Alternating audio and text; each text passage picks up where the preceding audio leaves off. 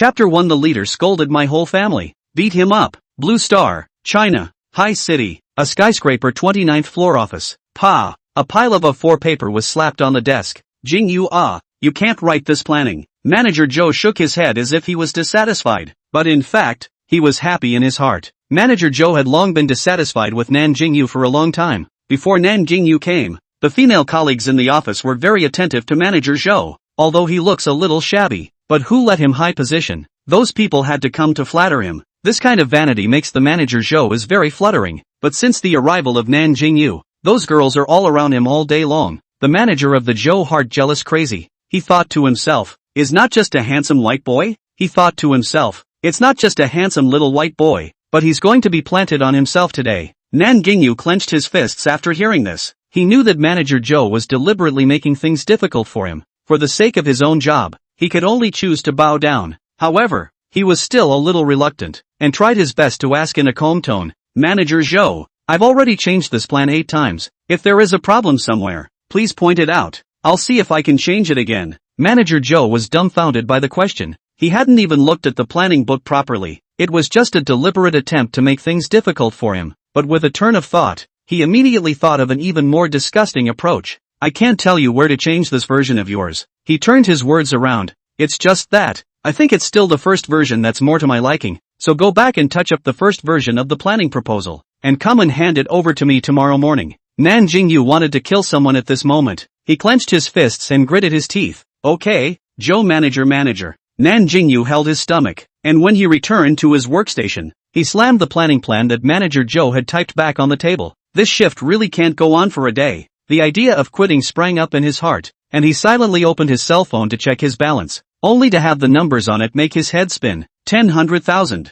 $2,857. There were only $2,000 lying in the wealthy treasure software, together with the 1,000 or so in his bank card. His entire fortune only amounted to a little more than 4,000 points. Better forget about it. Paying a month's rent is not even enough to cover my living expenses. I think I still need the nest egg for this crappy job. Hey, yo, what are you muttering alone there? A tall and leggy flaming red-lipped beauty stepped over with a thin high heel, interrupting Nan Jingyou's thoughts. Ah, Sister Feng, it's you. Nan Jingyou returned to his senses and greeted Liang Yifeng. Liang Yifeng is the supervisor of the planning department. Everyone calls her Sister Feng. She is brash and uninhibited. Her ability is outstanding, but her favorite thing is to tease Nan Jingyou. Nan Jingyou came to the company's first day. Was her ruthless molestation, so that the first 3 days to see Sister Feng he fled. However, after slowly contacting her, he realized that she is a very good person. She looked stern, but in fact never harsh subordinates, and is also extremely protective of the shortcomings of the person. If someone in the department is bullied in other departments, she will also argue with the other side, and the business ability is also very strong. Such a good leader, everyone loves it. But the department also has gossip about Sister Feng. Some people say that she has a small girlfriend. Look cute love. Once someone witnessed them in the underground garage hand in hand. Very intimate look. Some people also guessed that it was her sister. But no matter how everyone guessed, Sister Feng just smiled and did not say anything. For this reason, everyone could only secretly get high on CP. When Sister Feng saw Nan Jingyou, she wanted to tease him, because this person was really good looking. Nan Jingyou was sunny and handsome, with a slender and straight body, a head of dark and lush hair shining with a healthy luster under the light. His eyebrows were well shaped, and his eyes were like an obsidian, glittering with a jewel-like light. He loved to smile, and every time he smiled a pear swirl would also appear on his right cheek. But what attracted Sister Feng the most was his clean temperament and cheerful and lively personality. Why do you feel like you're very unhappy? Say it to make Sister Feng happy. She sat down next to her workstation, showing a gossipy look. Sister Feng was the supervisor and originally had a separate cubicle as an office as well, but she preferred to come together with everyone's workstations. Also beautifully said that it is to share the pain and suffering with everyone. No, her workstation just happened to be next to Nan Jingyou. Nan Jingyou rolled his eyes. Sister Feng, I advise you to be a human being. Don't rub salt into my wounds, okay? Oops, go ahead and say it. I promise not to laugh at you. Sister Feng pulled Nan Jingyou's arm to make a petulant appearance. Nan Jingyou was about to die of flesh. Sister Feng, I'll say it, don't disgust me. He rubbed the goosebumps on his hands and opened his mouth. It's not that SB Manager Joe. He called my planning book back again, and said that he was more satisfied with my first version, and asked me to go back to embellish it and hand it over to him tomorrow. Sister Feng's face darkened. It's this again. All day long he doesn't do anything. If this goes on, the department is going to be dragged down by him.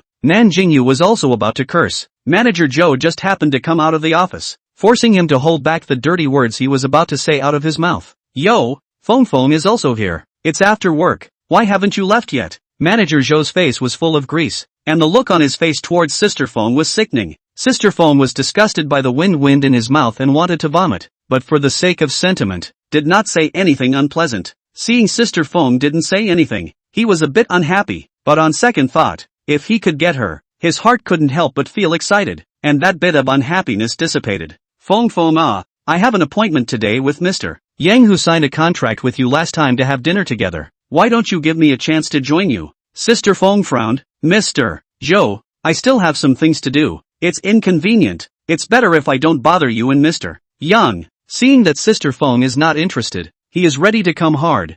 Feng, I advise you better be sensible. Don't lose your job at that time. Nan Jingyou was on fire at the side. Manager Zhou, it's not good for you to force Sister Feng like this. Besides, this is your private gathering. It's justifiable for Sister Feng not to agree. Why do you have to force yourself on people? Manager Zhou had been looking at him for a long time, and now he actually dared to talk back, and immediately couldn't hold down his fire and cursed. Nan Jingyou, who do you think you are? Uneducated dog thing. It's your turn to interrupt. I think you're just a mother born without a mother. A family of dead ragged household. With a bang, Nan Jingyou directly slammed his fist into Manager Zhou's head. By the time Sister Feng reacted, he was already sitting on Manager Zhou and punching him hard. Cao your mom Zhou Xinhong. You dare to curse my family. I won't beat your ass to death. Nan Jingyou waved his fists fiercely, the bottom of his eyes scarlet. Sister Feng was afraid that Nan Jingyou would cause a fatality. She dragged and pulled him aside. That's enough, Yuyo. If you fight again you'll have an accident. It's not worth ruining your future for this kind of person.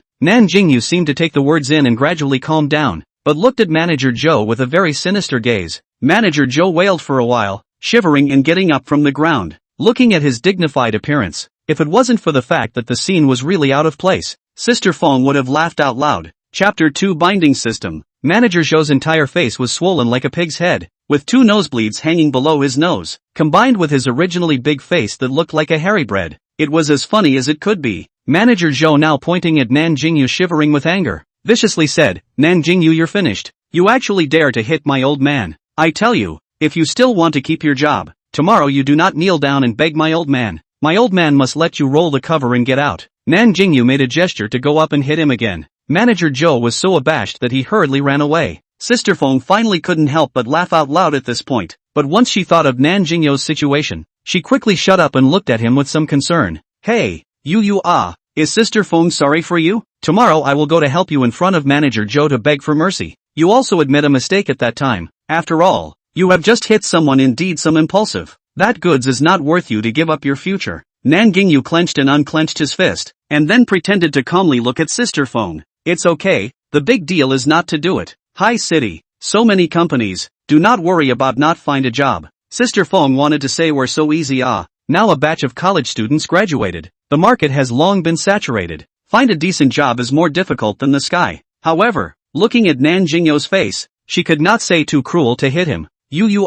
Listen to my sister. Tomorrow to admit a mistake. I will also help you with all my strength. When you entered this company with much effort, you still have half a month of internship will be over. It is too bad to resign now. Nan Jingyou stiffened his face and was silent. Sister Feng knew that his hard temper came up, and did not persuade more, thinking to let him go back first to calm down properly. In this way, the two went back home after work. After work, the sky is not yet dark. Nan Jingyou squeezed the subway. The whole body exudes a disheveled atmosphere. He went around and around several times, almost an hour and a half, before returning to the rental house. He couldn't stand to share a room with others, so he rented a 1-bedroom apartment close to the outer ring of the sea city, with a rent of 3,000 per month. In the downstairs casually bought a bowl of fried rice, back to the rental house hastily eat, collapsed on the sofa, looking at the neon lights outside. His thoughts gradually diverged. Beep beep beep, an abrupt ringing of the phone rang in the quiet room. Without even looking at who the caller was, Nan Jingyou casually picked it up. Hello, who is it? My dear brother. You didn't even save your old brother's phone number. Still, which one? A sexy and somewhat magnetic male voice came from the cell phone's microphone. Nan Jingyou answered breathlessly. Oh, so it's my brother. Why are you calling me? TSK, nothing, can't care about my brother. See what you say. The other party expressed his dissatisfaction with Nan Jingyou's words. If it was before, Nan Jingyou would still snog his brother, but now he really didn't have the mood. But what's wrong with you? You're talking like you're powerless. Are you sick? The tone from the opposite side was slightly more serious. It wasn't hard to hear the concern inside. Nan Jingyou suddenly wanted to tell his brother about today's grievances, but when the words came out of his mouth, he didn't say anything. Brother is also very busy every day. Can't let him worry about himself again. Forcibly holding back the tears that wanted to fall, he deliberately laughed out loud. Brother, I just teased you. Just want you to worry about it. Ha ha, you've been deceived. Sure enough, an exasperated voice came from the opposite side. Good on Nan Jingyou. Next time I want to care about you. I'm a pig. Nan Jingyou was amused by his brother's tone. This time it was from the bottom of his heart. But after he laughed, he was a bit despondent again, and said to the other end of the phone, Brother, I miss you. The opposite side was quiet for a moment, and no sound came out for several seconds. Brother, are you still there? Brother? Nan Jingyou shouted several times into the phone. It's on. Just now I was so fleshed out by you that I forgot to speak for a moment. Oh, okay. Nan Jingyou deflated his mouth. Okay, let's not talk about it. Brother has something here. You take good care of yourself. When I have time to go to High City to see you. The voice in the microphone was much gentler. Aha. After Nan Jingyou replied, the opposite side hung up. The room reverted to calm, and Nan Jingyou collapsed back onto the sofa. Ding! Shi Fubao arrived at $5,000. The payment software's arrival tone came from his cell phone, scaring Nan Jingyou with a jolt. He hurriedly opened his phone to check,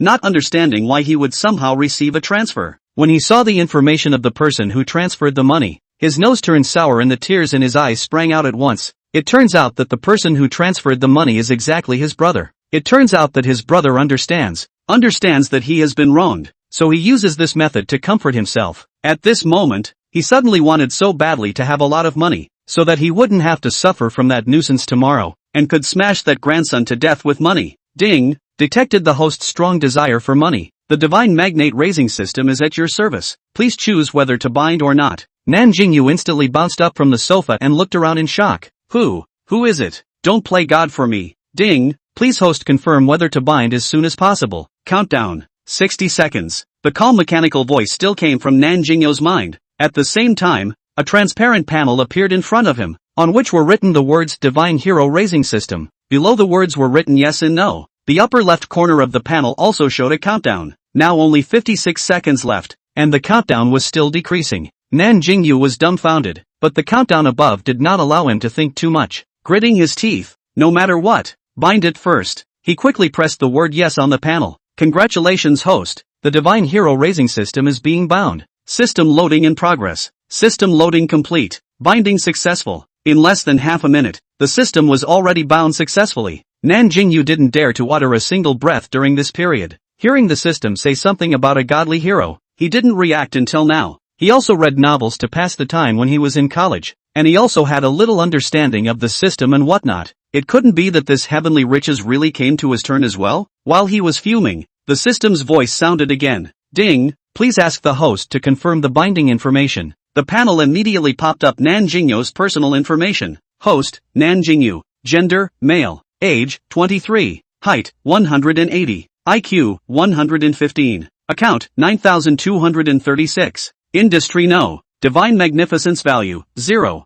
System, is it there? Can you explain it to me? Nan Jingyou asked tentatively. Suddenly, his brain was dizzy. Then a huge space appeared out of nowhere in his mind. The space was a white floor, black walls. Other than that it was empty and nothing. In a few seconds, a white light mass slowly appeared in the space, followed by the light mass turning into a white fluffy fox. Chapter 3, System White. Releasing quests. He blinked furiously several times, but no matter how much he blinked, he could sense space and the fox's presence. Hello dear host, I am the Divine Hero Raising System 101 at your service. The white fox floated in midair and spun in a circle. This, could it be that you are this fox? System? Nan Jingyou's eyes widened. Bingo! Congratulations to the host for answering correctly, but there is no reward. Oh. The voice that spoke was no longer the mechanical voice from before the binding. Instead, it was replaced by a tender boy's voice, about 6 or 7 years old. The tone was crisp and pleasant, revealing innocence and cuteness. System,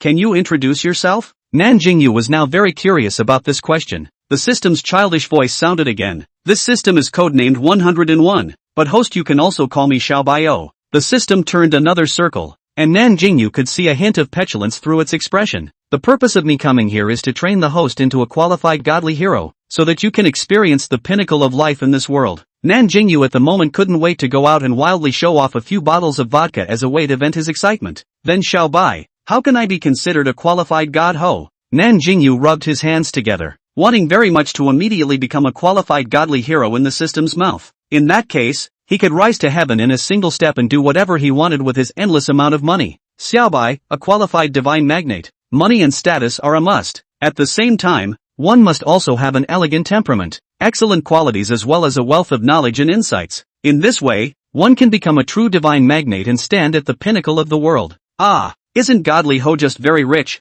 How come there are still so many requirements? Nan Jingyou had a lifeless face. Host greatly, Xiaobai can't do anything about it. Oh, the system program is set up like this, but you can think of it this way. You just think of it as ordinary learning. You can get lots and lots of money for every little bit more you learn. Isn't that wonderful? It's much better than going to work, isn't it? Xiaobai into space in a serious way to do ideological work to Nan Jingyou, completely unlike the kind of novels and the immobility of the host to threaten the host that will be unbound, and then the host will be wiped out of the system. When Nan Jingyou listened like this, he also realized that he seemed to be asking for too much, and that he should be secretly happy if he could bind the system with good luck. Okay Xiaobai, I understand. I will do the quests well, and strive to become a qualified godly hero as soon as possible. Xiaobai was so amused by Nan Jingyou's self-motivation that he was bouncing around happily, not much different from a few years old. Nan Jingyou even wanted to ask Little White if its boss was using child labor, but that didn't come out of his mouth. Instead he asked another question. Little White, can you explain to me what this divine magnificence value is for? Little White floated in midair and replied, when the host completes a task, Little White will reward the host with the corresponding divine magnificence value based on the difficulty of the task, and the divine magnificence value can be exchanged for goods in the system mall. Nan Jingyou's eyes lit up.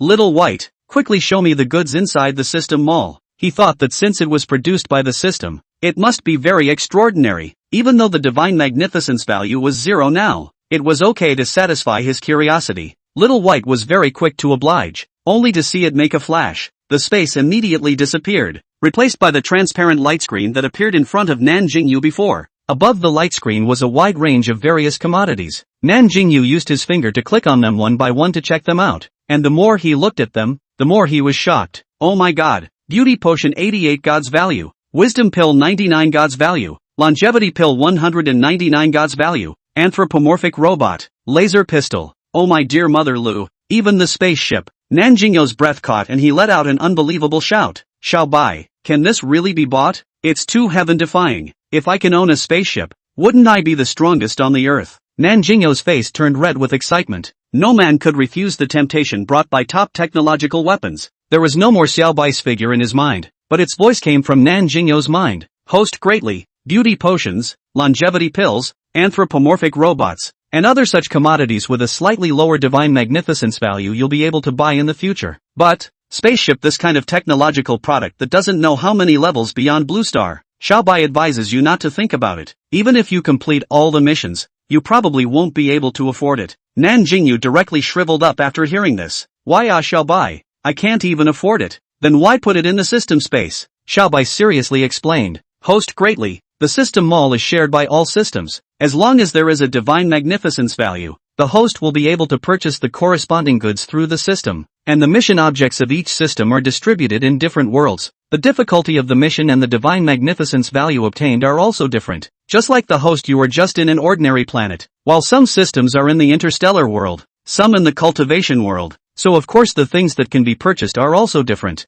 Nan Jingyou was a bit dumbfounded. He didn't realize that there were really interstellar and immortal cultivation in the world. He had always thought that these could only appear in novels. Xiaobai, can you tell me more about other worlds? Nan Jingyou was really very curious. Host, no, saying too much will touch the violation. Little White will be punished by the main god. In his mind, Xiaobai's voice was a bit scared, and seemed to be full of reverence for the main god in his mouth. Nan Jingyou couldn't say anything else at this point. He nodded. Alright then, I won't ask. Little White, you quickly release a quest for me. I want to become rich urgently. With Xiaobai, he would have a bottom line tomorrow. Who would go to work when they all have a system? See if he doesn't dislike that dog thing manager Joe tomorrow. Xiaobai, okay host greatly. Detected that the host had a conflict with the leader today. The host as a future qualified godly hero, how can he let others bully him? Ding! Rewarding the host with a newbie gift package. Gifting the host with 67% of the shares of Leapfrog Technology Co. Limited. The contract and formalities have been stored in the system space. The host can be converted to reality through the mind. Later on there will also be someone to notify the host about the change of the shareholding matters. Ding! Issued mission. Please host to punch the leader with low character in the face within tomorrow. Nan Jingyou froze, then began to revel in ecstasy. Leapfrog Technology Corporation. Isn't that the company I work for now? That's a company with a market capitalization of $2 billion. Xiaobai. Is this for real? There's a reward before you even do the mission? Xiaobai's cheerful voice rang out. Of course, host. This is Xiaobai to get you a newbie gift package, so that you can properly go to the face of insulting your leader. If Xiaobai could materially appear in front of Nan Jingyou, then he would definitely hug Xiaobai and kiss him hard a few times. Little White, you're really great. I love you to death. Host greatly. If you really love me, please do your mission well. Little White's tender voice was full of laughter. Nan Jingyou waved his hand. No problem. But Little White, you turned the company into mine out of thin air. Won't people notice that something is wrong? Nan Jingyou was a bit worried. Host, please don't worry. All the money in industry that Xiaobai gives to the host will be given to the host in a reasonable and legal way. It is guaranteed that no one will find any problems. The host can rest assured that he can use it. When these words came out, Nan Jingyou instantly felt at ease. Chapter 4 Rewarding Company Shares. Then I'm relieved. Thinking of the company, Nan Jingyou moved his mind according to the system's prompts, and a stack of documents immediately appeared out of thin air on his hand. He excitedly flipped through the documents and found that it was the contract related to the transfer of equity, and the signature and information on it was clearly his own. He held the contract in his arms as if he was holding gold and silver treasures. Ahahaha, developed? Such a big company. The annual dividend is the money that one can't earn even if one works peacefully for several lifetimes. Kissed the contract fiercely a few mouths, sitting on the sofa excited for a long time before calming down. At this time Xiaobai's voice came. Host, don't look like you see money. This is where the money will be more in the future. As long as you do the task properly, the future guarantees you a bright future. Nan Jingyou silently spit in his heart. I'm a mediocre wage earner. All of a sudden I have many billions. Can't I not be excited? By the way Xiaobai, are you able to know my movements at any time? Then I'm not. A little privacy is gone. Nan Jingyou was a little bitter. Host, don't worry. You can use your mind to shield me at any time. You can also let me out at any time. The system is at your service 24 hours a day.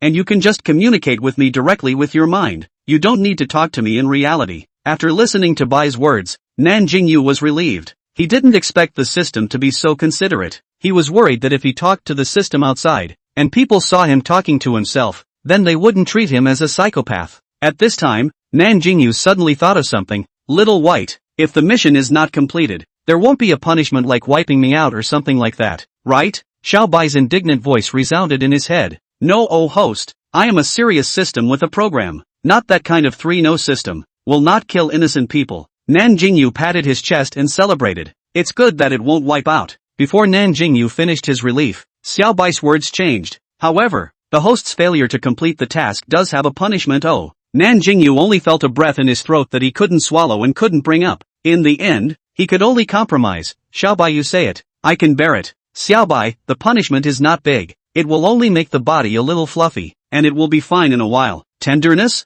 Can't it be electric shock? Nan Jingyou's tone was raised a few degrees. Bingo! Host, you're so smart. You got it right again. Xiaobai's voice was cheerful, as if this was something to be happy about. It won't electrocute me, right? As soon as he heard the words electrocute, Nan Jingyou felt his body tremble, always feeling that he would be electrocuted in the next second. Xiaobai, host, do you want to try it now? I can let you experience it in advance. Nan Jingyou's head shook like a rattle drum. No need. I hope to never experience this stuff. Fine. Xiaobai's voice sounded disappointed. Nan Jingyou rolled his eyes. Feelings that this system was making fun of himself. He wouldn't fall for it. Just as he was thinking, the cell phone on the sofa rang. Nan Jingyou hurriedly picked up the phone to check it, and found that it was a number he didn't recognize, but he still picked it up. Hello, may I ask who is it? Hello, is this Mr. Nan Jingyou Nan? A steady male voice in his 30s or so came from the microphone. Yes, may I ask who you are? Nan Jingyou's puzzled voice came out.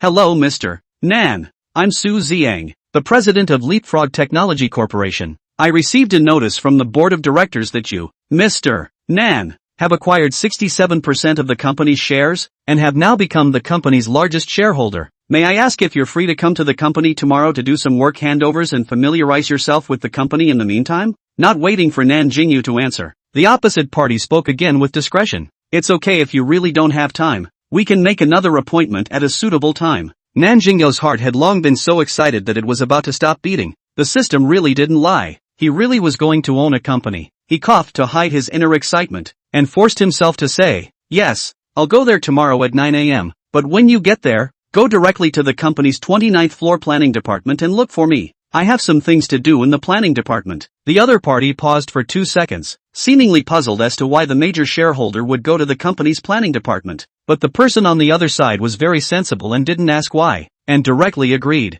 After hanging up the phone, both sides breathed a sigh of relief. In a large flat in the second ring road of High City, a man in a suit stood by the window having just hung up the phone. He looked a bit serious and seemed a bit tired. "Hey, I don't understand why the chairman suddenly sold all the shares in his hands. I, a professional manager, don't know if I can still continue to be the president of the company." This person is exactly the president Su Ziyang who just talked to Nan Jingyou. He is the professional manager that the former chairman hired at a high price. He has been the president of this company for 3 years, and his career has always been steady. I didn't expect the chairman to sell his shares without saying a word. He, the former boss's beloved, is more than likely to be replaced by the new chairman. Hart silently sighed. Everything can only listen to God's fate. How the ending? Tomorrow we'll see the results. The next morning, Nan Jingyou woke up early to clean himself up. He gave himself a blow-dry hairstyle, changed into the best set of clothes, and walked out of the rental house in high spirits. He looked like he was going on a blind date. When he arrived at the planning department, it was still 15 minutes short of 9 o'clock, and more than half of his co-workers were here, and a part of them mostly had to step on the spot. For example, Manager Zhou has not yet come. I don't know if it's because he was beaten up yesterday, but in the past, this person used to come to the office early to chat with the girls. Sister Feng also did not come. Nan Jingyou walked straight to his workstation and sat down. The female co-workers in the same department have a very good impression of Nan Jingyou, and when they see him cleaned up even more sharply than before, their eyes are glittering with light. A few female co-workers sat around Nan Jingyou, teasing him whether he found a girlfriend today to go on a date. Otherwise dressed up so good-looking for what? Nan Jingyou looked mysterious. Today, to give everyone a surprise. You will know later. Spare everyone how to ask. Nan Jingyou or shut up. Female co-workers had to lay down. Still a few minutes short of 9 o'clock. Sister Feng came late. See Nan Jingyou sitting properly on the workstation. Heart relieved. Today looks very happy. Sister Feng joked. She thought that Nan Jingyou would be devastated today, or better yet, listless, but she didn't expect this person to be so optimistic. But this is also considered a good thing. Having self-confidence is the only way to go farther in the workplace. Nan Jingyou smiled and looked at her. Sister Feng, good morning. Sister Feng threw a wink to Nan Jingyou. It was really flavorful. If Nan Jingyou was a straight man, maybe he would really be hooked by her heartstrings. But unfortunately Nan Jingyou is bent or Mountain Road 18 bends. Bent a thorough. Want a straight cannot straighten up the kind. Chapter 5. The manager is difficult. Direct dislike. Sister Feng gave a wink to the few female co-workers surrounding Nan Jingyou, and a few of them returned to their workstations with great understanding. Sister Feng put her bag on the table, sat on the office chair and slid directly to Nan Jingyou's side. She attached herself to Nan Jingyou's ear and said quietly, when Manager Zhou comes, the two of us will go together to give him a softening. You can't be impulsive again today. Nan Jingyou hooked up the corner of his lips, his good-looking eyebrows raised, and calmly returned, Don't worry Sister Feng, we will definitely let you be satisfied later. Having gotten Nan Jingyou's permission, Sister Feng was a little worried instead. The truth is that Nan Jingyou is a bit abnormal today. According to the usual style, how he must also bring a little bit of aggression and tolerance, but now instead of a face of eagerness to try the thing out of the ordinary must be demonic. Sister Feng was about to say something else when Manager Zhou walked in through the door. As soon as he entered, everyone's eyes changed, and if you looked closely, you would see some of your co-workers' faces twitching. It was like the feeling of trying hard to hold back a laugh. The reason for this was because Manager Zhou's face, after a night of fermentation, had gotten ugly to new heights. When Manager Zhou saw those people's expressions, he wanted to get angry but had no reason to snap. At this time, his eyes just happened to meet with Nan Jingyou, and as if he had found an outlet, he walked to Nan Jingyou in large strides. His sorrowful voice resounded throughout the office. Nan Jingyou, I didn't think you'd dare to come. I said yesterday, if you kneel down and beg me today, I can be merciful and let you off the hook. or else you'll just go back to your hometown and farm. Everyone was clouded by what Manager Joe said and looked at Nan Jingyou in confusion. Nan Jingyou was about to speak when Sister Feng tugged on his sleeve and gave him a cryptic look. He smiled and returned another reassuring look to her. Nan Jingyou turned his head to look at Manager Zhou. His good-looking lips uttered the most wanton words. Zhou Xinhong, I'll return this sentence to you as well. If you kneel down and beg me, you might still be able to keep your manager's position. Or else, just roll up your store and leave. As soon as these words came out, Sister Feng closed herself up. The co-workers were also shocked. Ha ha ha ha ha. Nan Jingyou, are you daydreaming too much? Fantasizing that you are the boss of the company and you want to fire me? Who do you think you are? Manager Joe simply felt funny, looking at Nan Jingyou's eyes like he was looking at a retard. Nan Jingyou remained cloudy. He nodded his head. Yeah, I'm really considered the boss of this company. Firing you, I still have the right to decide. Colleagues with a constipated expression. They all thought that Nan Jingyou was afraid of not being bewitched. Although Nan Jingyou is handsome some, but look at his usual performance. Said he is a rich second-generation half-away. To say he is the boss, that is not a joke. Usually with Nan Jingyou not to deal with colleagues laughed out loud, although did not speak, but the face of ridicule is clear. Nan Jingyou did not care, leisurely sitting on his own workstation, without the slightest embarrassment and lying after the heart. Sister Feng didn't know how to help him anymore, and gave up on herself and sat at her workstation with Nan Jingyou, just waiting for the next judgment of fate. Manager Joe was ignored and started to get grumpy as it was visible to the naked eye. Nan Jingyou, you're really giving your face away. Since you don't know what's good for you, don't blame me for turning the other cheek. He took out his cell phone and directly called the security office. Hello, I'm the manager of the planning department. There are people causing trouble in the office right now. Please send 2 people over to throw them out. After hanging up the phone, Manager Joe looked at Nan Jingyou contemptuously. Oh, you still have a last chance. Kneel down and kowtow to me and apologize. Then yelled Nan Jingyou 3 times in front of them. I'll consider letting you go. Otherwise, don't wait until you're thrown out of the company's door to regret it. When these words came out, everyone stared nervously at Nan Jingyou, but he just raised his eyelids. Even his tone didn't rise and fall much. Oh, and I'll likewise give it back to you. If you do what you just said, I can also consider letting you off the hook and not firing you anymore. Even though he was sitting a head shorter than everyone, the aura around him subdued everyone. Nan Jingyou, do you believe that I will make it impossible for you to mix in High City? Manager Joe was so angry by Nan Jingyou that he lost his mind and couldn't help but let out his vicious words. Nan Jingyou smiled contemptuously, slowly enjoying Manager Joe's stormy appearance, as if he was watching a monkey show at the zoo. The security guards came quickly. Manager Joe liked seeing a savior, red-eyed pulling over the security guards, pointing at Nan Jingyou and ordering the 2 men, quickly throw this man out. He's already been fired, and now he's here to cause trouble in the company. The 2 security guards knew that this man was the department manager. It was not good to offend him.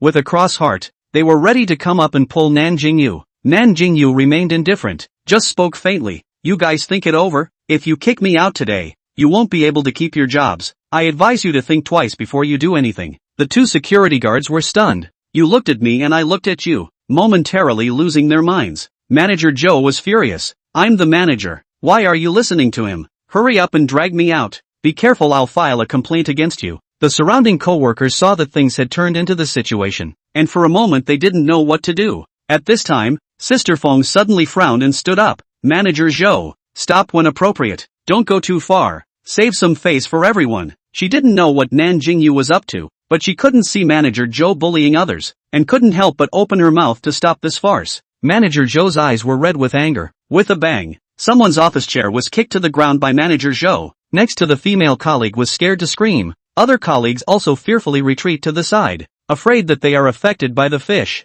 Just as the farce in the office became white-hot, a majestic voice steeply sounded in the ears of the crowd. What is this, tearing down a home? The voice was like a thunderous explosion, and everyone turned their heads towards the door, only to see a man in a black suit standing in the doorway. His figure was tall and straight. His face was not angry, obviously a superior who had been in a high position for a long time. Behind him stood a man in a smoky gray suit, looking like he should be an assistant or something like that. The man at the head had his eyebrows furrowed in death, supposedly dissatisfied with the scene in front of him. Manager Joe shuddered at the sight of the visitor, then fawningly walked forward. President, why have you come to the planning department? Is there something you want to instruct? Several colleagues recognized the man's identity, except for individual interns, which included Nan Jingyou. Everyone either looked curiously or respectfully at the man known as the president. The president, the same Suzy Yang who called Nan Jingyou last night, ignored Manager Zhou and walked straight to Nan Jingyou in front. Chapter 6 Beat the Dogs in the Water. Manager Zhou was overjoyed.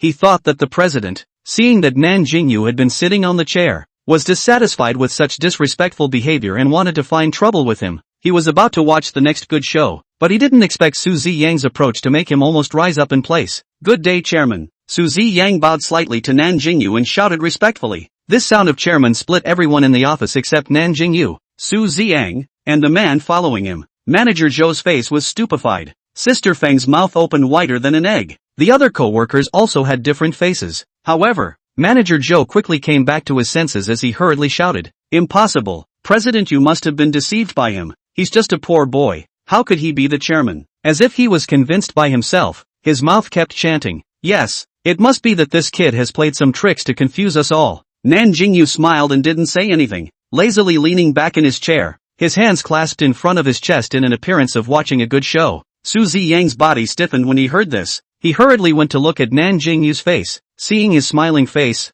his heart was relieved. At this moment, he looked at Manager Zhou's eyes were gloomy to the extreme. Even he didn't dare to offend people. This bastard actually offended to death. His face sank like water. His voice was low as he reprimanded. "Who gave you the guts to dare to question the chairman of the board? Do you think that I and the company's group of directors are blind?" After saying that, he swept a glance at the crowd and continued. "Chairman Nan now owns 67% of the company's shares, and is the company's veritable chairman. If there are still doubts, go to the company's official website to check for yourself." Suzy Yang's words were like a hammer blow, smashing Manager Zhou's head. His face turned white, cold sweat covered his forehead, and his body began to shiver. There was only one thought in his mind today. He was going to be finished. If it was really like what Nan Jingyou said, he would not be able to keep his job. Thinking about this, he rolled and crawled to kneel in front of Nan Jingyou, cried bitterly, "Chairman, I'm wrong. You exalt your hand. Let me off the hook. I have parents on top, wife and children underneath. Stop, stop. What you have has nothing to do with me.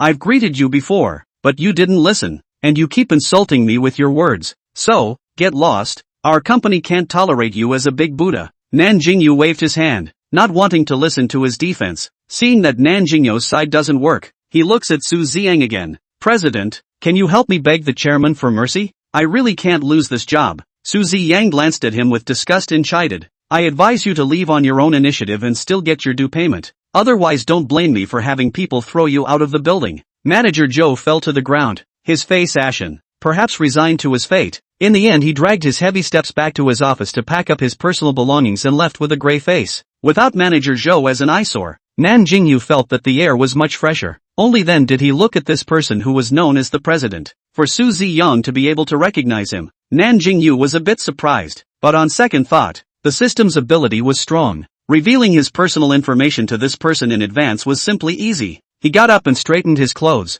extending his hand to Suzy Yang. "Hello President Su. I am Nan Jingyou. Nice to meet you." Suzy Yang hurriedly shook his hand back respectfully. "Hello Chairman, it's my honor to know you." After saying that, the two of them let go of their hands. Suzy Yang's sight to the entire department scanned a circle, then spoke with deliberation. "Chairman, you seem to be very familiar with the company. You used to be." Nan Jingyou smiled carelessly. "I'm working in this company. I'm still an intern." Although what Nan Jingyou said was true, Suzy Yang automatically understood it as, the chairman of the board was sent by his family to experience grassroots life. Maybe he was undergoing the family's test, and now that the test was successful, he directly bought the company to let him practice. Well, a very reasonable explanation. Suzy Yang revealed an expression of understanding, then nodded with a smile. "Okay, Chairman, then do you need me to take you around the company?" Nan Jingyou got up from the chair and casually patted his clothes. "Yes, I haven't been to many other parts of the company yet." Suzy Yang's lips slightly raised,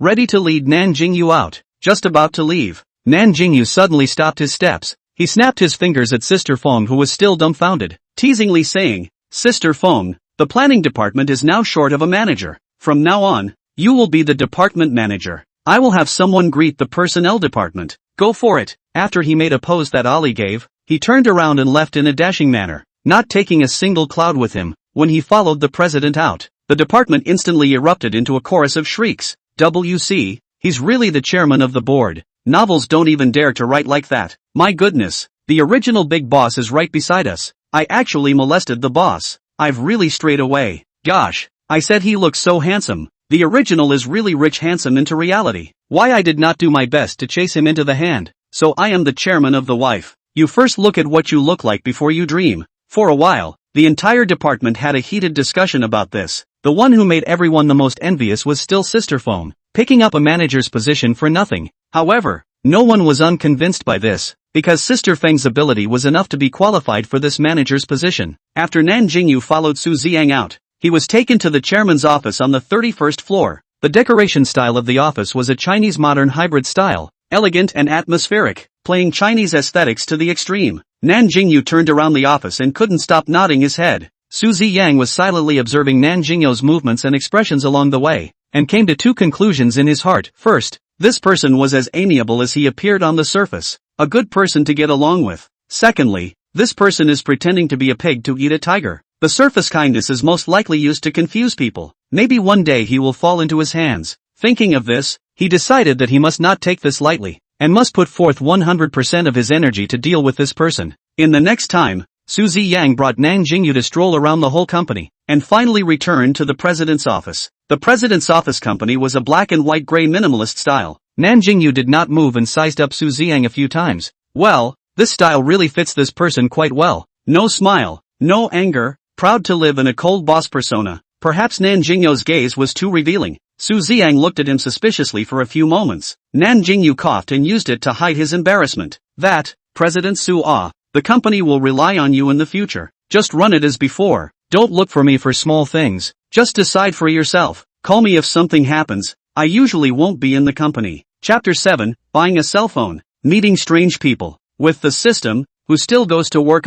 Work is impossible to work. This life is impossible. Lying down and taking dividends, it does not smell good? He doesn't want to be bound by work for the rest of his life. Su Ziyang was full of surprise and finally couldn't maintain the calmness and self-containment that he had been maintaining. His voice trembled a little. Chairman, do you mean you won't participate in the management of the company and leave everything to me? Right. What's the problem? Aren't you a professional manager? Could it be that you're not competent? Shouldn't it be? Nan Jingyou stroked his chin, somewhat puzzled. No, I can be competent. Don't worry, Chairman. I have confidence to lead the company to the next level. Su Ziyang was very excited. He felt that he was about to realize the value of his life. In fact, he had great ambitions and aspirations. When he first came to this company, he was confident that he would bring the company to a higher level. However, the former chairman was an old-fashioned person, and many avant-garde decisions were rejected by him. Today's company has only been eating old money, and when the market begins a new round of changes, the company will sooner or later go downhill,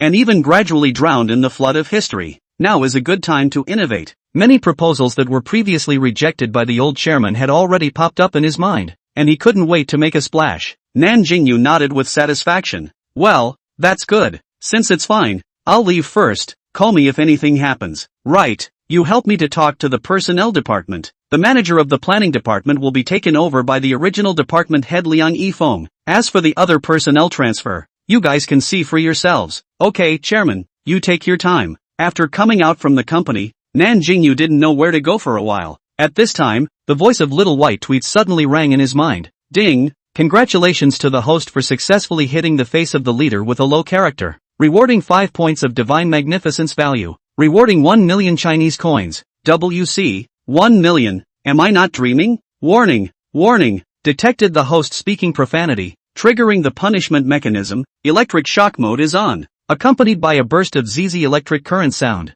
Nan Jingyou's body began to twitch. The pain made him roll his eyes, and scared the passers-by away from him. Oh my god, this man is not having a seizure, right? Should we call an ambulance? He's about to fall to the ground. Better mind your own business. Be careful of being blackmailed. The onlookers pointed, but just no one was willing to go forward to help. But Nan Jingyou didn't need to at all. The electric shock lasted for 10 seconds. Nan Jingyou only felt that these 10 seconds were like years. What's worse is that he had to experience such a social death scene. He hated to find a hole in the ground at the moment, not being able to stand so many people pointing at him. Nan Jingyou hurriedly fled from the scene after he came to his senses. While running, he kept greeting Xiao Bai in his head. Xiao Bai, can't you wait for me to go back before punishing? I'm losing my face. The key is that it hurts so much. Oh, Xiao Bai felt innocent. Host, there is no way. This is in order to make you remember. Remember next time you must not say dirty words. Got it. Nan Jingyou replied breathlessly. At this time, The cell phone in Nan Jingyou's pants pocket vibrated. He casually took it out and looked through it, and found that it was a cell phone text message. He tapped into the SMS interface and his eyes immediately glared. Huaxia Bank, your card number with tail number 6211 was transferred and deposited 100,000,000 yuan at 10:05 on June 16, with a balance of 100,1379,00 yuan. The string of numbers inside the balance made Nan Jingyou dizzy. More than 1 million which, how long does he have to earn from his part-time job? Calm down, calm down. It's a small amount. The system said that it's not even enough for a fraction of my future account. Xiaobai. Can I spend this money as much as I want, without any limitations? Nan Jingyou frantically called Xiaobai in his head. Xiaobai, of course. The host can spend it at will. Yes, I'm going shopping. The latest version of the domestic Huawei cell phone I've wanted for a long time, but it costs more than 10,000 yuan. I used to be a pauper, but now it's different. It's just a cell phone. It's just a sprinkle. After saying that, he directly called a cab. In the past, he would have taken the subway, but now his status is different. He is a millionaire. What's the point of taking the subway? Nan Jingyou went to the biggest shopping mall in High City,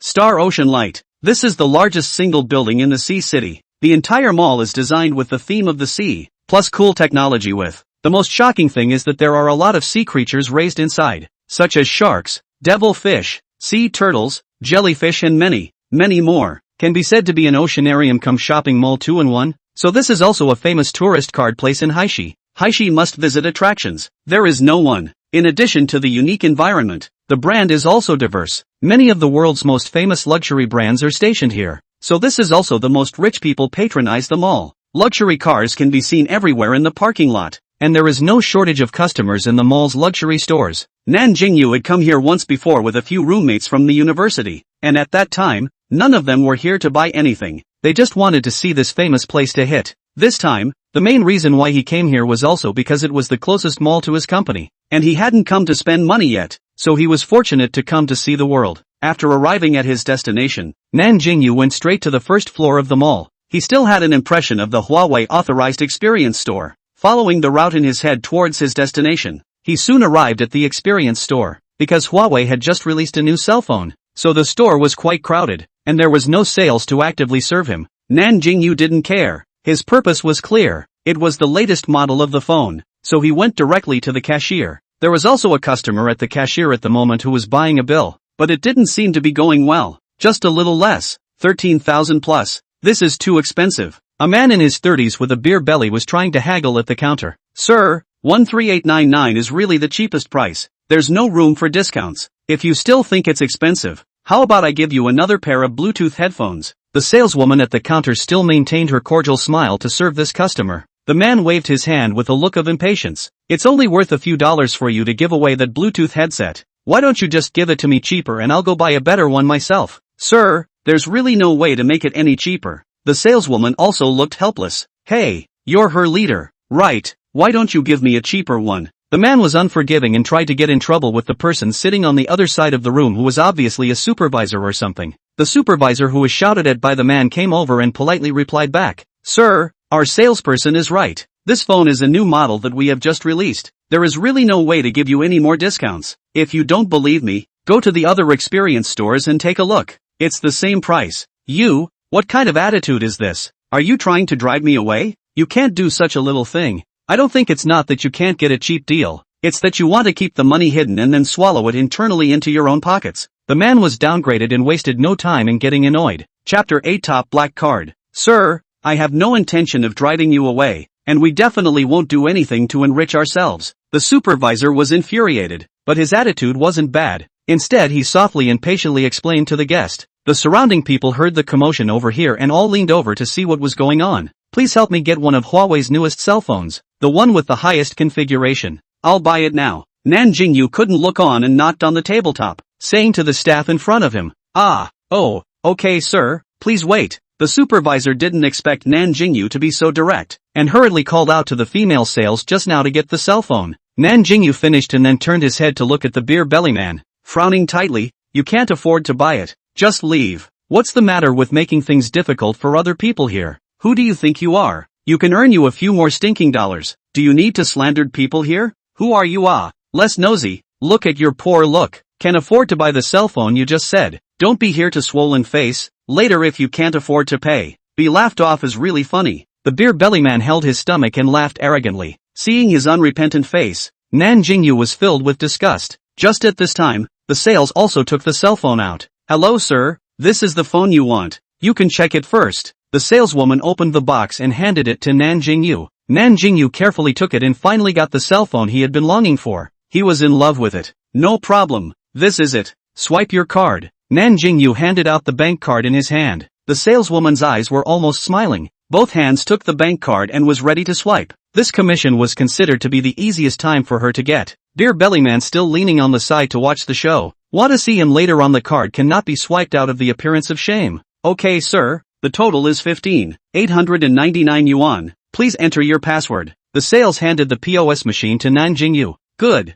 Just after losing the password, the card machine spit out a small ticket with a few zips. The beer-bellied man instantly stood up straight with wide eyes, clearly shocked and disappointed at the result. Sir, this is your small ticket. Please keep it. Nan Jingyou took the small ticket and waved it in front of the beer-bellied man. How about this? Will this laugh your ass off? The man was very embarrassed. Looking at the pointing crowd around him, he angrily left the store. Nan Jingyou snorted, looking down on such a person. Sir, thank you so much just now. The supervisor expressed his gratitude to Nan Jingyou, and also gave a pair of Bluetooth headphones that he had just promised to the beer-bellied man. No need to be polite. I just don't like him. It's good that you guys don't blame me for losing your performance. The saleswoman quickly shook her head. No, no, no, no. That man didn't look like he came to buy anything in good faith. It's better to be pissed off. The supervisor used his elbow to pestle her a bit, signaling not to say such things in public, so as not to be heard badly by other customers. Nan Jingyou expressed his understanding, and the next time another customer came to pay the bill, he left with his cell phone in tow.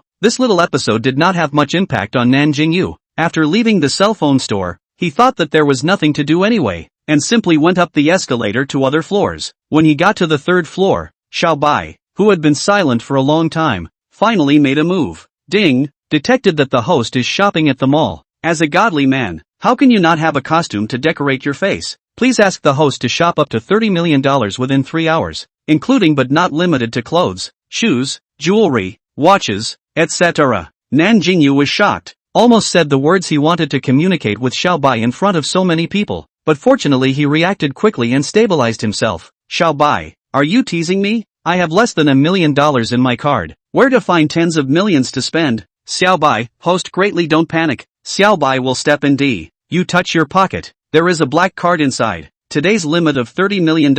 These 3 hours you can brush at will. The password is your birthday. Nan Jingyou hurriedly put his hand into his pants pocket, and really touched a black card. He carefully observed. In his hand this cartoon body black, unknown material card printed with complicated patterns, ancient and mysterious. Except for a string of golden card numbers in the center and a very small string of numbers in the upper left corner, there was no indication of which bank's card it was at all. Nan Jingyou frowned, his heart filled with doubts. Xiao Bai, this card shouldn't be a fake. How come I've never seen it before? And it doesn't even know which bank issued it. If I take this to swipe my card, I'm afraid that it's not going to be taken as a little cutie. Xiao Bai rolled his eyes and said breathlessly, Host, it's true that you still have a lot to learn. This is the world's top black card, jointly issued by the 4 major banks of country M's JP Morgan, country Y's HSBC, country R's Switzerland, and country China's Dragon. The Star Obsidian black card can be used at all banks in the Union Pay. The most crucial thing is that this card has a total of no more than 50 in the world, and those who own it are all the top group of people in the world's worth and power, and as long as there is a need, these 4 major banks will give the user the highest privileges. Nan Jingyou was stunned by Xiao Bai's words. He felt that the black card in his hand was no longer a light piece, but weighed like 1,000 pounds. It was equivalent to a high-level pass for the upper circles. Little White, is this true? According to you, as long as I hold this card, won't I be in the same circle as the topmost batch of people in the world? I feel like I don't have to do anything. I'm already at the top of the world.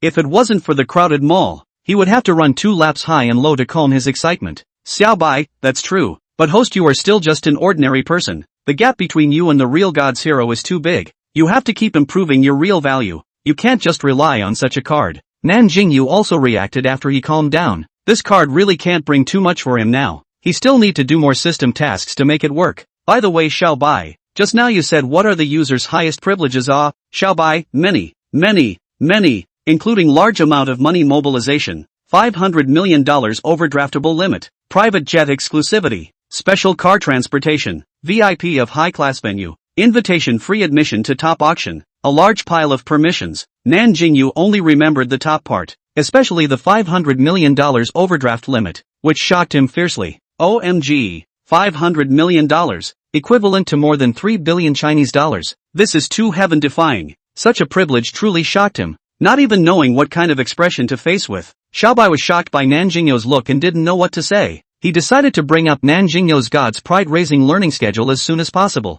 Host, don't think too much. First step down to do the task. The task can't be completed. Everything is in vain. This card will be used up today. I will take it back first. Wait for the next time you need to use it. Then give it to you. Chapter 9, The Performance-Robbing Store Clerk. AI. Xiaobai, you don't behave. Nan Jingyou came back to his senses and sighed long and hard. Xiaobai arrogantly said, I wasn't a human being in the first place. I'm a fox. Nan Jingyou was choked. Speechless. Xiaobai. One last question. I'll die after asking. Xiaobai, you ask. Holding the last question. Nan Jingyou opened his mouth. To use these permissions, how do I contact the staff of this card? Xiaobai, it's very simple. See that very small string of numbers in the upper left corner of the card body. Dial this number on the line. The bank is equipped with a specialized team for each black card member. As long as you have the need, they will be the first time to serve you when they get through. The world-unseen Nan Jingyou was once again shocked. This time, he didn't speak again, silently digesting the information he had just gotten. He carefully put the black card into his pants pocket and prepared to complete the next task. The third floor was basically a high-end branded clothing area,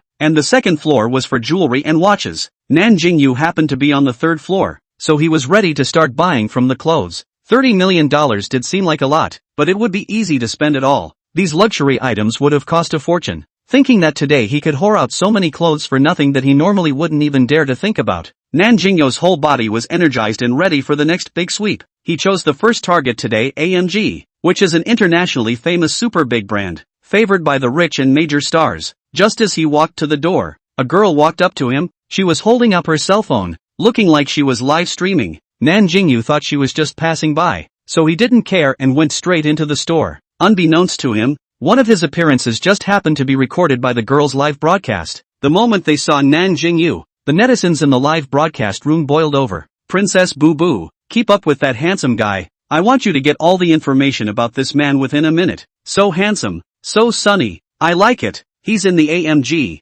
Princess Boo Boo, get on it. Maybe he's a rich kid. It'd be great to get a son-in-law. The girl naturally noticed the netizens' pop-ups. She shook her head at the camera. Can't follow. AMG store doesn't allow live streaming. Then you wait at the door for a while. Come and wait for a rabbit. Yes, yes, yes. Can't miss this extremely handsome guy. The girl saw that the number of people in the live broadcast room had risen a lot, and thought that maybe this was an opportunity to increase the number of fans. So she was ready to listen to the netizens' opinions and waited for someone at the door. Nan Jingyou didn't know that he was being watched. He had just walked to the door when he was greeted warmly by the store clerk. Welcome to AMG. Hello sir, how may I serve you? A young female clerk standing at the door asked politely. Nan Jingyou said dryly, I would like to buy some clothes. Can I take a look first? Of course you can. Do I need to introduce you? The female sales clerk still smiled warmly. You can follow me, but you don't need to be introduced. Later on the clothes I fancy, you all take them out according to my size. I will unify the bill. When these words came out, the shopgirl was shocked for a split second, but quickly returned to normal. If she understood correctly, she probably met a big customer today, and the thought of getting a huge commission made her heart incredibly excited. Another colleague in the store also heard Nan Jingyou's request, and a dark aura flashed in her eyes. She hurriedly walked up and pulled the female sales clerk who was serving Nan Jingyou. Xiao, this customer should have been received by me. You should have gotten the order wrong. I just saw that you were too enthusiastic, so I didn't bother to remind you. But you just came. There are still a lot of things that you don't know. Before you serve you poorly, you'd better follow me around and learn. This customer will be served by me for the time being. Xiao heard Sister Lan's request and panicked in her heart, but quickly calmed down again. She already vaguely understood Sister Lan's purpose. Sister Lan, that's not right. This is the order of my reception. I didn't remember it wrong, and I think I'm able to receive this gentleman. She didn't want to give up this opportunity, and she also didn't want to let Sister Lan's purpose succeed, or else next time she would intensify her efforts and pinch herself as a soft target. Nan Jingyou didn't expect that he could still be a meat and potatoes, and was a bit amused. How could he not understand that the woman was here to steal the performance? thinking of the bullying that Manager Joe had done to himself before. He looked at that woman with displeasure. No need. I just want her to serve me. You'd better receive the next person. He didn't want to spoil this kind of person. Sir, this is not in line with the store's rules. The woman's face became a little bad looking. Before she finished her words, she was interrupted by Nan Jingyou. What? I buy a dress still have to abide by your rules. I don't like your service. Still can't let others serve? Hearing that woman's words, his fire also came up. He didn't expect to buy a dress and still meet such a bad luck person. Call your store manager out. I'd like to ask her if she has this rule or not. Seeing that things had gone beyond the woman's expectations, she became visibly flustered. No, sir, I don't mean that.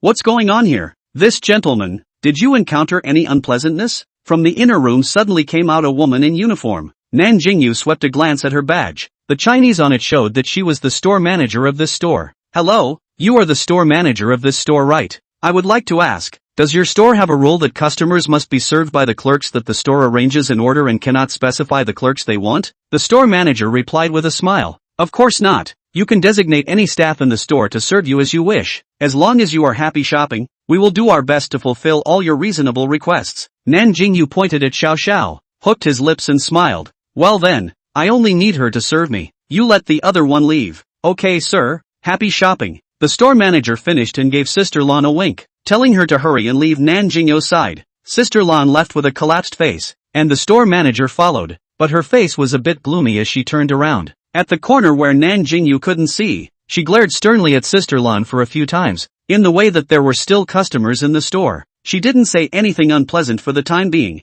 Xiao Xiao followed Nan Jingyou step by step. Her hands had already taken several pieces of clothes, and then she couldn't take them anymore, so she put them on the sofa next to her. At this moment, Xiao Xiao's heart is excited. The sofa is full of no less than 20 pieces of clothing. As long as this customer bought all of them, her turnover this month will reach the standard, which also means that she can be successfully changed. But she didn't know that what made her even more excited was yet to come. Chapter 10, Shocked Store Manager. After Nan Jingyou's selection, there were 7 or 8 more clothes on the sofa. Alright, that should be about right. Nan Jingyou whispered. Xiao Xiao thought that's all, and hurriedly rejoiced. Okay sir, I'll immediately pack the clothes on the sofa according to your size. Just now, Nan Jingyou had already told him the size, and she was about to go get the clothes. Hey, not these. Xiao Xiao's heart sank upon hearing this. She thought apprehensively. She wouldn't have met a customer who came to deliberately amuse people. These on the sofa don't want. I want all the clothes on these rows of shelves. You pack them for me according to the size I just said. Xiao Xiao raised her head in shock and said incredulously. You are going to buy all the clothes on those rows of shelves? Right. Nan Jingyou replied dryly. But there are at least dozens of dresses here, totaling millions of dollars. Do you really want to buy them? Xiao Xiao opened her mouth with difficulty. In fact, the way she asked this was very inappropriate. If there was another customer, she would probably get angry at her words, thus offending the customer. Yes, what's the problem? Don't worry, I can afford it. Nan Jingyou half-joked. Xiao Xiao hurriedly shook her head. No, sir, you wait a moment. I'll help you calculate the price right away. You rest on the sofa for a while first. I'll go and pour you a cup of coffee. The clothes packing may also take some time. That's okay. You help me calculate the price of the clothes first. I still have to check the shoes and bag. Nan Jingyou raised his chin at the shoe and bag area in front of him. Okay sir, I'll ask the manager to take you to see. Xiao Xiao hurriedly replied. Okay. After finishing her sentence, Xiao Xiao hurriedly asked the store manager for help. After all, the number of clothes was a bit much. She couldn't handle it alone for the time being. Store manager, quickly help me. That gentleman wants to buy many pieces of clothes. Let me calculate the price first. If I do it alone the time is a bit slow. He also wants to look at shoes and bags. Can you help me take that gentleman shopping first? The store manager, a whole person, was shocked and hurriedly confirmed the authenticity with Xiaoxia. Sister Lan next to her was even more jealous and her face was distorted, confirming that it was really a big customer. The store manager hurriedly walked to Nan Jingyou's side to serve him. Under the store manager's dumbfounded eyes, he clanked through another dozen pairs of shoes and 3 or 4 bags. He had to go to other stores to take a look and was ready to call it a day. He said to the store manager in front of him, alright, that's about it. You guys help me out with the prices. I'll pay up front. By the way, you guys can deliver to my door, right? I might not be able to carry so many things very well. The store manager immediately replied, of course I can. I can deliver it to your home within today. Nan Jingyou nodded slightly, but thinking about the rental apartment in the neighboring suburbs. Anyway, now that he had money, he definitely had to rent a better house in the city first. Right now he didn't have enough money to buy a house. But in the future, it wouldn't necessarily be the case. Avoiding having to move so many things afterward, he decided not to deliver them to his home for now. Is it okay to store it here with you guys first? I'll add a contact information for the store and I'll let you know when to deliver it then. Of course, we are always at your service. The store manager certainly didn't have any comments. This kind of quality customer, she definitely had to maintain it by all means. Next the store manager poured Nan Jingyou a cup of coffee and took the dessert, after which she started checking the price with Xiao Xiao. After a while, Xiao Xiao walked to Nan Jingyou and reported the calculated price to him. Sir, a total of $3, 257, 268, erasing the change for you, and charging you a total of $3, 250, 000. After hearing the price, Nan Jingyou's face did not change. Good, swipe your card. He handed the black card given by the system in his pocket to Xiao Xiao.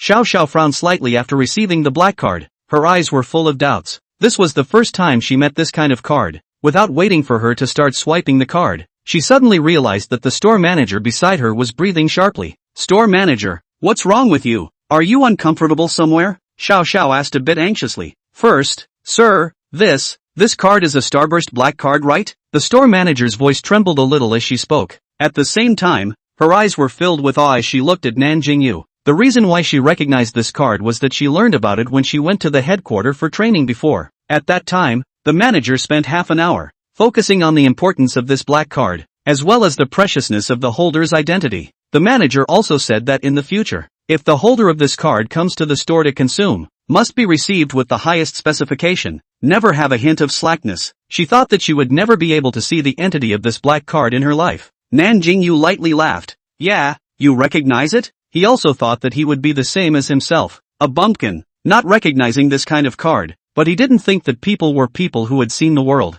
The store manager immediately bowed 90 degrees to Nan Jingyou after hearing this. Yes sir, I apologize for the poor service before for you. I hope you can forgive. You are already a super VIP of our store. In the future, whenever you need, feel free to contact us. We will provide you with all reasonable requests. Xiao Xiao on the side froze in place, not understanding why the store manager would undergo such a big transformation because of a card. Nan Jingyou waved his hand. It's fine, I didn't take it to heart. Well, swipe the card first. I have to go to other stores to browse. Okay sir, swiping the card for you right away. After saying that, he urged Xiao Xiao to hurry up. After the successful payment, Nan Jingyou was considered to have completed about 10% of the task. He used his cell phone to save the store managers and Xiao Xiao's phone numbers, and also added their social accounts, and then left the store after saying goodbye to the two. After Nan Jingyou left, the store manager let out a long sigh of relief, his hanging heart finally letting go. Xiao Xiao was puzzled. There were no customers at this moment. She asked the store manager about her question. Store manager, is there anything special about that gentleman's card just now? Why are you so nervous? Sister Lan also came over to listen to the action. The store manager looked at the two of them with a serious expression.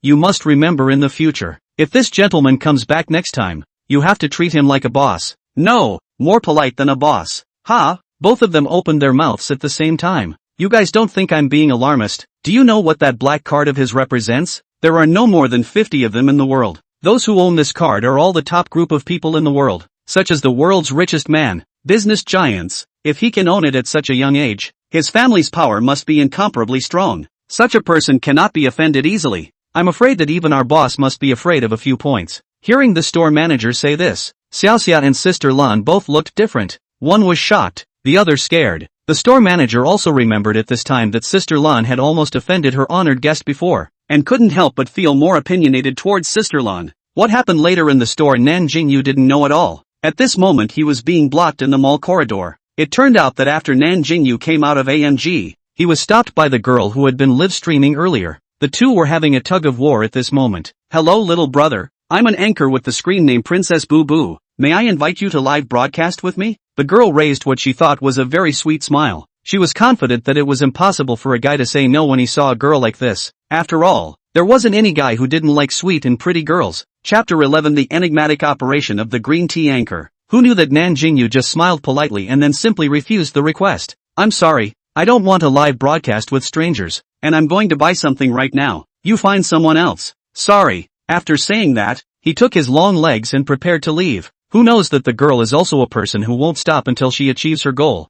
She saw the rising number of live broadcasts. She even didn't want to give up this big handsome guy. She quickly ran to Nan Jingyou to stop him and said in a delicate voice, "Little brother, you just promised people just a little while on the line, and my friends in the live room want to say hello to you." After saying this, she even directly disliked her cell phone directly in front of Nan Jingyou. The audience in the live broadcast room looked at a handsome face that suddenly enlarged in the screen, and the pop-ups were almost overpowering the screen. "Ah, little brother is so handsome. Mom, is this something you can watch without adding money? Hey, isn't the handsome man coming out from AMG? How come he's empty-handed? Did he not buy it? It's to go in and pretend to be a pussy. Look at his outfit. He doesn't look like a rich second generation. I'm afraid he's not poor. Pretenders are the most disgusting." All kinds of comments in the pop-up fly. Fortunately Nan Jingyou cannot see, or face to be angry green, but his current mood is no better. The system in his head had already reported the countdown to him. There were only almost 2 hours left and he still had to go and spend more than $20 million. At this time, where else would he have the time to help someone broadcast a live broadcast? Moreover, this female anchor's actions were really somewhat offensive. He forced himself to endure his discomfort and didn't tear his face off with her, trying his best to smile politely. "This lady, I really have something to do, and I don't want to broadcast live. Do you understand by saying this? And please make way. You've already delayed me a lot." The anchorwoman was a little embarrassed by his blunt words, and a few grievances arose in her heart towards Nan Jingyou. Previously on the road to stop people live. People are smiling directly agreed. Even if some guy's girlfriend is not willing, the guys also persuade their girlfriends to agree. Who knows that today will actually be here in Nan Jingyou Waterloo, but even if she is not happy, she has to maintain her persona. She teared up at the screen and said, "It seems like Boo Boo doesn't know what's going on. It's okay. Originally I wanted to give some benefits to the babies, but now I can only give up. Little brother, you don't blame my fans. It's all my fault. If you want to scold me, just scold me." The fans in the live broadcast room immediately began to feel sorry for the anchor when they saw Nan Jingyou being so insensitive. Even if this matter itself was the anchor being wrong in the first place,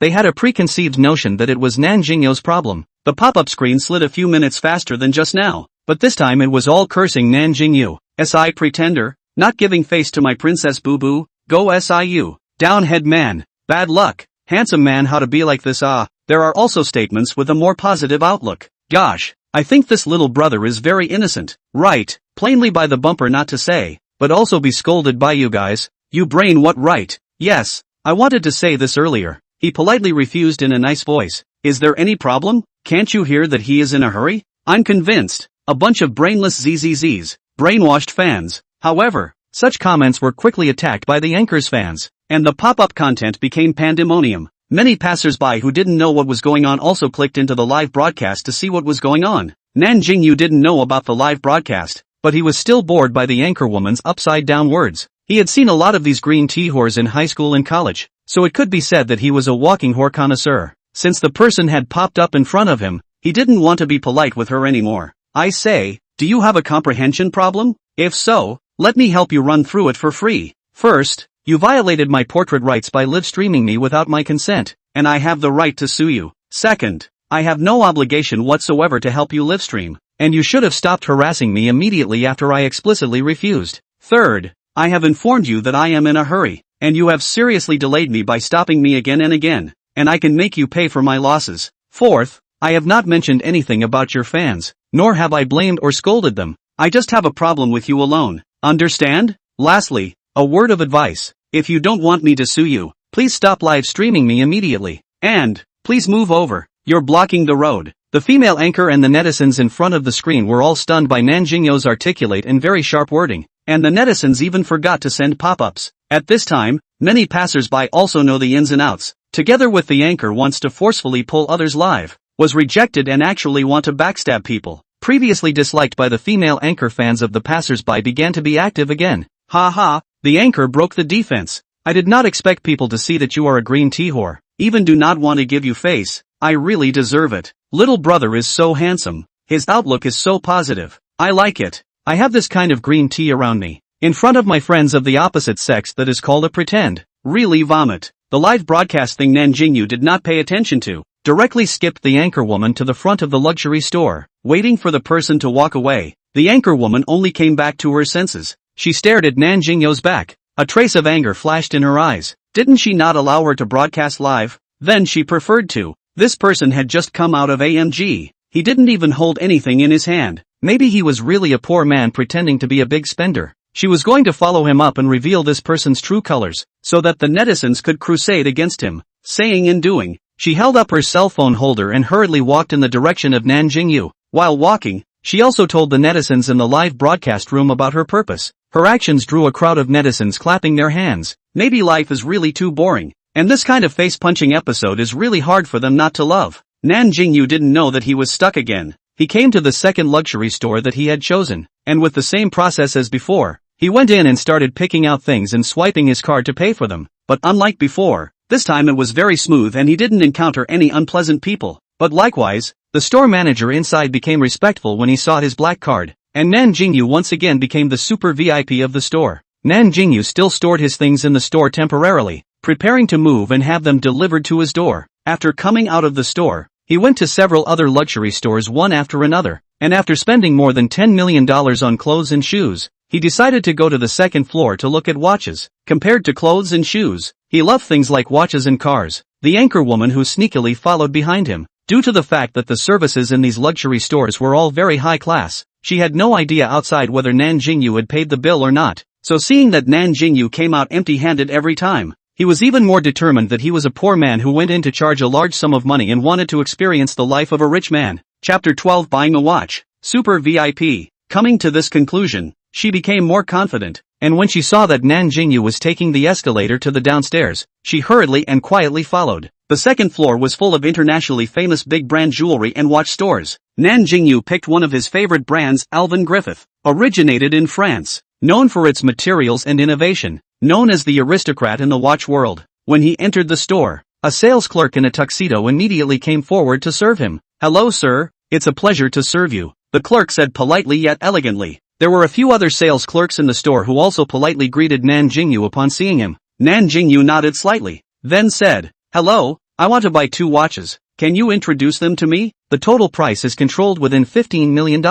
He had already spent almost $15 million on the third floor before, and now the amount left in his black card was only $15 million or so. He decided to use all the remaining money to buy watches. Thinking that his brother was also a senior watch controller, he was going to buy another one to give to his brother. However, this matter should be considered in the long run. He had to go back and ask the system if he could give it away, as well as if he could let his brother and his family know about his situation. If he couldn't let his family know the truth, then he could only make up a reason that he had won the billion-dollar jackpot. When all the clerks in the store heard this, their pupils widened slightly for a few moments. The store clerk who received Nan Jingyou did the same, except that his professionalism didn't make him lose his temper, and he still replied elegantly and politely, "Hello, sir, may I ask if you have bought a watch of our brand before? If you want to buy a higher specification watch, you need to have bought the basic model before to become a VIP before you can." Nan Jingyou frowned slightly after hearing this. He definitely didn't want to buy only the basic model, but there was no other way. It wasn't like he could fake a consumption record to do so.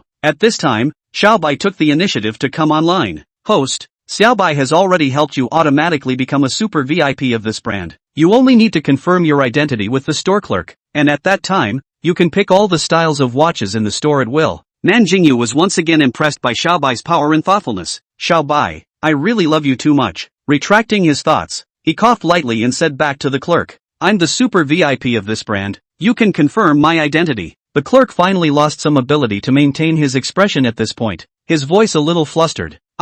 Hold, sorry, I'll verify it for you right away." After that, Nan Jingyou reported his identity information, and the store clerk indeed inquired about his super VIP identity. "Hello, sir, this side has been verified successfully. Follow me, I'll serve you right away." Due to Nan Jingyou's high level, the sales clerk directly brought Nan Jingyou to the VIP room. During this time, Nan Jingyou also followed the line of sight and scanned the circle. The store decoration is elegant and noble, is pure retro French style, as if in the real France. After leading Nan Jingyou into the VIP room and sitting down, the clerk first served him dessert and coffee, left for a while, and then took several watches one after another and put them on the table in front of Nan Jingyou. The clerk carefully opened the watch box, and several watches with a metallic luster were immediately in his eyes. "Sir, these watches are a few models that are more worth collecting in your budget, designed by the famous French designer K." After the clerk finished speaking, he took them out carefully with his white-gloved hands, and each piece was carefully displayed in front of Nan Jingyou, and a detailed introduction was launched. Nan Jingyou's eyes lingered on 2 of the watches for the longest time.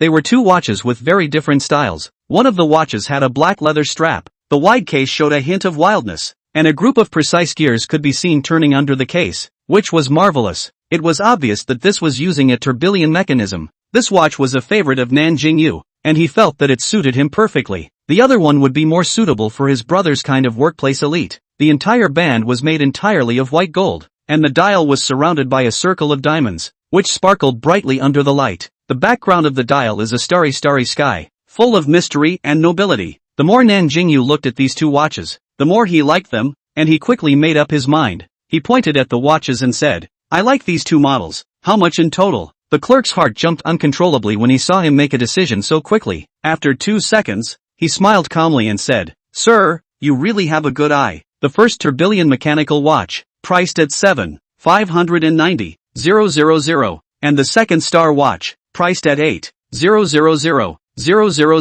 totaling 15,590,000. Although it exceeds your budget by 590,000, but you are our brand's super VIP. You can enjoy some discounts from us. I can help you control it at 15 million. Hearing the total price quoted by the clerk, Nan Jingyou silently calculated in his mind the total amount of money he had spent before. It was only after a minute or so that he took out his black card from his pocket and handed it to the clerk, who was standing by and froze. "Swipe the card. I need to use the discount, but you swiped 15,800,000 for me, not a penny less. Oh, by the way, I'll wear that leather wristwatch directly on my hand. The other one, please wrap it up for me. I want to give it to someone." The clerk just saw that Nan Jingyou didn't say a word after hearing the price and kept frowning in thought. He thought that this guest was too expensive, and was wondering if this performance would be yellow, when he saw a bank card handed over in front of him. Although he hadn't seen this card before, it didn't stop him from understanding what Nan Jingyou meant. Letting him swipe the card meant that the performance was stable. "Hello, is it not understood?"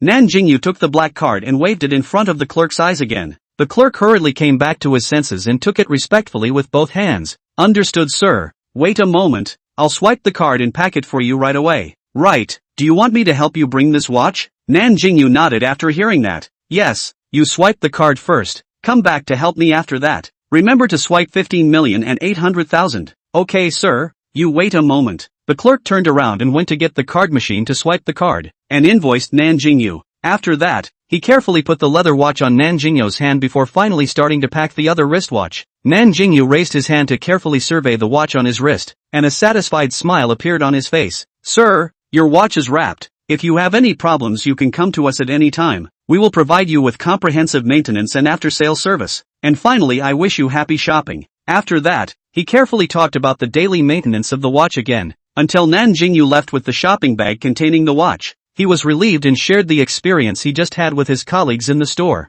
This naturally reaped a harvest of envy and jealousy from his co-workers. Almost the moment Nan Jingyou walked out of the store, the anchorwoman spotted him. Chapter 13, Sky High Villa. She looked at the handbag, obviously carrying the log of the world's top watch brand that Nan Jingyou was carrying in his hand. Her heart panicked and her eyes flashed with incredulity. This scene was naturally also seen by the netizens in the live broadcast room. ********.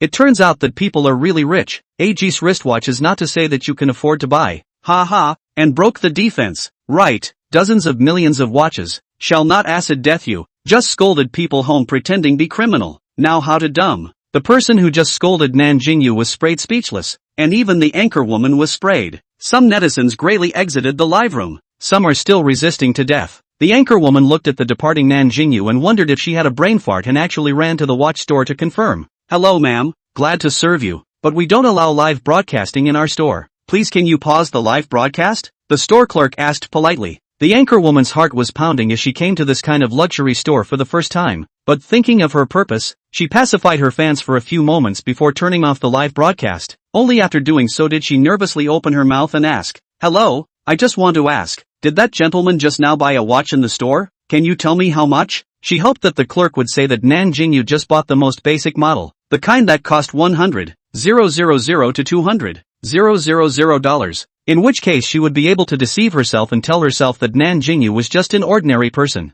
The clerk didn't know her intention. In the spirit of professionalism and confidentiality, he didn't tell her directly. "I'm sorry ma'am, this involves the customer's privacy. I can't disclose it." But the anchorwoman took the White Lotus script this time, and she began to make things up in an attempt to gain sympathy. She squeezed out a few drops of tears and said miserably, "Little brother, I'm just helping my girlfriends. Just now that guy is a big scummy guy. He lied to my girlfriends and said that he doesn't have any money, and he usually spends my girlfriend's money on his daily living expenses, but as a result, I just turned my head and saw him buying a watch in the store. Little brother, just tell me how much the watch he bought cost. No need to disclose the rest. I just want to find out the truth." The store clerk saw her tearful appearance and was somewhat unable to bear it. After thinking about it, he felt that just telling the price of the watch was not considered revealing the customer's privacy. So he told the anchorwoman. That gentleman bought 2 watches and spent a total of over $15 million. The anchorwoman's pupils shrunk dramatically, and she looked stunned. Really, you didn't lie to me? It's really over $10 million?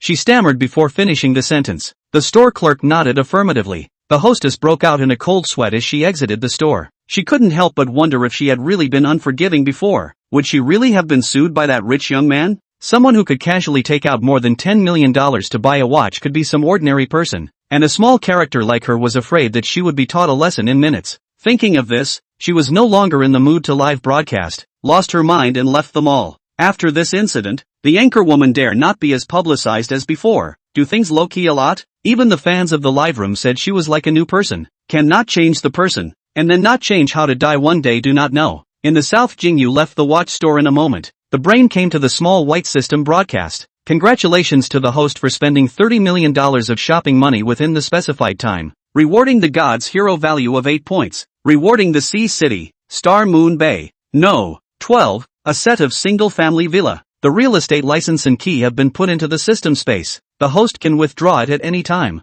Nan Jingyou suddenly stopped and exclaimed, "Villa? Actually rewarded with a villa?" He was about to rent a house again, but he didn't expect a pillow to be delivered to him when he dozed off. His exclamation attracted the attention of the passers-by around him, and several people looked towards him. Nan Jingyou snapped and shut up, speeding up his steps to leave, confirming with Xiao Bai as he walked. "Xiao Bai, really send me a set of villa. I'll be a good boy. Where is the villa location?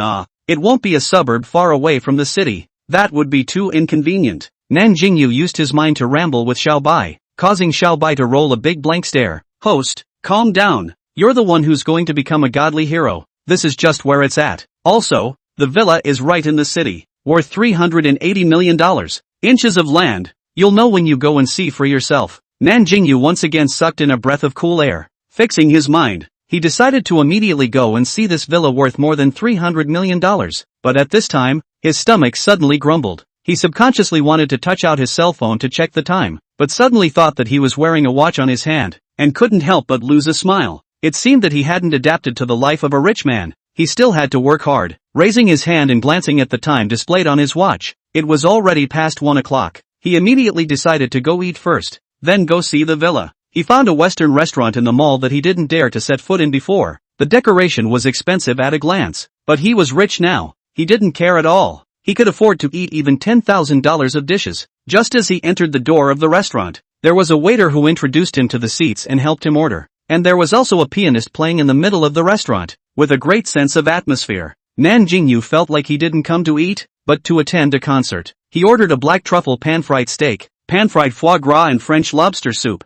a meal that cost more than $2,000. The food was served quickly. Nan Jingyou usually seldom used a fork. His posture was very substandard, so this meal was a bit tough for him to eat. "Host, when you go back, you'll have to start receiving training from a qualified god. How? You still have a long way to go." Xiao Bai coldly came out with a sentence, so frightening that it almost made Nan Jingyou throw out the spoon he was scooping the soup with. "Xiao Bai, you scared me to death. And what do you mean by what you just said? What kind of training am I going to receive?" Nan Jingyou was a little confused. "Isn't it just a matter of doing the mission?" Xiao Bai said quietly. "Do you think a god ho would not even understand table manners? Would not even know how to use a knife and fork? Would not be able to distinguish between luxury goods? Would not recognize the types of luxury cars? Would? These things you don't know how to do, I will let you complete them gradually in the form of tasks. When you complete all the tasks I have issued, it means that you have become a true godly hero." Xiao Bai's words caused Nan Jingyou to be stunned for a moment, then nodded his head to show understanding. After finishing his meal and settling the bill, Nan Jingyou went to the toilet compartment and took out the real estate certificate and key from the system space. He opened the real estate certificate. The head of household column was clearly written in his name. Looked at the address. The villa was actually in the 3rd Ring Road, and the floor area was more than 1,200 square feet. He closed the housebook. hugged and kissed twice. After that, he put it away and put it into the watch shopping bag. Chapter 14 Star Moon Bay. He opened his cell phone again and checked the villas in Star Moon Bay. Good lord, this was actually the most luxurious villa area in High City. The Star Moon Bay villa was built by the top group in China, Long Chen Group, and the villa's vicinity was a combination of schools, medical care, commerce, and transportation. So it could be said that it took advantage of the sea city where every inch of land was gold. Therefore, the price of the villa has been high since its opening, and most of the tycoons want to squeeze into this villa circle. The reason why it is called Star Moon Bay is because it is divided into ordinary townhouses and 12 detached villas. The ordinary townhouses now have to be 250,000 a square foot. The cheapest is also more than 70 million. Detached villas are even more sky high. Just a set is hundreds of millions of dollars. It just so happens that the townhouses are distributed in the shape of a moon, while the 12 single-family houses are like independent stars. From the air, it looks like a group of stars surrounding the moon, so it is named Star Moon Bay. After learning about it online, Nan Jingyou went out from the mall, stopped a cab at the roadside, and casually reported the address of Star Moon Bay to the master. The master was a middle-aged man in his 50s. He was surprised at what he said and glanced at Nan Jingyou with the rearview mirror. His tone was a bit flirtatious. "Young man, are you going over there for an interview?" It is said that those who can enter the Star Moon Bay villa to work, even if it is a security guard, the salary is higher than the white-collar salary in the office building outside. I really envy the people inside. If I can go to be a security guard, who still wants to drive a cab?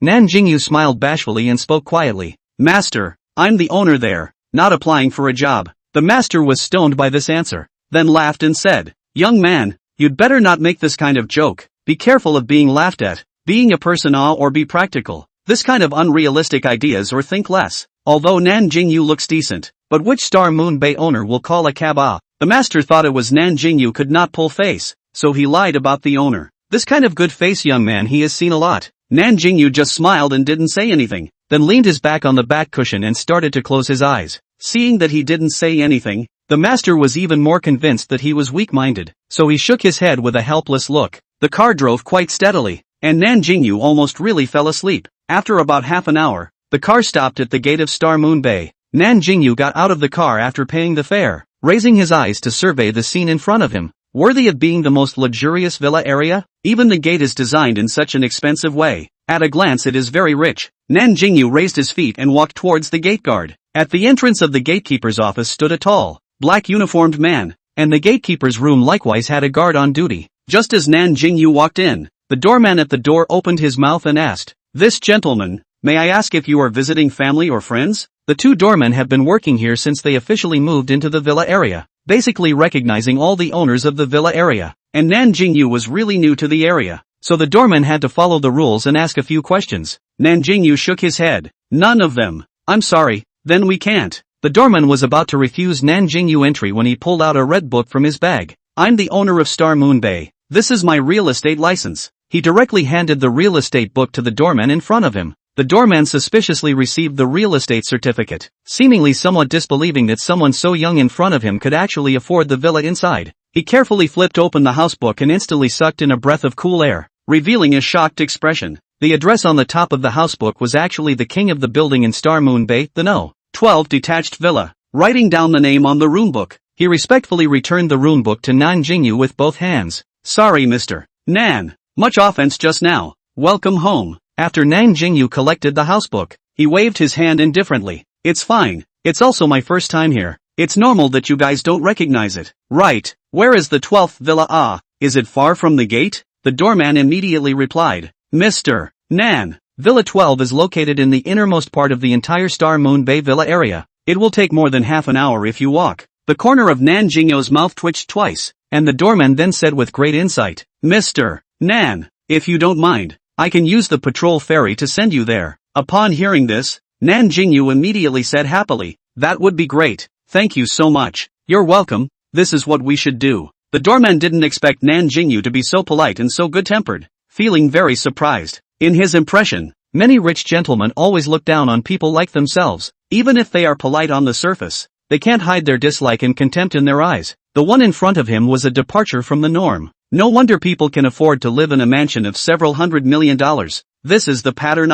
Deserves to be rich. The doorman used the ferry to pull Nan Jingyou in the direction of the No. 12 single-family villa, and within a few minutes, the ferry stopped at the entrance of a villa. Just from the entrance, he could feel the luxury of this villa. He got off the car and thanked the doorman, then walked straight to the front door of the villa. His hand trembled slightly, wanting to reach out and pull the key out of his pants to open the door. At this time, the little white in his mind reminded host, you can directly use your fingerprint or pupil to unlock the door. Using the key is too low. It's just for you to use in case of emergency. Nan Jingyou coughed lightly, his hand still inserted in his pocket, pretended to calmly raise his head and chest, and put his pupil towards the intelligent lock of the gate, only to hear a ticking sound. The gate opened. Nan Jingyou pushed open the gate, walked towards the inside, and what met his eyes was a front yard, in which some common green plants were planted. There was also a fountain at the entrance of the courtyard. The splashing water, under the sunlight, formed a colorful rainbow. His eyes scanned around.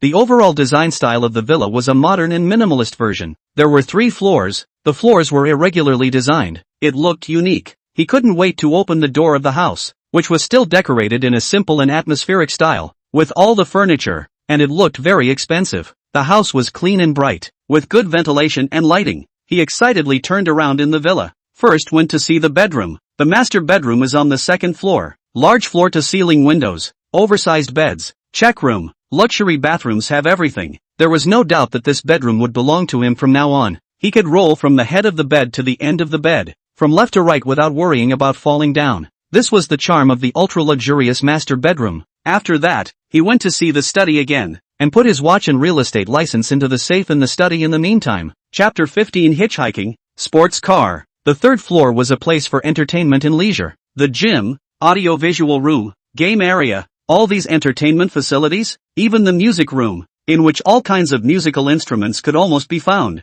After that, he went to the 1st floor, and found that there was a wine cellar in the basement, and in the cellar there were many kinds of branded wines, white and red, and even though Nan Jingyou didn't recognize many of them, just the ones he did recognize, they could be called very expensive. So this cellar of wine, afraid that can also be worth tens of millions of dollars. Just thinking like this, Nan Jingyou smiled, revealing a row of big white teeth, and his mouth also made a strange laughing sound. At this time, Xiao Bai appeared again. Host, please do a good job of expression management. You're now a god ho. This kind of small scene is not supposed to make a big fuss. If you next time in front of others to show this kind of expression that is not on the stage, this system will give a punishment. Oh, this time it will be merciful. Do not bother with you. Nan Jingyou broke out into a cold sweat at these words and immediately collected the expression on his face. He thought about how he felt when he was electrocuted before, and now his heart was palpitating. Good Xiao Bai, I'm wrong. I'll definitely correct myself in the future. You mustn't mess this up any time. Xiao Bai smilingly responded. Everything is fine. The first time I make a mistake I will remind. The second time is not necessarily. Good. Nan Jingyou hurriedly nodded his head. After that, he went to the backyard of the villa. The backyard has a not-so-small lawn. There is also a big swimming pool. The water inside is clean and clear. It seems that there are often specialized people to maintain. At this moment, Nan Jingyou really can't wait to jump in and swim a few laps, and enjoy the life of the rich. After visiting the whole villa, he is ready to go back to the rental house to return the house, and then move things to the villa. In the future, he will live in this luxury villa. Thinking of the beautiful life in the future, he was happy in his heart. Just want to go out. His footsteps stopped. He was living in a big villa, but his parents and brother were still living in an ordinary small house. His mood was instantly down. Therefore, he asked Xiao Bai a question. Xiao Bai, can you let my family know about me being rich? He was especially close to his family, and he didn't want to hide it from them and leave himself alone to enjoy his fortune. Xiao Bai, host, by you telling your family directly will create drawbacks, such as questioning where you got so much money. Nan Jingyou responded. I can say that the lottery ticket I bought won. Xiao Bai, host, this kind of statement is not desirable. I have a once and for all solution here. Definitely won't let your family find any cracks. Nan Jingyou faced surprise. What way? Xiao Bai, there is a prop in the system mall called consciousness cards, which can blur a person's awareness of a certain aspect. For example, if you designate the card to act on your family, and then let it blur their awareness of your money aspect, after that, no matter what you bring up in front of your family about anything related to money, they will take it for granted and won't have any suspicions. Nan Jingyou was shocked. So amazing. Then if I say I have $10 billion, will they believe it too? Xiao Bai, of course. Even if you say you are the richest man in the world, they won't doubt it. Xiao Bai's words made Nan Jingyou eat a tranquilizer, and he began to ponder in his heart. Right, does this prop have any side effects? I don't want my family to get hurt. He suddenly thought of this question. Xiaobai patted his chest and packed his bags. Host, don't worry. Absolutely 100% safe. I guarantee it with the Unity Grid. Tongue? Xiaobai, you can be really funny. Nan Jingyou was amused by Xiaobai's words, but since Xiaobai said so, it should be true, and only now did he really put his heart down. Little White, open the system mall. I want to exchange it now. Nan Jingyou rubbed his fists together and started to move stupidly. Xiaobai helplessly said, Host, your current God Ho value is not enough. You still have to do a few more missions before you can do it. Ha! Nan Jingyou cried out in a deflated manner. How much Divine Magnificence value does that deck cost? I should have 13 Divine Magnificence value now. I'd like to see how expensive it is. Xiaobai, it costs 30 Divine Magnificence value. You still have to do at least 2 quests. Oh, okay. This price was barely acceptable to Nan Jingyou, so he had to wait a while longer. After discussing this matter with Xiaobai, he was ready to go back to his rental house to pack up his things. Just going out, looking at the long road,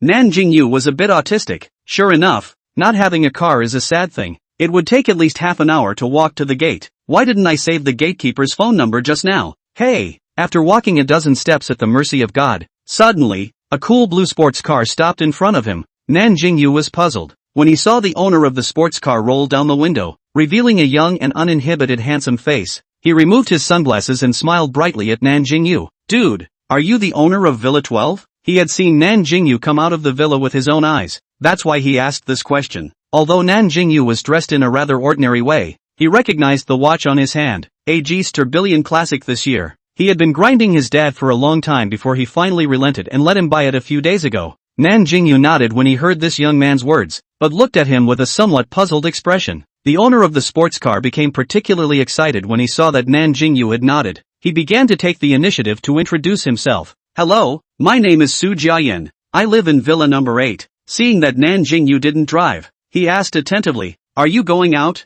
Do you need me to give you a ride? Nan Jingyou was somewhat unable to resist the enthusiasm of this strange man. He silently thought in his heart, will not meet a liar. Is it want to pull me to an unfamiliar place to GA my waist? Xiaobai then kindly reminded, Host, that person is trying to make friends with you, and draw close to you. Nan Jingyou immediately asked, but he does not even know me. Why would he want to befriend me? Xiaobai said quietly, Of course because you live in Villa 12. What does this have to do with Villa 12? Even if it's the king of the building, it can't make people who don't know me pay me any favors. Nan Jingyou also looked at a few other detached villas on the way. His one is not much different from the others except bigger and better looking. Xiaobai, host, you may not know the significance of the Star Moon Bay Villa. This is not a place that can be bought with money. The people who can buy the villa, at least in the Sea City, are loud and clear characters. The general public easily dare not offend, especially the king of the building. Back then it was sold by Longqing Group to a very mysterious top tycoon. So far the outside world doesn't know who the owner of this villa is, only know that this person is the one that Longqing Group doesn't even dare to offend. Chapter 16, Leeward Ride. Checking out. Up to this point, all the owners of Star Moon Bay were curious about the owner of Villa 12, and some even tried to find ways to befriend the owner of the villa. But the owner of Villa 12 has never appeared in the public's view since he bought the villa. So, do you think that kid could not come to befriend you after knowing that you live in Villa number 12? After listening to Bai's explanation, Nan Jingyou was enlightened. I see, but he started to worry again. Since the owner of Villa 12 has such a mysterious origin, will I be exposed? After all, I am just an ordinary person. Xiaobai calmly said, Host, don't panic. The information about the villa I handled seamlessly. It doesn't matter even if they find out that you are an ordinary person. The more ordinary you are, the less ordinary they will think you are. Nan Jingyou nodded with seeming understanding. Then what should I do with this person? Nan Jingyou asked. Xiaobai, you accepted greatly, that is. You have to think that you are now the top tycoon. You have to be frank and open in your dealings. You can't be afraid. This is not in line with your identity as a godly tycoon, you know? After Xiaobai finished, Nan Jingyou felt very reasonable, unconsciously began to raise his head and chest, full of vigor. The conversation between him and Little White was all communicated with his consciousness, and in the eyes of the owner of the sports car, Nan Jingyou was just dazed for a while. Seeing that he didn't answer himself for half a day, the owner of the sports car was a bit jittery. He felt that he was too reckless. How could this kind of top tycoon be willing to take care of himself, just when he was thinking about whether or not to run away in a hurry? Nan Jingyou finally spoke. That, Su Jiayan, right. Thank you. Can trouble you to drive me to the villa door? My car temporarily can't use. It wasn't that he couldn't use it, it was that he simply didn't have a car yet. Nan Jingyou could only find a poor excuse to fool him. Su Jiayan hurriedly nodded her head. Okay, you quickly get in the car. After saying this, she took the initiative to open the door of the passenger side of the car. Seeing this, Nan Jingyou consciously sat on the passenger side and fastened his seatbelt. This was the first time he sat in a sports car, so he was a bit formal, but he kept in mind the words of the system and hardened his appearance of calmness. After the engine was ignited, the sports car made a buzzing sound. The sound that stimulated his eardrums made Nan Jingyou's heartbeat accelerate unconsciously, and it reached its peak the moment he felt the pushback feeling. Su Jiayan, in order to chat with Nan Jingyou for a while longer, except for the moment when the car was first started. After that, he slowed down the speed of the car very slowly, and hard to drive out the feeling of an elderly car from a stylish sports car. He carefully glanced at Nan Jingyou and saw that he had a serious face, like his own dad in a meeting. He inwardly admired, worthy of being the young master of a top tycoon's family. This temperament dumped himself 18 blocks. If Nan Jingyou knew what he was thinking, he would definitely spit out a sentence, "That's all fake. I'm only nervous because I'm too nervous." In order to get closer to the top young master, he gathered his courage and asked, "This young master, may I ask how to address you?" This young master's voice made Nan Jingyou half-turned and froze for a moment before realizing that he was calling himself. "My name is Nan Jingyou. You can call me directly by my name." "Okay, young master Nan, it's an honor to know you," Su Jiayan greeted politely. He swore that this was definitely the most humble he had ever been. Nan Jingyou wanted to laugh. He, an ordinary person, also had a day when he was called Nan Shao. It felt a bit strange how it happened, but he didn't have too much expression on his face. Instead, he returned with the same gentlemanly courtesy. "It's also a pleasure to meet you. Thank you for your help today. When you are free, come to my house to play." Su Jiayan's heart stuttered, incredulously saying, "Nan Shao, can I really go to your house?" Nan Jingyou laughed. "What's not to like about that? But you can come back in a few days.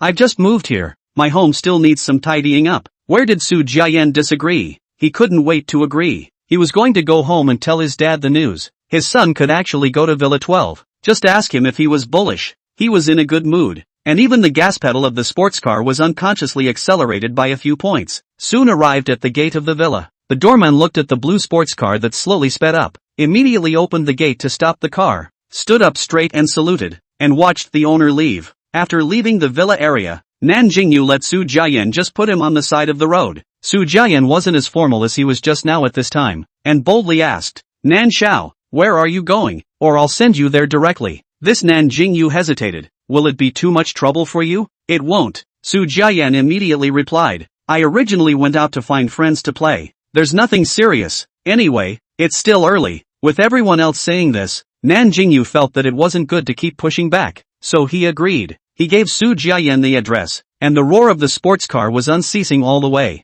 About 40 minutes later, the sports car stopped at the entrance of a relatively remote neighborhood. Although Su Jiayan was very puzzled as to why Nan Jingyou had come here, this was obviously a private matter, so he was not in a position to ask too many questions. After Nan Jingyou got out of the car, he gave Su Jiayan a thank you, and the two of them also smoothly exchanged phone numbers and added social software friends. "Nan Shao, if there is a need to use me, feel free to contact me." Su Jiayan sat on the driver's seat and shook her cell phone at Nan Jingyou. "Good," Nan Jingyou said back. After that, the two of them parted ways, and Nan Jingyou also walked towards the inside of the neighborhood. Fortunately, today is a working day, and it's afternoon. There are not many people at the entrance of the neighborhood, or else just now from the cool sports car. It is estimated that it will be surrounded by people. This neighborhood access control is not much use. Anyone can enter the district, so the security is particularly poor. In the 3 months he lived, he should have heard of 2 thefts. Luckily it was time to get out of here. Nan Jingyou quickly went up the stairs, opened the door with his key and went back inside the rental house. After entering the house, looking at the familiar room and then reviewing today's experience, it felt especially surreal. After sitting on the sofa for a short while, he began to pack his things. Boys' daily necessities are generally not much, coupled with the fact that Nan Jingyou has just graduated and worked, and he is not at home to cook and eat. At most to cook an instant noodle or something. The things are even less pathetic. All the valuable things packed, just a suitcase and a backpack. The rest of some worthless small fragments. Nan Jingyou is too lazy to take away. He opened his cell phone and dialed the landlord's phone, told her that the house is not rented. The landlord originally had opinions, but when Nan Jingyou said that he didn't want the rest of the rent and deposit, and asked her to help get rid of the rest of the things in the house, the landlord then smiled. After taking her luggage and going downstairs, Nan Jingyou walked to the entrance of the neighborhood and made an online appointment for an online car, because it's not good to take a cab here at all, so she had to choose to book online. Probably waited for 5 or 6 minutes before the online car drove to the entrance of the neighborhood. Waiting for Nan Jingyou to get on the car, the driver once again confirmed the address with him. Chapter 17, The Landlord's Foolish Son. Upon learning that he was indeed going to Star Moon Bay, the driver only muttered a few words in his heart before driving silently. After arriving at the gate of Star Moon Bay, Nan Jingyou took his luggage out of the trunk and paid the fare on his cell phone before pulling his suitcase towards the doorman. The doorman on duty was still the same person who sent him back to the villa at noon. After seeing Nan Jingyou, he respectfully greeted him. "Mr. Nan, you're back." He saw that Nan Jingyou still didn't drive, although he didn't understand the idea of these rich people of theirs, but as a high-grade villa staff, as long as they saw the owner needing help, then they would come up with the most professional attitude. He took the initiative to say, "Mr. Nan, I have already informed the property about your return to Villa 12. The property manager had wanted to visit you at home before, but I didn't think you were not at home." After saying that, he took out a business card. "Mr. Nan, this is the property manager's business card. She said that if you have any needs, you can contact her by phone, and if you need to use a car, the property will send a special car to provide you with exclusive services at any time." Nan Jingyou took the business card and surveyed it for a few moments. A hint of surprise flashed under his eyes. As expected, it was the highest-end villa. The service was thoughtful. He thanked the doorman and was about to say something when he saw a black supercar coming. The electronic gate that stopped the car automatically opened after recognizing the license plate, and unexpectedly the supercar actually stopped at the side of Nan Jingyou. The car window was rolled down, revealing the face of a young man with sunglasses. The gatekeeper recognized the owner of the sports car and bowed to him, rising to greet him with, "Good day, Mu Xiao, welcome home." The corner of the mouth of the person called Mu Xiao grinned and said playfully, "Xiao Yang, is my father's car back yet?" The doorman Xiao Yang seemed to have seen this kind of scene before and said very naturally, "Young Mu, Mr. Mu's car hasn't returned yet. You can rest assured." He, "That's good. I hope Dad comes back later today." Mu Xiao wasn't afraid of being said anything, and sashayed this out. As he was about to drive in, his afterglow saw Nan Jingyou, who was dragging a suitcase on the side and was very handsome looking, and he couldn't help but speak out and flirt with him. "Xiao Yang, is this your new colleague? Looks even more handsome than me. I have to say that your property is getting more and more aesthetic. The employees recruited are able to come out and sit to as stars." Doorman Xiao Yang was so shocked by his words that his breath stuttered, and hurriedly went to look at Nan Jingyou's face. While looking at him, he inwardly spat. This Mu Xiao is usually out of tune even if it's not. If he offends this big brother today, he'll have to drink a pot of wine when he gets home. After observing for a few seconds, he didn't find any sign of anger on Nan Jingyou's part, but instead looked at Mu Xiao with a smile on his face. Xiao Yang saw this heart a sigh of relief. In order to prevent Mu Xiao said what borderline words, he hurriedly explained, "Mu Xiao, this cannot be nonsense. This is the owner of the villa of Xingyue Bay 12. Just as he finished speaking, he saw the man in the sports car take off his sunglasses, revealing a look of horror. This, I. Nan Jingyou was amused by his appearance. This man was simply like the landlord's stupid son, looking stupid and foolish. "Hi, are you too nervous? Am I that scary?" When these words came out, the man inside the car immediately shook his head. Not scary at all." After saying this, he hurriedly turned off the engine and opened the door to get out of the car, and bowed to Nan Jingyou. "I'm sorry, it's me who has the eyes to recognize and Tai. Please forgive me. If you really want to blame, just blame me alone. Don't ever implicate my family." This Mu Xiao may have read too many novels and thought he had offended the top dignitaries with one sentence, and then the powerful one sentence, "The day is cold. The Mu family should be bankrupt." Since then, his whole family disappeared in the Sea City. Nan Jingyou didn't expect that just because of a villa owner's identity, he would let a young master of a powerful family to be so lowly, and his heart was also a little bad. He wondered if he would have had such a day if his identities were switched. Retrieving his thoughts, he smiled gently at the man in front of him, lifted his shoulders and said, "Brother, you're exaggerating, lining me up as if I'm a bully. You're just kidding. It's not to this extent." The man did not expect this man to be so well-spoken, froze for half a day without slowing down. "Hey, did you hear what I said?" Nan Jingyou waved his hand at the man's eyes. "Ah, heard.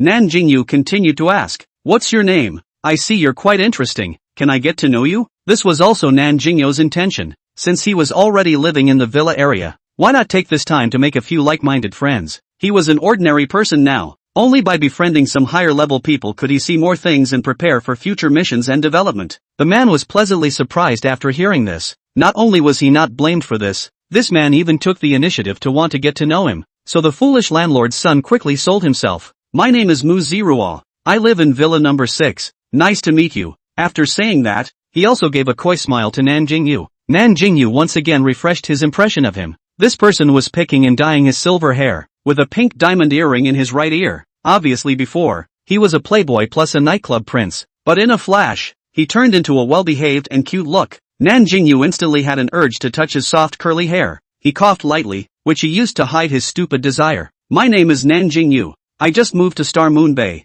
living in Villa 12, and I'm also glad to know you. Good day, young Nan. Mu Ziruo naturally addressed Nan Jingyou. After the two introduced each other, neither of them knew what to say, and the atmosphere was a little awkward for a while. Just at this time there is a car drove in. Mu Ziruo had to go to move the car first. He saw Nan Jingyou pulling the suitcase, and did not see where there is a car. Opened his mouth and asked, Nan Xiao, are you going back to the villa? Do you want me to send you back? Thinking that it was indeed inconvenient for him not to have a car, Nan Jingyou agreed. Mu Ziruo took the initiative to put his suitcase and backpack away. Nan Jingyou thanked him and sat in the co-pilot, waiting for Mu Ziruo to sit before driving into the villa area. On the road, the two gradually familiarized themselves. Mu Ziruo is actually a very talkative person. See, Nan Jingyou character is very kind. The words began to become more up. Also took the initiative to tell him a lot of home and friends of the daily topic, but basically are some insignificant. How to say is also the mansion cultivated son. Can't really be that kind of simple harmless white rabbit, so that should be kept secret. That is not a word will not be mentioned. Not long after, the black supercar parked in front of the 12th villa. Nan Jingyou saved Mu Ziruo's phone, added his social software account, and invited him to come to the house to play in a few days. Mu Ziruo's expression was exactly the same as Su Jiayan's before. Nan Jingyou just smiled, and waved goodbye to him afterward. Chapter 18, The System Left? After entering the house, he first put his luggage items into the master bedroom, after which he fell straight towards the big bed, his whole body sinking into the soft silk duvet. After lying down for a while with his eyes closed, Nan Jingyou got up and started to contact the several luxury stores that he bought clothes from today, and after informing the address of his current villa, he asked them to send the clothes over. After doing this, he started to call out to the system, Xiao Bai, Xiao Bai, Xiao Bai, is it there? May I ask the host what's up? Little White's lively voice came. Nan Jingyou said, Xiao Bai, when will the next mission be released? And can you discuss the next mission reward? Give me a car, okay? As you can see, living in the villa without a car is really too inconvenient. Xiao Bai was about to speak. Nan Jingyou's mind suddenly appeared as ZZ electric current sound, scared him that he thought he had said something wrong, and was going to start electric shock to punish him again. He frantically shouted to Xiao Bai, you do not talk about martial arts, always give me a reason to be punished. Xiao Bai, don't Xiao Bai. After shouting for half a day, there was no sound from Xiao Bai, and the current sound in his brain was gone. Nan Jingyou sensed the abnormality. He finally reacted. This time it should not be an electric shock punishment. He continuously called out to Xiao Bai several times again, but there was no response. Now, Nan Jingyou completely panicked. Little White, come out, don't scare me. Xiao Bai, don't you want me? Didn't you say you won't untie me easily? Xiao Bai. No matter how Nan Jingyou called out, Xiao Bai was like he never came, as if everything that happened in these 2 days was just his fantasy. But looking at the big villa in front of him, he knew it was real. But where did Xiao Bai go? Nan Jingyou was puzzled. After a while, Nan Jingyou only resigned like a long sigh. Hey, forget it, at least got tens of millions of clothes and watches, big villas for free, even the bank card still has more than 900,000 Chinese coins, and casually sell a watch, also can let him and his family rich life. Thinking like this, he felt a little better. Falling back into bed, he began to calculate his future life. How about selling the villa? Otherwise, he couldn't afford to pay the annual property fee alone. Thinking about it, Nan Jingyou actually fell asleep on the bed. I don't know how long. Nan Jingyou felt very noisy. He was about to curse. He suddenly popped up from the bed like a spring. Xiao Bai, is that you? Nan Jingyou's voice was full of surprise and incredulity. Host, I'm back. Oh, I thought I'd never see you again. Xiao Bai's voice was crying. Nan Jingyou asked in confusion. Little White, what just happened? Why did you suddenly disappear? Xiao Bai's voice had a momentary pause. After several seconds, it vaguely explained. Host, it's fine. It's just that the main god system suddenly spot-checked, so I was forced to go back. In fact, it lied. It wasn't a spot check at all, but rather, it was forcibly summoned back by the main god. The main god had given it a task to send a simulated robot to Nan Jingyou as a reward for him, and it couldn't let Nan Jingyou know that it was the Lord God who gave the order. Xiao Bai thought at the time that the main god was trying to be unfavorable to Nan Jingyou, and stiffly asked why. As a result, the main god only said not to interfere with any decision or practice of the simulation robot, and the robot would not harm Nan Jingyou, at the same time letting Xiaobai just do the mission as usual. Although Xiaobai didn't understand the reason, it was originally a trainee system, and since the main god was the god of all their systems, it didn't dare to rebel at all. Anyway, the main god had guaranteed that he wouldn't hurt Nan Jingyou, so he was also a little more at ease. Although he had only been with Nan Jingyou for a short while, he already liked this host somewhat, and he didn't want to find another host to bind to again. Little White silently said sorry to Nan Jingyou in his heart. For the sake of its own unified life, it could only succumb to the Lord God's lustful authority. After listening to Little White's words, Nan Jingyou asked with concern, "Then you won't have anything more to do, right?" Although Xiaobai wanted to say a sentence that it didn't know, but it didn't want to make Nan Jingyou worry, so it shook its head very firmly. "Host, don't worry, I won't be fine, and I still have to watch you become a true god ho." Nan Jingyou relaxed and smiled, while one person and one unity were talking in the house. The cell phone in Nan Jingyou's pocket rang. He took it out and realized that it was an unfamiliar number. If it was before, he probably wouldn't have answered it, but now it was likely that someone was indeed looking for him, so he immediately picked up the phone. A familiar voice came from the phone. It was the doorman Xiao Yang. "Hello, may I ask, is this Mr. Nan?" "I'm the doorman Xiao Yang. I just called you on the communication number of the villa's main gate, but you probably didn't hear it. That's why I took the liberty of calling you on your cell phone." Saying so, Nan Jingyou remembered that there was indeed a communication screen at the villa gate. It should have directly connected to the communication on the property side. He was now in the master bedroom on the second floor, and the room was soundproofed, so it was normal that he didn't hear it. He replied back, "It's okay, may I ask what you're looking for me for?" "It's like this, Mr. Nan. There are a few staff members from the luxury store at the entrance right now, saying that they are delivering something for you, so they called to check with you." Nan Jingyou immediately said, "There is such a thing. You tell them to send it directly to the villa. There might be a few more stores behind that will also send things over. You also let them in directly then." "Okay, Mr. Nan." After hanging up the phone, it wasn't long before a doorbell came from outside the door. Nan Jingyou hurriedly walked towards the front door, opened the door and saw that it was AMG store manager and employee Xiao Xiao. Both of them were holding a lot of packed clothes in their hands, and they were followed by two men who were also carrying a lot of bags with clothes in their hands. "Come on in." Nan Jingyou walked in front and took the initiative to lead the way for several people. After everyone entered the villa, they all marveled in their hearts. They had never been to such a luxurious villa. Their eyes couldn't help but look around, their hearts envious. The shopkeeper's eyes were a bit wider. She knew the greatness of the Star Moon Bay Villa, especially she had heard the rumors about the 12th villa inside. It turned out that Nan Jingyou lived in villa number 12, so it seemed that it wasn't strange for him to have a starburst black card. After a few people put their things down, the store manager gave the list to Nan Jingyou so that he could count it at any time. Nan Jingyou wanted to leave a few people to rest for a while, so he asked, "What would you like to drink?" As a result, just after saying this, he immediately stopped in embarrassment, because he remembered that besides wine, there seemed to be only white water in the villa. Is it hard to pour wine for people to drink? The store manager saw Nan Jingyou's embarrassment and took the initiative to refuse. "Mr. Nan, no need. We're not thirsty. You go ahead and get busy. We'll go back first, so we won't bother you." Chapter 19, The Great Transformation. Nan Jingyou apologized. "I'm sorry, I just moved. I don't have anything at home." "Ha!" The store manager quickly waved his hand. "It's fine, you're welcome." After saying that, the store manager led the people to leave the villa. AMG's people just left not long ago. The doorbell outside rang again. Nan Jingyou had to go to open the door again. The person outside the villa door was none other than the staff from several other luxury stores who came to deliver the clothes. Several waves of people looked at each other with shock flashing in their eyes, not only shocked at the customer's wealth, but also shocked at the fact that several competitors actually served the same customer, and also happened to bump into each other. Was this considered a narrow road? When Nan Jingyou opened the door, the employees of several stores put the clothes into the villa, and after consulting Nan Jingyou's opinion, they also thoughtfully organized the clothes into categories and hung them in the check room of the master bedroom for him. After Nan Jingyou thanked them, these people left of their own accord. After a flurry of work, it was almost dark. Thinking that there was nothing at home, and going out to eat would require another half a day's walk, originally wanted to order takeout, but considering the various food safety issues that just recently broke out, he didn't really want to eat takeout.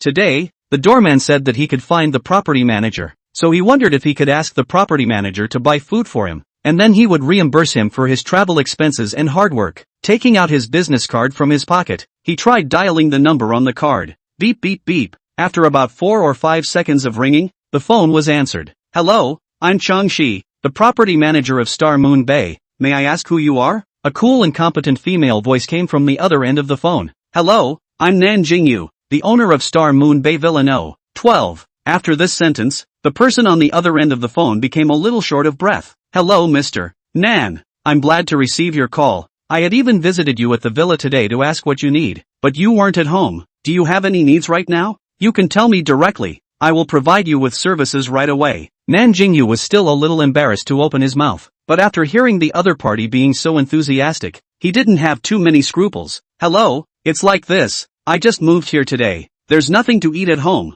The car also has no way to drive for the time being. Can I trouble your property to help me send some ingredients as well as seasoning items over? I can do some ordinary home cooking on the line. The villa has all the utensils. Only need ingredients and seasonings to cook immediately. The property manager on the other end of the phone thought it would be something tricky, but she didn't expect it to be so simple. The stone in her heart was put down, and she immediately agreed. Okay, Mr. Nan. I will arrange it for you right away. May I ask if there is anything else you need? Nan Jingyou thought seriously for a moment. After a few seconds passed, he replied, no, thank you. Okay, please wait a little while. The latest half an hour for you to deliver. It's okay, you guys take your time. I'm not in a hurry. Pay attention to safety. Nan Jingyou hurriedly added. He didn't want any accidents to happen because he let people rush. Changxi was impressed by Nan Jingyou's kindness. This should be one of the best talking homeowners she met, and couldn't help but raise her favorability towards Nan Jingyou a lot. After hanging up the phone, Nan Jingyou nestled on the sofa in the living room, not knowing what to do for a while. Just when he wanted to close his eyes and rest for a while, Xiao Bai's voice appeared. Host, don't you think the villa is too lonely to live alone? Of course, but I can't find myself a roommate. Nan Jingyou didn't think and blurted out. Xiao Bai said mysteriously, then I'll find you a companion, okay? Nan Jingyou sat up from the sofa, acting curious about the matter. Who are you going to find? Living with a stranger. I feel a bit offended. I'd rather live alone. Xiao Bai, no. Host, let me tell you this person I chose for you can go up to the hall and down to the kitchen. As long as it's what you need, there's nothing he can't do. Believe me, with him, your quality of life will definitely go to the next level. Nan Jingyou asked hesitantly, is it really that good? Who is it? Xiao Bai, host, close your eyes first. I'm going to give you a surprise. Nan Jingyou muttered, is it so mysterious? Just say it to me directly. Why do you need to close your eyes? I don't need my eyes to listen. He thought he had to close his eyes before Bai was willing to tell him who this person was. Although he was complaining with his mouth, he still obediently closed his eyes. After about 5 seconds, Nan Jingyou began to urge, Xiao Bai, is it done? Why don't you tell me? Xiao Bai, alright, host you can open your eyes now. Nan Jingyou crash opened his eyes. Face indignation said, Xiao Bai you are playing me. Mom, ghosts Xiao Bai help, there are ghosts. When Nan Jingyou opened his eyes, a black fog suddenly appeared in front of the living room, followed by a black fog into a blurred silhouette. At first glance, nothing different from a ghost. Nan Jingyou was so scared that he jumped up and down in the villa, hating to be 8 feet away from the silhouette. Xiao Bai hurriedly explained, host, that's not a ghost, that's the housekeeper I picked for you. Don't run. Nan Jingyou was almost running to the gate of the villa, when he was forced to stop urgently by such a call from Xiao Bai. He yelled, what did you say, Xiao Bai? That was your ghost? You have nothing to give me a big change what living person this is not purely want to harm me. Nan Jingyou all wanted to curse his mother. If it wasn't for the fear of being punished by electric shock, he would have exploded. Xiao Bai was a little weak. That, host, don't be angry. I just want to give you a surprise. Who knows you are so timid? Xiao Bai felt very innocent. Obviously it is the host who is timid. Nan Jingyou was so irritated by Xiao Bai's words that he almost had a heart attack. He pointed to his face and said indignantly, I'm timid. I'm the one with the biggest guts in our family. It's obviously you. A ghostly shadow suddenly appeared at night. Look which one doesn't scare through the guts. Xiao Bai Nana apologized to Nan Jingyou. I'm sorry, host, don't be angry. I will compensate you later. Hearing the word compensation, Nan Jingyou's ears instantly perked up, and he forced himself to calm down and said, what compensation? Too little can be not much sincerity Xiao Bai immediately said, absolutely quite a lot. I can apply for a spiritual comfort allowance for you. When you do the mission next time, how about doubling the reward? Nan Jingyou's eyes were wide open, and he clenched his cheeks before he didn't laugh out in excitement. Ahem, okay then, barely satisfied. Seeing that Nan Jingyou didn't pursue his own responsibility anymore, Xiao Bai breathed a sigh of relief. Thinking of the robot that was still hanging out in the living room, Xiao Bai hurriedly reminded, Host, go and take a look at the housekeeper I prepared for you. I think you'll definitely be satisfied. Xiaobai thought that since it was prepared by the Lord God, it must be 1 in a million. Unique, and Nan Jingyou should like it as well. Nan Jingyou's pleasant mood instantly became not so nice. Chapter 20, Yuchel, the simulation robot. The thought that he had just been scared so badly made him a little resistant to the things in the room.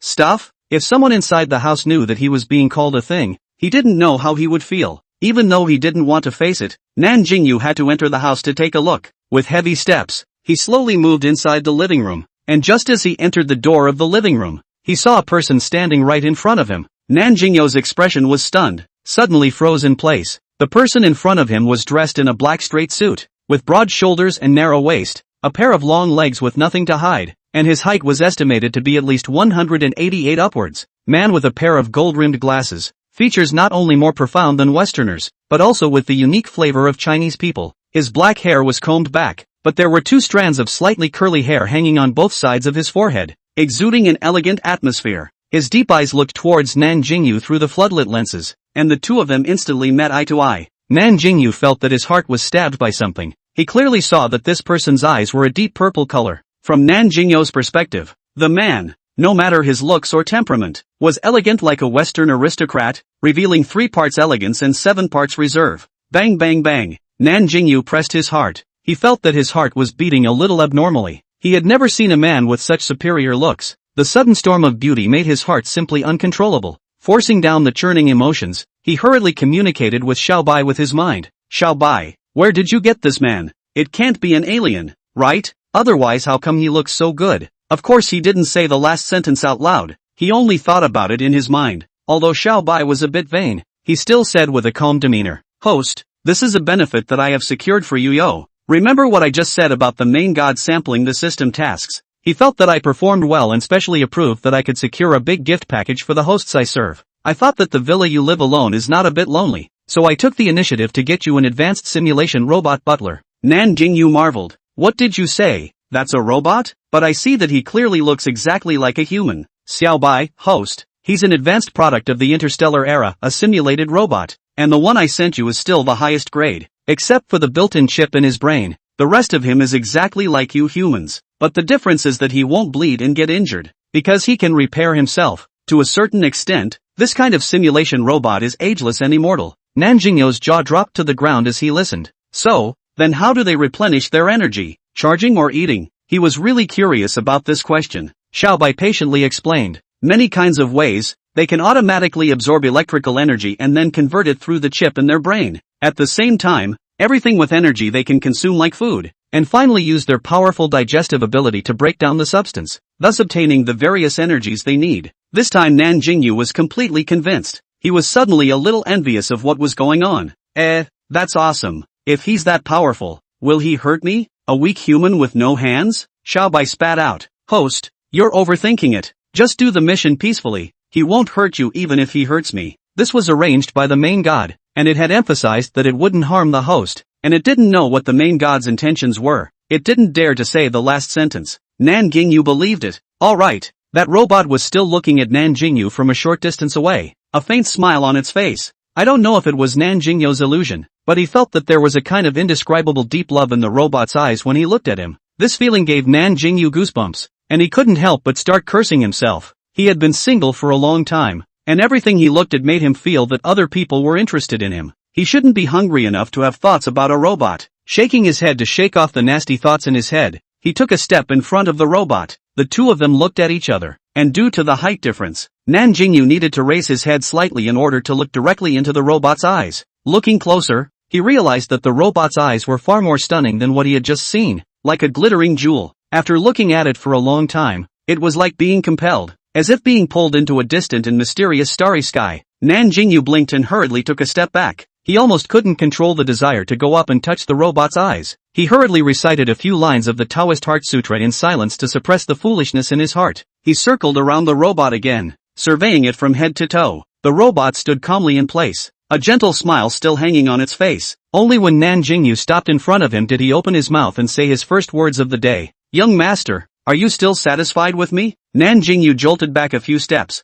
his hand on the back of the sofa, with a startled look. The voice is also too good. What kind of earthly superb product is this? Why does it have to be a robot? Nan Jingyou had a little depression inside. After calming down, he coughed and said in a calm tone, "Well, quite satisfied. Introduce yourself." The robot let out a rich magnetic laughter, causing the tips of Nan Jingyou's ears to redden. "Okay, young master. My name is Yu Che. I'm an advanced simulation robot from the K8 galaxy. After that, I will serve as your butler, exclusively for you alone. No matter what needs you have, I can satisfy you. Of course, except for murdering people and breaking the law." The corner of Nan Jingyou's mouth twitched, thinking to himself that killing people to break the law. "You are willing to do it. I still dare not order it. Good, then I'll call you Yu Che from now on. You don't need to address me as you. Just be casual." The corner of Yu Che's mouth slightly hooked and said a good word. At this time, a doorbell came from outside the door. Yu Che took the initiative and said, "Young master, I'll go open the door for you."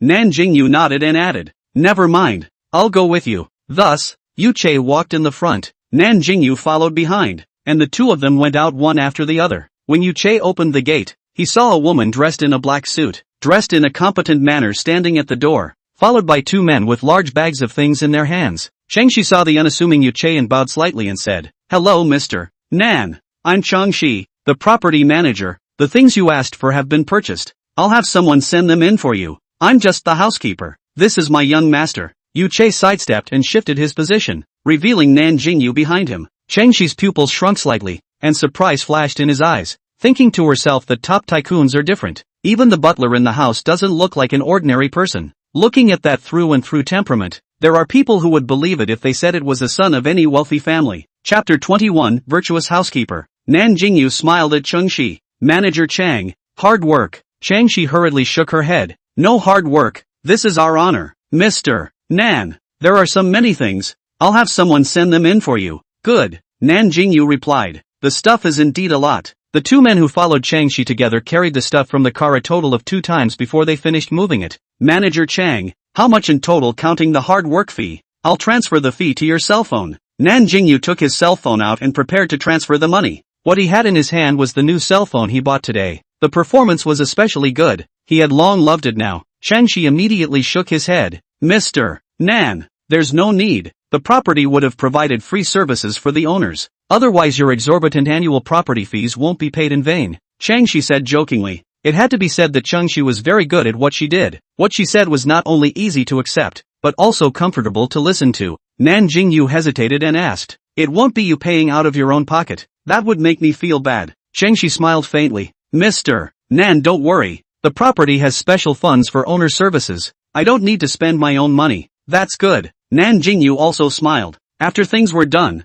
Changshi didn't stay for long and left with her people on her own accord. After sending Changshi away, Nan Jingyou began to check the things on the ground. "Young master, leave these jobs to me. You just go rest on the sofa." Yu Che said, "It's okay, let's do it together. Otherwise it'll take a while to clean up and it'll be too late to cook later." Seeing Nan Jingyou say this, Yu Che didn't say anything else, and the two of them started working together. Nan Jingyou secretly observed Yu Che's movements, and found that even when he was doing rough work, he was extremely elegant, especially his long and slender hands, which were simply better looking than professional hand models. Nan Jingyou felt that those hands seemed like a bit of a waste when used to do these rough jobs. "Young master, is there something wrong with my hands? You've been staring for a long time." Yu Che lightly laughed. Nan Jingyou's ears crashed red as he tried to cover up. No, I was just gawking. I didn't look at your hands." "Is that so? Then maybe I'm making a fool of myself." Yu Che laughed with a lazy voice. "Right, it was you who looked at it wrong. You tidy up first, I'm going to use the restroom."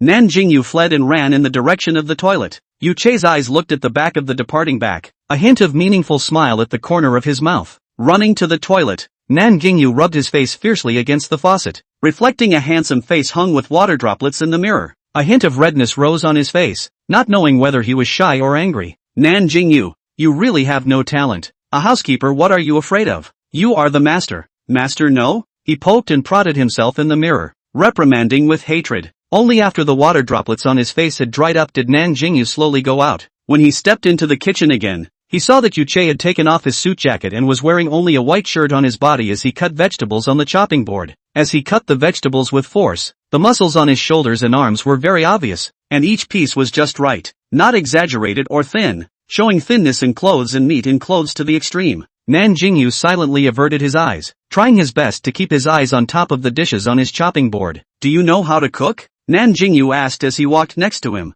Yu Chei's chopping movement was unceasing. His mouth replied, I will, young master, you just wait to eat. You can leave all the meals to me in the future. Nan Jingyou didn't say anything. His eyes looked straight at him cutting vegetables, only to see him swish swish swish swish a few times to cut an onion into dices, and then began to cut other side dishes. The whole action of the flow of water, simply like performing an art. Nan Jingyou was mesmerized. When he came back to his senses, he saw Yu Chei feeding a slice of ham to his mouth. Young master, eat something to pad your stomach first. Nan Jingyou didn't know if he was compelled by his voice, but actually directly opened his mouth and ate it. When he reacted and realized what stupid thing he had done, he hated to find a hole in the ground to drill into. After eating, he walked out of the kitchen with an expressionless face. Only the posture of the smooth turn revealed his inner unrest. When he reached the living room, he lay down on the sofa in a lifeless state and fumed. Host, how is the housekeeper I assigned to you? Isn't she very virtuous? Little White's freckled voice came. Indeed, quite virtuous.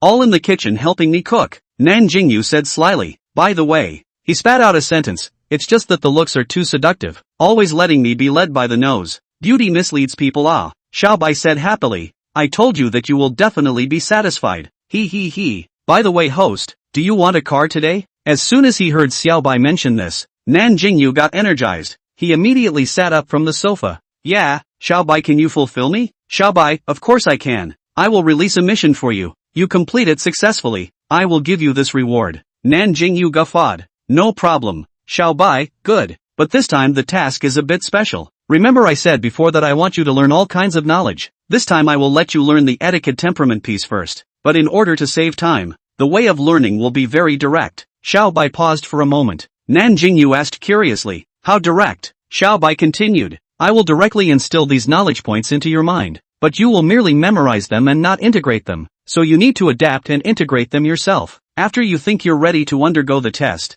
I'll arrange the test for you, which is the task you have to accomplish. Nan Jingyou gathered his brows and pondered for a moment, then firmly said, okay, I accept. Xiaobai, okay host, do I need to instill knowledge points for you now? Nan Jingyou nodded and agreed. Little White immediately began to instill for Nan Jingyou with gusto. Nan Jingyou only felt a pain in his brain. It felt like someone had taken an iron bar and stirred it in his brain. The pain caused him to break out in a cold sweat. Little White then realized that it seemed like it had forgotten to remind the host, and couldn't help but feel so weak. Fortunately, it didn't last long, about 15 seconds, and the feeling dissipated. Nan Jingyou felt that there were many more points of knowledge in his mind, and as long as he thought about it, the knowledge automatically surfaced in front of his eyes, making him feel very magical. If the knowledge of the college entrance exam could be stored in his head in this way, then the college entrance exam would be absolutely invincible. However, he didn't forget to find trouble with Xiaobai. He huffed and puffed. Little White, you're so unreliable. You actually didn't remind me that my head would hurt. Do you know that I was almost killed by the pain just now?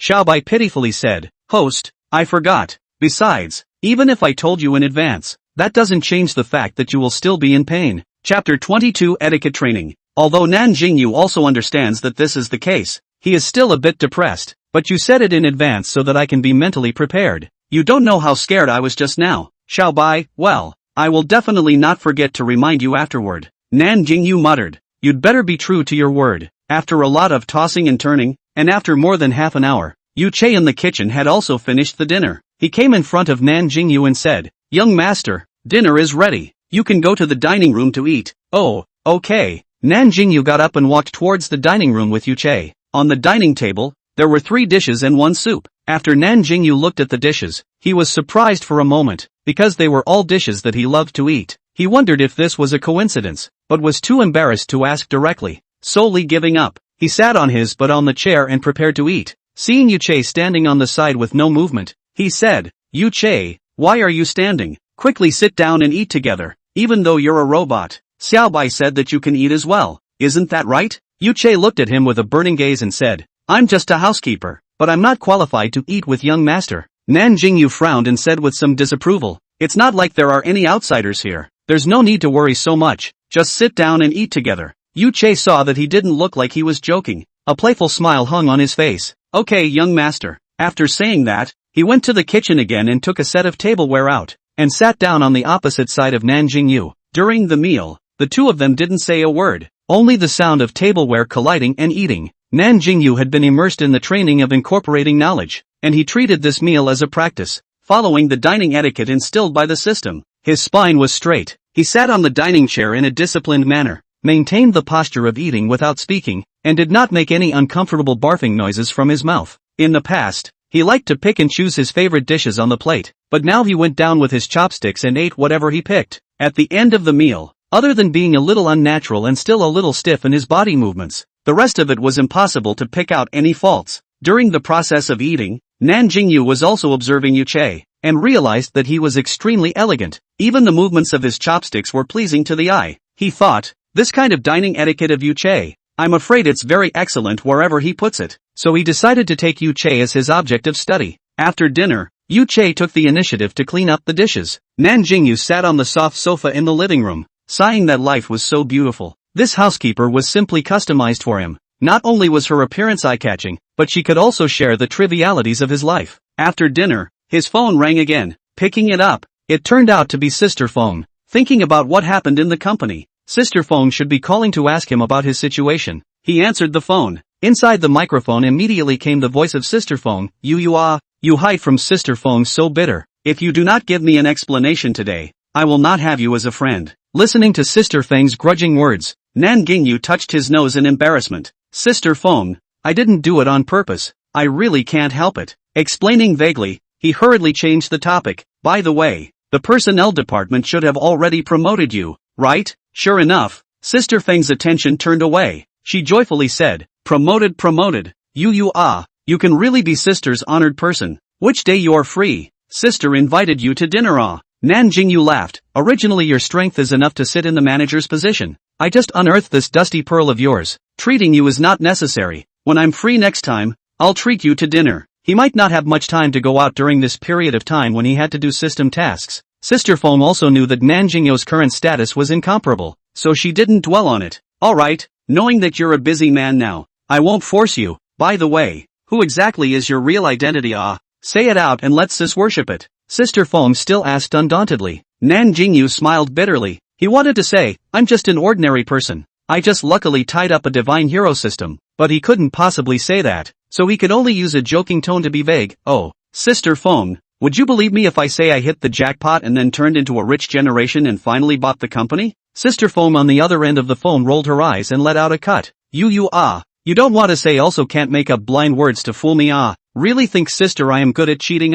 Well, since you won't say it, then there must be your reasoning. I won't force you. Sister, I just called to ask you about your situation. Now I understand everything. Then I won't bother you. Anyway, sis, just one sentence. In the future, if there is anything at any time to find me. Nan Jingyou's eyebrows contained a smile. Okay, Sister Phone, you will always be my good friend. Sister Feng's bright laughter came from the microphone, and then the two of them hung up the phone. This phone call put Nan Jingyou in a soothing mood. Sister Phone was considered his best friend at work, and even though his identity had changed now, Sister Feng's attitude towards him hadn't changed, still treating him with sincerity, which he felt quite touched by. Nan Jingyou stretched a lazy waist. He was tired after a busy day. He wanted to go back to the bedroom to rest. Yuchei had already cleaned up the kitchen and was walking towards the living room. Nan Jingyou smoothly said, Yuchei, I want to go back to my room to rest. You can pick any one of the guest rooms upstairs to stay. Yuchei looked at Nan Jingyou with those purple eyes that were full of starlight. His tone was lazy and with a little smile. Okay, good night young master. Nan Jingyou felt his eardrums itch a little, rubbed them uncomfortably, and after returning a good night, he took a big step towards the second floor. He returned to his bedroom in 3 tries and closed the door, leaning against it before he began to breathe heavily. He knocked his head gently towards the door and muttered, Nan Jingyou, wake up. You can't be a dim king that's a robot. Don't be compelled by beauty. Don't be a superficial man who just looks at his face. After self-reflection, he went to the bathroom to take a bath. In the luxurious bathtub, he had the leisure to sprinkle some rose petals into the water. Lying on his back in the bathtub, he felt for the first time that the original bath could be so comfortable. Sure enough, there was no trouble that couldn't be solved with money, and if it couldn't, then it must be that money wasn't enough. Lying on the large soft bed, he had thought that he would lose sleep tonight, but he didn't expect to fall asleep in an instant. When he washed up and went downstairs the next day, Yuchei was already in the kitchen making breakfast. Looking at that lean back, Nan Jingyou stroked his chin and pondered if the family should hire a cook and a cleaning aunt. He couldn't let Yuchei do all the work. Even if he was a robot, that wasn't a reason to oppress him. Chapter 23, Wan Bo Lu. After Yuche realized that Nan Jingyou had gotten up, he brought the prepared breakfast to the table. Young master, you can have breakfast now. A sentence interrupted Nan Jingyou's thoughts, and he subconsciously responded with a good. This time, Yuche didn't let Nan Jingyou remind him and took the initiative to sit down opposite him, and also thoughtfully smeared the bread with jam and handed it to Nan Jingyou. Young master, have a piece of bread, Yuche said with a smile. Oh, okay. Nan Jingyou hurriedly took it and took a bite. The bread was baked just right. He ate a piece in a few clicks, and just after he finished eating, Yuche handed him another piece, causing Nan Jingyou to be a little embarrassed. He felt like he was being served like an ancient young master who was clothed and fed. Later, he drank a cup of hot milk, then ate a poached egg, and then some fruits after the meal. A breakfast that was quite sumptuous. For the next 3 days, in order to successfully complete the tasks afterward, he was constantly practicing all kinds of etiquette based on the knowledge in his head, such as the tone of his voice, the posture of his walk, how to treat people, how to deal with unexpected situations, and so on. During this time, Xiaobai told him that he could imitate Yuche, because Yuche was the standard version of the poses of a luxurious nobleman, and his every move was impeccable,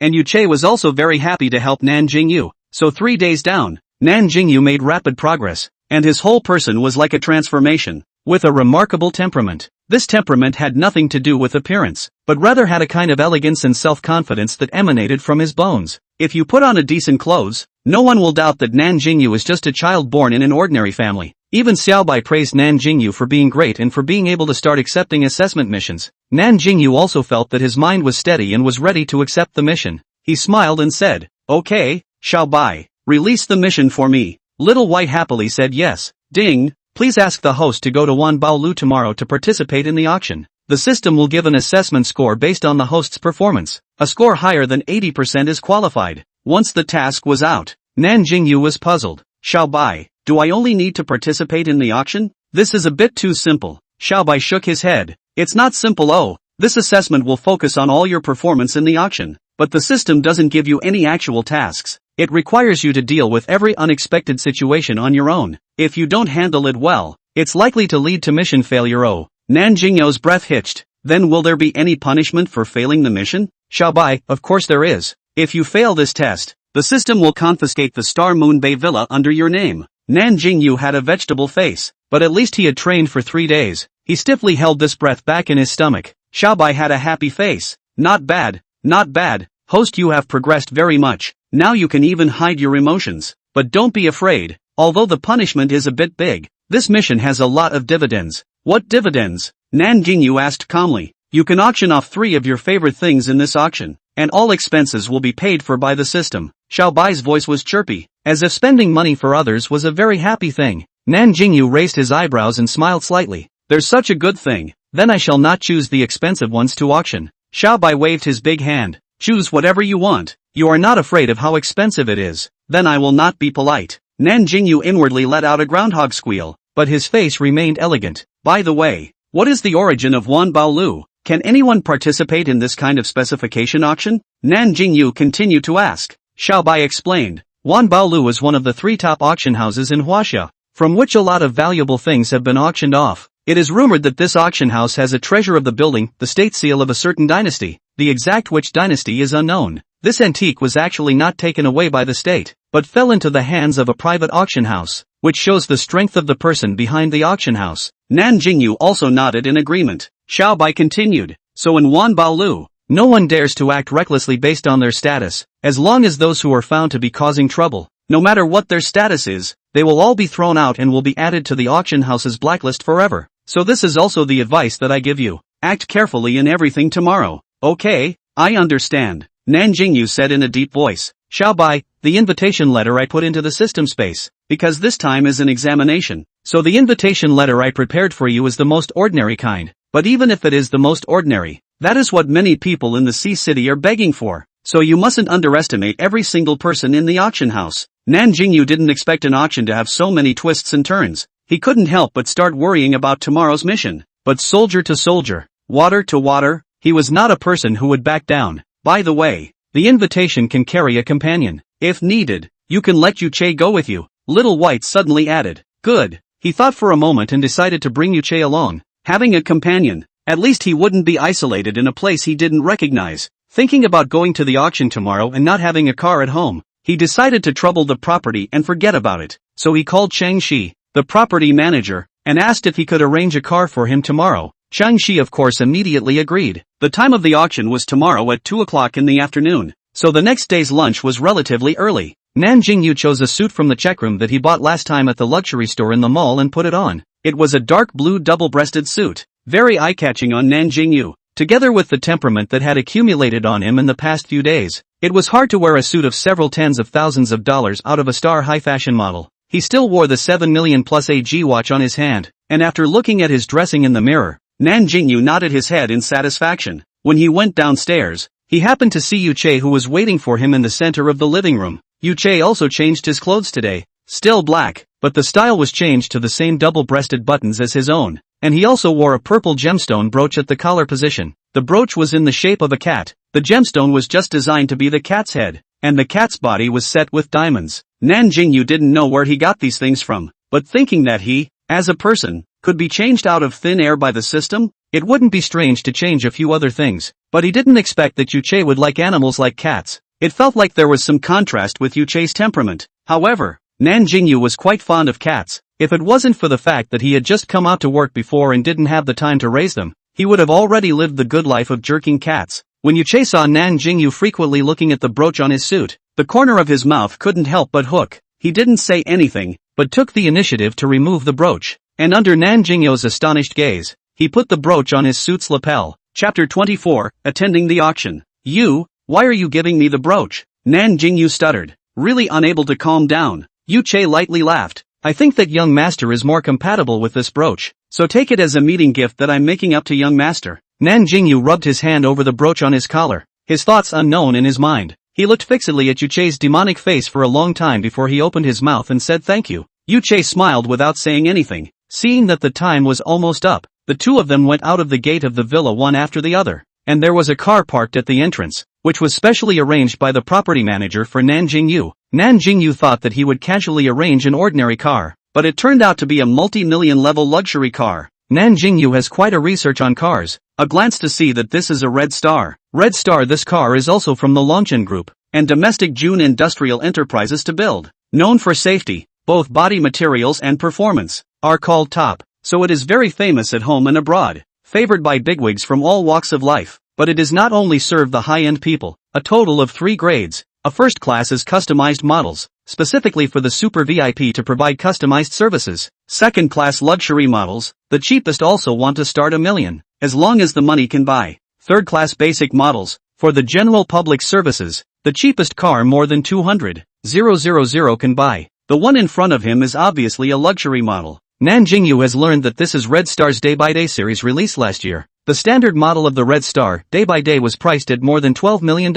and the top model was estimated to be more than $15 million. The driver stood waiting by the car, and when he saw Nan Jingyou come out, he immediately bowed and saluted. Hello Mr. Nan. I'm the driver that the property has arranged for you, and I'll be the one to serve you on your trip today. Nan Jingyou nodded politely. The driver respectfully pulled open the car door. Nan Jingyou got in first. Yu Che followed closely behind. Only after both of them were seated did the driver ask for the address. After Nan Jingyou reported the address of Manpower House, the driver drove out of the villa area. The driver was a teacher who had been driving for many years, and was very familiar with the routes in High City. Not only did the car drive very gently, but he didn't even turn on the navigation all the way. Nan Jingyou comfortably sitting in the back seat through the car window to see the scenery outside. The air inside the car has a light fragrance, smelling comforting, not half a bit of the previous car sickness difficult. Nan Jingyou could not help but laugh. As a matter of fact, having money is different. Even the usual problem of motion sickness has been cured. About half an hour,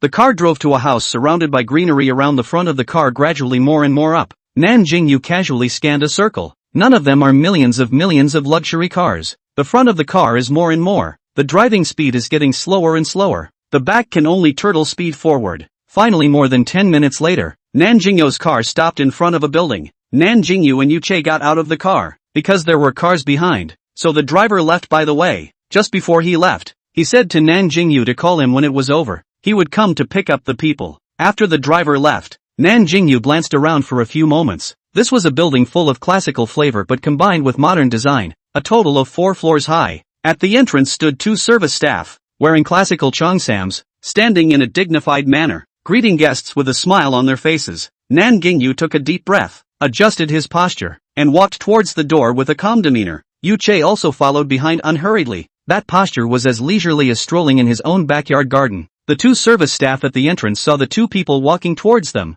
and their eyes flashed with amazement, but their professionalism allowed them to not lose any of their composure, and instead politely inquired, "Hello sir, welcome to Manpower House, please show your invitation." Nan Jingyou smiled faintly and said in an extremely reaching tone, "Yes, please wait a moment." After saying that, he took out a black hot-stamped font invitation letter from the inner pocket of his suit and handed it to the service staff. The service staff took it with both hands, carefully checked it, and after realizing that there was no problem, he returned the invitation to Nan Jingyou. "Alright, 2 gentlemen please come in," said respectfully. He invited the people into the building, and let the special person lead the way for the 2 of Nan Jingyou. Entering the building, Nan Jingyou realized that there was something else. Everything in the building was ancient, and all kinds of ingenious buildings were overwhelmed. Nan Jingyou was an ordinary invitation, so his seat was in the hall. But the hall was also arranged very properly. Each person had a separate sofa, and there were fruit plates, desserts and drinks on the table. By the time he was brought to his seat, there were already quite a few people sitting around,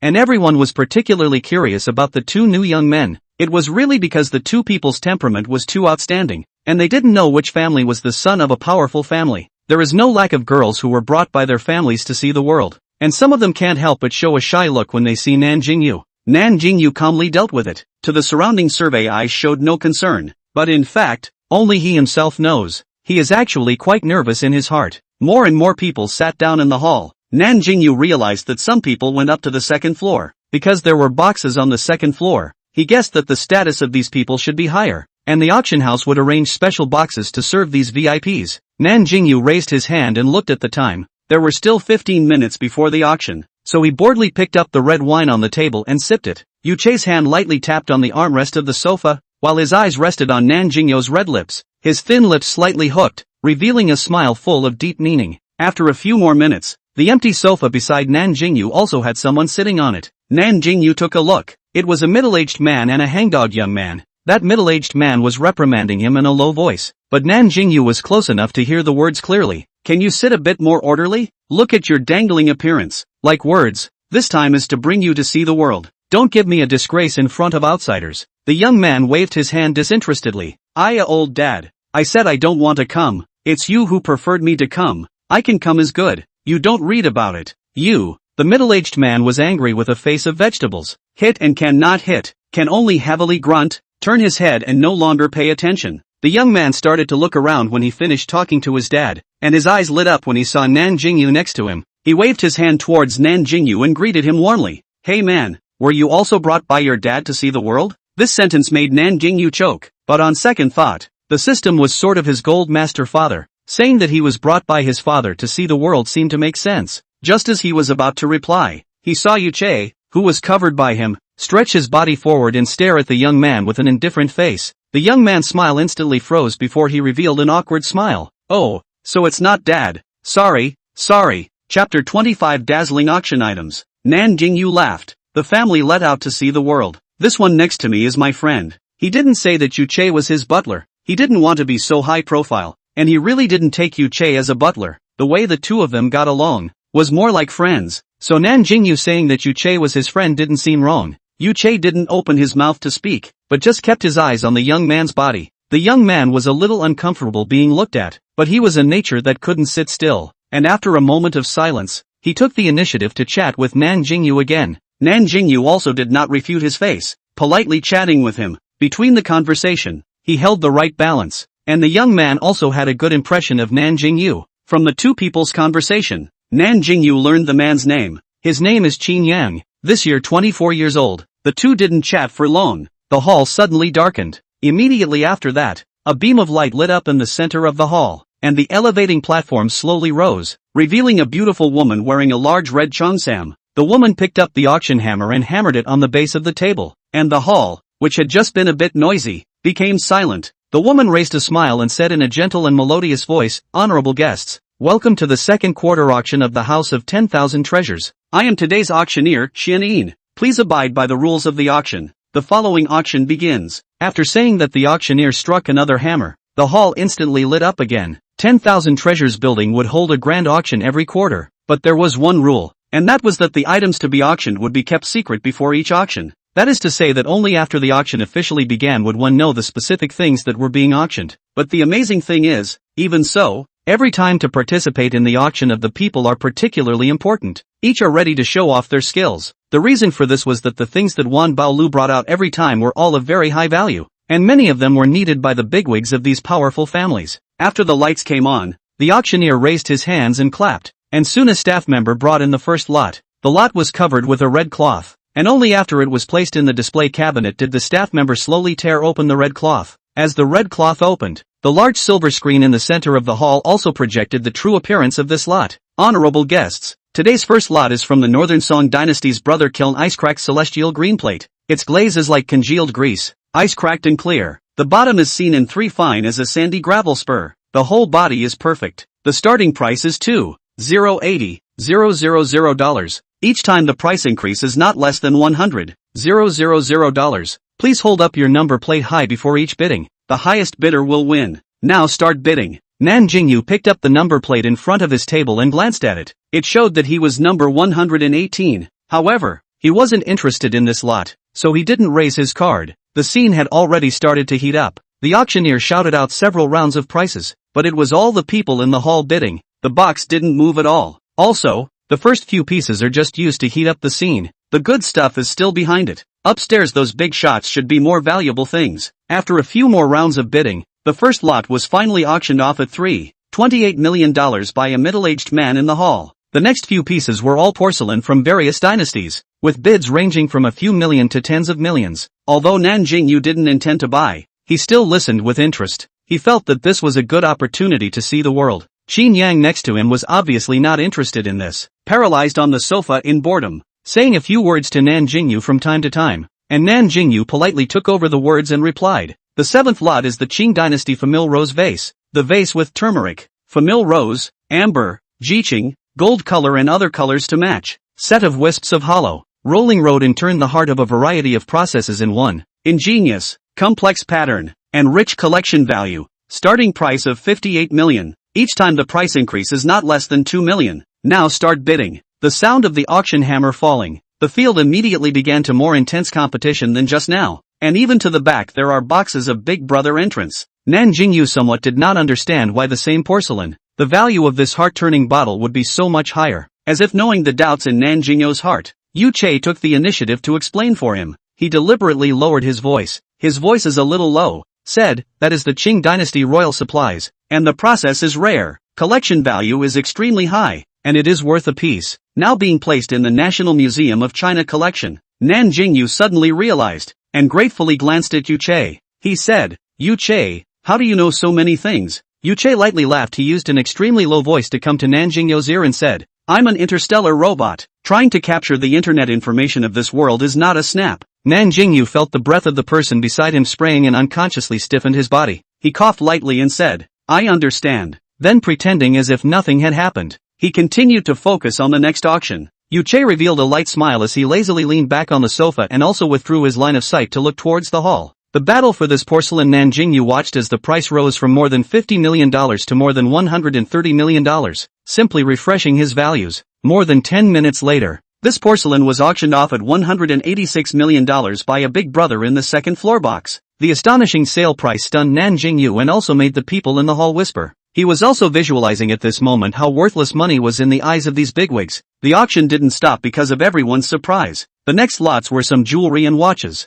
There were millions and tens of millions, but none of them appeared to have a sky-high price of hundreds of millions. One set of pink diamond jewelry was auctioned by a lady at 98 million. The next set of jewelry is from Yu Yixuan. I'm sure you all know the status of Yu Yixuan, so without further ado, let's look at the auction. Nan Jingyou frowned. This bumpkin of his didn't know what Yu Yixuan was. He had no choice but to take out his cell phone and search. Just as he opened his cell phone, a magnetic voice came from his ear. Jade Yashuan can be said to be the originator of the Jade world. The history can be traced back to more than 500 years ago. The ancestors started their business with jade, and have been inherited until now. Their family's jade, whether in terms of quality or craftsmanship, is known as the industry's leader. and among the jade antiques on display in the country's major museums, there are no less than 10 pieces that came from their family's ancestors. In the upper circles of China, those rich and powerful people are proud to own a piece of jade jewelry from Yu Yixian, but even if it is sought after by the powerful, it is extremely difficult to buy because of Yu Yixian's limited output of works each year.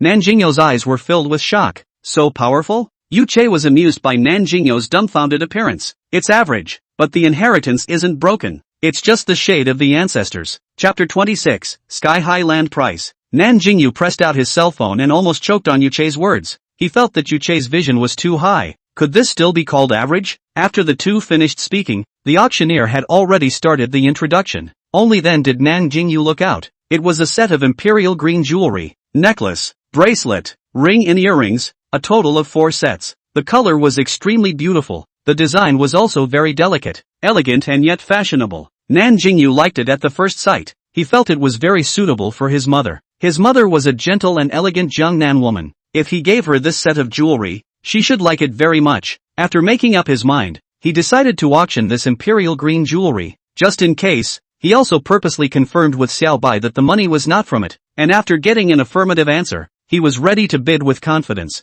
The auctioneer was still making the final introduction of this set of jewelry. Nan Jingyou's hand holding the number plate was a little sweaty, but his face was calm. This set of emperor green jewelry is the last piece of work of the 21st generation of jade elegance Xian's heir, Old Mr. by Shang Yun. After that, he will never again put his hands on any piece of work. So no matter whether it's the value of the emperor green itself, or its collector's value, it's all of extraordinary significance. Starting price 46,000,000, each increase of not less than 2 million. Now the bidding begins. The auctioneer went down with a hammer, and the competition on the field was immediately fierce. Nan Jingyou did not immediately shout the price. He was ready to wait until the end when there were fewer people to bid. Soon, the price reached 100 million, and there were only 2 unknown big shots in the second floor box shouting in the field. The price soared all the way to another 130 million, and seeing that it had reached a white-hot moment, Nan Jingyou finally made his move. He raised his number plate and shouted, $140 million. The hall was instantly silent. Even the auctioneer froze for a moment, and Qin Yang beside Nan Jingyou looked at him as if he had seen some horrifying image. At a time when he was taking $1 or $2 million of pocket money every month, this dude was actually able to take more than 100 million to buy auction items? It was really a case of people getting killed and goods getting thrown away. South Jingyou faced Combach, also did not forget to show a polite but not lose embarrassment smile. The auctioneer immediately reacted. Her face raised a smile, shouted, no, 118 bid $140 million. There is still an increase in the price? The words just fell. The second floor began to raise the price again. Nan Jingyou remained unhurried. $150 million. Anyway, it wasn't his money that was spent. He didn't feel any pain at all. In the end, he beat the big brother on the second floor with a price of 160 million, and successfully auctioned off this set of imperial green jewelry. After this, Nan Jingyou also counted a small wave of publicity in the venue, and many people looked at him with eyes that unconsciously brought some scrutiny. Even Qin Yang next to him was also full of curiosity about him. He turned his head and asked, Jingyou, is it your family entrusted you to buy something? Such an expensive thing. My dad wouldn't dare to buy it. Nan Jingyou took the number plate and gently tapped it on the sofa, a subtle smile on his face. Not really. I think that jewelry is very suitable for my mom. I want to buy it back to give it to her. Qin Yang's mouth opened wider than an egg. He gave Nan Jingyou a thumbs up. Dude, you're really filial, but not filial piety. A gift of more than $100 million to send mom. Simply scary. This time after the shouting price, Nan Jingyou not only did not nervous and afraid, but the whole person is excited. This feeling of spending money soundly is really too good.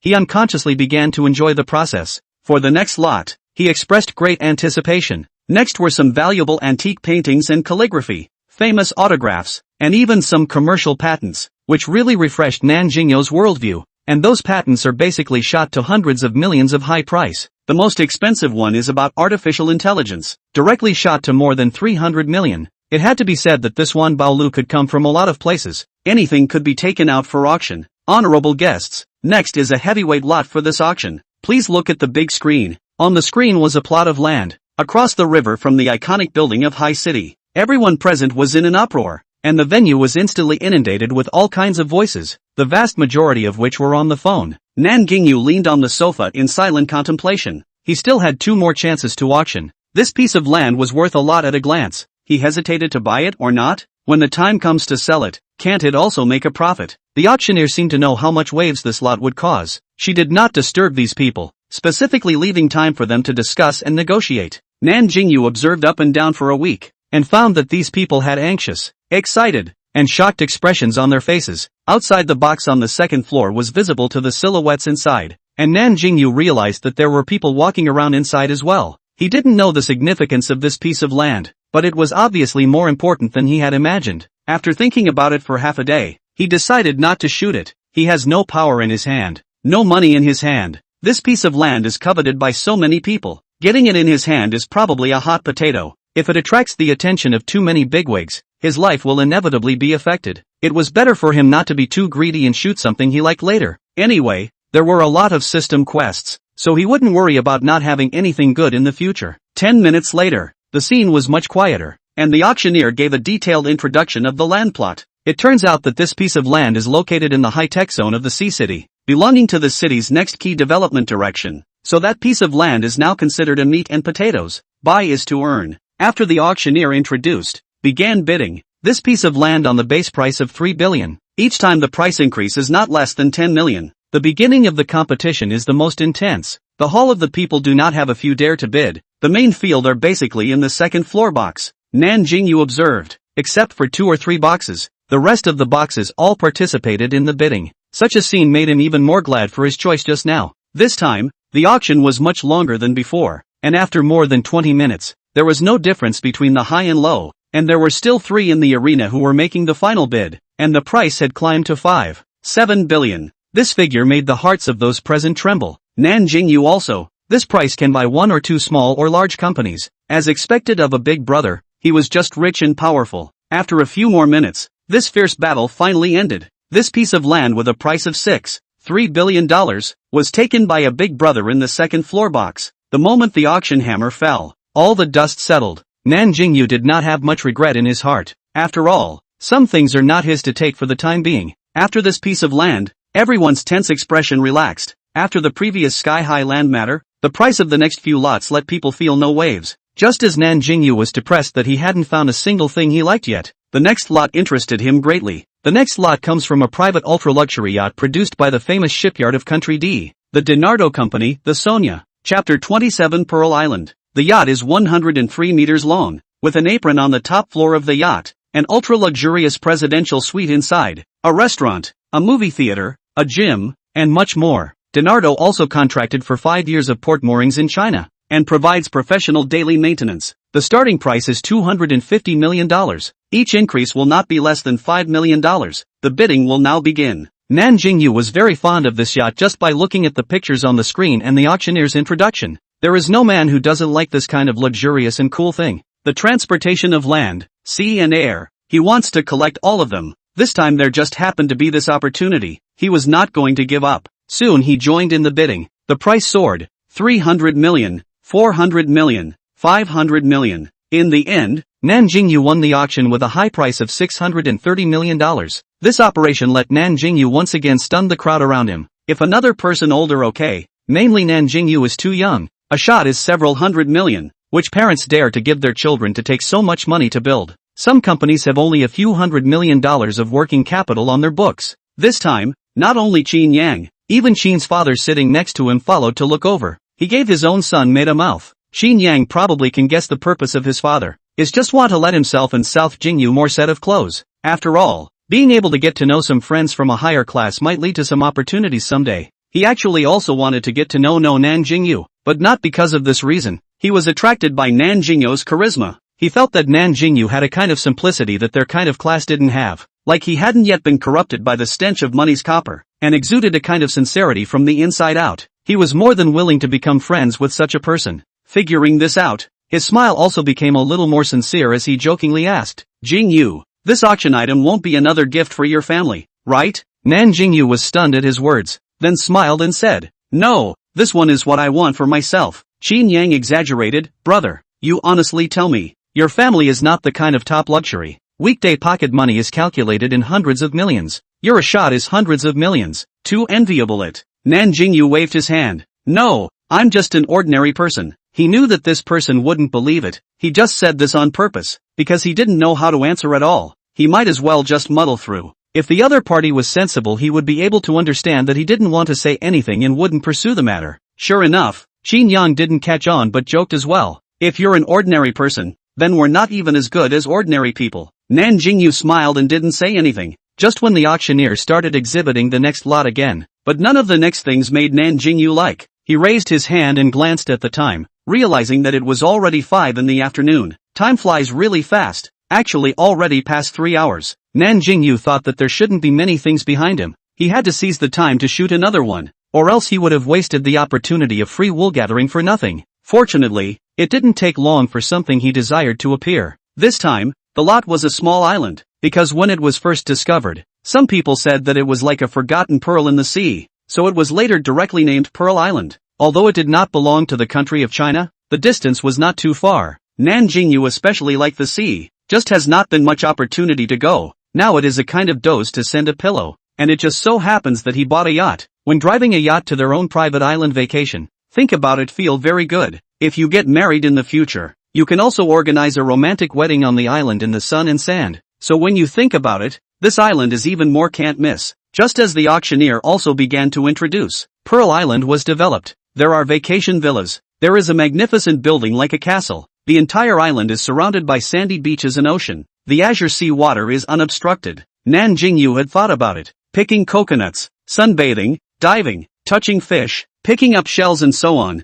All of these he would try again later. Nan Jingyou looked around and realized that everyone didn't seem to have much expression. That's right, the only use of this island may be nothing to go on a vacation. The cost performance is really not high, even if it is developed into a tourist area, but the cost of it will be very high, and when it comes to the time, it is not necessarily able to return to the capital. But Nan Jingyou doesn't have this concern. He purely just likes it. The most important thing is that this island is freehold. That is to say, after buying it, he is the only legal holder of this island. Even if he dies in the future, this island can be inherited by his family. After the auctioneer's introduction, he began to quote the starting price of $560 million.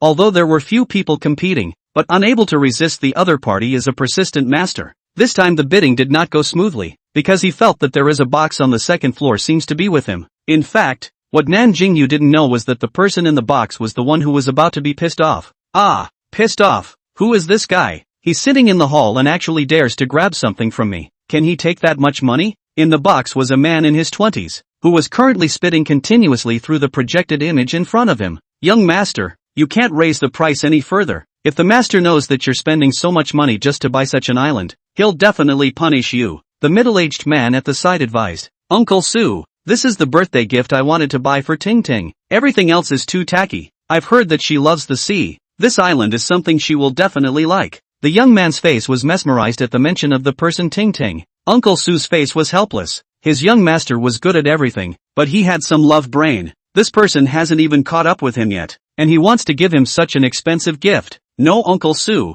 I'll add one last time. I just don't believe that person in the hall can really come up with that much money. No, 7 is bidding $850 million. Is there any more to raise? 1 billion. Nan Jingyou didn't even blink his eyelids, and directly added $150 million. The auctioneer was all smiles. No, 118 bid 1 billion. Any more increases? Asterisk asterisk asterisk asterisk. 1 billion. That person is a little cutie. What? Where is there such a bid increase? The people in the box were depressed. Uncle Sue was happy about this. It was best to be shot. He didn't want his young master to be the love brain plus the wrongdoer. He tried his best to stifle his laughter and said softly, "Young master, there are people outside the world. There are heavens outside the world. Look at that person. He must also be a son of a rich family who came out to play. You'd better not get involved with people. Besides, young master, you really don't have enough money." The young man deflated. All right. It seems like we can only find something else to give to Ting Ting. Chapter 28 Eating Hot Pot, surrounded by spectators. But Uncle Sue, go and check who that person is for me. I always need to know who my opponent is.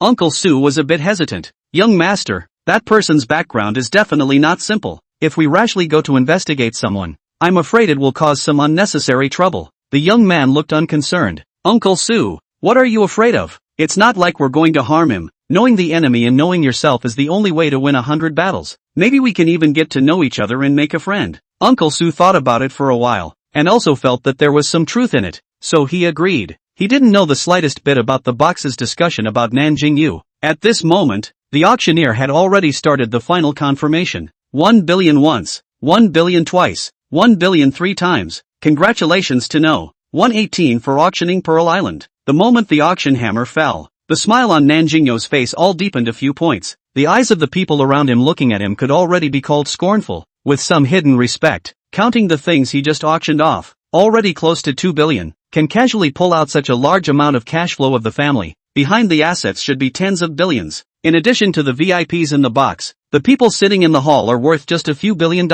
and this money can buy the company of some of them. Xin Yang at this time and from the side came over and said, Jingyou, you can be really powerful. More than $1 billion spent without blinking an eye. He now no longer felt surprised, but instead thought that it should have been so. This person is definitely a big brother undoubtedly. Just do not know why Nan Jingyou will sit in the hall. Shouldn't a level like him sit in a box? Nan Jingyou just smiled in a low-key way and didn't show any proud expression. In the time afterward, there were a few more things auctioned, but Nan Jingyou no longer had the opportunity to auction. All just leaned on the sofa to watch the fun and expand his horizons in the meantime. When the auction ended it was already close to 6 o'clock. Xin Yang exchanged phone numbers with Nan Jingyou by virtue of his thick skin, and also added social software friends. Only after doing all this did he follow his dad around and leave. Since Nan Jingyou had bought the lot, he was invited by the staff to the third floor to go through the formalities as well as pay the fees for the lot. Manpower House was very humane. In order to solve the customer's financial turnover, it also provided installment service, but the time limit was within 3 months. But this was not a problem for Nan Jingyou.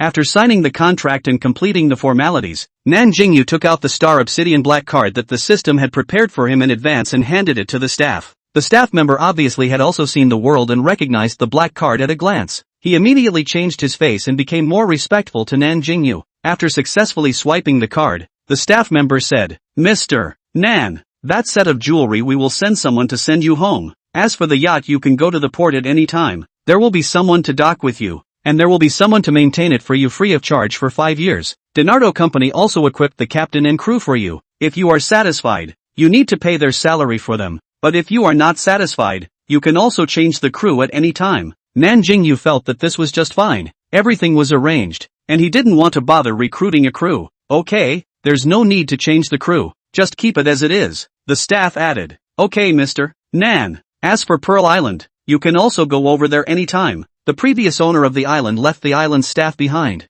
so now you're their new employer. You can just deal with it to your liking at that time. Nan Jingyou nodded once more. After coming out of the Manpower House, Nan Jingyou was a little apprehensive. He still didn't know how he had performed today and whether the mission had been successfully completed. In order not to affect his mood for dinner, he decided to wait until he returned after dinner before asking Xiaobai, so he took the initiative to block Xiaobai. He called the driver to come pick him up, and in the car, he took the initiative to ask, Yu Che, what do you want to eat tonight? He didn't treat Yu Che as a robot at all, so it was natural for him to ask this question. Yu Che held up his gold-framed glasses and spat out a few words with his beautifully shaped lips, all at young master's discretion. Nan Jingyou shook his head helplessly. Alright, let's go eat hot pot then. I know there's a very delicious hot pot restaurant next to our university. I haven't eaten it since I graduated. I happen to be free today, so I'll take you over to try it. Yu Che revealed a smile. Okay, young master. The High City Transportation University that Nan Jingyou studied at. The school was a key university,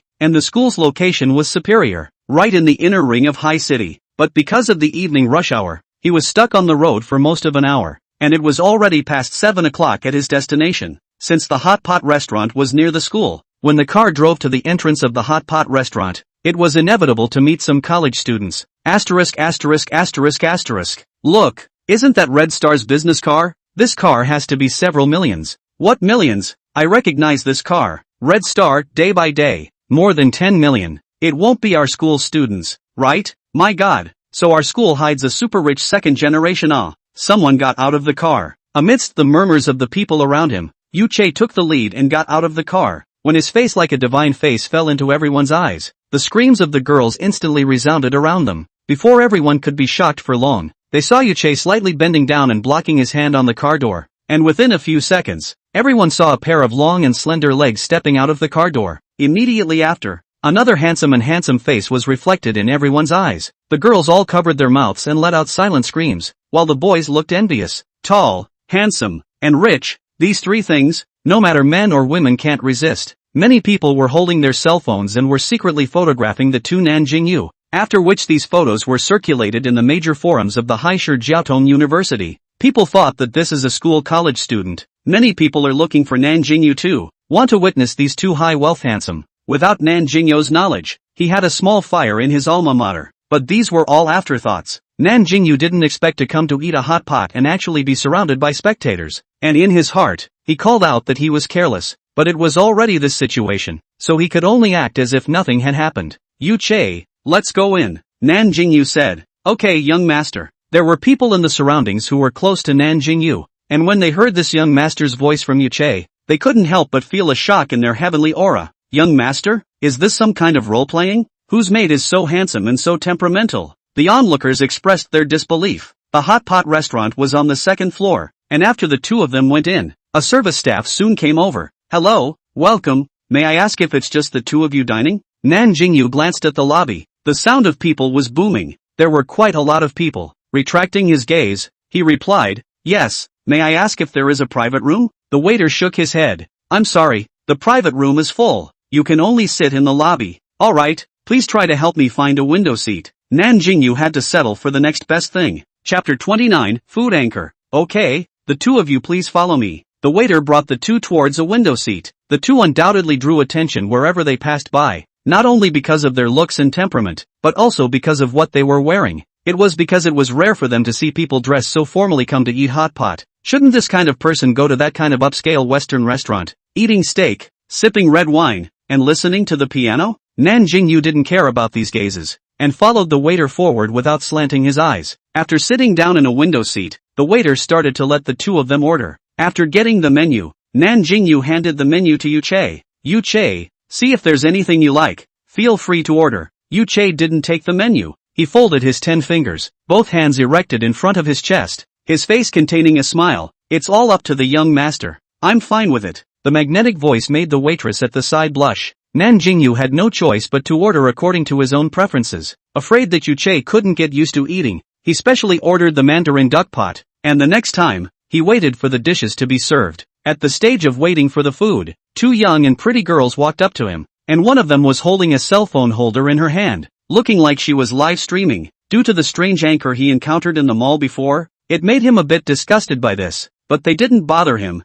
so he wouldn't take the initiative to say anything. As a result, while thinking like this, two girls stopped in front of them. Hello, two handsome guys, how are you? I'm the food anchor Xiaolu. Can I share a table with you guys? It just so happens that I want to invite you guys to live broadcast together as well. In order to thank you guys, I'll pay for this meal. Nan Jingyou politely refused without even thinking. Sorry, we don't want to go live. We just want to have a good meal. Or you guys should go find someone else. How would the anchor Xiaolu be willing to find someone else? She came here because of the face value of the two. She had a premonition that these two would definitely be able to bring her live room on fire, so she said nothing to miss these two. When she came, she had actually asked her assistant to start the live broadcast, so everything in front of her was presented in the live broadcast room. Upon seeing the two super handsome men in the live broadcast room boiled over. The pop-ups were brushing fast, the gifts were coming one after another, and the number of people was growing. The assistant who was always paying attention to the pop-ups eyes were looking straight. Little brother, just agree to it, or how about this?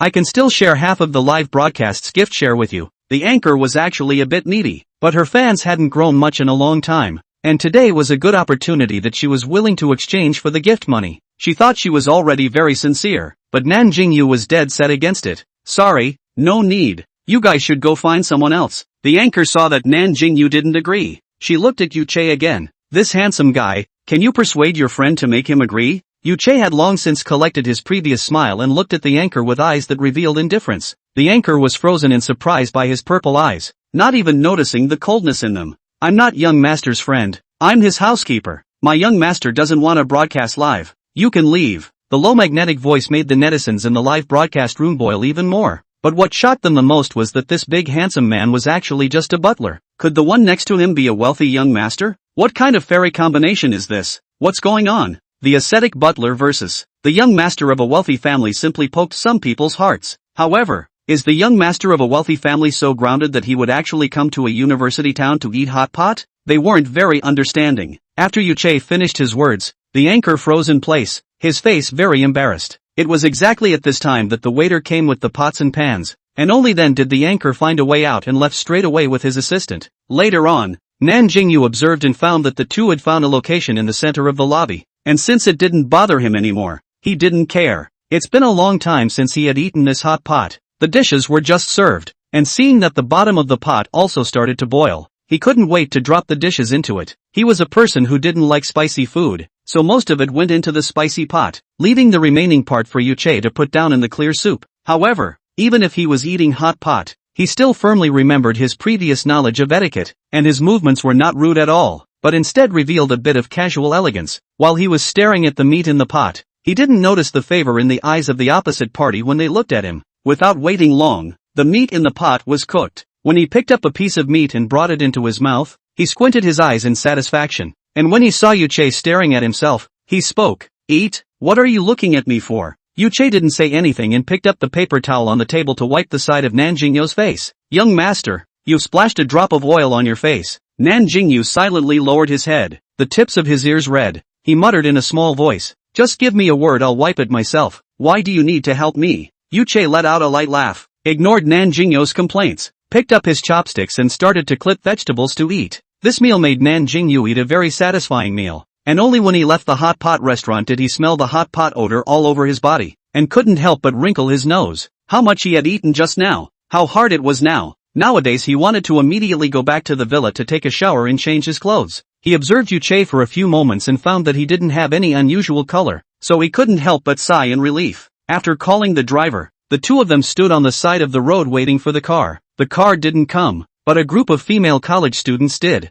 5 or 6 female college students twisted and turned to walk to the side of Nan Jingyou and Yuche. A few people wanted to talk but didn't dare to. Some actions made Nan Jingyou very funny. Maybe it was because these people were his own schoolmates. He didn't have any aversion. Instead, he was very cordial. "Are you guys looking for me for something?" Nan Jingyou took the initiative to ask, his voice somewhat gentle. At this time, a girl was pushed out by everyone. The girl, red-faced, closed her eyes and asked loudly, "Two little brothers, can you take a picture with us?" Nan Jingyou let out a giggle. He thought something was going on, making such a big scene. "Of course you can. You guys come over and take a picture." Just after Nan Jingyou finished speaking, a group of people were happy and smiling, jumping to the side of Nan Jingyou, like no grown-up children. Nan Jingyou had some feelings in his heart. Once upon a time, he was also this carefree, but since he got out of the society, he no longer had this kind of mentality. School nurtures people, society grinds people. No one can escape being hammered by later life. I hope that the happiness of these schoolgirls can last a little longer. After a busy time,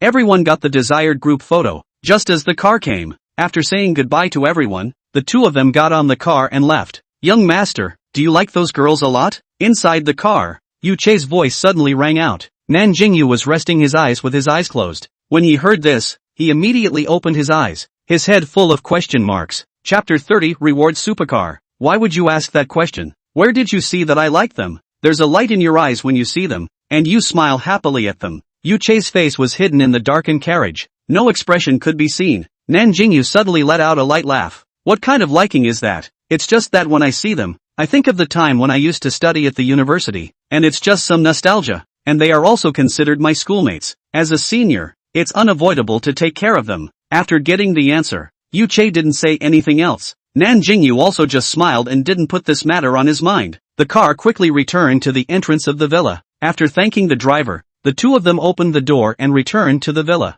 After being tired for a day, Nan Jingyou only wanted to hurry to take a shower and lie on the soft big bed at this moment. "Yuche, you also hurry to go back to your room to rest. It was hard for you today." Nan Jingyou's voice was somewhat lazy. Seeing his tired face, Yuche returned, "Okay, good night, young master." After the two of them greeted each other, Nan Jingyou went upstairs to his bedroom. After returning to his room, he realized that he seemed to have forgotten one thing. He had blocked Xiaobai, so now he still doesn't know if he has completed the system mission or not. Thinking about this, he hurriedly released Little White. "Xiaobai, Xiaobai, are you there?" Nan Jingyou shouted nervously. "Host, you're finally willing to let me out." Xiaobai's tone sounded a bit sultry. Nan Jingyou touched his nose, looking a little embarrassed. "I'm sorry, Xiaobai. I'm afraid that if the mission wasn't completed, I wouldn't have a good dinner, so that's why I didn't look for you in the first place. By the way, you quickly tell me how the result of the mission was." After saying this, He stood to the side without daring to utter a word in the atmosphere, nervously waiting for the final results to be publicized.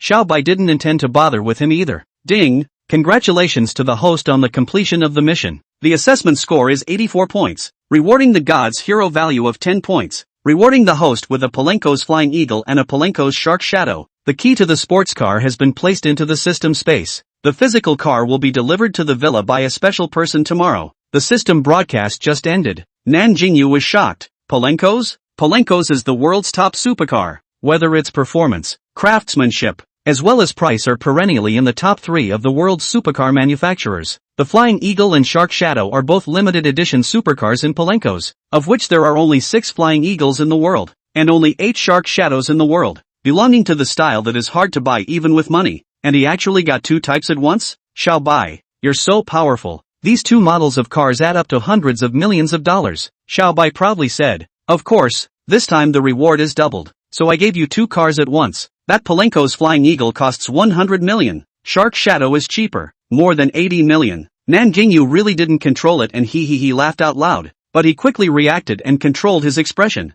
Nowadays it seems that he is also counted as a real family with a house and a car. Just think about it and feel happy. After being happy for not a while, Nan Jingyou felt very tired. He decided to take a hot bath and go to bed. Today was really a wonderful day, so much so that after Nan Jingyou fell asleep, he was smiling in his dreams. When he woke up the next day, Yu Che was already busy in the kitchen as usual. Nan Jingyou frowned and reflected. Was he too lazy? Sleeping until dawn every day. At this rate, his 6 vaguely visible abdominal muscles that he had practiced with great difficulty would merge into one sooner or later. Thinking about this cruel fact, he decided to utilize the gym upstairs. While Nan Jingyou was fuming, Yu Che suddenly called out, "Young master, you can come and eat breakfast." Oh, okay. Nan Jingyou hurriedly returned to his senses and walked towards the dining table. Today's breakfast was Chinese. There were dumplings, xiaolongbao and millet porridge. It looked delicious. Nan Jingyou sat on the chair without moving, waiting for Yu Che to sit down as well before he clamped a dumpling into his mouth. Yu Che spoke at the right time. "Young master, how is it? Is it still to your liking?" Nan Jingyou smiled and nodded. "The flavor is excellent. I like it a lot." He didn't say flattering words. The flavor of the dumplings was amazing. He thought that if Yu Che went to open a breakfast store, the business must be especially good. After hearing Nan Jingyou's words, Yu Che just smiled and didn't show any pride after being praised. After breakfast, Nan Jingyou had been sitting on the sofa waiting for his beloved sports car, but he waited and waited and waited but did not see any movement. Just as he was getting a little bored of waiting, the electronic screen on the front door suddenly sounded. Nan Jingyou hurriedly went up to check, and found that it was the gatekeeper who called. He hurriedly connected to the gate communication, and a voice immediately came from the opposite side. "Hello Mr. Nan. There are people at the gate saying that they came to deliver the auction for you. I came to check with you. Do you think it's a good idea to let them in directly?" Nan Jingyou was originally a little excited inside. He thought it was a car delivery, but he didn't think it was not. "You let people in. There is such a thing."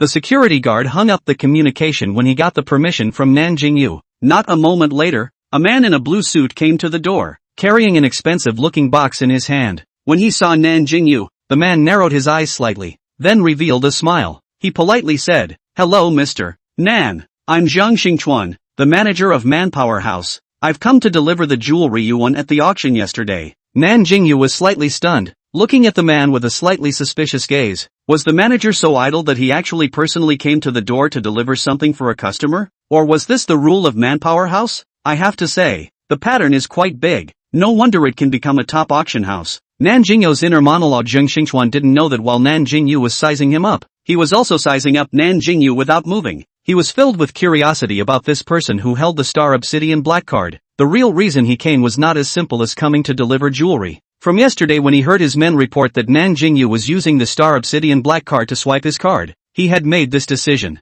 For their Wan Baolu, holding the Star Obsidian Black card automatically becomes the top VIP of their auction house. And no matter what activities there are in the future, they will be notified at the first time and received with the highest specifications. So that was one of the reasons why he personally came to his door. And another reason was that he wanted to come and personally get to know this big brother to see if he could get some first-hand information. This information might be able to play a very important role for them later on. After Nan Jingyou slightly sized up the villa for a few seconds, he invited Zhang Xingchuan into the villa. It was not good for him to be slowed down by a manager who personally came to deliver something, so he couldn't let them even have a drink of water. Zheng Xingchuan knew how to be polite. After entering the house, he didn't look around and survey everywhere, but silently followed behind Nan Jingyou, observing the surroundings with his afterglow. Chapter 31 Manager Zhang's Purpose. Manager Zhang, please take a seat. I'll go get you a glass of water. Without waiting for Manager Zhang to refuse, Nan Jingyou walked towards the kitchen. Yu Che just had something to go upstairs. At this moment only Nan Jingyou and Manager Zhang were left on the first floor. After Nan Jingyou left, Manager Zhang only took out his mind to look around the villa, and when he looked upstairs, he just met the eyes of Yu Che who came downstairs. Manager Zhang's eyes contracted hard. From the earlier glance, he saw a flash of icy coldness in this man's eyes. It was a kind of indifference that was unconsciously revealed to the subordinate when he was in a high position for a long time. However, when he looked again, he no longer had that feeling, but instead turned into a gentle and courteous, elegant gentleman's posture. Manager Zhang wasn't sure if that was his illusion, but he always felt that this man was dangerous. Just as he was thinking like this, Nan Jingyou came out with a cup of water. "Ha, Yu Che, you went downstairs?" Nan Jingyou said in surprise. Yu Che was already standing at the stairway of the first floor at this moment, and when he saw the two water cups in Nan Jingyou's hands, he naturally took over the water cups and held them in his own hands. "Yes, young master, go sit down and wait for the guests. I'll do these things. I'll go cut some more fruits for you." Yu Che put the water cup on the coffee table in the living room, and after saying a word to Nan Jingyou, he went to the kitchen, leaving the main stage to the two people in the living room. Manager Zhang's expression froze for a moment. If he hadn't heard correctly just now, that person had called Nan Jingyou as young master. Could it be that this person was just an employee of the family of the one in front of him? But looking at Yu Che's aura, it was completely unlike what he thought. He was really curious inwardly, so after deliberating for half a day he finally couldn't help but ask, "Mr. Nan, is that person just now yours?" Nan Jingyou smiled faintly. "He's my butler." The reason why he didn't say that he was a friend this time like he did in the last auction was because of the way Yu Che had treated him and called himself just now, which wasn't a sign of a friend at all. Instead of lying, it would be better to tell the truth, and it would also make this person wary of his identity. After all, this person was the manager of Manpower House and had a lot of energy behind him. If he wanted to investigate him, it would definitely be an easy task. Moreover, he always felt that Manager Zhang's purpose for coming this time was not as simple as delivering auction items. Sure enough, as soon as these words came out, Manager Zhang's face became odd for a few moments. Yu Che didn't give him the feeling of a butler. If he said that he was the person in charge of a large group he would believe it, but the words of a butler, Manager Zhang felt that it was still a bit unbelievable. But on second thought, Nan Jingyou was the one who possessed the Star Shine Black card. To be able to serve him as a butler could be something that many people could only dream of, and it wasn't strange to recruit a person who was very outstanding in all his abilities to be a butler. After figuring this out, Manager Zhang was relieved. He began to cut to the main topic of the day. "Mr. Nan, this is the Imperial Green jewelry you auctioned off yesterday. You can check it carefully before receiving it." After saying that, he took the initiative to open the safe and took out the jewelry box inside. Carefully opened the jewelry box. What met his eyes was a set of jade jewelry that was so green that it was about to drip out, and the light from the living room penetrated through the gems, refracting the glittering light. Beautiful. Nan Jingyou didn't even dare to touch it, because he was afraid of destroying the mysterious feeling that this set of jewelry gave. After taking a deep breath, he slowly picked up one of the necklaces to scrutinize it. Nan Jingyou didn't understand jade, but that didn't stop him from appreciating the beauty that this set of jade jewelry brought. Only after looking at all the jewelry once did Nan Jingyou carefully put it back, and then check the various certificates of the jewelry. For the authenticity and quality of the jewelry he was very assured. After all, Wanbao Lu so big auction house, it is impossible to take out fake or inferior goods to smash their own signboard. All were checked once. He looked at Manager Zhang and smiled. "The jewelry is fine." Hard Manager Zhang ran this trip. Manager Zhang politely and respectfully said, "Mr. Nan is overstating things. This is originally my duty." Just after the words were said, Yu Che walked out with a fruit plate, and after placing it on the coffee table, he stood by Nan Jingyou's side. In front of outsiders, he made his identity as a butler so that people couldn't pick out a single fault. This time, Nan Jingyou also did not treat Yu Che as casually as he usually did, and seriously played the posture of the master. After Yu Che arrived, Manager Zhang was only slightly silent for a moment, and after that, he talked about another matter. "Mr. Nan, I won't hide it from you. I have another important thing to tell you. When the waiter settled your bill yesterday, he found out that you used the Starburst Black card, and that's another purpose of my coming here today." Nan Jingyou didn't say anything, listening attentively to his next words. He had said that a manager couldn't just come to deliver a customer's auction, so he had indeed come for another purpose. Manager Zhang continued, Holders of the Starburst Black Card can actually participate in our auctions without an invitation by virtue of their Black Card, and can enjoy the highest treatment from our manpower house. It was our negligence this time. We actually didn't realize that you were in the hall. Manager Zhang was also a bit distressed. He couldn't figure out why Nan Jingyou didn't take out his black card in the first place, but instead used an ordinary invitation to sit in the hall. Could it be that this was the rich man's fun, preferring to take the low-profile route? Nan Jingyou sniffed and inwardly spat. It's not that I want to sit in the hall. It's really the system's order that I dare not disobey.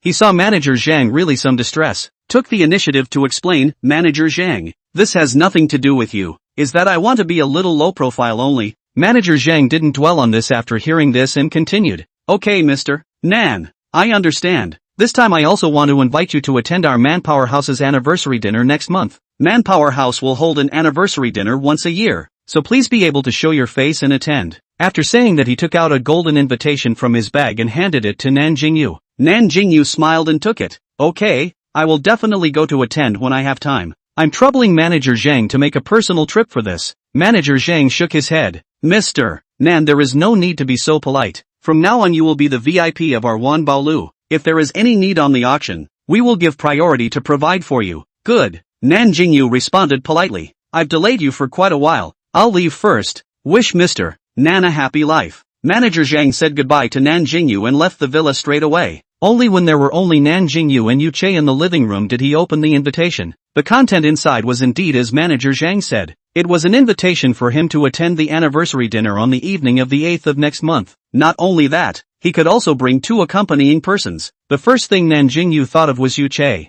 Thinking of this, Nan Jingyou suddenly lost his smile. He had only been in contact with Yu Che for less than a week, and he seemed to have a feeling of dependence on him. After shaking the chaotic thoughts out of his mind, he put the invitation away. Whether to go or not can't be decided right now. Let's see if we want to go at that time. It's still early anyway. Chapter 32, The Beloved Sports Car. As his thoughts returned, he saw that Yu Che was still standing by the sofa, and immediately said, Yu Che, come over and sit down. Just now it was just someone who was there. In the future when it's just us in the house, you won't have to be as formal as today. Just be casual. Yu Che's face hung a light smile. Okay, young master. Nan Jingyou raised his hand and looked at the time, realizing that it was already almost 11 o'clock. Just when he thought that it was probable that the sports car would only be delivered in the afternoon, the communication from the doorway called in again. This time, before Nan Jingyou had time to answer it, Yu Che had already gotten up and went to connect it. Not a moment later, Yu Che came back as he said,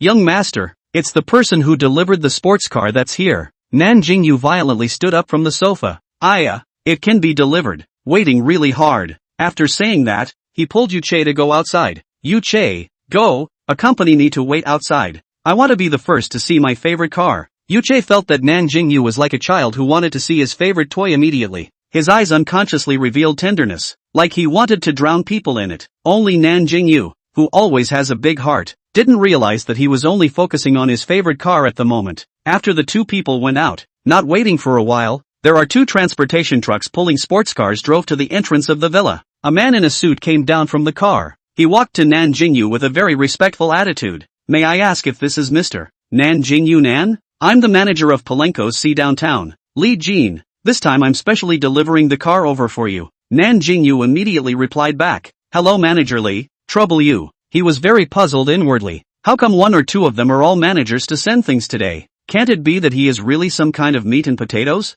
Mr. Nan, where is this car parked for you? Manager Li asked again. Nan Jingyou came back to his senses. Please help me put it in the underground garage. After saying that, he immediately pointed out a direction. The transportation truck drove towards the underground garage, and Nan Jingyou and Yu Che followed behind. The villa's underground garage was huge. Putting 10 cars in it wasn't a problem. After the workers parked the cars, only then did Nan Jingyou really get a good look at the full appearance of the 2 cars. The first Palenko's Flying Eagle. The body color is similar to the eagle's fur color. Black and gold body. In the light of the light refracted a flood of golden light. The smooth lines of the body made any man fall in love with it. And from the front, the entire front of the car was like an eagle ready to fly. Nan Jingyou gently stroked the car body with his hand. In his eyes, the cold steel shell seems to be poured with life at this moment, letting people be convinced by its charm. The line of sight moved to the second shark shadow. The color was gray-black, and a layer of light and shadow could be vaguely seen, just like the color of the skin of a shark that was refracted by wandering in the sunlight.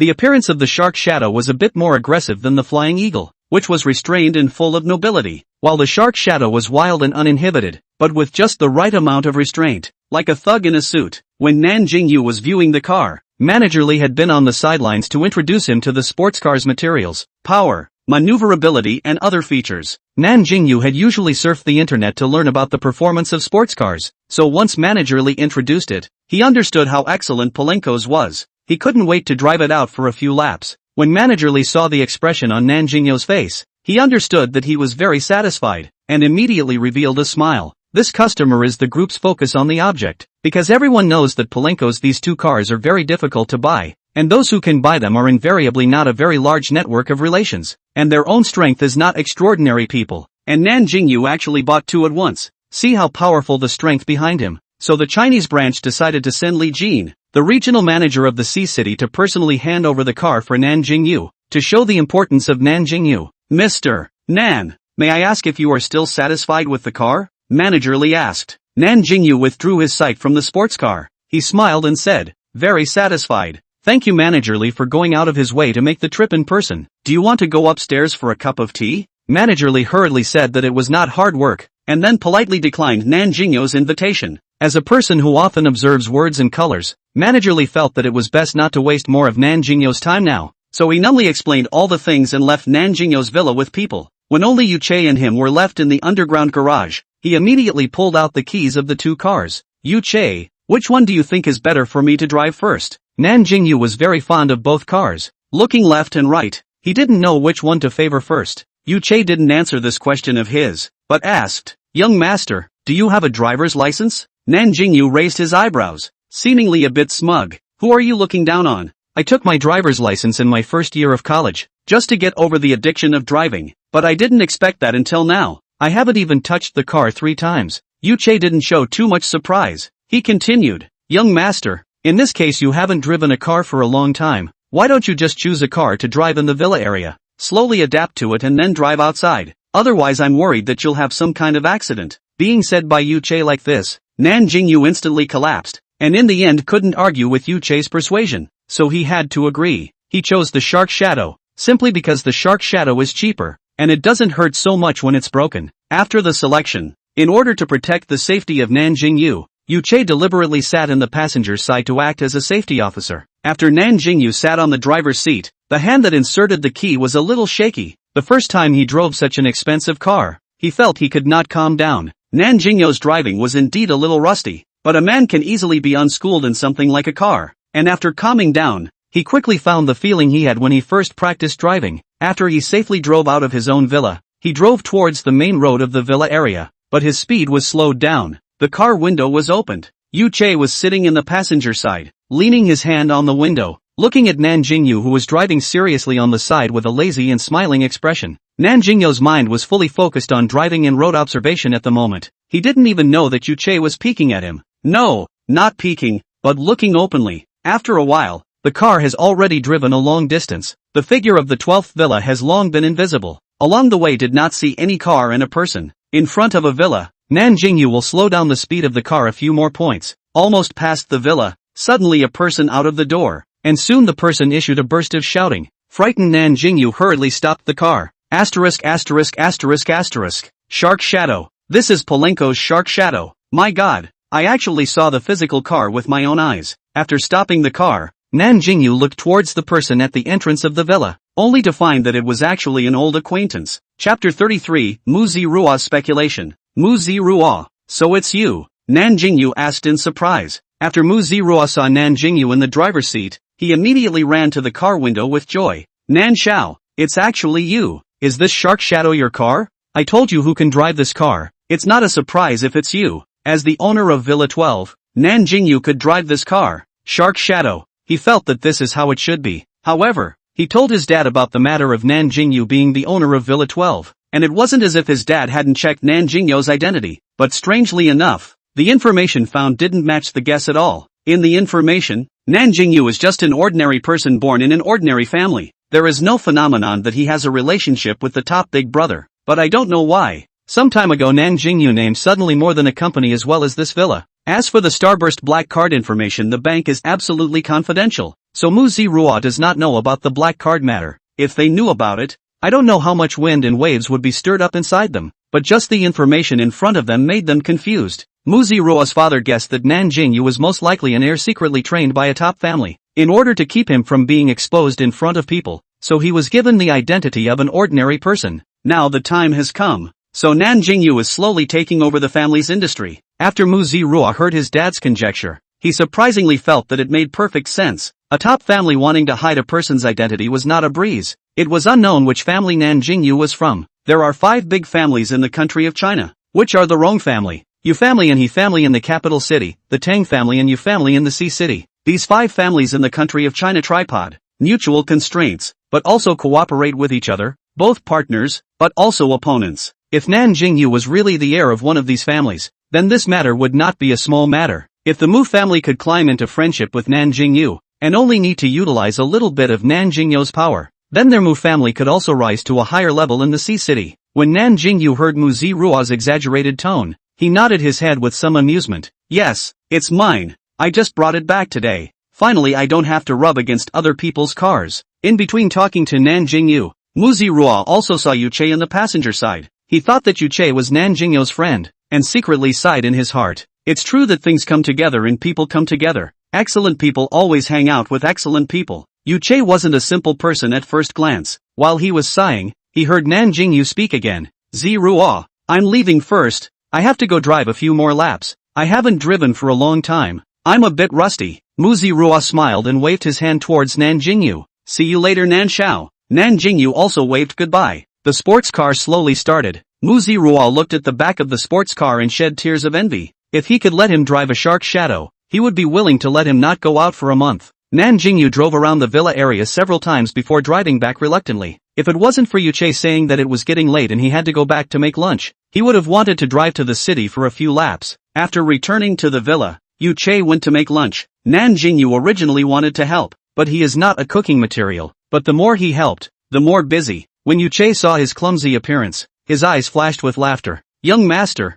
go rest, I'll do it here. Nan Jingyou snapped and put down the chopper in his hand. Seeing the shredded potatoes on the chopping board that were cut thicker than chopsticks, he could only smile awkwardly. Yu Che, I'm sorry, it seems like I'm not helping. It's fine young master, everyone has what they are good at and what they are not good at. The matter of cooking shouldn't have been done by you in the first place. You just need to be a golden young master. Yu Che's voice was gentle. In Nan Jingyou's ears, it was like there was cotton scratching his ears, itchy and with a bit of tingling. Looking at that distant back, the corners of Yu Che's mouth couldn't help but rise up, and faintly, he could still hear the laughter filled with low magnetic sound that overflowed from his throat. Nan Jingyou went straight to the bedroom on the second floor after coming out of the kitchen, and then ruthlessly threw himself onto the large soft bed. He lay on his back on the bed, pressing down on his thumping heart. His heart had a moment of bewilderment. What was wrong with himself? He was obviously not so easily shy, but every time he encountered Yu Che, he would easily lose control. After thinking for half a day, he came to a conclusion.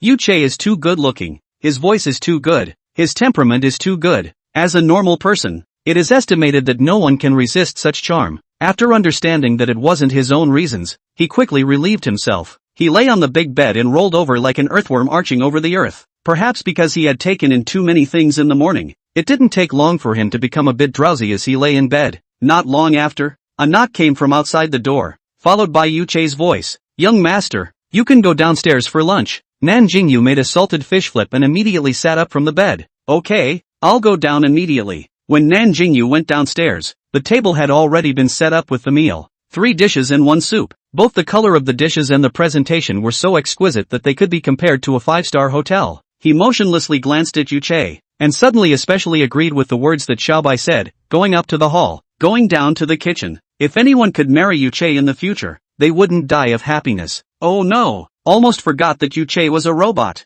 I wonder if they can fall in love and get married between intergalactic robots. I'll find a chance to ask Bai in the future. After eating a delicious lunch, Nan Jingyou leaned on the sofa to play with his cell phone and swipe videos. When he slid to the next video, a hysterical shout came from the video. Are you a pig? Eat and sleep. Sleep and eat. Rice is not cooked. Bowls are not washed. Day after day. Lying on the sofa playing on the cell phone. Nan Jingyou instantly fell silent. He meowed. Isn't this talking about himself? He hurriedly put down his cell phone and tried to convince himself that he was different from the person he was talking about in the video. Young master, what are you muttering? Yu Che came out from the kitchen at some point, and was currently standing behind Nan Jingyou's sofa. Nan Jingyou was startled. He turned his head to look at Yu Che, patted his chest and said, Yu Che, you scared me to death. Yu Che put his hand on the back of the sofa and laughed lightly. Young master didn't do something wrong. Otherwise how could he be scared like this? Nan Jingyou choked. Could he say that he had watched the video with a weak heart? Unable to answer, he hurriedly changed the topic. Yu Che, why don't we go out for a stroll? Staying at home is a bit boring. Just go and try out my new car. When he said the last sentence, his eyes were all bright. Chapter 34, Luxury Private Yacht. Yu Che looked at the pair swirls that appeared on his face from smiling and agreed without thinking. Then I'll go change into a set of clothes first. Nan Jingyou went back to the bedroom after saying that. When he reappeared, he had already changed into a set of light-colored casual clothes, and his entire body was as refreshing as a freshly baked college student. Yu Che was still in a board suit, but when the two stood together, they were unexpectedly harmonious. Nan Jingyou didn't intend to intervene in Yu Che's dressing style, but just asked him if he was hot. After all, it's still summer now. Wrapped up so tightly, if exposed outdoors, he will definitely sweat all over. Yu Che, however, laughed. Young master, don't worry. I'm different from you guys. My adaptability is much stronger than yours. Only then did Nan Jingyou react to the fact that Yu Che was not a human being. Oh no, it was a human being, but a robot. In that case it was indeed not afraid of the heat. After noticing that his worries were superfluous, Nan Jingyou stopped asking. The two quickly came to the underground garage. This time, Nan Jingyou decided to rain on the parade. In the morning drove the Shark Shadow. Then in the afternoon we'll try that windy Palenko's Flying Eagle. When the roar of the engine, Nan Jingyou can clearly feel the power system of the Eagle is more superior. Driving simply cool. Villa area he drove very slowly, passing the doorman. He deliberately stopped to let the doorman recorded license plate number. Convenient for future travel. Doorman Xiaoyang is usually accustomed to seeing all kinds of luxury cars, but when Nan Jingyou's car drove over, he still couldn't help but look a few more eyes. The truth is that this car is too beautiful. No man can resist its charm. After Nan Jingyou drove away, the doorman Xiaoyan also deliberately searched for this car on the internet. The colleague who was on duty with him also laughed. Why are you searching for this car? Is it possible that you still want to win the jackpot one day and buy it? Xiaoyang did not care to smile. How can just think it looks good, want to learn about it, and later go out in front of friends also have a talking point, is not it? But when the information on the internet was displayed, Xiaoyang couldn't stay calm any longer. Asterisk. This car actually won $100 million. When this statement came out, Xiaoyang and his colleagues looked at each other, so surprised that their mouths were almost open as big as an egg. After Nan Jingyou exited the gate of the villa, he raised his speed up. Good thing that at this time of the day everyone was at work. The cars on the road were not too many, but even if there are fewer cars, as long as the owner of the car on the road saw Nan Jingyou's car, they immediately left his car far away, fear of touching a little skin, and finally let themselves lose money. However, this is cheap for Nan Jingyou, all the way to drive a smooth and incomparable. Seeing that Nan Jingyou seemed to have no destination, Yu Che couldn't help but open his mouth and ask, Young master, where are we driving to? Nan Jingyou froze. He didn't seem to have thought about this question. He instantly conducted a brainstorming session, thinking over the places worth going to in High City. When Yu Che saw him frowning and thinking, he didn't disturb him. After about a minute or so, Nan Jing finally thought of a place. Why don't we go to the harbor and take a look at that luxurious private yacht I photographed yesterday? Yu Che raised his eyebrows, not expecting Nan Jingyou to think about it for half a day, but actually thought of this place. But he definitely wouldn't object is all. Fine, young master, you can go wherever you want. I'll accompany you. Nan Jingyou let out a light laugh. You say this? In case I have to go to a mountain of swords and blood, could it be that you will also accompany me? Yes, I'll accompany young master to the ends of the earth. Yu Che's tone was very formal. There was no sense of joking at all. Nan Jingyou suddenly couldn't laugh anymore. After a few seconds he pretended to be calm and said, I'm just kidding with you, don't take it seriously. Yu Che just smiled and didn't answer. Nan Jingyou also didn't continue this topic when he saw this. Before going to the harbor, he called the person in charge of the harbor side in advance, and the phone call was still given by the person from the auction house side. The harbor is a little far from the villa, probably more than 40 minutes drive. After Nan Jingyou parked the car, he and Yu Che walked towards the harbor by the sea. The harbor was filled with large and small yachts and ships. It looked spectacular. Those small yachts were as small as a toy compared to the huge ships. The harbor was really too big, and Nan Jingyou didn't know where his yacht was kept, so he could only call the person in charge to let someone come to pick up the two of them. Not long after, there was a man in his 30s who looked like a mixed-race man walking towards the two of them. Nan Jingyou, may I ask if you are Mr. Nan Jingyou? I am James, the person in charge of the Donardo Company's port in High City, and I am also in charge of the management of the Sonia that you bought. The man opened his mouth with a fluent Mandarin. Nan Jingyou smiled and responded, hello, I'm Nan Jingyou. I'll be troubling you from now on. James waved his hand and politely said, it's my honor to serve you. Mr. Nan, please follow me. I'll show you around the Sonia. But today's crew is not full. If you want to use the yacht, it might be tomorrow at the earliest. Nan Jingyou immediately responded, it's fine. I'm just here to take a look today. If I want to use it later, I'll call ahead to let you know to make preparations. James smiled after hearing this. He had a very good impression of Nan Jingyou. Among so many tycoons he served, Nan Jingyou was the one with the mildest temperament.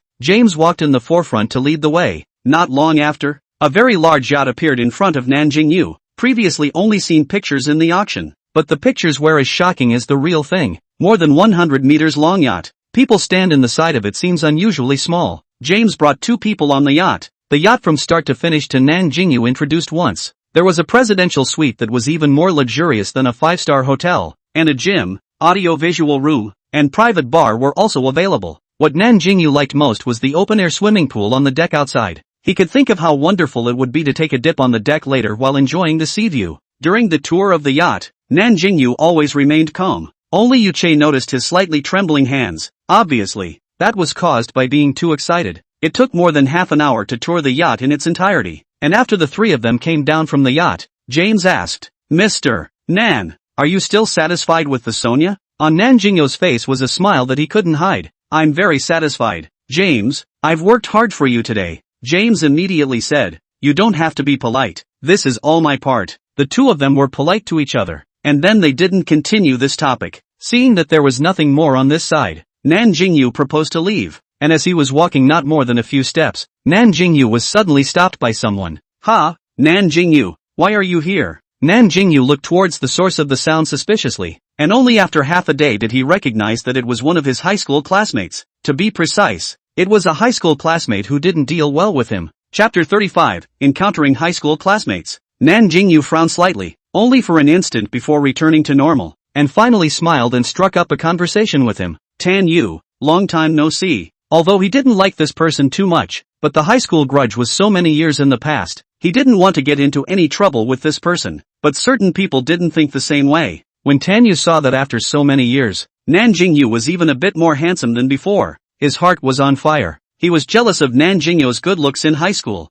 jealous that he easily gained the hearts of many girls by his good looks. Even his favorite girl liked Nan Jingyou. How could he swallow this breath? So when he was in high school, he would always find trouble with Nan Jingyou from time to time, and the two of them had formed a lot of liang because of this. Hearing that Nan Jingyou actually greeted him in a nice voice, the first thing he did was to find a thorn in his side. He said in a contemptuous tone, Nan Jingyou, how are you mixing now? I heard that you got into the High City Transportation University. How can you also find a good job in High City? Alas, unlike me, graduation was my father found a relationship stuffed into a company as a supervisor. TSK, after all, it's still not as good as people like you who graduated from a major university and have to rely on themselves to climb up the ladder one step at a time. Tan Yu's tone appeared to be self-deprecating, but in reality, he was invariably showing off that he had a good family background. The contempt in his tone was practically overflowing. James, who was standing next to him, frowned straight away as he listened, but he wasn't sure of Nan Jingyou's relationship with this person,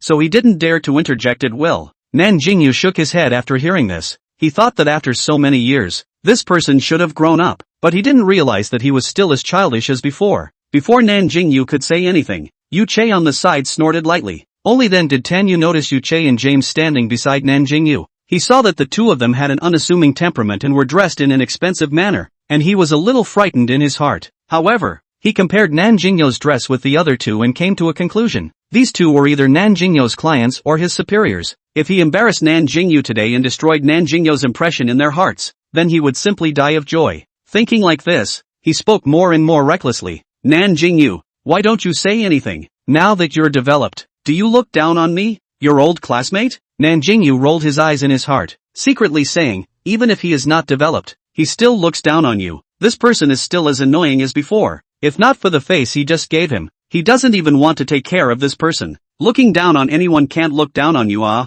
how powerful you are. You are a person who is a supervisor, so don't bother with me, a hobo. In terms of being shifty, Nan Jingyou was no less. You don't have a job? Tanyu looked like he had seized Nan Jingyou's handle, and even the pitch of his speech was raised several degrees. Nan Jingyou suddenly wanted to tease this person. He pretended to be helpless and said, "Yeah, there are too many excellent people. I've been looking for a long time but I can't find a job. Why don't you introduce me to one? You're a supervisor now. You won't be unable to help with this favor." Tanyu grunted and laughed, deliberately picky. "Jingyou, it's not that I don't help you. Our company, that's a listed company, very picky about their employees, starting with graduate students." After saying that, he looked at Nan Jingyou with disdain. "You, this education to our company certainly cannot, or so, our company is still short of a security guard, or you will come to do this. Maybe one day performance is good, but also can get a security team leader when." Seems to think that it helped Nan Jingyou. He also patted Nan Jingyou's shoulder. Afterwards,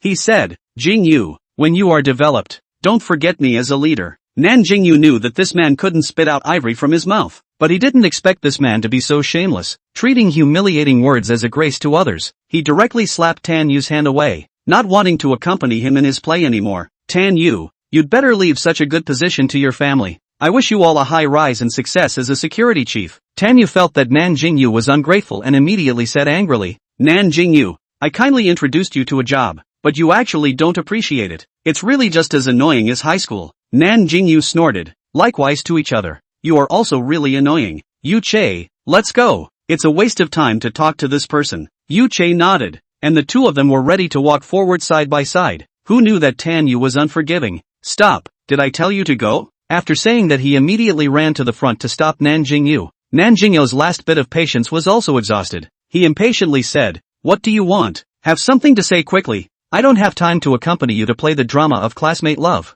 Tanyu was so angry that his chest was heaving. He then realized that just now Nan Jingyou was all pretending. You actually tricked me. I'll beat you to death." He only swung his fist halfway before it was held by Yu Che. "Ah!" Tanyu's mouth let out a pig-killing scream. "Let go! Let go! It hurts! It hurts!" His face twisted in pain. His already not handsome face became even more hideous. Nan Jingyou was rare. He felt that Yu Che's hand was clearly just gently holding Tanyu's fist. How could Tanyu act so exaggeratedly? It couldn't be that he was touching the porcelain, right? Only when Tanyu had wailed for almost as long did Yu Che shake off his hand. Tanyu fell on his butt and sat on the ground, his forehead covered in sweat. Even so, he didn't forget to put down harsh words, only his voice sounded weak. Nan Jingyou, you're so good. I won't let you go." Nan Jingyou didn't take his words to heart at all. For a grasshopper like this, the more you take care of him, the more he pops up. "Tanyu, I asked you to go get something. Why aren't you back in half a day?" A middle-aged man with a big belly walks up to him. Tanyu immediately jumped up from the ground when he heard the familiar voice. "Lu, Mr. Lu, I'm sorry, I was delayed by something." The man who was called General Manager Lu was a bit displeased, but in front of so many people, he couldn't afford to snap. General Manager Lu scanned the circle and suddenly his eyes lit up. "May I ask if you are Mr. James?" "Mr. Lu asked as he ran attentively to James. James was puzzled but answered politely. "I am. May I ask who you are?" Mr. James, it's a pleasure to meet you. I'm Lu Guang, the Deputy General Manager of Shenyang Foreign Trade. I've met you before at a charity dinner." James appropriately showed a surprised expression. As the saying goes, a handout is not a hand up. Although he didn't recognize this what's-his-name Lu Guang, he still greeted him appropriately. Lu Guang was very happy to see this. Their company had always wanted to cooperate with Donardo, but they had never gotten what they wanted. If they could get on good terms with James this time, they might be able to get a chance to cooperate. Chapter 36, Unacceptable Results. He was debating what topic to use to get close to James when his eyes suddenly fixed on Nan Jingyou and Yu Che. He asked with deliberation, "Mr. James, are you talking about cooperation with these two? Am I disturbing you?" James shook his head. "Mr. Nan is my client. I was just taking him on a tour of the private yacht he bought from our company, and I'm about to send him away now." After these words, Lu Guang's eyes changed when he looked at Yu Che. Because Donardo's cheapest yacht also cost $50 million upwards, that was an existence that even he, the assistant manager, could not afford. That's right, he thought of Yu Che as Mr. Nan in James' words. As for Nan Jingyou, looking at his dress, he was probably an insignificant little character. He didn't even put it on his mind. However, Tanyu was aware of it. The Mr. Nan in James' mouth was Nan Jingyou, because he had just heard Nan Jingyou call out Yu Che's name, and amongst the people present, Only Nan Jingyou's name was in line with the title of Mr. Nan. Because of this, he couldn't believe how Nan Jingyou could have so much money to buy a private yacht. They were in the same high school, and he was more than aware of Nan Jingyou's family conditions, just a barely well-off family. Once he couldn't accept a certain fact, even if the truth was in front of him, he wouldn't believe it. Tanyu was in such a situation right now. He asked undauntedly, Mr. James, the Mr. Nan you just said is Nan Jingyou? James had just seen this person contradicting with Nan Jingyou, and was hesitating to tell him, when Lu Guang on the side said excitedly, Stao Yu, so you know Mr. Nan, why didn't you say so earlier? Since it is your friend, then why don't I be the host today? Let's all have a meal together to liaise and get in touch with each other. He happened to not know how to climb into friendship with James. This opportunity did not come, but Tanyu didn't say anything, he just looked at James fixedly, waiting for the result he least expected. When Lu Guang saw that Tanyu wasn't picking up the conversation, he cursed the waste in his heart, but on his face, he always maintained the appearance of a smile. Seeing that everyone was not taking a stance, he directly looked at Yu Che and asked, Mr. Nan, what do you think of this proposal? But Yu Che's next words left him dumbfounded. Sorry, my name is Yu Che. Mr. Nan is the one next to me. I'm just his butler. After saying this, he looked at Lu Guang and Tanyu with a smirk. When Lu Guang heard this, he coughed twice in embarrassment, then immediately apologized to Nan Jingyou. I'm sorry, Mr. Nan. It's because I have no eyes and didn't recognize you. Tanyu looked as if he had been struck by something. From the moment he confirmed that Nan Jingyou was the one who had bought the private yacht,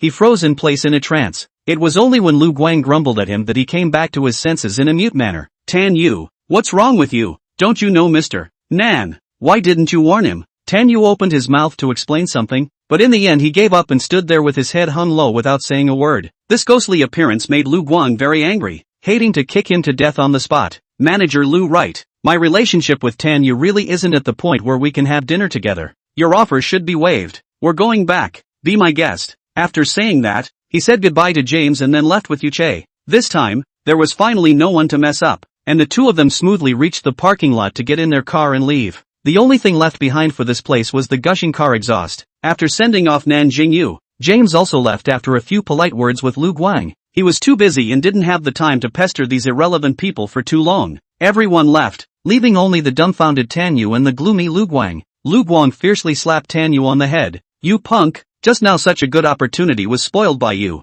But if you were a bit more resourceful, what happened just now might have come true. Sure enough, it's a backdoor. Not capable at all. I poo. After saying this, he also didn't care about Tanyu and left this place with big strides. Tanyu's face was ugly. He didn't know whether it was a little bit harder to be scolded, or a little bit harder to know that Nan Jingyou was a rich second generation. Nan Jingyou didn't have the mood to care whether Tanyu was hard or not. He was enjoying the passion brought to him by the sports car at this moment. After leaving from the harbor, he drove the car to a coastal highway. Basically no cars on the road. Nan Jingyou boldly kept accelerating. If it wasn't for the curves on this side, he was afraid that he would have to drive a little faster. Yu Che, are you uncomfortable anywhere? After slowly lowering his speed, Nan Jingyou opened his mouth and asked. Although Yu Che always said that he was a robot, different from these humans like Nan Jingyou always treated Yu Che as a real person. That's why he was so naturally concerned if Yu Che was uncomfortable. Yu Che was very flattered by Nan Jingyou's concern. He smiled and said, Young master, I'm fine. It was the first time for Yu Che to reveal such a bright smile. Before it was always a light smile or a smile. This was the first time he had ever seen Yu Che smile so cheerfully, almost making the driving Nan Jingyou look dumbfounded. If it wasn't for Yu Che moving the steering wheel, today he was afraid that he would be in a car accident. Returning to his senses, Nan Jingyou was scared out of cold sweat. He swore that he would never look at Yu Che while driving again.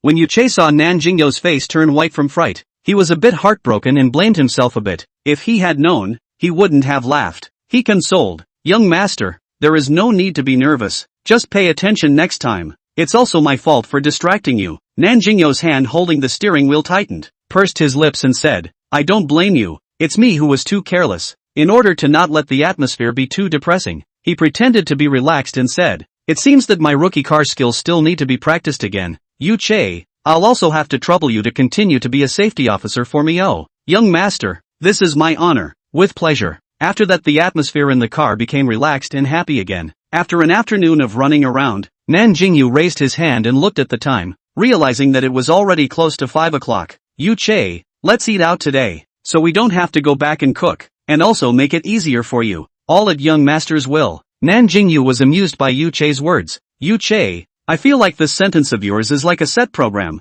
Every time it comes to this time, you'll say I'll listen to young master. Tell me honestly, is the chip in your brains really programmed? Nan Jingyou's last sentence wasn't a joke. He was truly somewhat curious. Yu Che hooked up his lips and said, young master, what would you do if I said yes? Nan Jingyou shrugged his shoulders and said indifferently, if it's true then there's nothing strange about it. You're originally a robot, but your interstellar technology can be really awesome. If only I could go and take a look at it someday. Nan Jingyou didn't realize that when he said this, Yu Che's expression became a bit nostalgic, like he remembered some good memories. Chapter 37, Imperial Cuisine Pavilion. Nan Jingyou drove his sports car on the road, and wherever he passed, without any surprises, other vehicles avoided them. Yu Che, since you were able to know the information of those auctions before, do you know what are the delicious Chinese food restaurants in High City? Nan Jingyou wanted to go eat Chinese food, but he didn't know where to go. It just so happened that he thought of Yu Che's behavior at the auction before. Maybe Yu Che would know about it. Sure enough, as soon as Nan Jingyou's words were spoken,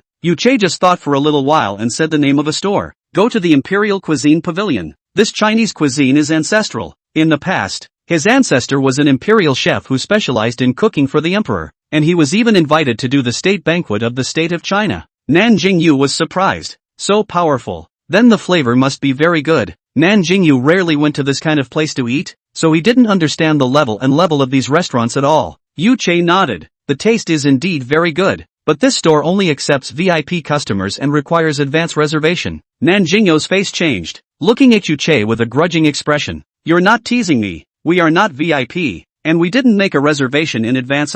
Did we go over to eat air? Yu Che patted Nan Jingyou's shoulder and comforted. Young master, don't be anxious. I naturally have a way to let you eat this family's meals. Later on, all you need to do is report your name is. The receptionist will naturally let you in. Nan Jingyou said suspiciously. Really? You didn't swindle me? Young master, I will never swindle you. Yu Che's tone was very solemn. Nan Jingyou was rather uncomfortable. How did this sentence sound like an oath? Having a meal. It wasn't enough to swear an oath. However, since Yu Che had said so, he didn't dwell on it too much, and directly followed the navigation's instructions to drive towards the Imperial Cuisine Pavilion. 20 minutes later, the two people in one car successfully arrived at the entrance of the Imperial Cuisine Pavilion. At this moment, the parking lot in front of the Imperial Cuisine Pavilion already had a variety of cars parked in it. Basically all of them were luxury cars. After Nan Jingyou found a parking space and parked the sports car, the two of them walked side by side towards the Royal Cuisine Pavilion. Just as they reached the front door of the Imperial Cuisine Pavilion,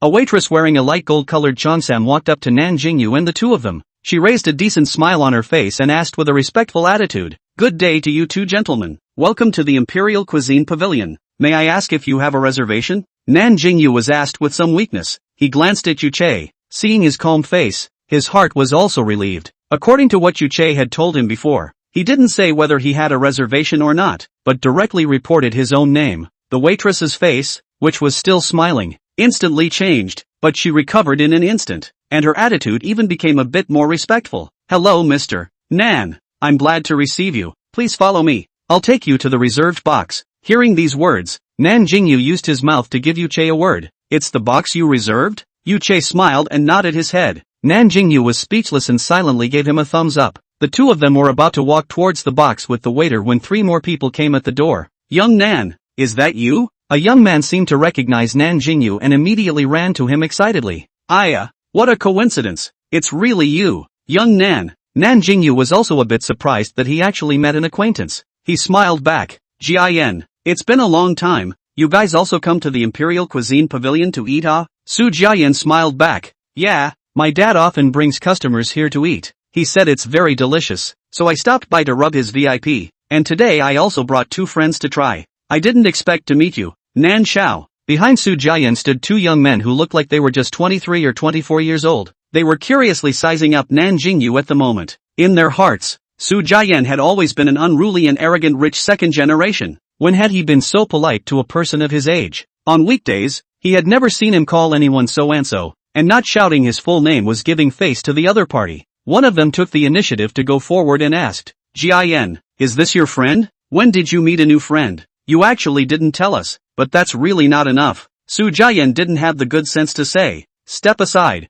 I'll talk to you later. Don't bother me talking to Nan Xiao." He wasn't sure what Nan Jingyou's attitude was towards him, and he had only met him once last time, so maybe he didn't see him as a friend at all. Su Jiayan's friend knew what kind of behavior he usually had, and he didn't get angry when Su Jiayan said so, but instead looked at Nan Jingyou with a smile on his face. Seeing this, Nan Jingyou took the initiative to explain. Hello, I'm glad to know you guys. Last time it was because Jiayan did me a favor. The two of us got to know each other, so don't hurt your feelings because of me. He knew that some people were very concerned about their friends being snatched away from them, and he was unwilling to be the villain, so he simply explained clearly at once. Su Jiayan glared at his friend and immediately said, Nan Xiao, don't listen to his farting. He's the one who likes to get together the most. I so farted. Su Jiayan's friend was somewhat unconvinced. Nan Jingyou watched with amusement from the sidelines. He hadn't seen such a childish quarrel for a long time. Fortunately, the two were just fooling around and wouldn't hurt their feelings because of it. Seeing that he had delayed Nan Jingyou for such a long time, Su Jiayan was a little embarrassed. He took the initiative and said, Sorry, young Nan, I've delayed you. You and your friend go eat quickly. After saying that, he also glanced at Yu Che. A trace of amazement flashed in his eyes. However, he knew it was impolite to keep staring at people and immediately withdrew his gaze. Nan Jingyou originally wanted to invite Su Jiayan to eat with him, but then he thought that he had brought his friends with him, and he didn't know his friends, so it was more or less awkward, so he dismissed the idea. Well then, we'll go in first, have a nice meal. Nan Jingyou and Yu Che had only just walked to the center of the hall when they heard Su Jiayan's voice filled with anger coming from the reception at the door. What do you guys mean? I've booked the box. Now you're telling me that it's gone again. Is your store sincerely fooling me? The waiter immediately bowed and apologized before starting to explain. It's like this, sir. Because our store has a kind of supreme VIP. If our store's booking is full and a supreme VIP comes back to book afterward, the box booked by the last guest will automatically be transferred to this supreme VIP. But we will also give you some compensation. If you come to dine next time, you can enjoy our store's 70% discount. But even after the waiter explained this, Su Jiayan still felt furious. Why should his seat be given to someone else? It was clearly him who made the reservation first, right? Chapter 38, Meeting Acquaintances, Treating Them to Dinner. Nan Jingyou silently listened to the entire process as he looked towards Yu Che and asked, It's not possible that Su Jiayan and the others got their seats because we squeezed them out, right? Because they had decided to come to the Imperial Cuisine Pavilion on an impromptu basis. Su Jiayan and the others must have booked earlier than them. Yu Che lightly said, It's us, because the identity I used for you is Supreme VIP. Nan Jingyou's heart stuttered. Now he was embarrassed to face Su Jiayan. He deliberated. Why don't we invite them to eat with us? After all, we are considered to have taken someone's place. Yu Che had no opinion on this. Seeing that he agreed, Nan Jingyou hurriedly walked to the entrance reception to look for Su Jiayan. Su Jiayan's entire face was black at the moment, and he only returned to normal when he saw Nan Jingyou walking over. Young Nan, why did you come out? Nan Jingyou touched his nose and said with some heartiness, I heard that you guys don't seem to have a compartment right. Why don't you guys have dinner with me? It just so happens that the last time you helped me, I haven't repaid you yet, and today there is just a chance that I can thank you. Su Jiayan was a bit moved by what he heard, because he still wanted to make a good relationship with Nan Jingyou, and this time might be able to make the two of them even closer. However, he couldn't disregard his friend's opinions. He looked at the two friends beside him and asked, What do you guys think? Would you like to have a meal with Mr. Na? The friend he had just been bickering with immediately agreed. It's fine, we just happen to be making friends. The other friend didn't have any opinion either, so the matter was happily decided. In the process of the waiter bringing a few people to the private room, Nan Jingyou's eyes also unconsciously looked around. The decoration of the restaurant is ancient Chinese style, and very luxurious, similar to the ancient palace, really worthy of doing imperial food. Some of the decorations also use gold nanmu, all show a noble. For people like Nan Jingyou who have never seen the big world, the whole time he was sighing inwardly. Host, stop howling, my ears are getting calloused. Xiao Bai's spitting voice suddenly rang in Nan Jingyou's ears. Nan Jingyou was startled and almost tripped over his other foot. Fortunately, Yu Che moved quickly, so he didn't fall on the ground. Several people all looked towards Nan Jingyou. Young Nan, are you alright? Su Jiayan said with concern. Nan Jingyou waved his hand awkwardly. I'm fine, I just accidentally tripped. Only after he finished speaking did he realize that Yu Che's hands were still on his waist. Those bony hands were placed like that on Nan Jingyou's seemingly lean, but actually full of strength waist. The waitress on the side saw it and let out a groundhog-like scream in her heart. Her favorite thing to do on the internet was to check out double male CPs, especially the tall and handsome ones. Today, Nan Jingyou and Yu Che were simply a tailor-made CP for her, and when they entered the door, she was knocking in her heart. The scene just now was simply too stimulating to the eyeballs. If she could take a picture of it, she would definitely post it in her social group to share it with her like-minded sisters. Nan Jingyou awkwardly patted Yuche's hand, signaling him to release himself. Yuche calmly withdrew his hand, but his fingertips unconsciously twisted, seemingly feeling the temperature of the previous hand. After the interlude here passed, several people continued to walk in the direction of the box. Only Nan Jingyou was communicating with the system with his consciousness. Little White, you almost caused me to fall just now. Say it, how can you compensate me? Xiaobai skimmed his mouth. What's the matter? Obviously it's the host, you're too timid. I just said one sentence and you got scared. It seems that you still need to strengthen this aspect of the exercise before you can do it. Nan Jingyou choked, instantly disliked without words, and finally directly used pretending to be dead to escape this topic. Xiaobai also didn't care about him. It was really because just now Nan Jingyou's too many inner words had made it noisy, so he couldn't help but spit out two sentences. Seeing that Xiaobai also stopped talking, Nan Jingyou simply blocked it. He didn't want to be scared into spewing his rice out again when he was eating. That way it wouldn't be a social death, but really looking for a brick to crash into. After arriving at the box, Su Jiayan's few people were very self-conscious, waiting for Nan Jingyou to find a seat first before they took their seats. The space of the box was huge, and at a glance, it was full of tables, chairs, doors and windows made of all kinds of mahogany, nanmu, sandalwood. It was simply luxurious out of the sky. It was also the first time Su Jiayan and the others had come to the Imperial Cuisine Pavilion, and even they were shocked by the box's nobility. Soon the waiter came over with the menu. Based on the principle of prioritizing guests, Nan Jingyou handed the menu to Su Jiayan's three people. Jiayan, you guys are guests today. No need to be polite with me. Feel free to order whatever you want to eat. You can't be too stingy in inviting others to dinner. He had just roughly scanned the menu, and the most expensive dishes amounted to thousands. Even if Su Jiayan's few people ate with an open stomach, it would be impossible to finish the balance of his bank card. Su Jiayan's three people glanced at each other, and in the end, the menu returned to Nan Jingyou's hands. Su Jiayan said, "Young Nan, it's better for you to order. It's our first time here and we don't know which ones are delicious." Seeing their insistence, Nan Jingyou could only take the menu helplessly. "Do you guys have any contraindications?" the three voiced out at the same time. "No." Nan Jingyou lost his smile. It seemed that he had to order according to his own preferences, but before that, he asked for another swimmer's opinion. "Young master, their 8 treasure duck and linglong drunken fish are very good.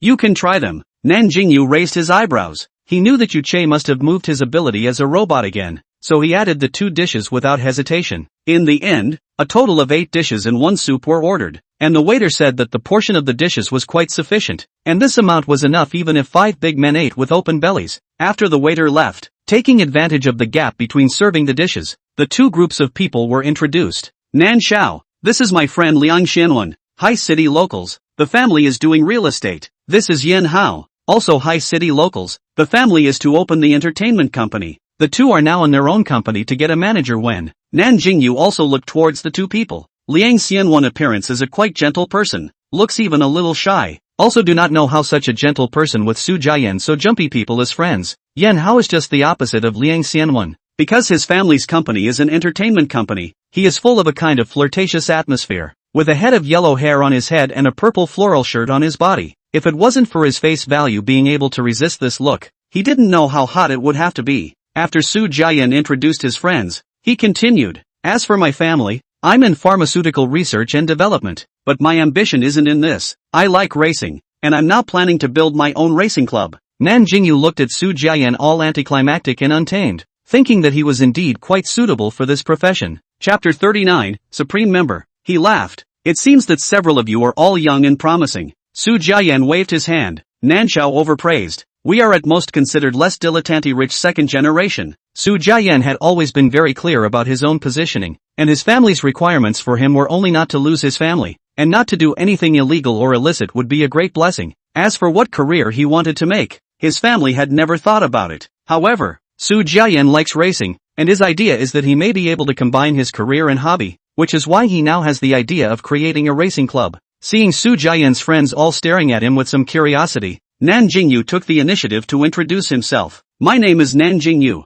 and I'm still a hobo nowadays." Nan Jingyou didn't say this without half a heartbeat, because he really didn't have a job right now. "Next to me, this is my housekeeper Yuche, also my friend." Nan Jingyou continued to introduce. Hearing that Nan Jingyou was a jobless man, the 3 of them all coincidentally expressed their disbelief, especially Su Jiayan. He knew Nan Jingyou's background. Like Mu Ziruo, he went back and told his own dad about Nan Jingyou being the owner of Villa 12. The result was naturally much the same as what Mu Ziruo's family had found out. Although the result was outrageous, Su Jian likewise guessed that Nan Jingyou was someone hidden outside of which big family. However, it was different from Mu Ziruo's guess. He thought that Nan Jingyou might be the illegitimate son of a big brother of which big family outside. Now that Nan Jingyou was recognized back, that Villa number 12 was naturally the compensation for Nan Jingyou. Although people like their circle had always looked down on illegitimate children, it also depended on who the target was. If it was the illegitimate son of that kind of super family, and also quite valued, then the identity of the illegitimate son was not a problem at all. Even his status was much higher than a legitimate son like them who could only be ranked in the third or fourth tier in the circle of wealthy second generation in High City. Although Su Jian and the others did not believe it, but in the adult side of the ear,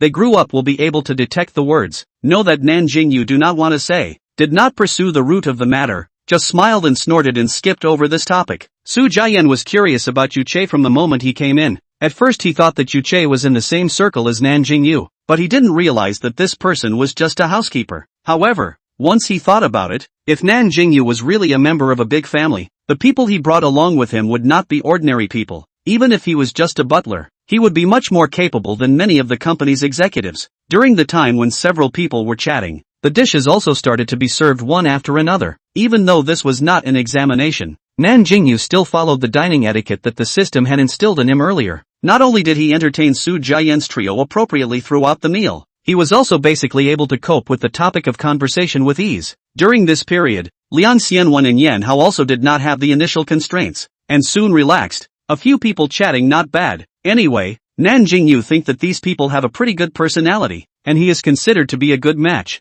Among them, Yan Hao's words are the most. From the beginning of the constraints to break free, he gradually let go of his nature, will be his flirtatious side to show, especially when it came to things in the entertainment industry. He was simply like a gossip king, itching to talk for 3 days and 3 nights. If it wasn't for trying to maintain his gentlemanly demeanor, Nan Jingyou absolutely had to burst out laughing. Everyone had a good time at this meal, and after about an hour or so, a few people ended their meal, because they had to drive. Several people didn't drink, and they were all refreshed when they left the private room. Su Jian had wanted to grab the bill, only to be told by the waiter that the bill had already been bought. Su Jian was puzzled. Nan Jingyou was not behind him. It is difficult not to automatically buy the bill. Nan Jingyou was equally confused, but his face didn't show it. He still had a bland look. The waiter saw Su Jian had doubts, took the initiative to explain, this Mr. Nan is a supreme member. There is a membership fee inside the card, which can be directly deducted, without having to personally pay the bill. Su Jian then suddenly realized that his dad was only an ordinary member.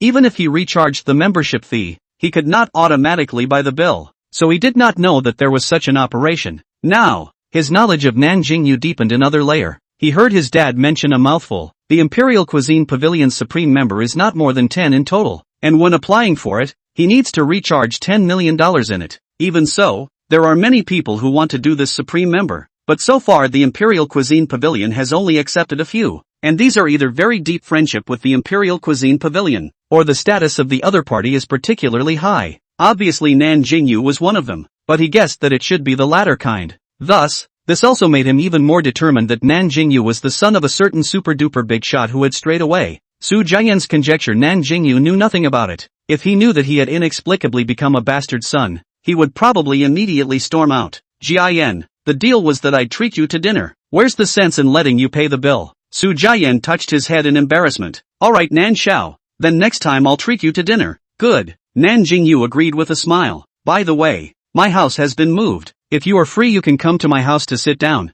Bringing your 2 friends is also possible. Hearing Nan Jingyou's words, Su Jian was a bit flattered, and he busily agreed. Villa 12 was a legend in Star Moon Bay. If he could visit it, it was estimated that even his dad would envy himself. The 2 teams went out and separated, as their cars weren't parked in the same direction. As they walked towards the parking lot, Su Jian's 2 friends finally asked the question they had been wondering about. Yan Hao swept Su Jian's neck, his voice indebted as he asked, Jian, where did you recognize this man? And you actually called him Nan Xiao. This is not like your style, ah? Su Jian threw out his hand on his shoulder as he said in a serious tone, Yan Hao, I'm telling you, this is someone you must not offend, or else the consequences will be serious. Yan Hao was frozen by Su Jian's tone. Jian, who exactly is this southern youngster? Your attitude towards him is too strange. Liang Xuanwen's expression changed as well. Su Jiayan glanced at the two with a sullen gaze as he said, "You guys know about Star Moon Bay Villa 12, right?" The two nodded at the same time. Nan Xiao is the owner of Villa 12. Su Jiayan's words exploded in Yan Hao's ears, incredulity surfacing in his eyes. Obviously he was aware of what Villa 12 represented. Liang Sumi Renwen narrowed his eyes, and the words his father had said earlier suddenly surfaced in his mind. The owner of Villa 12 in Star Moon Bay was a super big brother, but so far it was so mysterious that no one knew who it was.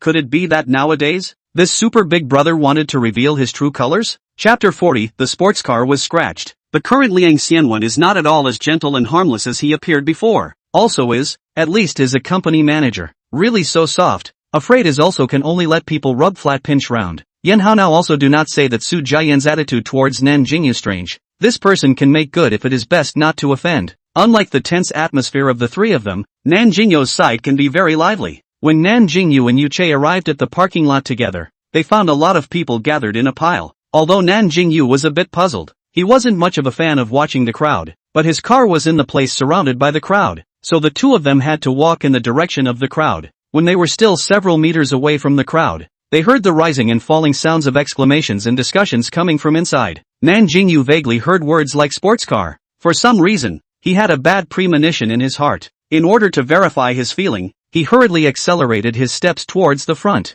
Yu Che followed behind, but the steps taken by those long legs also became a bit bigger. When Nan Jingyou peeled through the crowd, he saw a scene that made him furious. Only to see a woman sitting on the front cover of his sports car posing in various positions. A man standing on the front, holding a cell phone showing a mouthful of white teeth to the woman. A burst of wild shots. The onlookers thought the car belonged to these two people, and all of them couldn't stop sighing. Too rich. This car actually won 100 million. Everyone looked at the man and the woman with a look of awe. However, there were also skeptics, because just by looking at their faces, these two people didn't look like they could afford to drive $100 million luxury car. Although these two were not cheaply dressed either, their temperament did not match the super-rich second generation at all, because the two looked too mercenary. Although there were doubts in his heart, he thought that normal people shouldn't be stupid enough to touch someone such an expensive sports car. Either these two people were stupid, or they simply didn't look like rich people. Just when everyone was either puzzled or excited, an angry shout came from the crowd.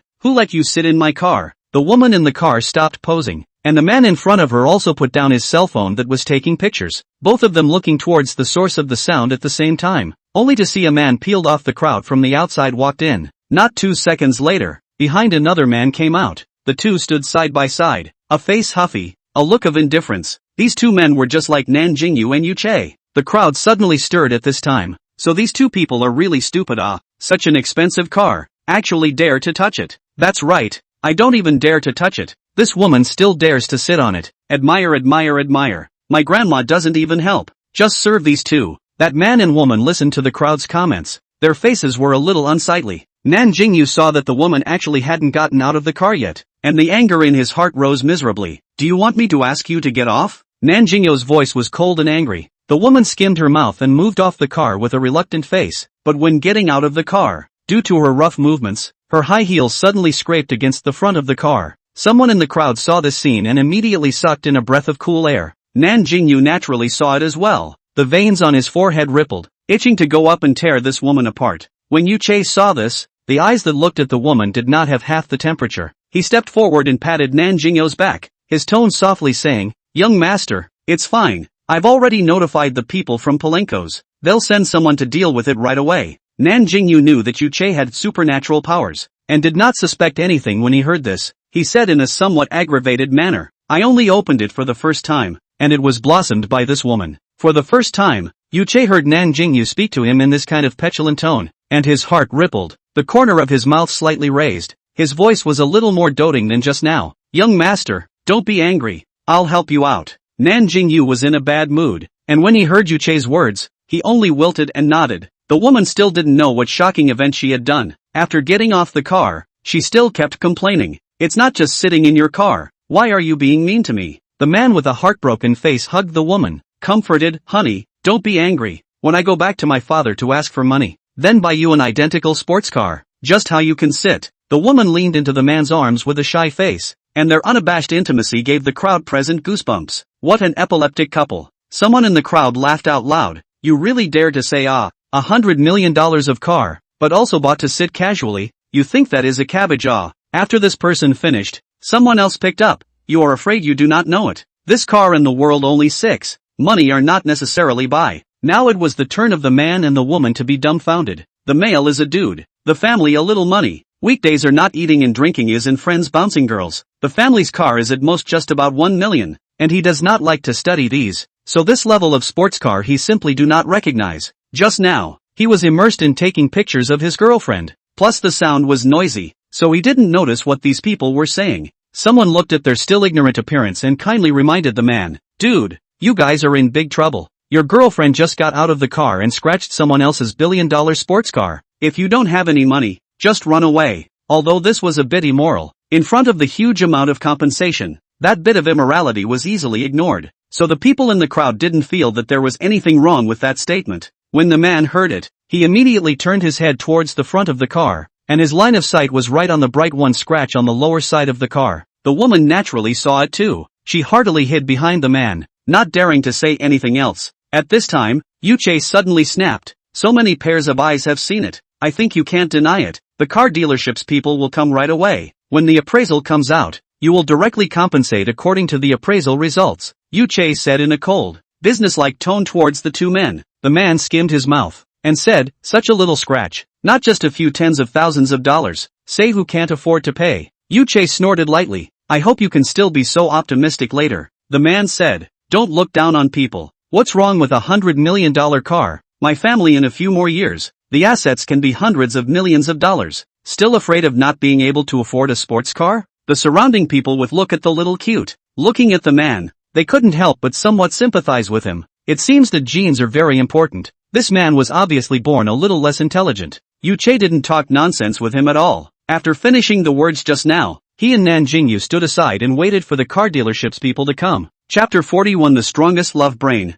The woman was relieved to see that the man didn't listen to those people and just left. Even if she lost a few tens of thousands of dollars, she still couldn't afford it. Luckily this ingrate was willing to help himself. That's right, the man in her eyes is for their own enjoyment of the wrongdoer. When she found the next target, this fat head of pig head who loved to take who want. During the period of waiting for the car dealership's people to come, the onlookers had not left. Everyone wanted to see how much money this big fool would have to pay. Yuche was afraid that Nan Jingyou was too tired to stand outside, and asked him to go and sit in the car. Nan Jingyou agreed after thinking about it. He took out the car key and with a few beeps, the doors on both sides of the sports car automatically opened slowly. The open car doors resembled a pair of eagle wings that lifted their wings and flew high, and everyone present let out a gasp of amazement. "Gosh, this is too cool. If only I could get in and sit in it. Holy crap. I wonder how cheerful I would be if I was born into a family like this." Nan Jingyou wasn't in a good mood and didn't pay much attention to these people. When he and Yuche sat in, he closed the car door. The people outside looked at the two of Nan Jingyou through the car window. The envy in their eyes was overflowing. After waiting for about 20 minutes or so, the people from Palenkos came. The other party came with a total of 2 people. One of them turned out to be Managerly, who came to deliver the car last time. It seems that this Managerly is more important to Nan Jingyou than imagined. Even the small problem of vehicle maintenance has personally run a trip. After Nan Jingyou got off the car, Managerly had a smile on his face as he said, "Hello Mr. Nan. So soon we meet again. Where is the problem with your car? Don't worry, we will provide the most comprehensive repair and maintenance for your car." Nan Jingyou didn't show a bad mood in front of Managerly. He smiled and said, "Managerly, that's a trouble for you. The front of my car was scratched with a scratch. How long do you think it will take to fix it?" Managerly looked over in the direction of Nan Jingyou's finger, and indeed saw a particularly obvious scratch. Even if it wasn't his car, Managerly was heartbroken. He said directly, "Mr. Nan, due to the special material of your car, so to repair the paint it needs to be shipped to Palenkos headquarters in M. The time will be around a month." Nan Jingyou frowned. "It takes so long? By the way, what is the approximate cost of the paint refinishing?" Managerly replied back, "Mr. Nan, the paint of your car is only available at the headquarters, and the amount is very rare. That's why it needs to be shipped back to the headquarters. I took a look at the size of the scratches, and the approximate cost of refinishing the paint is about 1 million. Managerly's words were almost like a heavy hammer, smashing hard in the hearts of the onlookers, especially that man and woman. 1 million? This was a huge amount for ordinary people. How many people here, who could only get $4,000 or $5,000 a day, didn't dare to think about how long they would have to earn $1 million? And today, They had seen with their own eyes how someone could lose over $1 million in an instant. The man's mind was blank for a moment. Don't look at his arrogant words just now, but his family's conditions he himself knew best. His family's assets are just a few tens of millions, and that's counting a lot of real estate. His usual monthly pocket money is only a few tens of thousands of dollars. Let him take more than $1 million out at once. That is how can not do. It was his father's company. The cash flow was only a few $1 million. The woman's face had been scared bloodless. How could she not expect? Just a small scratch. Actually want so much money. Just when the two were at a loss, Yuche suddenly walked in their direction. The two of you have heard it too. The paint refinishing needs to be around 1 million. My young master is merciful. I can wipe a fraction of that for you. So you'll just pay out 1 million. This 1 million. Who are you two going to pay? Yuche's gorgeous purple eyes were currently looking at the two men coldly, and a chill rose from the two men for no reason. Someone in the crowd couldn't stand to see the man's look of being an ingrate, and couldn't help but speak out. Hey brother, you really want to pay this 1 million? This woman doesn't look like a good one. Don't let people and money go down the drain at that time. The woman heard this immediately anxious. She angrily roared, what do you have to do? My boyfriend is not your kind of heartless people.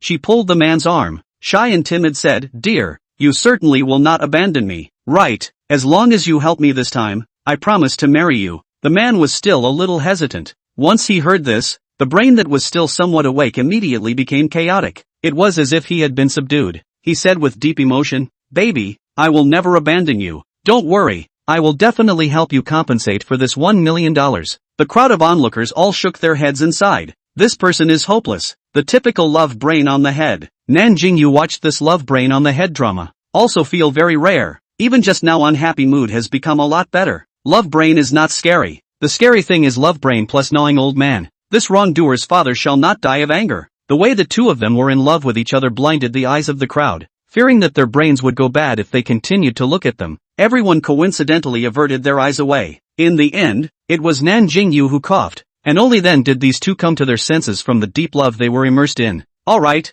don't waste everyone's time. Finish the matter as soon as possible. Let's get together, Nan Jingyou said in a light tone. After returning to reality, the man was shocked to realize what he had promised to do, and was instantly a little flustered. He stammered, Can I have a few days of grace? I can't get so much money at once. Looking at him, Nan Jingyou also knew that it would be more difficult for him to take out this amount of money for a while, so he didn't purposely make things difficult for him. What's more, the biggest fault still lies with that woman. He said, yes, but I want you guys to write an IOU. You guys just write me an IOU of $500,000 each. At that time just whichever one of you pays back the money, I don't care. He knew that the woman was not a good person, and he didn't want to specifically catch the man in the pit. Since it was the woman who made the mistake, then she definitely had to take the corresponding responsibility as well. Once the woman heard the words of Nan Jingyou, the first time is to retort, not my boyfriend also, why do I have to write a note? I do not write. You find my boyfriend is good. South Jingyou sneer, this cannot be you. The wrong is you made. You think you do not have to take responsibility, trying to let others to you as the wrongdoer. Think of the United States, and your boyfriend have said to help you return. Just make an IOU, only you are not willing. It is hard to believe that you do not believe your boyfriend's love for you. The man immediately looked at the woman, and the woman was immediately caught in a dilemma. Chapter 42, Not enough balance? The man said with some aggravation, baby, could it be that you really don't trust me? The woman clenched her teeth and stomped her foot twice before immediately revealing a pleasing expression. Honey, how could it be? I trust you the most. I'll sign it, okay. Finally, Manager Lee took out a pen and paper from his briefcase, and the two of them each wrote an IOU, and after signing, they also pressed their handprints with Manager Lee's sealing clay. This note is written legally compliant, is absolutely with legal effect, so South Jingyou is not afraid if two people run away. And there is this radar-like existence of Yuche. Two people unless they run to the place without network, or else in minutes to be found by Yuche. But where does Nan Jingyou know? Even if the whole world has no network, as long as Yuche wants to find something, there is nothing on the blue planet that he can't find. The two of them signed an IOU, left their personal information and left. The onlookers witnessed the final result as they wished, and they all dismissed with satisfaction. Nan Jingyou left the car where it was. Manager Lee would send someone over to pull it away and send it to the headquarters. So Nan Jingyou and Yuche could only take a taxi home. Perhaps today experienced too many things. Nan Jingyou sat in the car not a moment before falling asleep, looking at the head of the person beside him little by little. Yuche gently put Nan Jingyou's head on his shoulder. In the dimly lit car, no one saw the smiling side face of Yuche reflected on the car window. When the car drove to the gate of the villa, It was not surprisingly stopped by the doorman. Yu-chae opens the window of the car, and after talking to the doorman about the situation, the car is let in. The doorman also wondered, didn't you go out in a sports car during the day? How did you come back in a cab? The car soon drove to the entrance of Villa 12. Young master, we're here. Wake up first and go home before you sleep. Yu-chae's gentle voice rang in Nan Jingyou's ears.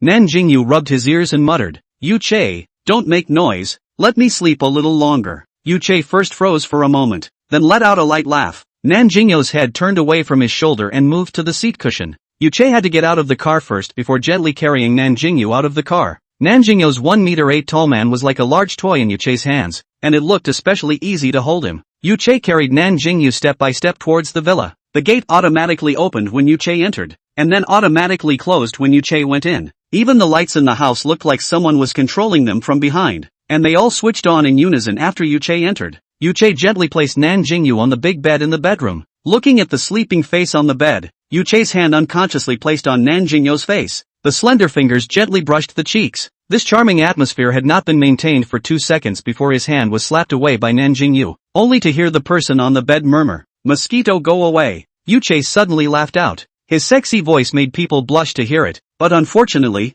Nan Jingyou was sleeping too much and couldn't hear it at all. Little heartless, running away when you say run. Yu-chae covered Nan Jingyou with the quilt, left this nonsensical words and left. Nan Jingyou was sleeping soundly. He didn't know what kind of beautiful dream he had, and actually laughed foolishly. The next day, the sunlight was already shining on the bed through the floor-to-ceiling windows. Nan Jingyou stretched out on the bed before leisurely opening his eyes. When did I come back? He let out a question as he got up and surveyed his surroundings. Knock knock knock. A knock came from outside the door, followed by Yu-chae's voice. Young master, are you up? You can get up and have breakfast. Actually, saying it's breakfast isn't appropriate anymore, because Nan Jingyou raised his hand and looked at the time. The needle was already about to point to 11 o'clock. Yu-chae, I'll go wash up first. I'll be down later. The voice at the door stopped. Nan Jingyou guessed that Yu-chae should have already left. During the washing up period, Nan Jingyou was still wondering how he came back. His memory only stayed after getting into the car. He had no impression of what happened after that. Could it be that Yu-chae helped him back? This matter itself was rather embarrassing, so Nan Jingyou didn't intend to ask Yu-chae. After going downstairs, looking at the sumptuous food on the table that didn't look like breakfast, Nan Jingyou's stomach rumbled very opportunistically. Nan Jingyou awkwardly covered his stomach and sat on the dining chair. A closer look could still see the too slight redness on his earlobes. Yu-chae looked as if he didn't see Nan Jingyou's embarrassment. His face was very natural as he gave Nan Jingyou a good amount of rice. Young master, it's a bit late, so I made the rice directly, so why don't you just eat breakfast and lunch together? Nan Jingyou received the rice bowl and couldn't stop nodding his head. Right. Yu-chae, you're so smart. The corners of Yu-chae's lips were slightly hooked. As he ate, he gave Nan Jingyou food. Nan Jingyou refused to come. The final result was that he ate too much and lay on the sofa without wanting to move. Yu-chae didn't know where to bring a pill, saying that it would help digestion after eating. Nan Jingyou took it half-heartedly, thinking that Yu-chae would not harm him, and swallowed it without thinking. Sure enough, in less than 3 minutes of work, he felt that his stomach was instantly comfortable. He looked at Yu-chae with bright eyes and asked, Yu-chae, where did you get such a miraculous medicine? You are simply a treasure. Yu-chae gently said, Young master, there are some questions I can't answer you, but you just need to believe that I will never harm you. Nan Jingyou suddenly raised his head and looked at Yu-chae fixedly. He felt that this person, Yu-chae, was just like his violet eyes, containing endless mysteries. Whenever Nan Jingyou discovered a bit of Yu-chae's secrets, he realized that there were even more mysterious things about him. Young master, did you hear me? Why do you keep looking at me? Yu-chae's voice pulled the dazed Nan Jingyou back to the real world. Nan Jingyou rubbed his nose and said, It's nothing, it's just that I feel that you are more mysterious than the vast universe, and I just thought a little too much for a moment. Yu-chae's voice suddenly became somewhat ethereal as he said, Young master, in the future, I will let you know everything about me. Everyone has their own privacy, and Nan Jingyou didn't want to get to the bottom of it, so he took the initiative to digress from the topic. Just after dinner, Manager Lee from Palenkos called. Hello Mr. Nan. Your car we have sent people to transport to M country, now still in transit. When the car is repaired, I will call to notify you, and give you personally sent to Star Moon Bay Villa. Nan Jingyou thanked. Okay Manager Lee, thank you very much. After hanging up the phone, Nan Jingyou only remembered one thing. He didn't have enough money. The money to repair the car would cost around $1 million, and right now, he didn't even have $1 million in his card. What to do? wouldn't have to go borrow money. Why didn't I think of this yesterday? If I had known, I wouldn't have repaired the car in the first place. I don't know when I will receive the money owed by those two people. In case the two people as the old rogue has not been paid, then he will not still have to take out a loan to pay for the repair of the car. Just as he was thinking, his line of sight suddenly collided with the watch on his wrist. How about selling the watch? But he can't bear to part with it. After all, he really likes this watch. At this time, Yu Che noticed his abnormality. Young master, what's wrong? You don't look well. Chapter 43, Racing Competition. Nan Jingyou said awkwardly. I'm wondering if I should sell the watch. Yu Che continued to ask. Is young master very short of money? Nan Jingyou nodded. Indeed, a little short of money. The rewards that Xiaobai had given him were basically real estate and fixed assets. He really couldn't do it if he wanted to come up with a lot of money at a moment's notice. It would be nice if the next mission could reward some more cash. Thinking like this, he asked directly in his head. Xiaobai, when is the next mission and can the rewards be cash I feel like there are more places that need to use money. Xiaobai replied back. Host, don't worry. Xiaobai can exchange the rewards for the host's most needed items. So this request of yours is agreeable. Nan Jingyou immediately cheered up. He said in a light tone. Then when will the next mission be released? As soon as the words fell, the phone in Nan Jingyou's pocket rang. He hurriedly picked it up and prepared to answer it. Looking at the screen caller, it was actually Su Jiayan. He felt a bit rare, so he quickly answered it. Hey, Jiayan, is something wrong? Su Jiayan's bright voice immediately came from the other end of the phone. Nan Xiao, good morning. It's like this. Didn't I say yesterday that I'm forming my own racing club? Now that the club has been completely formed, the club's first race will be held in 3 days. So I wanted to ask young Nan if you're interested in coming to watch the race? Of course, if you want to participate in the race, young Nan, that's also possible. Nan Jingyou was stunned for a moment when he heard this invitation. He only heard Su Jiayan talk about the club yesterday, but today he was invited to participate in the race? Although he liked cars, he didn't have much interest in races. Besides, he didn't know how to race at all. But going over to see the race was fine. Just as he was about to agree that he could go watch the race, a system beep sounded in his head. Ding! Issued mission. Please ask the host to participate in the Su Jiayan Club racing competition and enter the top 3 of the competition to be considered successful in the mission. Boom! Nan Jingyou's brain exploded. Bye. What the hell are you doing? I haven't even driven a few times, and you're asking me to participate in a racing competition? Isn't this letting me go and give away my head? Listening to Nan Jingyou's exasperated voice, Xiaobai calmly said, Host, calm down. I will definitely let you learn to drive a racing car. What you need to do now is to agree to Su Jiayan's invitation right away. Otherwise it's considered as giving up the mission. Nan Jingyou paused for a moment and asked, what will be the consequences of abandoning the mission? Xiaobai smiled and said, it will deduct the host's godly value. Oh, how much godly value is rewarded by this mission? How much godly value will be deducted after the host gives up? A black line crossed Nan Jingyou's forehead, and he expressed speechlessness in his heart.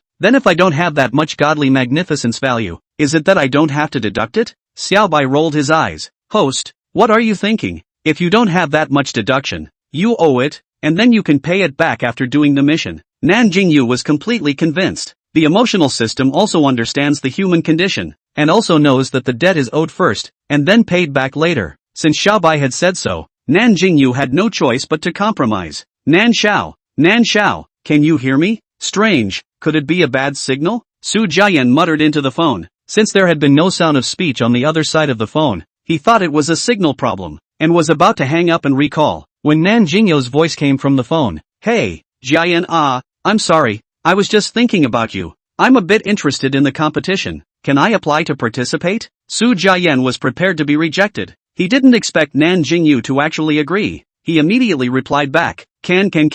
It's our club's honor to have you participate, young Nan, so I'll just put your name on the entry list. The time of the race is 3 days later, this Friday at 9 a.m. The race location is at the High City Galaxy Circuit. Later I will send the club as well as the race information to your cell phone. Young Nan, if you have any questions you can ask me on my cell phone. Su Jiayan crackled as if he was afraid that Nan Jingyou would back out. His intention was actually to let Nan Jingyou go to watch the match. The latter sentence was completely incidental, but as a result, he didn't expect Nan Jingyou to actually agree to it. But this matter is also harmless. The big deal is that he greeted his friends and tried to give Nan Jingyou a break. Otherwise, if Nan Jingyou lost face on his turf, he was afraid that his heart would be a little uncomfortable, which in turn would affect the relationship between them. After listening to Su Jiayan's instructions, Nan Jingyou replied back, Okay Jiayan, then I'll trouble you. We'll see you in 3 days. After talking to Su Jiayan on the phone, Nan Jingyou sat paralyzed on the sofa. Yu Che thoughtfully poured him a cup of water. Nan Jingyou patted the sofa beside him.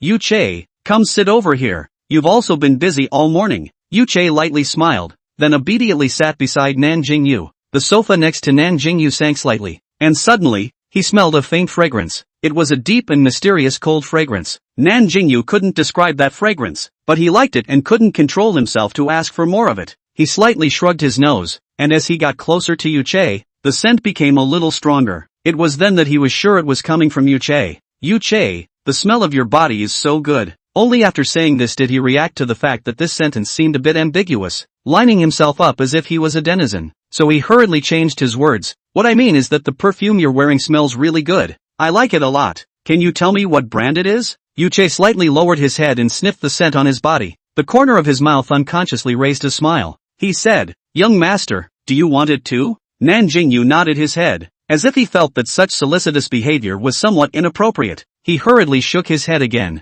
The smile on Yu Che's face deepened. Young master, I can give you a bottle, but I want you to promise me a request. Nan Jingyou was puzzled. What request? I haven't thought about it yet. Can I tell young master when I think of it? Yu Che's voice seemed to have a kind of magic power, making it difficult for Nan Jingyou to refuse. At this moment, he was like a dim king. The beauty in front of him could easily hook his soul away with her voice. He agreed to Yu Che's request without even thinking about it. Good, then tell me when you've thought about it, but I won't do anything about killing and setting fire. Yu Che laughed out softly. Don't worry young master, it's absolutely legal and compliant. Nan Jingyou originally thought that Yu Che would go back to his room to get it for him, or re-buy him a bottle of perfume, but he didn't expect Yu Che to directly change it out. Yes, it was just changed out. Only seeing a spread of his palm, a perfume bottle with a complicated and ancient shape appeared in Yu Che's hands. Chapter 44, Galaxy Track. Inside the bottle was a light blue liquid. Nan Jingyou curiously took it and held it in his hands for a long time, carefully observing it. He opened the lid and sprayed it towards the air. The smell was exactly the same as the smell on Yu Che. Nan Jingyou was like a treasure, but what made him even more curious was the magical operation of Yu Che just now.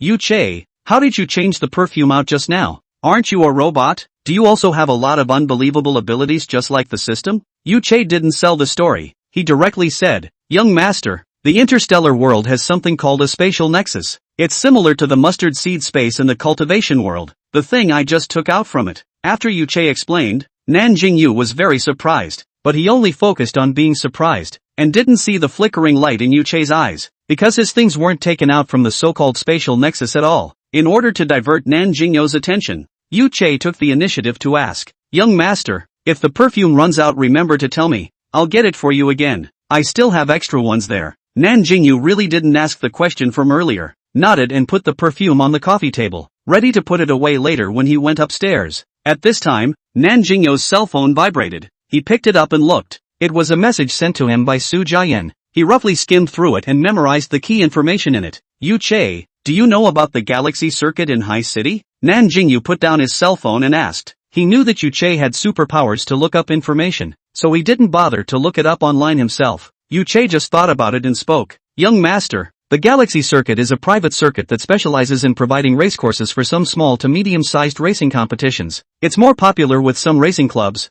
Not only does it undertake races, it also provides daily training grounds for some clubs. Nan Jingyou listened attentively. Yu Che continued. This racetrack was built by a private owner who loves racing with a huge amount of money, and was sited near a scenic lake on the outskirts of High City. The nearby scenery is beautiful. The track is smooth. And the most crucial thing is that this track has several sharp deceleration curves, which is a great test for the brakes of the race car and the driver's maneuvering power. He looked at Nan Jingyou. His tone was a bit serious. Young master, those who miss on this track will either be maimed or die. So young master, do you really want to participate in the race? Nan Jingyou involuntarily trembled his body, and the thought of retreating a little in his heart. But thinking of Xiao Bai's words, he had a little more confidence. Xiao Bai definitely wouldn't let him get into such a dangerous situation. Yu Che, I'd better participate. I can't just retreat after a little difficulty. I don't want Xiao Bai to look down on me. Seeing Nan Jingyou's confident appearance, Yu Che also stopped persuading him. After the words of the two were finished, Nan Jingyou began to call out to Little White.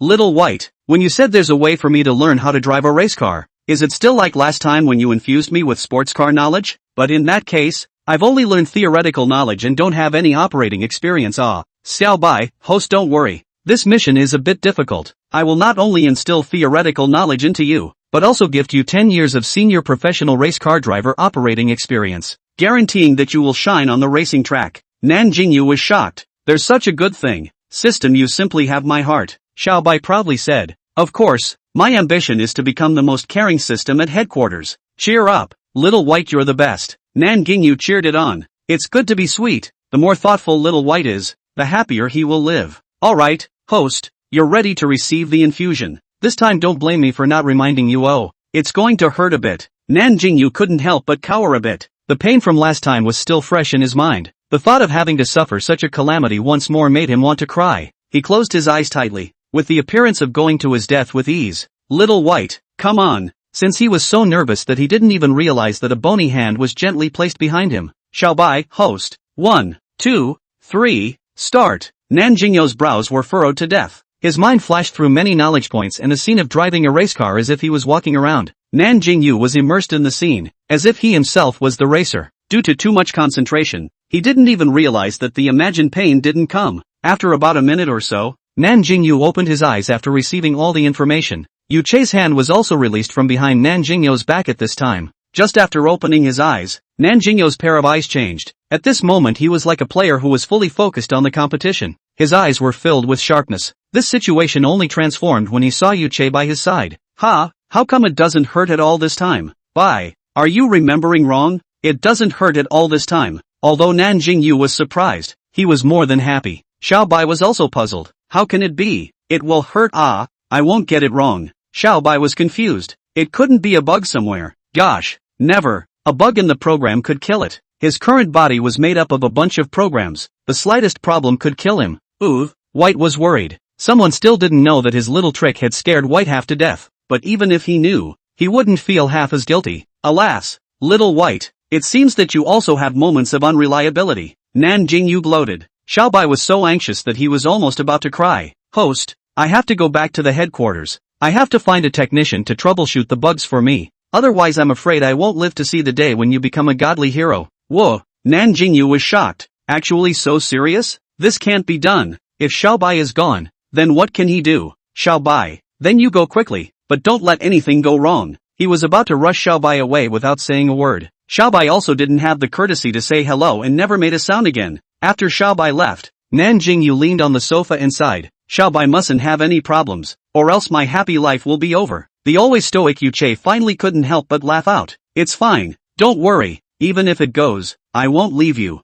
Nan Jingyou glanced at Yu Chei. He didn't know if he was comforted by his words. His heart did feel a lot more at ease. Although Yu Chei could not give him lots and lots of money, he was afraid that there would never be such a good housekeeper and friend in the world again. He thought that if Yu Chei was willing to stay with him for the rest of his life, he would be willing to do the same. The country of China was not friendly to people of his sexual orientation, and it was harder than ever to find a suitable lover and receive the blessing of his family and friends. Therefore, when he learned about his sexual orientation, he was already prepared to die alone. Chapter 45, shocked Su Jiayan. Since Yu Chei was willing to accompany him all the time, and since Yu Chei's identity was also destined to not be able to marry and have children like normal people, then the two of them accompanying each other as friends until old age seemed quite good. If there was no love, then friendship would be used to make up for it, but the reality would be the same as the imagination. At some point in the future, Nan Jingyou would definitely scoff at the current idea. What friend? That is a big-tail wolf. Xiao Bai is gone for a whole day. This day Nan Jingyou are worried.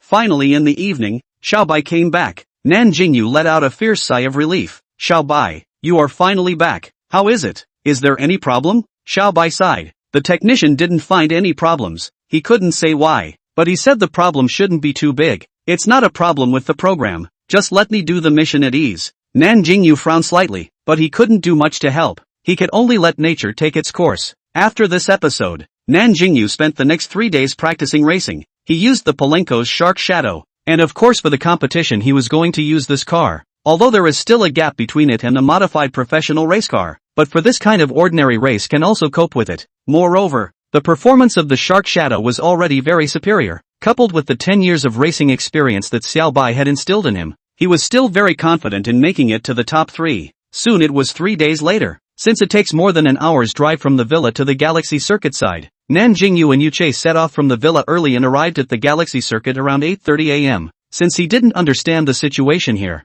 Nan Jingyou called Su Jiayan when he arrived at the entrance of the track. Su Jiayan, who received the call, immediately came out to pick up the person. When he drove out and saw the shark's shadow at the entrance, a buzzing sound came out of his head. The expression of his friend beside him, namely Yan Hao, was even more exaggerated. Crouch, crouch, this is Shark Shadow. Jiayan, this is Shark Shadow, right? Yan Hao walked around Nan Jingyou's sports car like a psychopath, wanting to touch it but not daring to touch it. That look is as funny as it is. When Nan Jingyou and Yuche opened the door and got out of the car, Su Jiayan only came back to her senses. Nan Xiao, is this Shark Shadow your car? Nan Jingyou nodded bashfully. Yes, it's mine, just brought it back a few days ago. Su Jiayan's gaze towards Nan Jingyou became complicated, and at the same time, he was more in awe than before. He liked racing, so he knew more about cars, and this Shark Shadow only had 8 in the world. But in the country, to his understanding, only the son of the richest man in China has one, and that person is still the only son of the richest man. If it was really as he guessed before, Nan Jingyou was the illegitimate son of a certain big brother, then I'm afraid that his status in the big brother's heart was not much different from the status of the richest man's son in the richest man's heart. Getting this conclusion, he thought that he should be more cautious in dealing with Nan Jingyou. Although he wasn't interested in his family's business, he didn't want to offend such a character and bring trouble to his family, so it was better to try to make friends if he could. After figuring out all the hurdles, Su Jiayan raised a sincere smile. He flirted. Young Nan, you're going to be a feast for everyone present today. I don't know how many people's screams you'll attract when your car goes on the field later on. Nan Jingyou smiled at his words and said, if I can make everyone happy, it's not like I've buried the car. Yan Hao had calmed down while the two were talking, and the eyes he looked at Nan Jingyou had starlight in them. Unlike Su Jiayan, who considered so much, Yan Hao was purely fond of sports cars, especially limited edition supercars like the Shark Shadow. He had only gotten his family to buy him a $7 million sports car after softly persuading them to do so, and when he saw this kind of world-class supercar that was almost $100 million,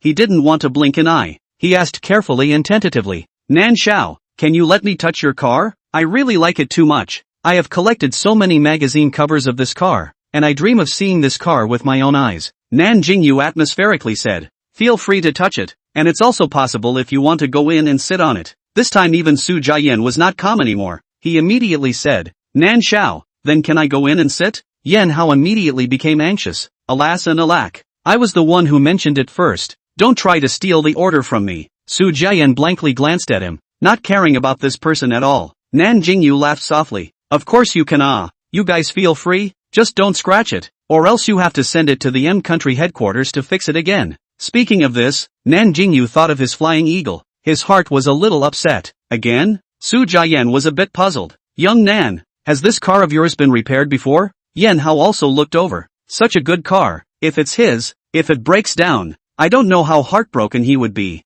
Nan Jingyou shook his head. No, it's another car. It was scratched by a woman before. It was sent to the headquarters for repair. Yan Hao breathed a sigh of relief. It's good that it's not this one, although it wasn't his car, but having something you've loved for so long destroyed, anyone would be heartbroken. Su Jiayan, as always, fought on one more level as he asked with deliberation, Young Nan, is it convenient to ask what your other car is? Intuition told him that Nan Jingyou's other car wasn't simple either. Sure enough, going. The next words confirmed his suspicions. It's the Palenko's Flying Eagle. Flying Eagle? Su Jiayan and Yan Hao spoke in unison. Nan Jingyou nodded his head, and the two of them were instantly as petrified as if they were petrified, fixed in place for half a day without movement. Only after a long time did the two return to their senses. But this time, Su Jiayan looked at Nan Jingyou with a layer of fear amidst the awe. That's right, is fear. Fear of Nan Jingyou's identity. Because as far as he knows, the Flying Eagle car is limited to 6 worldwide. But the owner of the car is basically a foreign bigwig. Palenko's boss personally said that this car is only sold in M.D. countries, limited to 3 countries. Chinese people simply cannot buy. Then where did Nan Jingyou buy it from? Is it possible that the power behind him can make the boss of Palenko's personally retract his words and agree to sell it to the Chinese? Nan Jingyou's identity was now covered with another layer of fog, making the people who could not peek into his identity even more confused. Seeing Su Jiayan keep looking at him without saying anything, Nan Jingyou couldn't help but open his mouth to remind, Jiayan, what's wrong with you? Why do you keep looking at me? Su Jiayan immediately came to his senses and coughed awkwardly. I'm sorry, Nan Xiao. I was probably too surprised just now. I didn't slow down for a moment. Alright, right. The race is about to start, right? If you guys want a test drive, hurry up and try it, or else you'll be too late. Nan Jingyou glanced at his watch and reminded out loud. Hearing this, Yan Hao took the lead. Me? Let me go in and try first. Seeing that Su Jiayan didn't object, Nan Jingyou directly gave the key to Yan Hao. Chapter 46, The Race Begins. Yan Hao was like a treasure. He pressed the switch of the car key and the door of the sports car opened slowly immediately. It wasn't until the door was completely open that he carefully entered the driver's seat and sat down. Yan Hao looked around in the car, his hands touching here and there, just like Lu entering the Grand View Garden. Su Jiayan was about to die laughing at his humiliating appearance. Unbeknownst to her, when he went in, that look was no better. It was only after about 5 minutes that the two of them finished testing the car. Su Jiayan looked at the time again and said, "Young Nan, let's go in. The competition is about to start." Nan Jingyou nodded and sat in the car with Yu Che. His shark's shadow followed Su Jiayan's car, and the two cars drove into the starting point of the race one after the other. Because this was only a small race organized by Su Jiayan's private club, the participants were not only the racers from Su Jiayan's club, but also people from 2 other racing clubs. There were 15 participants, 5 from each club, and not too many people watching the race, about 100 or so. Basically Su Jiayan's friends and people from the circle of the 3 clubs. When Su Jiayan drove into the field slowly with Nan Jingyou's shark shadow, the atmosphere in the field was frozen for a moment, followed by intense shouting, especially those racers who participated in the race. Their faces couldn't hide their excitement. Did I see it right? That shark shadow? Asterisk. That's really shark shadow. Who brought such a big shot? If I'm not mistaken, that's JY Racing Club Su Jiayan's car. Right. When did he recognize a character like Shark Shadow Big Brother? There was an endless stream of discussion from the 3 clubs, especially the people from JY Club were the most excited. Boss Bulby, Shark Shadow, that's my dream. I didn't think I'd have the chance to see it with my own eyes in this life. Boss, I'm a god. Boss Mighty. When Su Jiayan and Nan Jingyou's car stopped, it was immediately surrounded by a group of people. Everyone was not far from Nan Jingyou's car, their eyes dripping, like a pack of hungry wolves surrounding a fresh prey. Nan Jingyou suddenly didn't want to get out of the car. Taking a deep breath, Nan Jingyou adjusted his breathing, calmly got down from the sports car. Yu Che followed closely behind. The two of them stood together. The big guys were a little confused for a moment as to who was actually the owner of Shark Shadow. The team member touched Su Jiayan's shoulder with his shoulder and asked suspiciously, "Captain, these two are your friends?" Su Jiayan nodded. He coughed lightly and introduced the team members. "This is my friend Nan Jingyou. Young Nan. The one next to him is his butler, Mr. Yu Che, and later on, young Nan will also participate in the match." The players instantly let out a burst of cheers. At this time, the captains of the other 2 clubs also walked over. "Captain Su, don't introduce him, this one looks very unfamiliar." "That's right, Captain Su, introduce us." The other captain spoke with a bit of a ruffled voice, but the eyes that looked at Nan Jingyou were obviously a bit grave. His family is also considered a bit of status in the Sea City, but he has never heard of this character. I don't know which family's noble son came out to experience life, just for the fact that he had a car that looked exactly like the richest man's son. His status was probably not low. Su Jiayan glanced in Nan Jingyou's direction after hearing the 2 men's words. Nan Jingyou was not intimidated and took the initiative to start talking to these people. He smiled. "Hello guys, my name is Nan Jingyou. I'm sort of Jiayan's friend, and I'm also here to participate in the racing competition today." The 2 captains hid the probing in their eyes and took the initiative to greet Nan Jingyou. "Hello Mr. Nan. My name is Wei Kaizhou. I'm the captain of the Hurricane Racing Club. My name is Han Fei. I'm the captain of the Extreme Speed Racing League." After both sides introduced themselves, everyone had a general understanding. Wei Kaizhou suddenly asked, "Mr. Nan, may I ask how many years of racing experience you have?" This question made Nan Jingyou have a moment of embarrassment. He couldn't say 10 years. This was afraid that saying it out loud would be a bit hard to believe. After deliberating for a while, he chose a time that he thought was more appropriate. Without changing his face, he said, "About 3 years or so." Wei Kaizhou raised his eyebrows slightly. "All right Mr. Nan. Then I'll see you on the field." He was very interested in this man. Plus he was curious about Shark Shadow's performance, so he was very much looking forward to seeing Nan Jingyou's performance on the field. Nan Jingyou nodded calmly. "See you in the match." After some conversation, the match began to enter the preparation stage. All 3 clubs had their own cheerleaders, and at the moment the field was already warming up. This time, there were 5 rounds of elimination plus a grand final, with 1 person from each club in each round. The last 2 people to reach the finish line in each round are eliminated, leaving only the first place. Only the first place winner of each round of elimination will go on to the finals. The 5 contestants will compete for the final top 3 in the order of their arrival. Nan Jingyou was placed in the 3rd round of elimination, and while waiting for the stage, he was still a little nervous standing next to the sports car. Yu Che also accompanied him at the side. Seeing that Nan Jingyou was a little nervous, Yu Che suddenly spoke. Young master, don't be nervous, their skills are not as good as yours. The first round of the competition had already begun, and Yu Che could easily tell how good these players were. There was a huge gap between them and Nan Jingyou's practice from a few days ago. Listening to Yu Che's light words, Nan Jingyou was magically calmed down and his body instantly relaxed. Nan Jingyou shot a few glances at the contestants who were also waiting on the side. Fortunately, they were all paying full attention to the match and didn't hear Yu Che's words. He couldn't help but laugh lightly. Yu Che, don't let the others hear this, or else they'll think that I'm much of an arrogant person. Yu Che's deep purple eyes reflected Nan Jingyou's shadow, only to see him curving up the corners of his mouth, his tone carrying an indisputable fact. Young master, you are the most powerful. This is an indisputable fact. Nan Jingyou couldn't do anything with this person. He just shook his head and lost his smile. The first round of the competition ended quickly, and it was the Hurricane Racing Club's people who won. Su Jiayan's team was a little disappointed, but didn't have any words of blame. Instead, he took the initiative to go up and comfort his teammates. It could be seen that Su Jiayan managed the team well, and the atmosphere of the team was harmonious. The people from Speed Racing Alliance were a bit more impatient, and although they didn't utter any words of reproach, their faces weren't very good. Soon the second round of elimination began, and this time, it was the Extreme Speed Racing Alliance's people who won. The successive losses made the always harmonious team start to become agitated. Captain, we won't even make it to the finals, right? Yes, Captain. The next round will be the friend you found to play. How's his skill? It won't even be comparable to me. Listening to the raucous voices in his ears, Su Jiayan chided. What's the rush? Isn't it the final result yet? And I'm warning you all, no matter how skilled Nan Xiao is, keep your mouths shut and don't say anything you shouldn't. Otherwise, don't blame me for kicking you out of the club. Seeing that the captain had spoken, the team finally quieted down. However, seeing that the captain was paying so much attention to this friend, they were all very curious in their hearts. What exactly was this person's identity? The captain looked a bit scornful. Chapter 47, Champion System Reward. After Su Jiayan finished his lecture, preparations for the third round of elimination began. Young master, just relax for the match. I'll wait for you here, Yu Che said as he looked at Nan Jingyou with those deep eyes. Nan Jingyou said in a relaxed tone, Yu Che, don't worry, I'm not nervous anymore. Yu Che laughed. That's good. After the two of them finished talking, Nan Jingyou drove the car to the race start to get ready. When the shark shadow let out a roaring sound,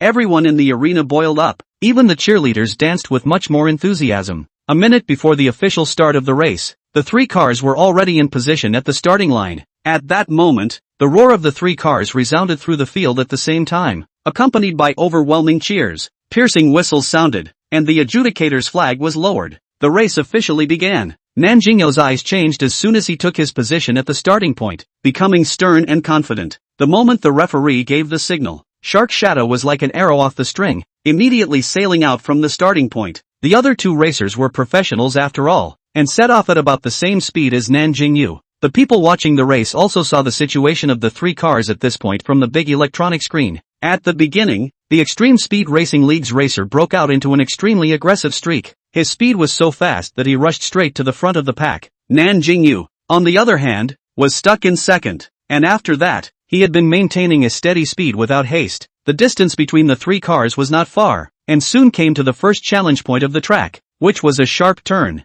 Under the horrified eyes of the competitors behind him, Nan Jingyou suddenly increased his speed, and the distance between him and the car in front of him was getting closer and closer, and through the dust raised and the smoke produced by the friction of the wheels, Nan Jingyou's car passed by the car in front of him. Asterisk asterisk asterisk asterisk. This person don't want to die. This time actually dare to increase the speed so fast. The Extreme Speed League's contestants couldn't help but roar. It was important to know that the Galaxy circuit was different from other circuits. The track here was right next to the viewing lake, and an accident would make it easy to fall into the lake. Even if they were lucky enough not to die, they would still have to shed their skin. Even the audience watching the big screen couldn't help but sweat for Nan Jingyou. Only Yu Che looked at Nan Jingyou's performance on the big screen with calm eyes. Getting closer and closer to the sharp turn, Nan Jingyou's speed didn't decrease at all, and under everyone's horrified gaze, Shark Shadow's wheels made ear-piercing friction sounds with the ground. Relying on his professional operation and the superior performance of Shark Shadow, Nan Jingyou completed a beautiful drift in this sharp turn. Looking at Nan Jingyou's cool maneuver, all the people of JY Racing Club cheered.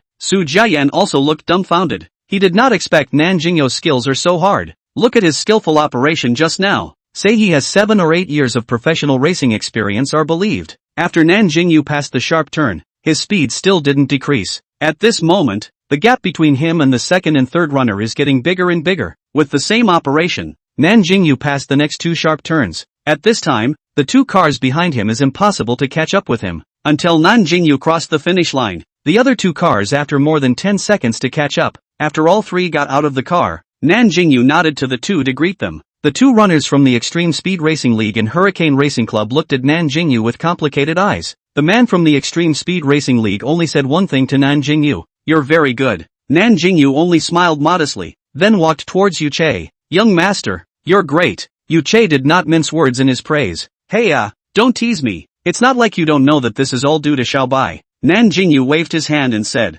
Yuche somewhat disagreed. "Young master, don't be presumptuous. You have to have confidence in yourself." Nan Jingyou felt that Yuche was like a long-winded elder, and couldn't help but feel a little amused. "Alright, I am the best." He smiled so happily that the pair swirls on his cheeks came out. Yuche felt his fingers itch a little, wanting to go up and poke them. While the 2 were talking, Su Jiayan walked over. He said, "Young Nan, your car skills are too good, aren't they? Better than all the members of my club." He had only intended for Nan Jingyou to make up the numbers in the first place, but he hadn't expected him to become a dark horse in the team. At this moment, he got up the idea of recruiting Nan Jingyou to the club. Although a status like Nan Jingyou's wouldn't necessarily look at his tiny club, he still wanted to fight for it, just in case it materialized. So, he tentatively asked, "Young Nan, why don't you join my club? I'll appoint you as vice captain, but you'll have the same decision-making power as me in the team." Nan Jingyou refused without even thinking this time. "Sorry Jiayan, I'm actually not very interested in racing. This time I agreed to come to participate in the competition, also want to come to have fun. My kind of playfulness won't go to woe your club." Although Su Jiayan was a little disappointed in her heart, she couldn't force anything, so she had to give up. While the 2 of them were talking, the 4th round of the tournament started again. This time, it was Su Jiayan's team's player who won. The 5th match was won by Hurricane Racing Club's player, so all 5 rounds of elimination matches were over, and the next one was the finals. After the first match, Nan Jingyou was already very confident of entering the top 3. Before the start of the finals, the 5 contestants drove their respective cars and took their positions at the starting point. As soon as the signal for the start of the race was sent out, the 5 cars went in unison, and Nam Jingyou rose up this time and ran directly to the front of the team, although the back was caught up again, but in the previous sharp turn again left people behind. In the end, Nan Jingyou took first place without a doubt. This time, the system's beeps came quickly, and after Nan Jingyou rushed towards the finish line, Xiaobai's voice rang in his head. "Ding! Congratulations to the host for completing the mission. Divine Magnificence value plus 10. Rewarded with 100 million huaxia coins, it will be credited to the host's bank card later. Please pay attention to the host to check the receipt." Nan Jingyou was so excited that he actually did a silky smooth drift when he crossed the finish line, and finally reversed the car to stop steadily a few hundred meters from the finish line. The people present all cheered. Nan Jingyou didn't care about the situation at the scene. All he thought about in his mind was the voice of Xiaobai just now. 100 million. The reward was an entire 100 million Chinese coins. If this was converted into cash, it could bury him alive in a pile of money. Until the announcement of the top 3 of the competition, Nan Jingyou was still in a bit of a trance. Yuche arrived by Nan Jingyou's side when he came out of the car. He saw Nan Jingyou's frozen look and took the initiative to ask, "Young master, what's wrong with you?" Nan Jingyou returned to his senses and suddenly smiled brightly at Yuche. That smile almost shook Yuche out of his eyes. "Yuche, I got rich." Yuche suddenly laughed softly, then used his finger to poke Nan Jingyou's pair swirls, but quickly withdrew his hand. Nan Jingyou looked at him, as if he was wondering in his eyes, "What mistake did I make? Why did you poke me?" Chapter 48 Reward arrives. Yuche knew that as a butler, his behavior was a bit of a monstrosity, but he really couldn't hold back. Nan Jingyou came back to his senses after being stunned for a moment, and although he forced himself to be calm, the redness on his ears still betrayed his inner unrest. "Yuche, why are you poking me?" "Young master, sorry, I thought you had something on your face, but it turned out to be my mistake." Yuche didn't blush when he told a lie. Since Yuche had said this, Nan Jingyou could only choose to believe it and not continue this topic. This competition was considered a friendly match between the 3 clubs. The first place winner was Nan Jingyou, the second place winner was a member of the Extreme Racing League, and the third place winner was Su Jiayan's team player. Hurricane Racing Club missed out on the top 3, but there was nothing to be displeased about, and overall the atmosphere at the end was quite good. Nan Jingyou getting first place, this other 2 clubs were quite surprised. The 2 captains walked up to Nan Jingyou and Su Jiayan and flirted. Jin, I didn't expect that you actually found an expert. It seems like the future of your team in the future is unlimited. Su Jian shook his head with a bitter smile. Young Nan has little interest in racing clubs. He has no intention of joining my team. It was Wei Kai Zhou and Han Fei's turn to be surprised. He thought that this big brother had already joined Su Jian's club before participating in the race, but he didn't realize that he hadn't at all. However, thinking about his car skills and identity, he can participate in the country's top racing team, where the need to join a small private team like them. The end of the race was already more than 12 o'clock. The Galaxy circuit this side is close to the scenic lake. Due to the weekdays race and practice clubs or more, the circuit owners simply in this side of the construction of the hotel. Eat, drink, swim and play a full range of things. It's not early now. The captains of the 3 clubs have already booked a meal in the hotel, ready to organize a team dinner inside the hotel. The racecourse was about 4 or 5 kilometers away from the hotel, and when driving, Yu Che took the initiative to propose that he drive. Young master, let me drive this time. You should be tired as well. Just take a rest. Nan Jingyou had driven for a few days and the freshness had passed, and when Yu Che said this, he obediently gave up the driver's seat. Alright, you do it. Also let me see how your skills are. Yu Che slightly raised his eyebrows. Young master, my skills are good. I will definitely let you sit comfortably. The two swapped places this time. Nan Jingyou took the initiative to sit in the passenger side. After Yu Che got on the car, he skillfully started the sports car, and indeed drove very steadily along the way. But Nan Jingyou's focus wasn't on the technique at all. His entire attention was on Yu Che's hands that were placed on the steering wheel. Those hands were too good looking, especially the movement of turning the steering wheel with one hand. It was simply a visual enjoyment, especially for someone of Nan Jingyou's sexual orientation. Yu Che's attraction to him could not be described as small. He didn't move and used his afterglow to observe Yu Che, realizing that other than being a robot, he was simply perfect. If such a person was a boyfriend, one couldn't imagine how wonderful it would be. Thinking about this, Nan Jingyou's face began to heat up. When he reacted to the fact that he was thinking of something, he immediately spat himself out in his heart. Young master, are you hot? Do you need to turn on the cold air? Yu Che's words came out coldly. Nan Jingyou's voice stuttered. Ah, yes, it's a bit hot. Why don't you turn on some cold air? He was so embarrassed now that he felt like his head was going to smoke. Who understands why whying someone in front of his face and being caught by the rightful owner? He wants to find a hole in the ground at this moment. Just now, the cell phone in Nan Jingyou's pocket vibrated to ease the embarrassment. He hurriedly took the phone out to check. When he opened the phone, he saw a message on the interface. Nan Jingyou immediately opened it, and indeed saw a scene that made him look forward to. Huaxia Bank, your card number with tail number 6211 was transferred and deposited 100,000,000,000 yuan at 12:37 on June 20th, with a balance of 100,983,681, 00 yuan. Nan Jingyou's face was almost smiling. Young master, what's so happy? Yu Che asked. I got rich. Xiao Bai rewarded me with $100 million. Speaking of this, Nan Jingyou felt even happier than when he had gotten that villa at that time. After all, the villa was just a place to live. Naturally, it was still a fragrant balance in the bank. This was how he felt like a billionaire in the true sense of the word. Then congratulations young master. Nan Jingyou held his cell phone and smiled cheerfully at Yu Che. Okay, I'll treat you to a big meal tonight. Okay young master, I'm looking forward to it. The two of them smiled at each other. The sports car gradually drove into the hotel. This hotel was built along the lake with a very beautiful scenery. The people from the 3 clubs plus the spectators totaled more than 100 people, and the restaurant was bustling with activity. Everyone was interested in Nan Jingyou, the mysterious big brother, but due to his identity, they didn't dare to come and disturb him. Only a few more lively little girls boldly came to Nan Jingyou, wanting to take a picture with him. Of course there were also those who liked Yu Che, but seeing how he rejected people, they didn't dare to come forward to talk to him. Young master, let's go eat. Yu Che looked at the group of girls with dark eyes,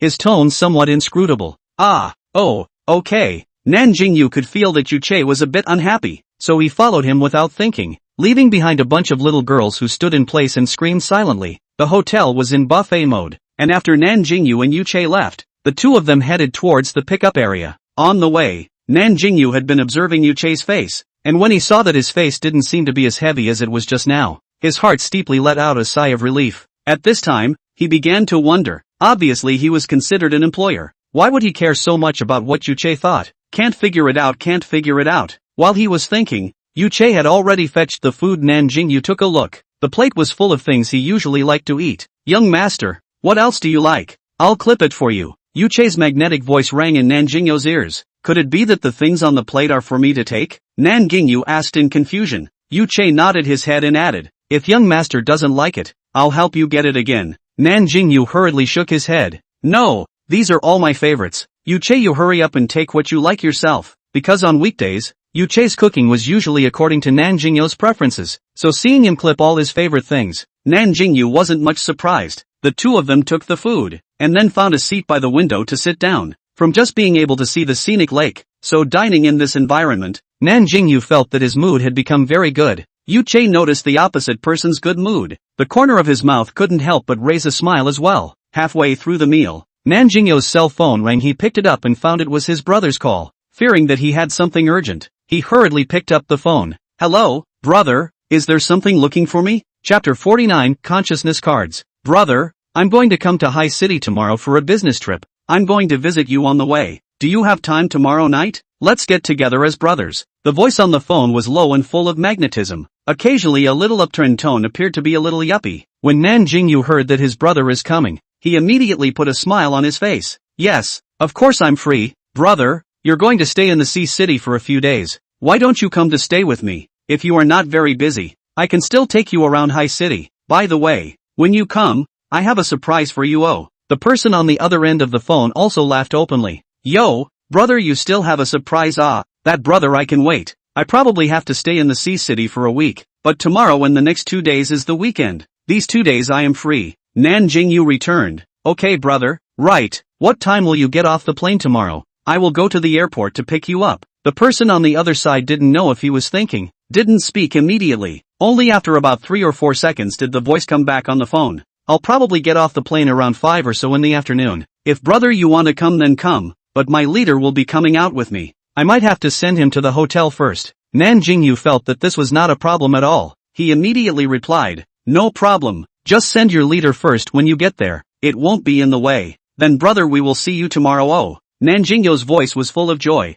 The person on the other end of the phone seemed to be happy as well, and followed with a smile. Brother, see you tomorrow. Hanging up the phone, the smile on Nan Jingyou's face hadn't even gone down yet. Yu Che asked softly, young master, are you on good terms with your brother? Nan Jingyou nodded heavily. We have a very good relationship. My brother and I are 5 years apart. It can be said that I was brought up by my brother. My relationship with him is a bit more intimate than with my parents, and my brother is especially good to me. Since I was a child, no matter what good food and fun there is, he will give me priority, even when I went to college. In addition to the living expenses given to me by my parents, he will also transfer some of his salary to me additionally, just for fear that I will not be able to eat well or wear well in school. Nan Jingyou looked like he thought of some beautiful memories. A gentle smile raised on his face. Immersed in his memories, Nan Jingyou didn't realize how wrong the eyes of the person across from him were looking at him. It was a restrained yet revealing, complex yet contradictory look. However, this kind of look was fleeting and was hidden the moment Nan Jingyou looked over. Yu Che said calmly, that is indeed a good brother. Young master, you are very happy.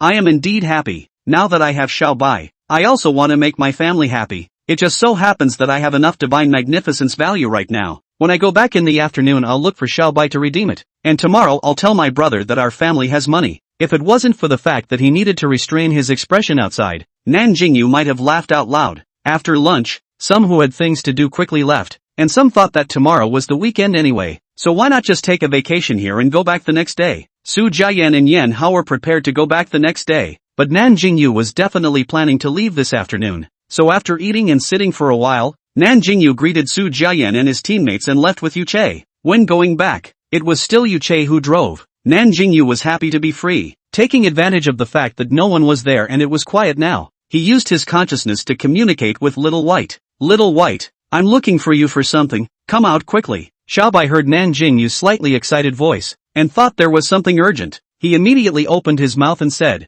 Host, Xiao Bai is in. Oh, what's the matter, Xiao Bai? My current divine magnificence value is already enough to redeem that what's his name consciousness deck you mentioned last time, right? Xiao Bai checked. The divine magnificence value was indeed enough. Host, it can be redeemed. Oh, you now have a total of 33 divine magnificence value. The consciousness deck only needs 30 divine magnificence value. Do you need Xiao Bai to redeem it for you now? Nan Jingyou didn't even think about it. Immediately said, yes, I want to exchange it now. Wait, can that deck only be used on one person at a time? If it could only be used on only one person, and his brother plus his parents totaled 3 people, then wouldn't he still have to earn 2 more decks of Divine Magnificence value, which would be 60 points. That would be at least 5 or 6 more quests. He just didn't know if the Divine Magnificence value for the later quests would go up, and he couldn't tell what the reward mechanism for the quests was. Xiaobai immediately explained. No, oh host, a single card can act on 3 people at the same time. Nan Jingyou got happy now.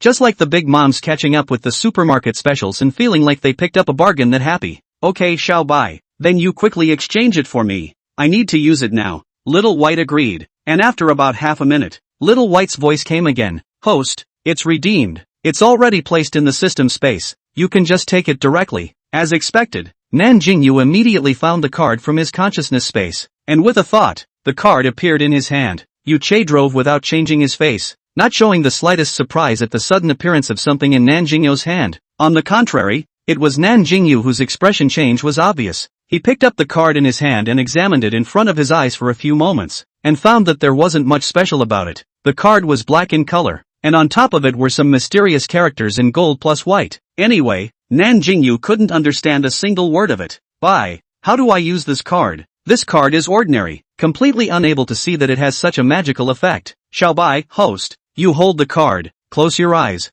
think of the object the card is going to work on in your mind, and then just softly recite which part of the content you want to blur. Nan Jingyou immediately did as he was told after hearing Bai's words. He held the card in his hands, his eyes closed, and from Yu Che's perspective, at this moment, he looked like a devout believer making a wish to a god. Nan Jingyou thought about the names of his brother and his parents in his head, then his mouth softly chanted, blurring all 3 people's awareness of all the money aspects about me. As soon as these words came out, the cards in Nan Jingyou's hand immediately became transparent and finally disappeared into his hand. Nan Jingyou froze. He couldn't help but ask, Xiaobai, is this successful? There won't be any problems. My brother will be coming tomorrow. Xiaobai swore, host don't worry, the system mall product, the goods are real and honest, children and old men, Allah and law. When he said this, Nan Jingyou was relieved. Nan Jingha, who was far away from Kyoto, as well as Nan Dad and Nan Mom in a certain county, only felt a sudden burst of chaos in the brain, and then quickly recovered. The 3 people thought it was because they hadn't had a good rest in the past few days and were a bit tired, so they didn't care about it at all and continued to do the things on their hands.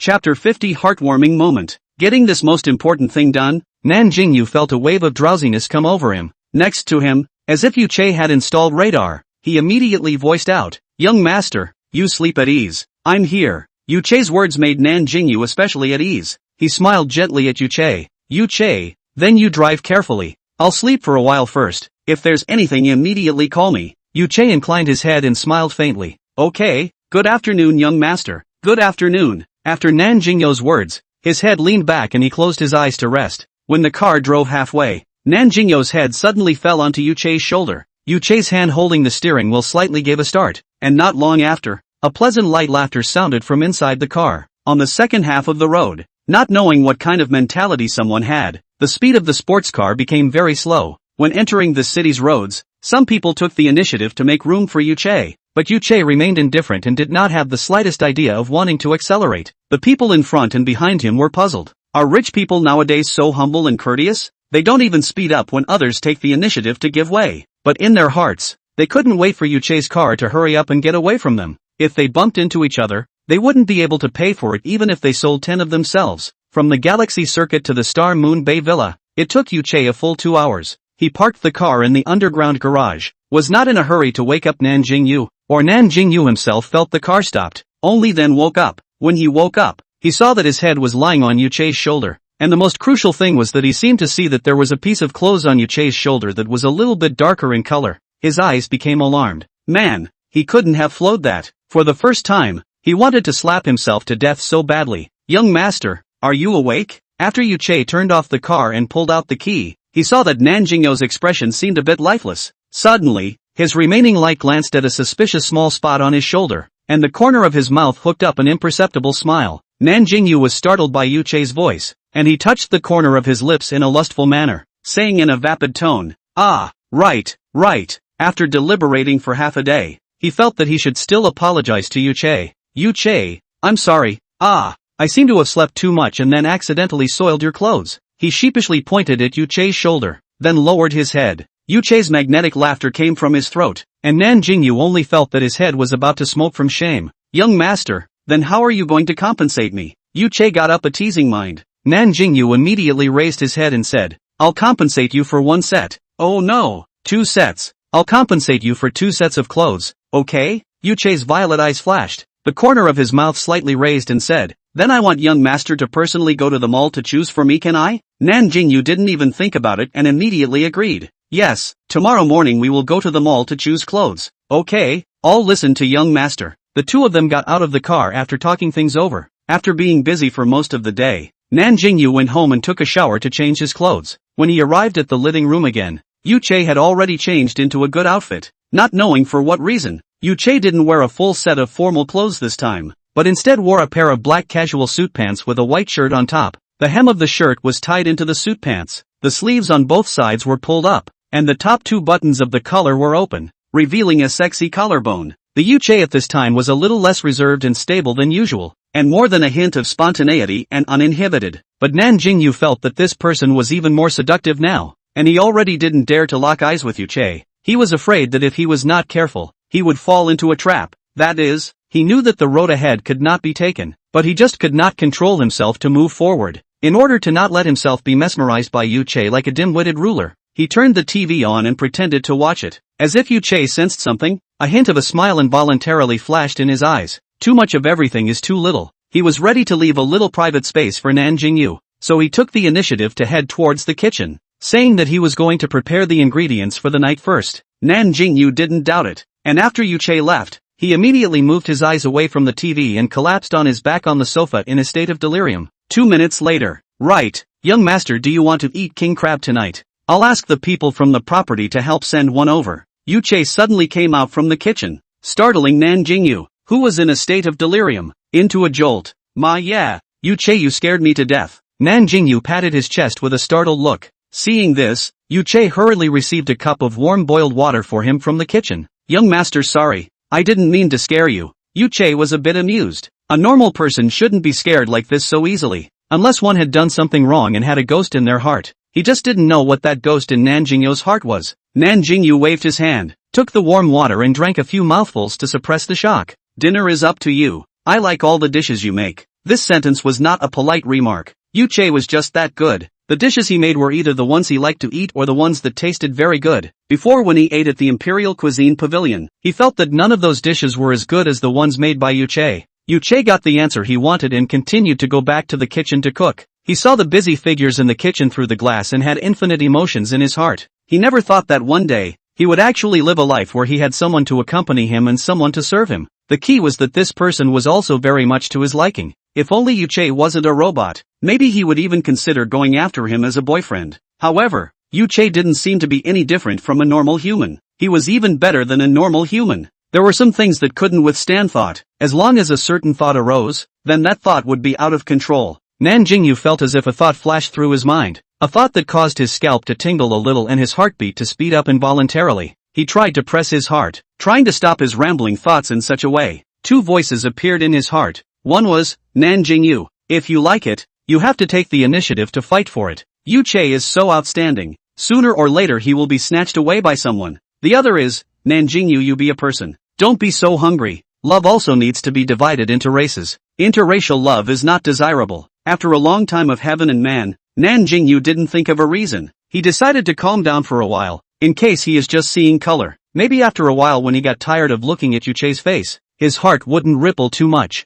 If after a long time he still had feelings for Che, then he would make a decision at that time. So it would be better for him not to go hobnobbing on Che right now. People who played with their feelings were the most annoying, and he didn't want to be such a person. Chapter 51: The Consequences of Che's Anger. After thinking through it, Nan Jingyou's mindset changed a lot because he couldn't tell how he felt about Che right now, so he decided to go with the flow. I don't know if it's because of the change in his mindset. He felt like looking at Che even more smoothly during the dinner at night. Che didn't ignore the somewhat burning line of sight from the opposite side, but he acted very calmly, and didn't forget to keep giving Nan Jingyou food. On the contrary, it was Nan Jingyou himself who was a little embarrassed. In the end, he only focused on eating with his head down, but he didn't notice the flickering smile on Che's face and the glint in his eyes, because he wanted to honor his promise of personally going to pick out clothes for Che. The next day after breakfast, Nan Jingyou took Che and drove the Shark Shadow straight to the mall. They went to the same Star Ocean Light where Nan Jingyou bought his clothes before.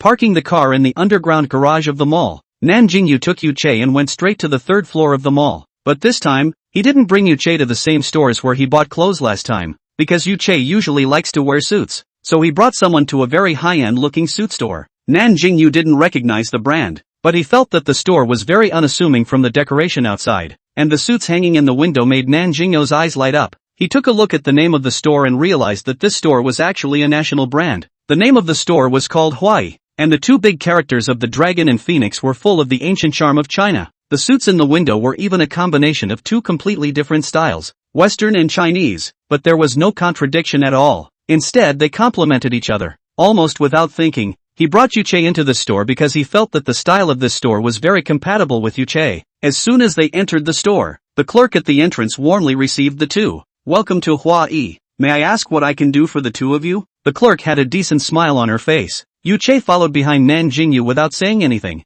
Nan Jingyou took the initiative to return. "I want to help my friend choose two outfits. Can you introduce me?" The store clerk smiled. "Of course you can. Both of you please follow me." There wasn't a single customer inside the store. The two entered the store only to find that there were 3 or 4 customers picking out clothes inside. When they saw the two Nan Jingyou, the male customers didn't feel much, but the female customers' eyes were glowing. It was really because the appearance of the two was so excellent that people couldn't help but want to look at them a few more times. But the woman's revealing eyes made Yuchei a little displeased, especially when she looked at Nan Jingyou with burning eyes. Yuchei's eyes went cold. However, because Yuchei had always had an unapproachable look on the outside, the woman didn't notice this. The man next to her should be the woman's boyfriend, and he happened to see the scene where the woman's gaze was glued to both Nan Jingyou and Yuchei. The man coughed unhappily, and the woman instantly returned to her senses and curtly leaned towards the man's shoulder. The man's expression only then got better, but this time his gaze at the two of Nan Jingyou wasn't so kind. Nan Jingyou didn't even notice the scene just now. He was seriously picking out clothes for Yuchei.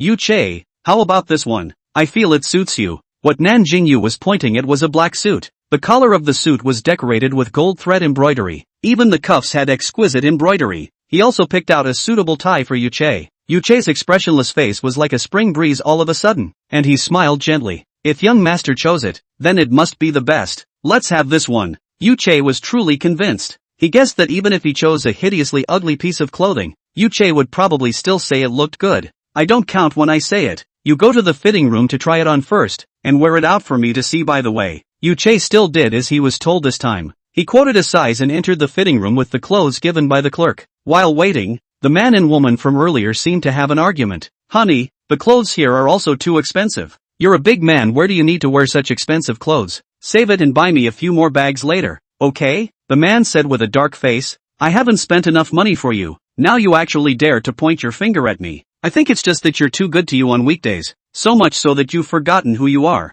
It just so happened that at this time, Yuchei changed his clothes and came out. Hearing the commotion over here, both of them turned their heads to take a look. This glance made the woman's eyes go straight. The man who turned his head saw the woman's expression and instantly became angry. He slapped the woman hard and angrily cursed. "You a small, just now also do not let me buy the clothes of this store. Turn your head and stare straight at other men. Together not clothes are too expensive, but I cannot match the clothes here, is it? I bah, you shallow be son. That man looks like a soft-eat white boy. You spend my money, but also dare to think of other men. How dare you?" The woman only cried and wailed one after being beaten. The noise made the man even more upset. The shopkeepers all looked at the scene awkwardly, not knowing whether they should go forward to persuade the man. At this time, Nan Jingyou suddenly walked up. Everyone thought that he was there to persuade the fight, but did not expect that he was there to arch the fire, because the man's words just now made him very unhappy. "Hey, this uncle, I don't think my friend and I messed with you. You just scolded us. Shouldn't you give me an explanation?" Nan Jingyou's face was sullen, with "I'm very unhappy" written all over it. The man had been holding a belly full of anger with no place to send it. Now he finally found someone to vent it. He laughed coldly. "What? Am I wrong? Isn't that person the little white boy you raised?" After saying that, he also scared a few times and said with a contemptuous face, "I didn't expect you to be a homo. It's really disgusting." The reason why he came to such a conclusion was entirely because he couldn't stand to look at the two men. Besides, he hadn't seen two big men come to buy clothes, and it was still a man who chose clothes for another man personally. Coupled with the fact that his usual circle played with flowers, he naturally thought a bit more about such a scene than ordinary people. When his words came out, Nan Jingyou's face reddened with anger. It wasn't that the man said that he was a homo, but his sentence of disgusting death made him feel very angry. "He doesn't steal or rob. Even if he falls in love in the future, he will definitely be single-minded. Besides, he won't force others. How is it disgusting? For the first time, he felt a deep sense of powerlessness. This was also the reason why he had been reluctant to disclose his sexual orientation with his friends and family, because he knew that his future relationship would most likely not be blessed. Noticing the indignation and low spirits in Nan Jingyou's emotions, a moment of violence arose in Yu Che's heart. It was this instant that all the lights in the store suddenly began to flicker, and after a few seconds, all the lights in the store went out. Everyone in the store except for Yu Che was stunned by this change. Nan Jingyou's previous low mood had long since dissipated,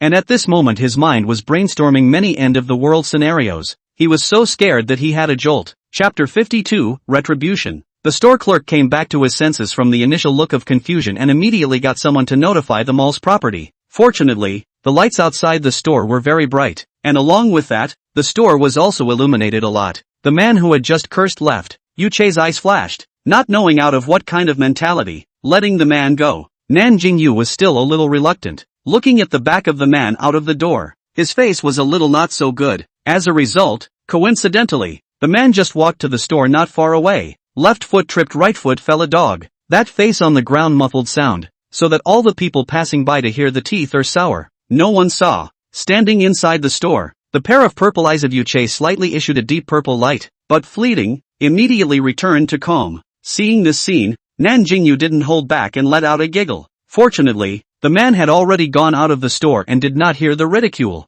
Otherwise he would not know how furious he would be. The heavens have spared no one. The mouth of the cheap people turned out to be really punished. Nan Jingyou thought so in his heart. Outside the door, the man wailed and crawled up from the ground. His mouth was covered with blood, his nose was crooked, and 2 half-teeth remained on the ground. It looked like the man's incisors should have been broken. The woman following him had long been frozen in place by this scene, and when the man climbed up, she forgot to give him a hand. The already humiliated man was furious. The injuries on his mouth and nose were so severe that he couldn't even utter a curse. The woman actually hit the store with her idea to distract the man and make herself less angry with him. She charged at the store clerk at the door. "My boyfriend fell down in front of your store. You have to take responsibility for my boyfriend, and not only compensate for the medical expenses, but also compensate for our mental damages." The man didn't know if he was trying to save face, but he actually didn't refute anything and let the woman be aggressive. The store clerk was obviously professionally trained and answered in a reasonable and unassuming manner. She said, "Ma'am, sir, I am deeply sympathetic to what happened to you, but what I want to say is that this gentleman fell only after he went out of our store and was some distance away from our store door, which belongs to the public area. Moreover, there is no water stains or foreign objects on the ground. Just now I saw with my own eyes that it was obviously this gentleman's own left foot that tripped his right foot before he fell, and it has nothing to do with our store. So please don't maliciously slander me, ma'am." The people watching from the side heard that the man's fall was due to this reason, and many of them covered their mouths and laughed, laughing to death. On the flat ground can still trip over himself is also a talent. The key is still blackmail people. Simply disgraceful. The man saw everyone laughing at him. Paste face of blood face rose into pig liver color. Funny and ugly. Especially when he saw Nan Jingyou standing aside happily watching the fun. The fire in his heart grew more and more intense. Yu Che stood by Nan Jingyou's side like a flower protector, his eyes staring at the man with a deadly stare, fearing that he would do something to hurt Nan Jingyou. Fortunately, the man was a person who wanted to save face, and really couldn't help but let people see the joke. Covering a mouthful of blood and water, he slipped away. The woman stomped her foot and had to follow in anger. After the end of this farce, the crowd quickly dispersed. The mall property people also came very quickly. The store's lights were quickly cleaned up. Outside the store was soiled by the man's blood and water also cleaned up the place. Everything was restored to its previous calm, because Nan Jingyou liked the clothes in the store better. He and Yu Che waited in the store for a while. Yu Che was still wearing the same suit that he hadn't had time to change out of just now, and Nan Jingyou looked around him left and right, and finally nodded his head in satisfaction. "Yu Che, this suit suits you. If you like it too, then buy it." Yu Che didn't have any opinions. All that was said was that "I like it very much. I'll listen to young master." Nan Jingyou was completely speechless. The next dress was also picked by Nan Jingyou. This time he simply didn't ask for Yu Che's opinion. He directly made the decision. When he saw that Nan Jingyou was still picking the third piece of clothing, Yu Che thought that he was giving Nan Jingyou the chance to pick it himself. But when Nan Jingyou handed him the clothes for him to help try on, he asked in confusion, "Young master, what is this?" Nan Jingyou smiled and said, "My brother is about the same size as you. Isn't he coming to High City in the afternoon? I want to buy 2 clothes for him." Speaking of his brother, the smile on Nan Jingyou's face deepened a lot. Che unconsciously rubbed the clothes a few times. A moment later he raised the corners of his mouth, his tone carrying a bit of doting. Okay, I'll help young master try it on. After saying that, he picked up the clothes and walked towards the fitting room. When Che came out again, he had already changed into a dark blue suit. It was the first time that Nan Jingyou wore a suit other than black, but this suit still suited him well. A few more points of leanness than usual, like a hegemonic boss who came out of a romance novel. Nan Jingyou was amused by the thoughts in his head. Che took the initiative to walk in front of Nan Jingyou, and also thoughtfully spun around. Young master, how is it? Do you think it's a good match with your brother? Nan Jingyou immediately nodded his head. Well, I think it should match. My brother is about the same size as you. His looks are not bad, although it's a bit worse than you, but it's more than enough to match this suit. That's good. Young master, are there any more clothes that I need to try on? Che took the initiative to ask. Oh, there's another set. Hard work to you, Che. Nan Jingyou handed him another set of smoky gray clothes. In the end, Nan Jingyou bought a total of 4 sets of suits, 2 for Che and his brother. The 4 sets of clothes cost Nan Jingyou more than $400,000, but for him who was worth hundreds of millions of dollars nowadays, this amount of money wasn't much different from a hair's breadth, so he didn't feel any pain at all when he swiped his card. When they came out of the store, both of them were carrying 2 shopping bags in their hands. Che originally wanted to carry all the bags on his body, but Nan Jingyou refused to do so Che could only compromise in the end.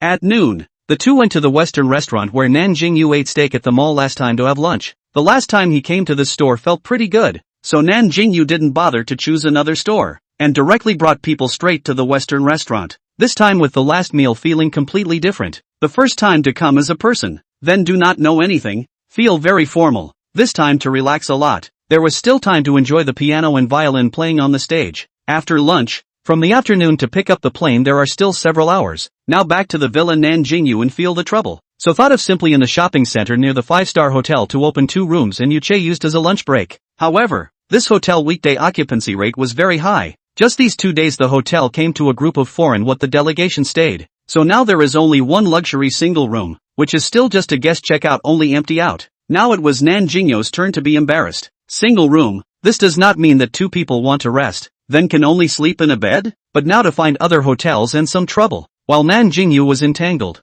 Che took the initiative to solve the problem. Young master, just book this room. You know my situation. I cannot need to rest. Chapter 53, Someone's Mischief. Nan Jingyou naturally knew the meaning of Che's words, and after struggling for a while, he finally decided to book this luxurious single room. The staff at the front desk watched the interaction between the two with a smile on their faces, and when they heard Che's young master's voice, they couldn't help but be stunned. It turned out that this person in front of him was still a young master of a luxurious family, but then again, this subordinate in front of him seemed to have more temperament than the young master. The staff quickly completed the check-in procedures for Nan Jingyou, and after giving the room card, the two of them took the elevator towards their room. Nan Jingyou's first time staying in a 5-star hotel. After entering the room he couldn't help but let out a gasp in his heart. It was even more luxurious than he had imagined. The room is on the 28th floor. Outside the window is the Put River in High City. A veritable river view room. If it's night, I don't know how good the night view will be. Both of them do not have much luggage on them.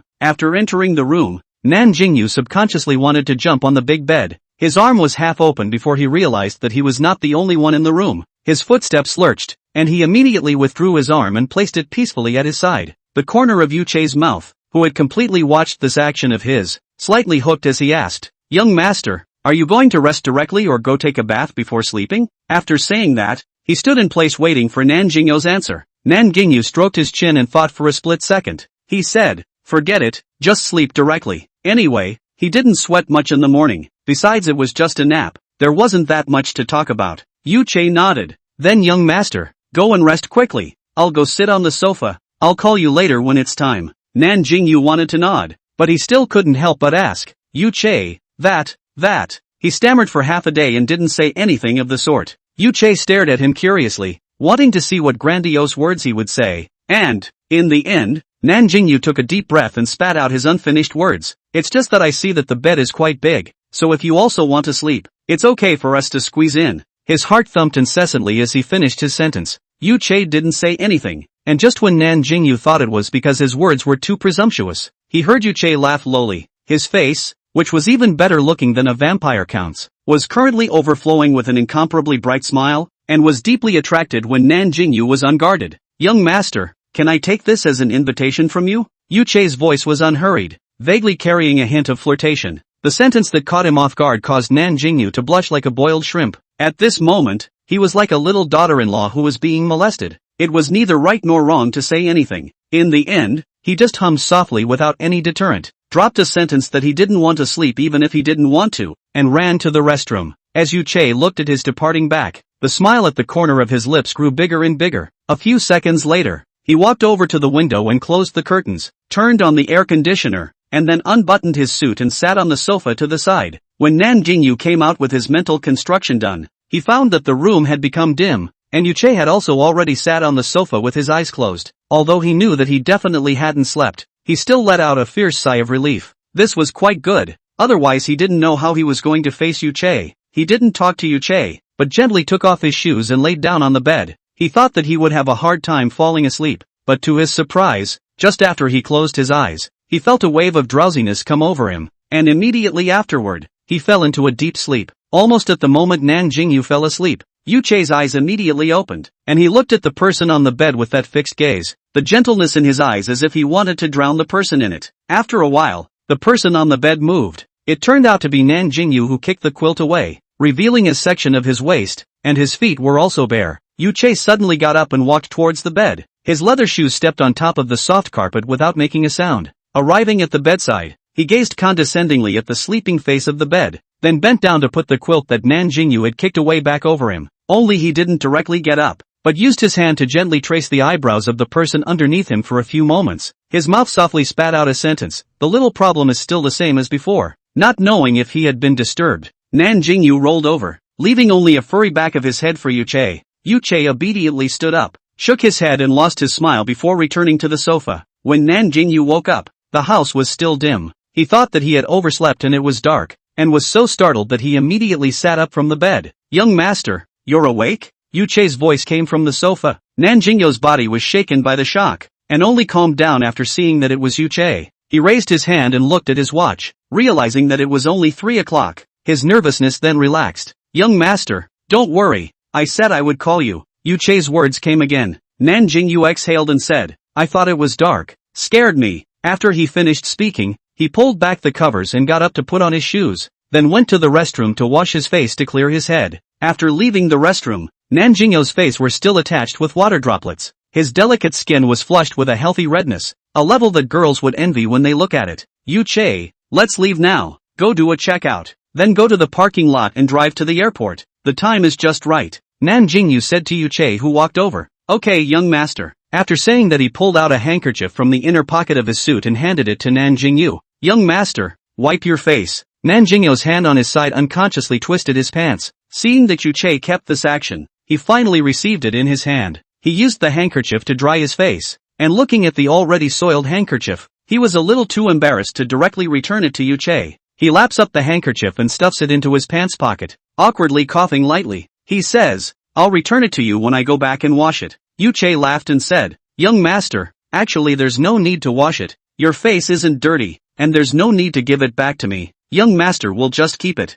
The matter of a handkerchief, Nan Jingyou also felt that there was no need to be concerned, so he didn't say anything. After that, the two of them took the elevator together to the first floor to check out of the room. After checking out of the room, the two of them went to the parking lot to find a car and headed straight to the airport. From here to the airport is almost an hour or so. Even if they add the time of the traffic jam, they will definitely be able to get there before 5 o'clock, because Yu Che didn't rest in the middle of the day. Nan Jingyou took the initiative to propose that he drive the car. No matter how much Yu Che explains that he can actually not need to sleep, but Nan Jingyou said, "Robots are also tired. Proper rest has its benefits." Yu Che had to obediently sit on the co-pilot, but in his heart, this kind of concern for Nan Jingyou was very useful. Even the mood is also unconsciously a lot better, because it is a weekend, plus it is the road to the airport, so the road is inevitably a little traffic jam. But even if the traffic jam, other cars in Nan Jingyou's car are keeping a long distance. Chapter 54, Pick Up, Airport Siege. It was hard to get to the airport to park the car, and then when he went to the pickup gate to wait for people, the time was just at 5 o'clock. When he arrived at the pickup gate, Nan Jingyou realized that there were too many people. He saw many people holding lightboards and posters, and realized that they seemed to be some Stars fans coming to pick up the plane. The scene was very noisy and in bad order. Yu Che carefully protected behind Nan Jingyou. helping him block the collision of many people. Nan Jingyou furrowed his brows, very much not understanding what these people were doing. However, he didn't have much of a position to accuse these people, so he could only silently stand aside and wait. After a while, he saw his brother's flight information on the electronic display screen showing that the airplane had arrived, and Nan Jingyou couldn't help but call his brother. The ringing in the phone rang for a while before it was connected. "Hey, brother, have you gotten off the plane? I'm already waiting for you at the pickup gate." Nan Jingyou's tone was a bit brisk, very excited about the next meeting. Two low laughs first came from the opposite side, then said, "Brother, I just got off the plane. There's still a while before I come out." "That's good, brother, you come out slowly, there's no rush." Nan Jingyou also smiled and answered. The two quickly disconnected the phone. Nan Jingyou put away his cell phone and then stood on the side with Yuche to continue waiting. Not long after, they saw that some people started to come out one after another at the pickup port. Those fans who came to pick up the plane to show their support also began to stir up. Due to too many people, the airport had to send people to maintain order. During the waiting period, Nan Jingyou was also pushed and shoved a few times by the people who crowded over. But fortunately, Yuche was always by his side to protect him. Without knowing when, Yuche's hand had already wrapped around Nan Jingyou's shoulder, and their posture was very intimate. Nan Jingyou was a little uncomfortable, but the current situation was a little bad, so he had no choice but to obediently cooperate. After waiting for a while, Nan Jingyou finally found his brother in the crowd. His brother's 1.8 tall man, coupled with a handsome face that doesn't lose out to traffic stars, he was easily recognized in the crowd. Nan Jingyou was wearing a black shirt and suit pants today without a jacket. The shirt collar was slightly open, revealing the sexy collarbone inside. With a pair of rimless glasses on his face, his eyes were cold, but his expression looked a bit debauched and uninhibited. It is simply a seamless combination of elite model and gangster, contradictory but unexpectedly harmonious. Nan Jingyou was dragging a black suitcase, walking with a lazy and casual posture, and the moment he saw Nan Jingyou, the expression on his face instantly became gentle. If it wasn't for the leader beside him, he was afraid that he would have to dart over to give Nan Jingyou a big hug. "Brother, I'm here." Nan Jingyou's tone couldn't hide his excitement, and he couldn't wait to wave his hand. Yuche had long ago lowered his hand that was wrapped around Nan Jingyou's shoulders, and at this moment, he was staying quietly at the side. Although Nan Jingyou didn't run, his footsteps still accelerated by a few points, and when he walked in front of Nan Jingyou, he still couldn't help but give his brother a big hug. "Brother, long time no see." Nan Jingyou smiled gently. Nan Jingyou's nose turned a little sour when he heard these words. Counting the time, the two hadn't seen each other for half a year. The two embraced for a few seconds and then separated. Nan Jingyou's leader at this time smiled and teased from the side. "It seems that Jingyou and your two brothers have a very good relationship." Only then did Nan Jingyou notice that there was a man standing beside his brother. The man was probably in his 30s, dressed formally, carrying a briefcase in his left hand and a small suitcase in his right hand. His face was very calm, his temperament was competent, and he looked like an experienced old workplace person. Nan Jingyou took the initiative to introduce. "You, this is my superior leader Lu Xinzhou, also considered my master, gave me a lot of help in my work." Nan Jingyou immediately took the initiative to shake hands and greet. "Hello Mr. Lu, my name is Nan Jingyou. Thank you very much for taking care of my brother." After Lu Xinzhou shook hands with Nan Jingyou, he waved his hand again and said, "Hey, let's not talk about this. It's all because Jingyou himself is striving for success, and it's only because I appreciate him that I will voluntarily give him help." At this time, only then did Nan Jingyou finally notice Yuche beside Nan Jingyou. At first, he thought that the two of them had nothing to do with each other, but he couldn't help that Yuche's eyes had been focusing on Nan Jingyou, making it difficult for people not to pay attention. Nan Jingyou was puzzled. "You, who is this?" When he and Yuche locked eyes, the two with similar auras secretly confronted each other with their eyes, and he felt that this man gave off a very dangerous feeling. However, he could notice that the eyes he looked at Nan Jingyou with just now were gentle, which gave him a hint of a bad premonition in his heart. But that was just his feeling, it didn't mean anything. Nan Jingyou realized that he had almost overlooked Yuche, and immediately remedied the situation. "I'm sorry I forgot to introduce. This is my friend Yuche. He accompanied me to pick you guys up." With outsiders present, he didn't say Yuche's true identity because he felt it was unnecessary, and he would slowly explain it to his brother when he went back. Yuche also appropriately smiled at the two of them. His posture was very elegant and modest. Lu Xianzhou also secretly sized up Yuche. His pair of eyes had seen too many people of all colors and shades, and rarely would there be someone he couldn't see through. But he didn't see through Yuche this time, and couldn't help but marvel in his heart. This person should definitely not be underestimated. Just as a few people were talking in a harmonious atmosphere, the crowd suddenly became tumultuous. accompanied by screams one after another. Ah ah ah ah. Die came out.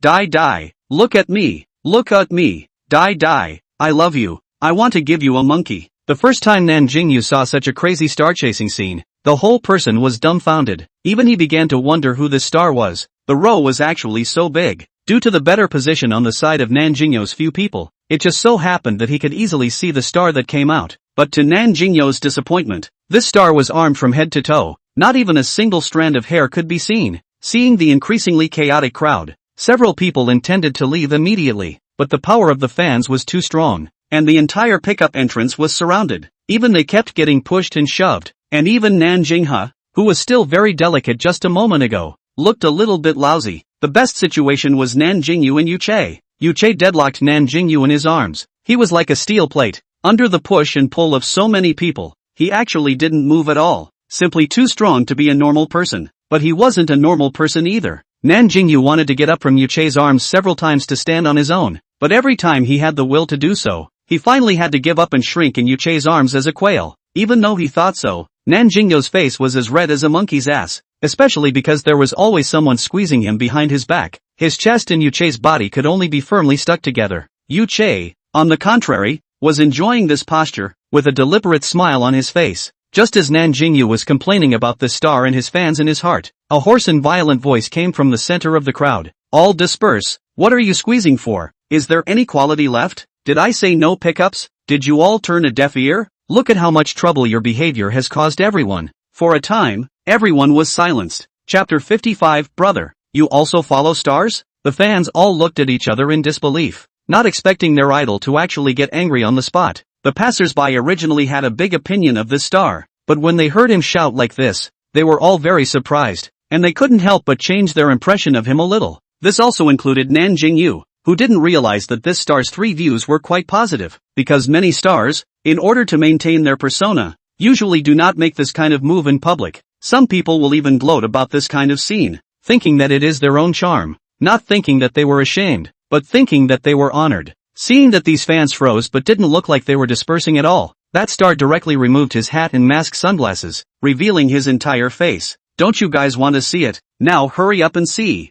Tens of seconds. After seeing you guys immediately leave, don't cause trouble to others again, just as I beg you, okay? Perhaps he had just shouted too loudly. His voice was a bit hoarse when he said this. The reason why this star didn't leave in a hurry was because these fans surrounded the road so much that he couldn't move many steps at all. Due to Nan Jingyou's taller height and the fact that he was standing in a better position, it was easy to see this star's real face. It was a male star, but with a very pretty face. That's right, the adjective Nan Jingyou could think of was beautiful, because it was an androgynous face, with shoulder-length black hair, with a pair of amorous peach blossom eyes, but the whole person was not feminine. Instead, he had a straight posture, with his head held high to show his manliness. His height should be close to 1 meter 8, a pair of long legs wrapped in loose jeans. The upper body is only a simple t-shirt. The whole person's temperament is very clean. This face stunned Nan Jingyou, but no one had any thoughts about this person. It was just pure admiration. The fans immediately agreed loudly when they heard that their idol was speaking in such a low voice. Good.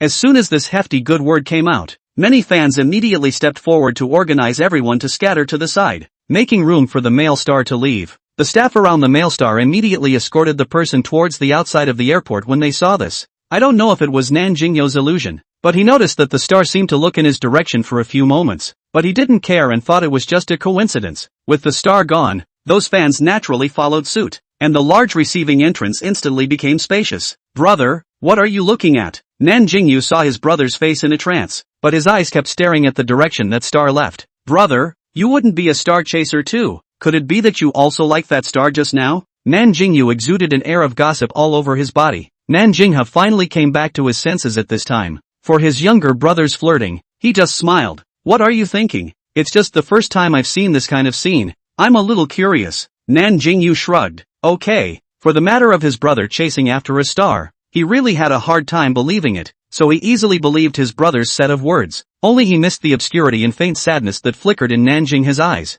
Then let's hurry up and leave. We've also delayed quite a bit of time just now. There's still a long time to go back to the city. Nan Jingyou continued. Nan Jingyou nodded in agreement. Nan Jingyou brought them in the direction of the parking lot. Nan Jingyou asked with a puzzled look on his face. You, did your friend drive here? He could only think of this possibility. His brother was just an ordinary employee. How could he not have bought a car? Nan Jingyou returned. Brother, indeed he drove here. Nanjing has sniffed and stopped asking more questions, because he automatically attributed the car to Yuche. And looking at the way Yuche was dressed, he thought that his family's condition should be very good. He just didn't know how Yu knew such an extraordinary friend. A few people came to the parking lot. Nanjing saw a white domestic sedan parked in the direction they went. Next to the sedan was a sports car that was worth a lot of money. He automatically ignored the sports car, thinking that the car they were going to ride in was the white sedan. But Nan Jingyou's next action directly stunned him. He only saw that Nan Jingyou took out a car key, then pressed it against that sports car, and with a beep,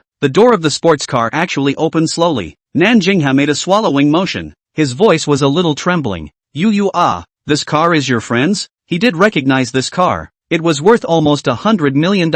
What kind of person is his own brother's friend? Also, would such a rich person really be friends with an ordinary person like his own brother? Nan Jingyou was a little worried. Even the leader of Nan Jingyou on the side was a bit surprised, although he was not clear about the specific value of this car, but he still recognized the Palenko's logo, and the sports cars under its umbrella had to be hundreds of millions of dollars at least. And looking at the appearance of this car, it is definitely not the most ordinary type. Nan Jingyou looked at Yuche, then at his brother, and finally laughed dryly. Oh, brother, this is my car. Nan Jingyou was a little confused. He was very sure in his heart that his own family was just an ordinary well-off family, and his brother was just a newly graduated employee. There was no way he could afford to buy such an expensive car, but he didn't know why. When Nan Jingyou said that this car was his, he didn't question about it. On the contrary, his heart was very sure that this sports car in front of him was his brother's. He went up and patted Nan Jingyou. He went forward and patted Nan Jingyou. Face raised a flashy smile. Brother, you're good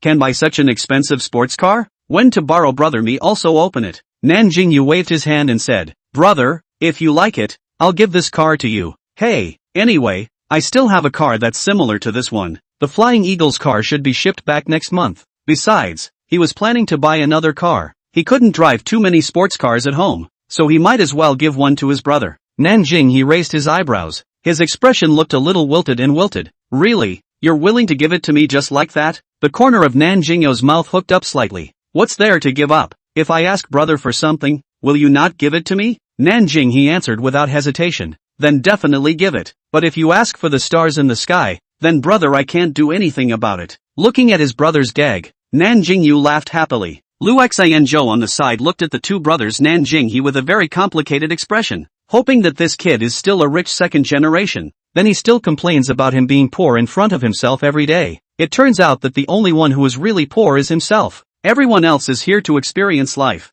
Only he is a real social laborer. Humph. Next time, if he doesn't blackmail this kid severely for a few meals, he will be sorry for his sympathy for this kid in the first place. Let me drive. Let's hurry up and get in the car and leave. Otherwise the road will be very congested later. Yuche's voice sounded at this time. Chapter 56, Nan Jingyou's worry. Nan Jingyou was shocked by the sound of Yuche's yu that caused goosebumps to rise all over his body. It was the first time he heard Yuche call him so affectionately. He didn't feel anything when others shouted like this, but when Yuche shouted like this, he felt as if there was a slight electric current traveling throughout his body, and his entire body was tingling with a very strange feeling. He stammered, okay, brother, I'll help you with your luggage. He was about to pick up the luggage in his brother's hands when Yuche took it before him. Yuche, I'll do it. I don't know if Yuche did it on purpose. This voice Yu shouted especially ambiguously. Nan Jingyou's ears were made red with shame this time. Nan Jingyou's The Shark Shadow is a four-seater sports car, so the place to put the luggage is relatively a little bit bigger. Good thing that the two people's suitcases are very small. The car is just enough to put down the two people's luggage. Otherwise it's really a little bit embarrassing. Nan Jingyou drove to before also did not think of luggage this matter. Or he borrowed the property's car to pick up the people. Good in the end the result is good. Thinking of this, Nan Jingyou thought of simply going to buy another car. In the future to go home or go out to play. Driving a sports car is not convenient at all. After putting his luggage away, Nan Jingyou hurriedly greeted his brother and Lu Xinzhou on the car. Yuche took the initiative to offer him to drive. So Nan Jingyou gave him the car keys and took the initiative to sit in the passenger side. Nan Jingyou looked at the atmosphere between the two men and felt as if there was something wrong, but he couldn't say. He could only observe silently. Seeing that his brother had a good relationship with the leader, Nan Jingyou took the initiative to invite Lu Xinzhou to his home, but he politely declined. I won't bother your brotherly reunion, so I'll trouble you to send me to the hotel. tomorrow I have an appointment to get together with an old friend. Jinghyu, you also have a good day of rest tomorrow, and we'll go back to talk about business next Monday. Since Liu Xianzhou had his own arrangement, Nan Jingyou had to follow what he said, and set the navigation location at the hotel he said. Road. The first time he sat in such a luxurious sports car, it would be a lie for Nan Jingyou to say that he wasn't excited, and the leader next to him wasn't very calm either. He asked in a whisper, Jinghyu, tell me honestly, what exactly does your family do? Nan Jinghyu teased. What else can it be? It's just a common little citizen. Liu Xinzhou snorted. Humph, don't say it. Then he smiled. I didn't expect you to be a real person. You have been popular in the company. If those little girls in the company know, you can really become a golden son-in-law, then you have to be annoying. The co-pilot Nan Jingyou heard this and couldn't help but gossip. Mr. Liu, does my brother have a lot of people to like in the company? Liu Xinzhou, as if he thought of something funny. The corner of his mouth cannot suppress the smile. Your brother in our company is the meat and potatoes. He is not only handsome, business ability is also good. Basically every new female colleague into the company have to confess to him. Nan Jingyou's interest intensified. So did he promise? Liu Xinzhou lightly hummed. This kid is picky. One cannot see. Our 28 people do not know what to find a very general character. At this moment, Liu Xinzhou is like the elders in the family who are urging for marriage, and he simply hates Nan Jingyou. Nan Jingyou didn't even frown, and still had the leisure to mock others. Master, you worry about yourself first. 35 and no one wants it, and I don't know where you get the courage to worry about me. Liu Xinzhou was furious and red in the face. If it wasn't for the fact that someone else was there, he would have had to have a fight with Nan Jingyou. Can I be the same as you? At least I've been married, not a child chicken like you. The sound of a child chicken subdued the other two people present. That's right, it was Nan Jingyou and Nan Jingyou. The two of them in the true sense of the word were indeed as Liu Xinzhou said. The only calm one amongst the four was Yu Che, who didn't even shake his hands throughout the entire process, only inadvertently looking at Nan Jingyou with some meaningful eyes. Only after Liu Xianzhou finished speaking did he realize the inappropriateness of this sentence and immediately coughed awkwardly. Sorry, I'm probably too tired. Some nonsense. You guys don't take it seriously. Nan Jingyou pretended to be disdainful. Being married is great. A man has to put his career first. My goal is to conquer the capital city. Falling in love will only affect my steps forward. Liu Xianzhou bristled, but was in the way of saying the wrong thing just now, so he didn't speak out to refute him this time. Nan Jingyou took the initiative to change the topic in order to alleviate the embarrassment from just now, and after that, the atmosphere of the conversation between the few people became relaxed again. The road did have a little traffic jam, and it was already 7 in the evening when they arrived at the hotel shown by the navigation. After Liu Xinzhou once again politely declined Nan Jingyou's invitation to dine together, the three of them drove away from the hotel. The sports car was traveling in the city. Inside the car, brother, what do you want to eat? I'll fulfill all your requests today, Nan Jingyou said very domineeringly. Yo, Yu is different now that you are developed, haha. Nan Jingyou reached out from the backseat and rubbed a handful of Nan Jingyou's hair. The furry touch made his mood very pleasant. Brother, don't mess up my hair. Nan Jingyou immediately sat up straight, not letting his brother's salty hand touch him again. Ha ha ha. Nan Jingyou's cheerful laughter came from the back seat. Okay, I won't tease you. You see to it, now you're the host. Brother, I'll listen to you. Nan Jingyou raked his hair a few times, then rested his cheeks and thought for a few seconds, and within a few seconds his eyes lit up. Why don't we go to the Imperial Cuisine Pavilion? The words just came out of his mouth, thinking that he didn't seem to have a reservation, and if he went now, there would definitely be no place, and all of a sudden he wilted down again. You can go. I've already made a reservation in advance. Yu Che seemed to be able to sense Nan Jingyou's emotions. Without even saying the words behind him, Yu Che knew where he was agonizing over. Nan Jingyou was pleasantly surprised. Yu Che, I didn't even say I wanted to go to the Imperial Cuisine Pavilion before. How did you make a reservation in advance? Yu Che lightly laughed. We're going to have a gathering in the evening anyway. I thought of making a foolproof preparation,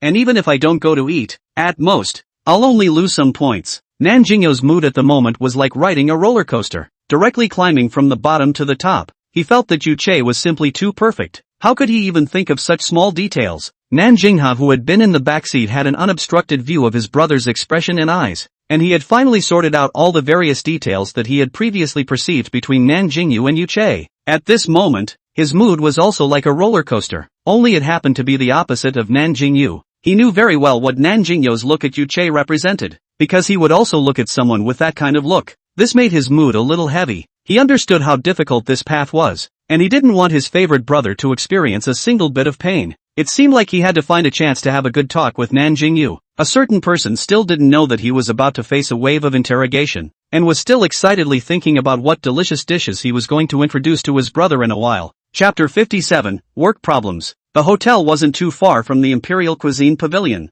and at 7:30 several people arrived at their destination. This time, Nan Jingyou directly reported his name, and the service staff was deeply impressed by this supreme VIP, immediately and respectfully leading people into the private room. Inside the box, "Brother, you order the food." Nan Jingyou handed the menu in his hand to Nan Jinghua. Nan Jinghua took it and casually flipped through it a few times before being surprised by the prices on it. However, he saw Nan Jingyou's light-hearted look just now, thought he should know the prices here, thinking that his younger brother could afford to drive a tens of millions of dollars of sports cars, so this amount of money for the meal shouldn't be a big deal. So also did not make a fuss, ordered 2 of his favorite dishes and then returned the menu to Nan Jingyou. You order the rest." Nan Jingyou received the menu, knowing that Yu Che was sure to say that cliched phrase again, so he didn't ask for his opinion and directly added a few more dishes according to his own ideas. During the wait for the dishes to be served, Nan Jinghua inquired about Nan Jingyou's life during this time. "Brother, I'm no longer working in my previous company, now I'm just a hobo."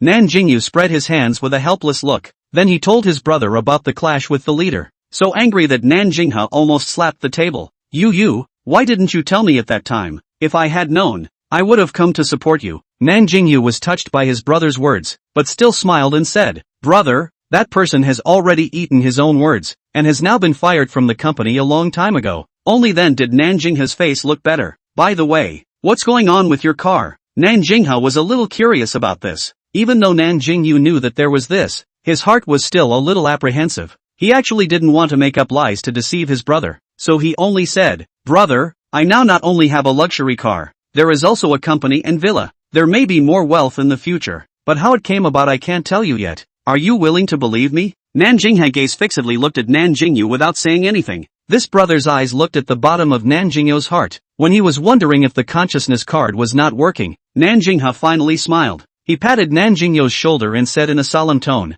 You, brother believes in everything you say. As long as you promise that you won't do anything illegal, brother will unconditionally support you." Nan Jingyou was very touched by this trust from his brother, although he knew that it was because of the effect of the consciousness card, so that his brother wouldn't go after the source of his wealth. He believed that even without the consciousness card, his brother would still trust him in the end. "Brother, don't worry, everything I have is legal and compliant, and I won't do anything illegal. I'm rich now, I can let you and mom and dad live a good life." Nan Jingyou's tone was firm, looking at Nan Jinghua with a sincere face. Nan Jinghua patted his shoulder and said with relief, You've grown up. Brother will rely on you to support him in the future." Ha ha. Nan Jingyou heard his brother's jokey tone, but his previous words were not half a joke. He would really support his brother. Anyway, he would take care of his brother's future marriage, buying a house and a car, as well as his mom and dad's side. He also needed to find a chance to go back once. If mom and dad were willing to come to High City to live with him, he would take the old couple over to enjoy their happiness.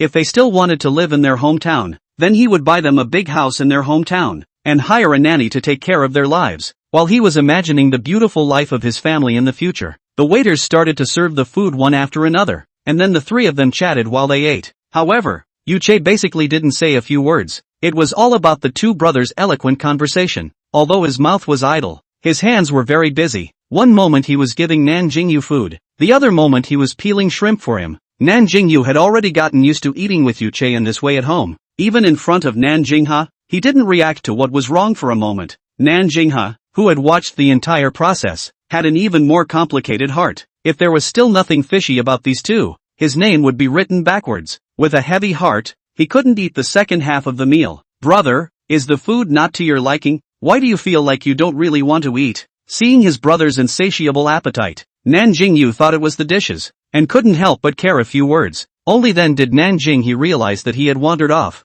and immediately replied, "No, it's just that I was just thinking about some work matters and got lost in thought." Nan Jingyou realized, and continued to ask, "Brother, are you very busy at work? Why don't I give you that company of mine to manage? Anyway, you are working now, you might as well be your own boss, and we can still live in the same city." The more he said, the more he thought it was a great idea, and he looked at his brother expectantly, itching to hear the desired answer right away. Unfortunately, his hopes were destined to be dashed, only to see Nan Jinghua resolutely shaking his head. You also know that I'm a lawyer. I'm not really good at the management of the company, and I really like my job, although it's a little bit busy, but I think it's very fulfilling. Nan Jingyou is considered to be a high school student. The university reads the law major of the capital city University of Politics and Law, and the master's degree. Just graduated to the capital city's best law firm work. He has been working for almost 3 years, under the leadership of the master in the South King and, now can also be unique. The hand independently handled a lot of large and small cases. In the Beijing division of the Circle of Lawyers is also a little famous. This time to the Sea City,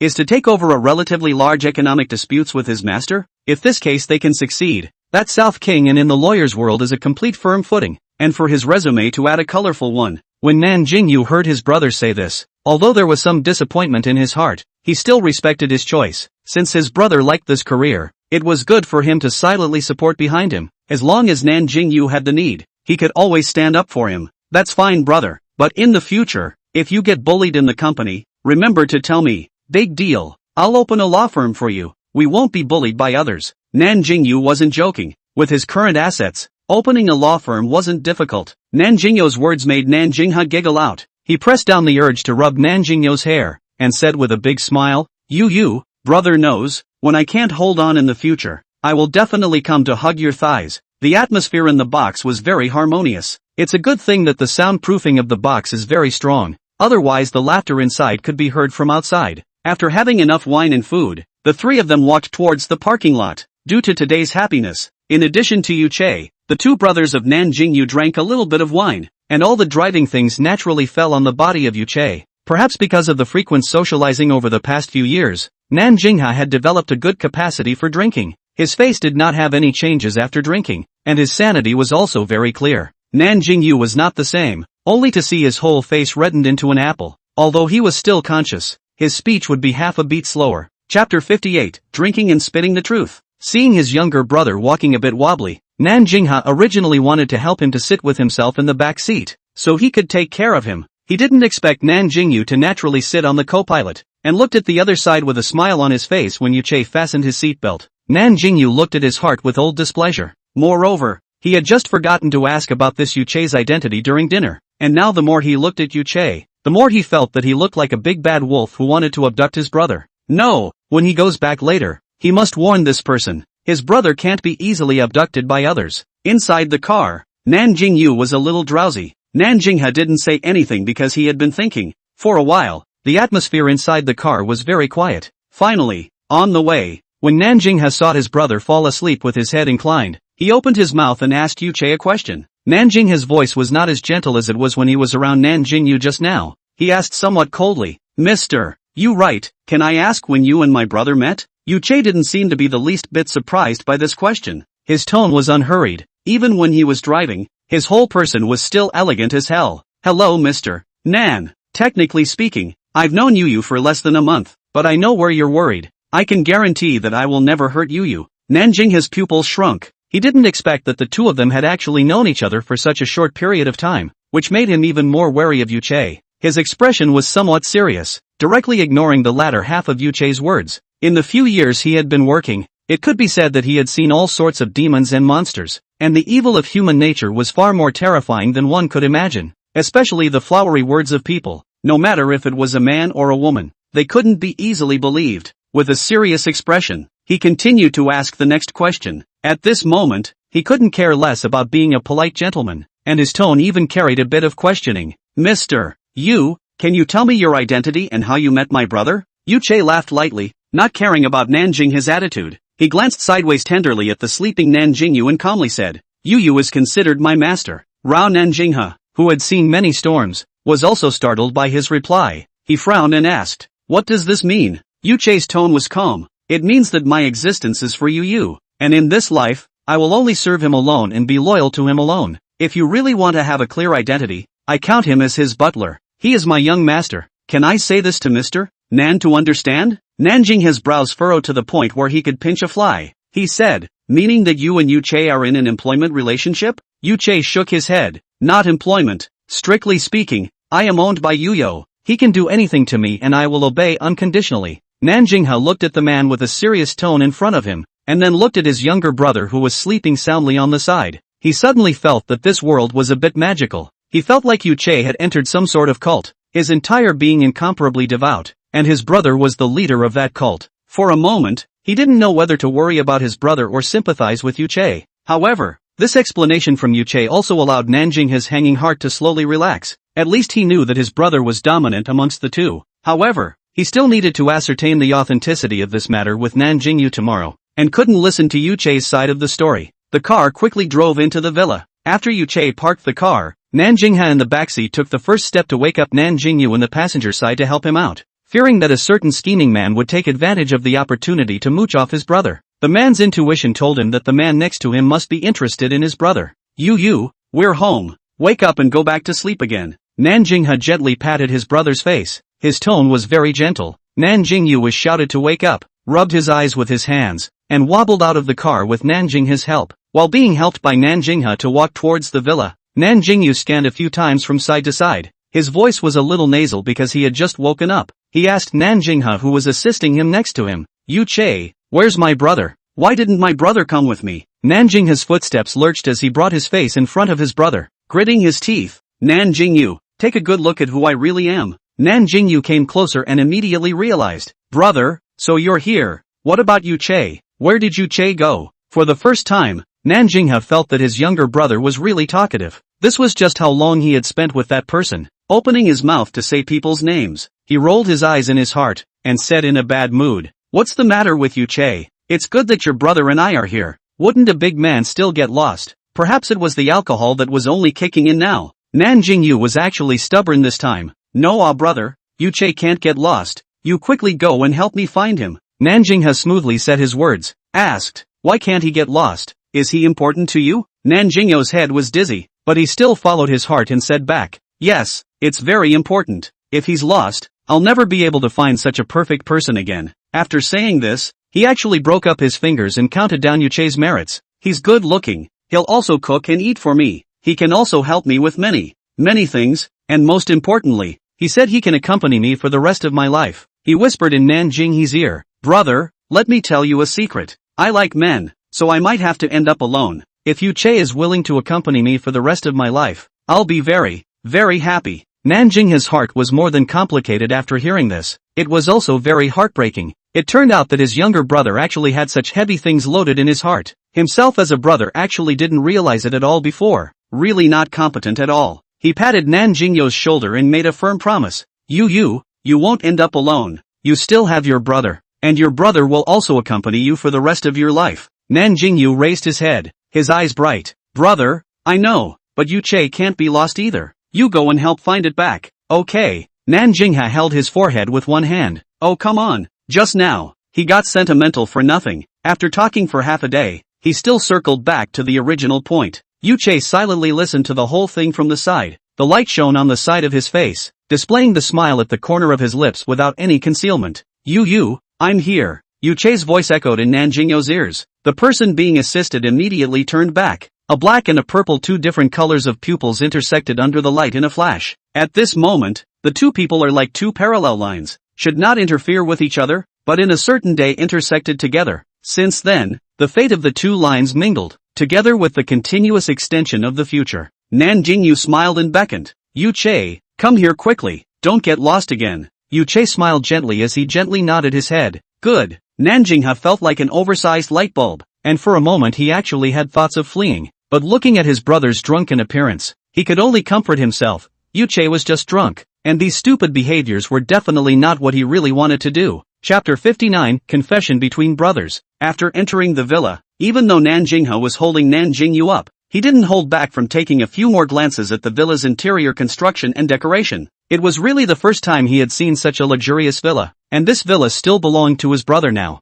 Nan Jingyou was still able to walk on his own now, just a little wobbly. Under Yuchei's instruction, Nan Jingyou took the villa's elevator up to the second floor and sent Nan Jingyou into the master bedroom. After a while, he came out from the bedroom, and coincidentally met with Yuchei, who was waiting outside the door. Yuchei always kept a faint smile on his face as he took the initiative to open his mouth. "Mr. Nan, you can pick the guest rooms on the second and third floors as you please, and if you need anything, you can come and find me at any time. I live next door to the young master." After saying that, he pointed to the room next to him. Since spreading his identity with Nan Jingyou, he changed back to addressing Nan Jingyou. Nan Jingyou looked at the two rooms separated by a wall. his eyes obscure. Only after a long time did he hear him say, "Mr. Yu, my family Yu has always been pampered by the family. I don't want him to be hurt in any way. So what things should be done and what things shouldn't be done? I believe that you have a sense of proportion, right?" Yu nodded. "Of course, Mr. Nan can rest assured. No one in this world can harm young master, including me." Nan Jingyou gave him a deep look,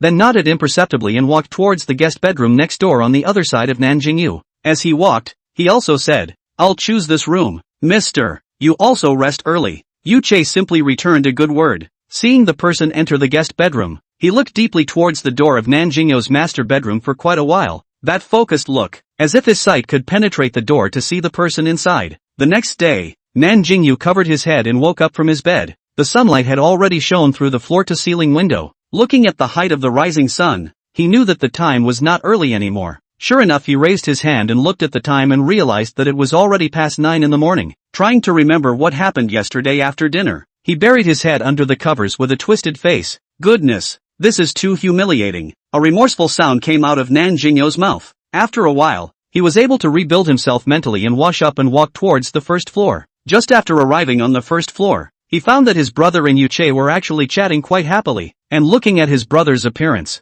it seemed that they were chatting quite happily. "Brother, what are you and Yu chatting about? I didn't expect you two to look quite chummy." Nan Jingyou walked towards the two, asking as he walked. Nan Jingyou hurriedly beckoned for Nan Jingyou to sit over, and said with concern, "How is it? Is there anywhere uncomfortable? Since you know you can't drink, why did you drink so much yesterday?" Nan Jingyou smiled sardonically, thinking again of the embarrassing things he did yesterday. "Nowhere uncomfortable. This is not to see brother you two happy." A moment did not control. Next time will not be like this. He was afraid that Nan Jingyou would bring up last night's matter, and hurriedly changed the topic. "Brother, you still haven't said what you were chatting about with Yu just now?" Only then did Nan Jingyou return. "It wasn't anything major. It was just some small talk about lawyers. I didn't expect Mr. Yu to be knowledgeable and know more than me as a professional." Nan Jingyou's words were sincere. He had just been truly convinced by Yu eloquence. At first he thought that Yu was studying this specialty, but he didn't expect him to say that he wasn't. He believed that the case they were talking about just now,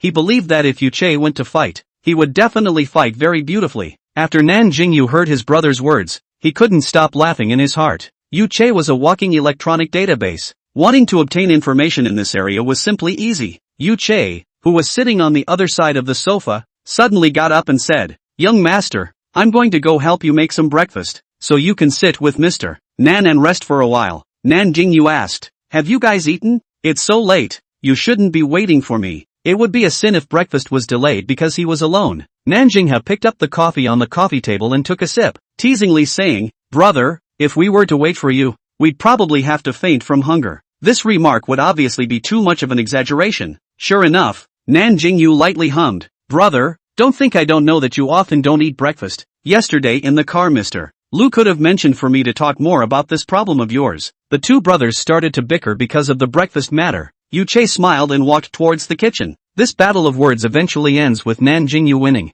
and ends after Nan Jingyou repeatedly promises that he will definitely eat breakfast on time. When Nan Jingyou saw that only their two brothers were left in the living room, he immediately put on a serious face and asked in a low voice, "That Yu said he's your housekeeper. Is this matter true? Also, can you guarantee that he is absolutely reliable and will never betray you?" Nan Jingyou's body tensed up a lot when he saw his brother's serious demeanor, but he didn't have any heartfelt weaknesses. Instead he said firmly, "Brother, Yu is indeed my butler, but he is also my friend. I can assure you that he will never, ever betray me." Yu was given to him by Xiaobai. If Xiaobai couldn't even trust him, then he would really be in danger. But just for the fact that Xiaobai had given him so much wealth, he still trusted Xiaobai. Besides, after this period of time, from the point of view of all aspects of Yu performance, he was indeed a partner that one could trust very much. There was no discrepancy between Nan Jingyou's words and Yu words yesterday. Nan Jingyou temporarily put his heart down, but when he thought of what Nan Jingyou said in his ear yesterday, his complexion condensed and his black eyes looked at Nan Jingyou slyly. "Brother, what's wrong? Why are you looking at me like that?" Nan Jingyou was a little scared by his brother's serious expression. Such a look was only when his brother taught him a lesson. Could it be that he had made some mistake? It shouldn't be, Nan Jingyou thought uncertainly. Just as he was thinking, he heard his brother say, Yo, tell me honestly, is it true what you said last night that you like men?" With a bang, Nan Jingyou felt a loud thunder explode in his ears. Did he actually say that to his brother last night? Surprisingly, he didn't have any impression at all. Nan Jingyou's heart was so flustered that his mouth opened several times without saying anything. Nan Jingyou knew that he was the one who scared the person. Immediately comforted. Yo, don't be afraid. Brother is not blaming you for anything. He just wants to make it clear for fear that you'll be cheated by someone in the future. Had I known that his brother reacted so greatly, I should have been a little more euphemistic just now. Nan Jingyou blamed himself in his heart. Nan Jingyou looked at his brother and said naively, "Brother, won't you think I'm disgusting? Won't you think I'm ashamed?" Nan Jingyou poked his younger brother's face, pretended to complain. "Do you think your brother I'm such a person? And what to say about evil or not? I think as long as you treat your feelings single-mindedly and don't play with your feelings, who you like is your freedom." Chapter 60 Buying a New Car. You can't think of yourself like that either, you know. Your aptitude is something you can't decide. Since you can't change it, then accept it openly. Brother will always support you. Nan Jingyou inhaled and showed a smile with pear swirls. Brother, thank you. When he first found out his aptitude back then, his heart was very terrified. The people around him were still second. What he was most afraid of was the attitude of his family. He was afraid of seeing the expression of disgust towards him on their faces. He felt that if that day really came, he would definitely not be able to stand it. It was good that his brother was understanding. So would he also have an extra layer of courage when facing his mom and dad in the future? Nan Jingyou didn't hold back and rubbed a handful of his brother's hair. Before Nan Jingyou complained, he laughed again and said, "What are you thanking for? We're all family." Nan Jingyou had no choice but to go to the restroom to straighten his hair with a head of chicken nest. When he came out again, Yu Che had already made breakfast and placed it on the table. "Young master, you can come and eat breakfast now." Yu Che pulled the stool for him, still looking like a gentlemanly butler, although this was also the mode of getting along before. But now that there was an additional Nan Jingyou, coupled with the fact that he had just said some heartfelt words to his brother, he always felt that it was a bit awkward to face Yu Che right now. Fortunately, Yu Che had a sense of propriety, and after seeing Nan Jingyou take his seat, he took the initiative to exit the restaurant. After quickly finishing his breakfast, Nan Jingyou thought of the watch he bought for Nan Jingyou earlier as well as the clothes he bought yesterday, so he immediately went to the master bedroom and took the watch out and asked Yu Che to help bring the clothes. "Brother, look at the watch I bought you. You wear it first to see if you like it, and this is the clothes I picked out for you yesterday. You go back to your room later and try to see if they fit." Looking at the pile of things piled in front of him, Nan Jingyou was overcome with emotion. He picked up the watch box first, and when he saw the logo on the box, he laughed.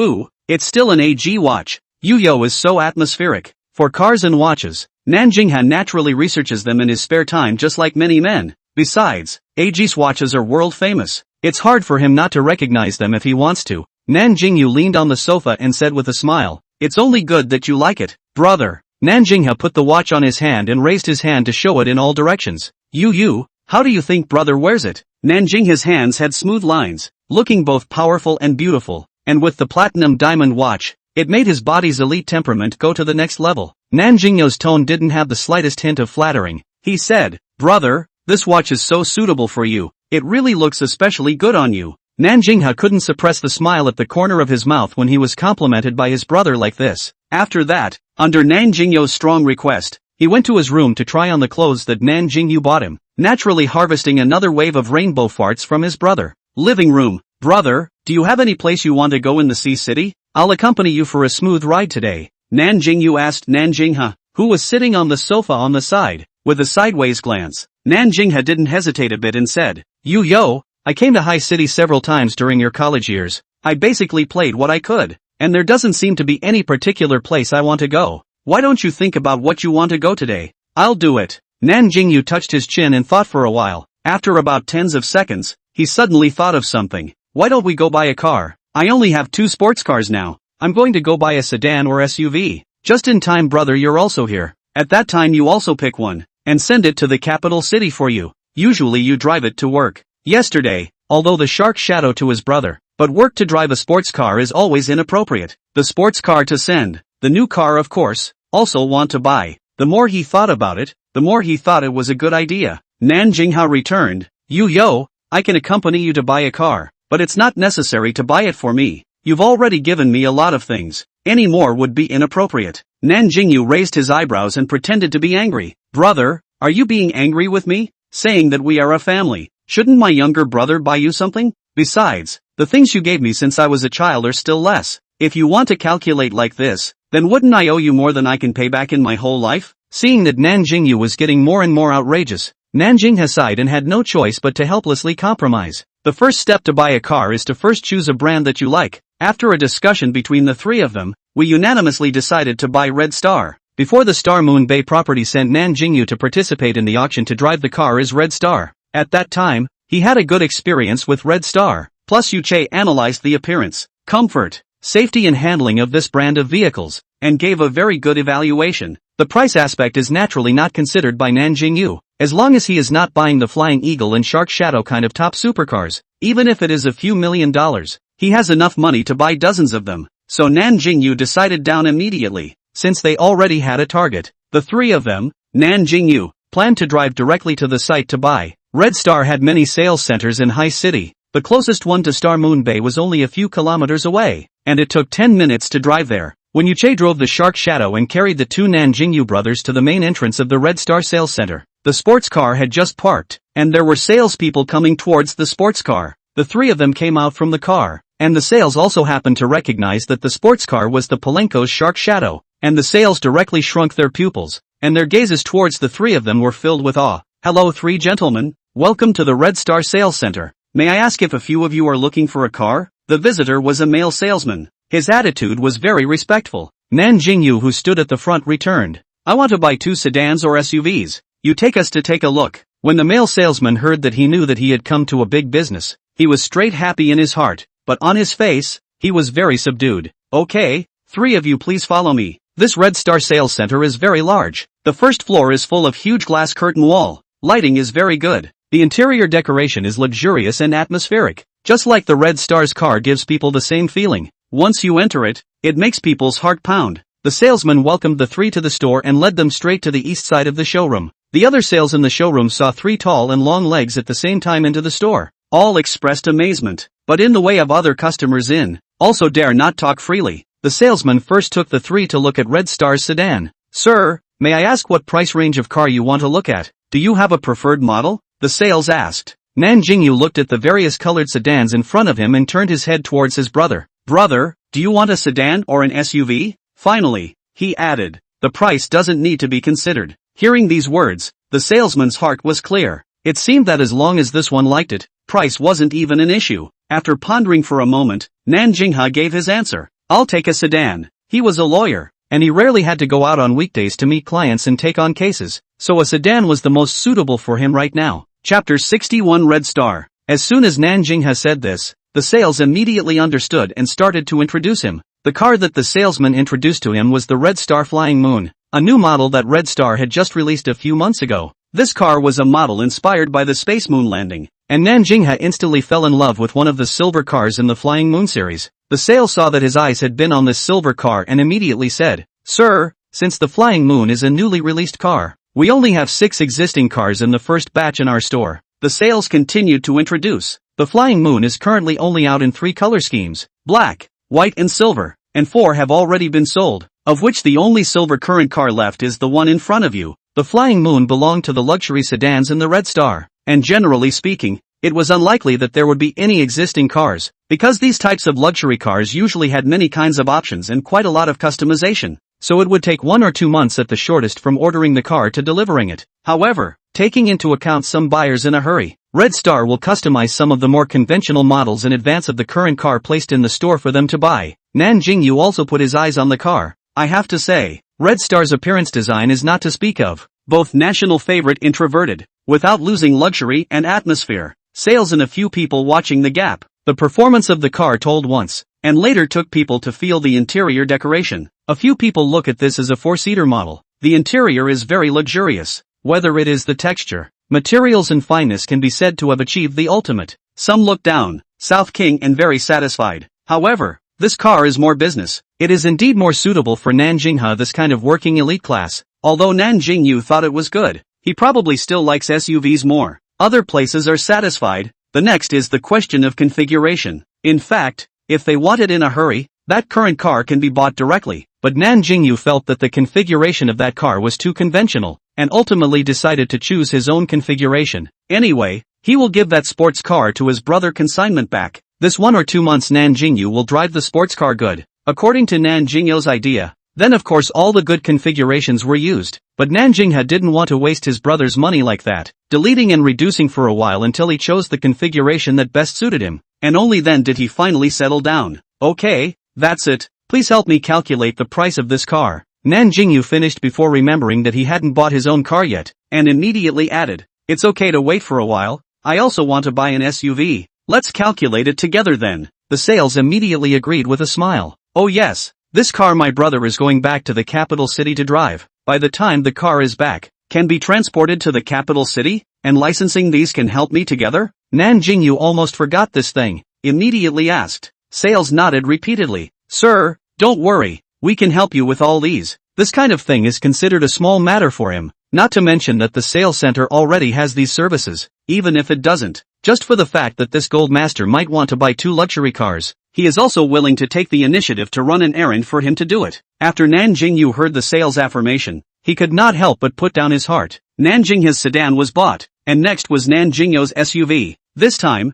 the sales have not yet introduced. Nan Jingyou glanced at, fell in love with a super cool SUV placed in the corner. The body of the car is black. The car is hidden in a corner of the showroom. The light sprinkled on its side, like a steel beast ready to go. Nan Jingyou pointed at the car and asked, hello, why is that car alone in the corner? Is it not for sale? The sales looked in the direction he pointed and immediately remembered something. He smiled helplessly and said, sir, that car was customized by a customer who spent a large sum of money with us last year, and at that time, only a deposit was paid, and he originally said that he would pay the full amount when the car was handed over, but as a result, that customer suddenly went bankrupt, and the car smashed in our hands. It's not that we didn't think of selling it, but those who liked it either thought it was too expensive, and those who were rich thought it was unlucky that the previous owner of the car had gone bankrupt, so we didn't sell it for so long. The sales center could of course make up a reason to sell the car, but Red Star had always paid attention to its reputation, so the company was unwilling to do such a thing that would likely ruin its reputation later on for the sake of a little profit. Even if they were to smash their hands, they wouldn't lie. So every time a customer asked, they told them the truth. So for so many years, Red Star has always had an excellent reputation as a domestic car. Seeing that Nan Jingyou was indeed interested in this car, the sales continued to add fire. Sir, if you really want to buy it, this car is able to give you a great discount. And at that time when the customer customized this car, choose all the top, and that customer itself is a hobby to play with the car. At that time after negotiation, but also agreed to some of his modification requirements. So this car, whether it is the performance or configuration, are far more than the Red Star, all the same type of SUV. Being said this way by the sales, Nan Jingyou became more and more moved. He glanced at Yuche, only to see that Yuche gently nodded, and Nan Jingyou immediately understood what he meant. How much is this car? Nan Jingyou wanted to ask the price, since the sales said it was so good. In case he wanted $50 or $60 million, he still had to consider whether to buy it or not. Spending so much money to buy a car, to be honest, he still had some heartache. The sales couldn't pinpoint Nan Jingyou's attitude and apprehensively quoted a price. Sir,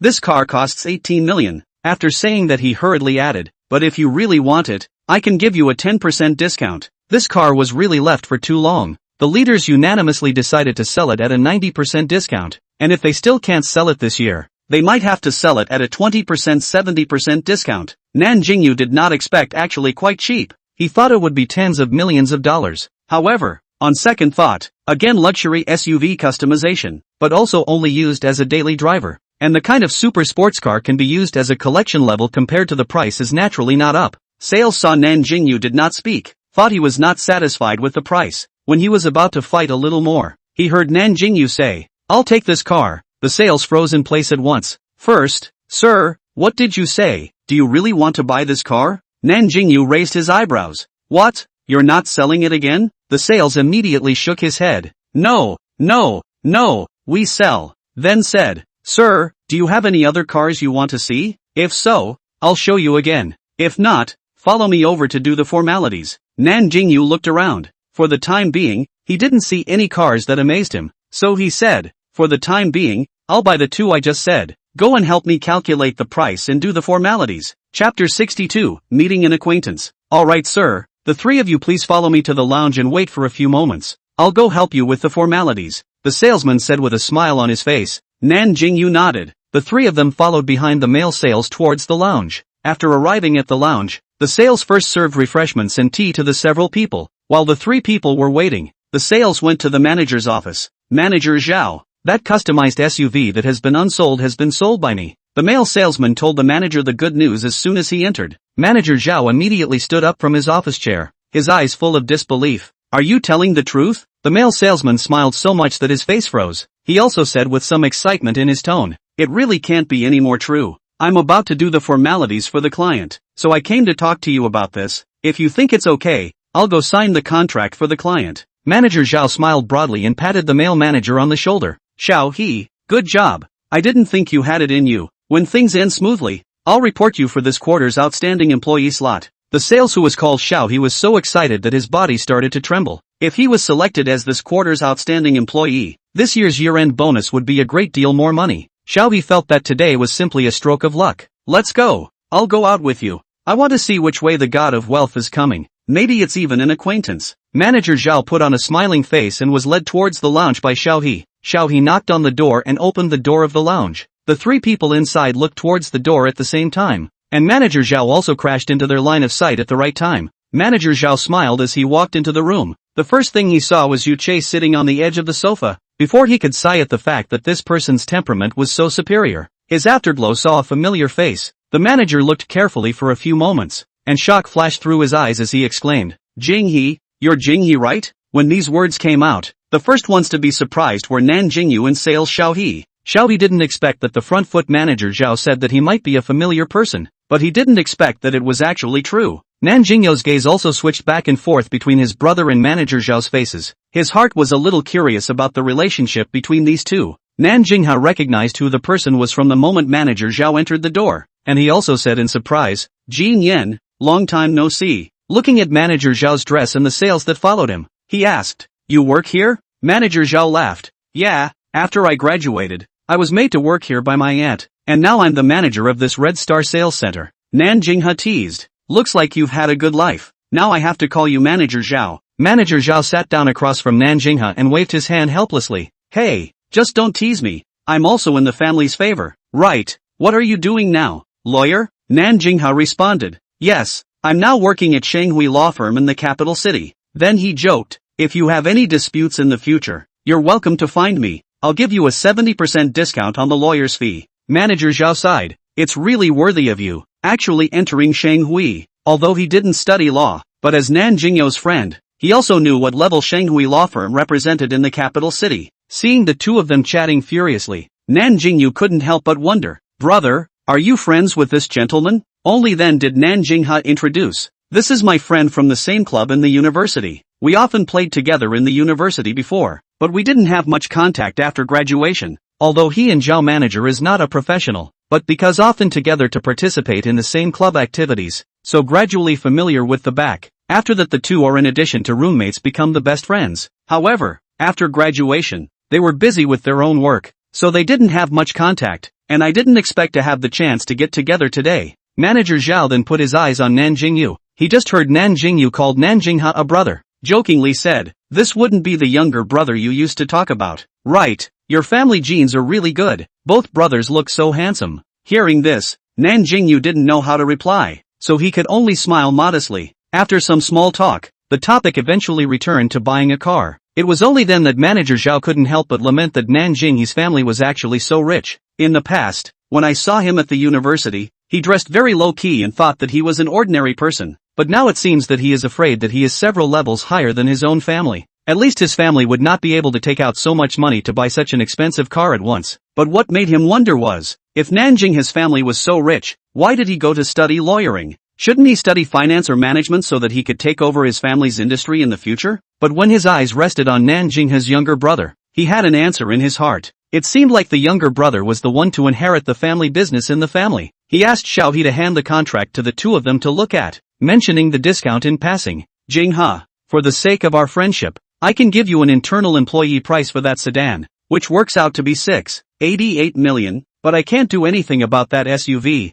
The maximum discount can only be 10%, but I can send you a few more sets of vehicle-related maintenance. Nan Jingyou hurriedly said, this is already very good. I can't make it difficult for you, can't I? You guys just follow the rules. In the end, after negotiation, the contract amount was according to what Manager Zhao just said. When he and Nan Jingyou signed the contract, Nan Jingyou directly handed out a bank card to Xiaohe. "Swipe your card. Full payment." Xiaohe politely took it, and the moment the small ticket of the card swiping machine spit out, the stone in his heart was all put down. Looking at the hand worth more than 20 million small ticket, Xiaohe's whole person is floating. He is still the first time to handle such a large sum of money, before a maximum of a few million at a time. After returning to his senses, he numbly gave Nan Jingyou a good invoice. All kinds of formalities are done before putting all the information loaded in front of Nan Jingyou. As for when the car will be available, Nan Jingyou's one is naturally needless to say. The earliest will be a month and a half. For Nan Jingyou's SUV, he asked manager Zhao to have someone help him put on the license plate and then directly help him send it to Star Moon Bay Villa. After the formalities were completed, Nan Jingyou chatted with manager Zhao for a while, and seeing that it was already 11 o'clock, manager Zhao insisted on inviting the three of them to the nearby Hentaying Hotel for dinner. Nan Jingyou thought that the two hadn't gotten together for several years, and after asking Nan Jingyou's opinion, he agreed to do so. Manager Zhao was very happy, and hurriedly called the hotel to reserve a spot, and then the four of them drove to the hotel. This time, Nan Jingyou sat in manager Zhao's car, and Yu Che drove the sports car carrying Nan Jingyou. Hentaying Hotel is the only super 5-star hotel in High City, located on the side of Put River. Whether it is fame or luxury, it is favored by the upper-class people in High City. Most of the luxury banquets in the city are happy to be held at the Hentaying Hotel, and the occupancy rate of the rooms is not less than 80% during the weekdays. Not to mention the holidays, it's completely hard to find a room. Chapter 63, Birthday Banquet or Hongmen Banquet. The four of them arrived at the hotel one by one. Manager Zhao booked a private room, due to the late booking time, so the hotel staff said that it was the last private room at noon today. Nan Jingyou and his party were walking towards the direction of the private room under the leadership of the hotel staff, but they bumped into a group of people head-on.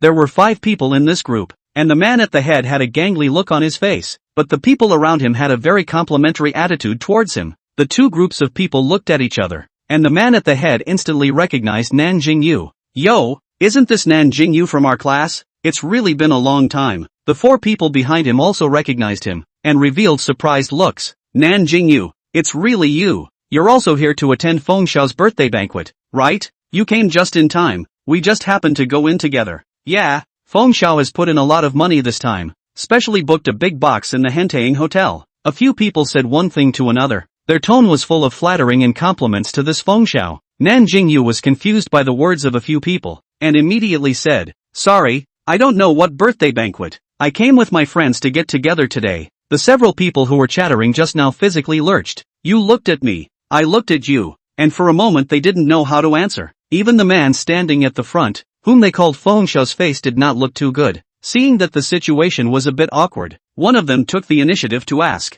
"Jingyou, didn't you see Feng Xiao's birthday banquet invitation sent in the class group?" The students in the class who stayed in High City to work all replied that they want to come. "Since you stayed in High City, how come I didn't see you replying in the group ah?" The speaker's tone actually carried a hint of questioning, which made Nan Jingyou sound a little uncomfortable. However, for the sake of his fellow classmates, he still explained seriously, "I'm sorry, because there were too many messages in the college class group before that disturbed my work, so I blocked the class group, and I didn't see the birthday banquet invitation you mentioned." But even if he had seen it, he wouldn't attend it. After all, he and Feng Minghui were at best mutually acquainted, and didn't have any friendship. Moreover, attending this kind of party was mostly for certain people to show off. He didn't like this kind of atmosphere, so he didn't want to participate. In college, the best relationship with him is only a few roommates, but roommates did not stay in the city after graduation. They either went to other cities for graduate school, or the family conditions are good, went back to his hometown to find an easy job. In the end, only Nan Jingyou was the only one who struggled bitterly in the Sea City, so this banquet was bound to be without a few of his good buddies,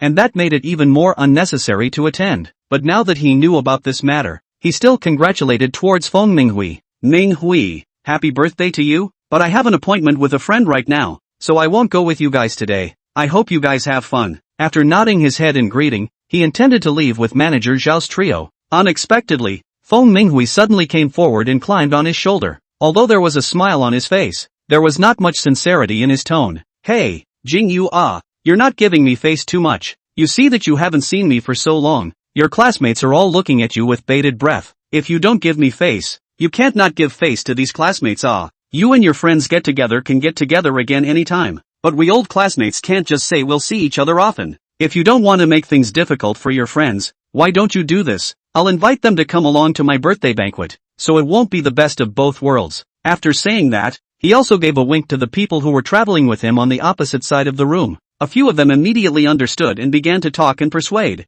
Yes, Jingyou, since Feng Xiao has said so, you should agree. Right, Jingyou, you can't let us spoil the fun. Jingyou, just say yes. The students are still waiting in the box. Yuche saw the hand resting on Nan Jingyou's shoulder and felt very obtrusive, only to see his complexion condensed. The color of his purple eyes instantly deepened, and opposite Feng Minghui's hand bounced away from Nan Jingyou's shoulder like an electric shock. Then, as if he had committed some kind of disease, his arm was actually shaking with a twitch. This bizarre action made everyone look blank, frozen for a moment. Those who reacted immediately went forward and said with concern, Feng Xiao, what's wrong with you? Feng Minghui painfully clasped his hands without saying anything. Luckily this pain quickly disappeared, as if the moment just now was just his hallucination. He shook off his hand and forced himself to calm down. It's fine, just now my hand cramped up. It's fine now. A few people saw that his face was as normal, so they did not ask any more questions. Once this episode was over, his sight looked towards Nan Jingyou again, his eyes full of unintentional anticipation.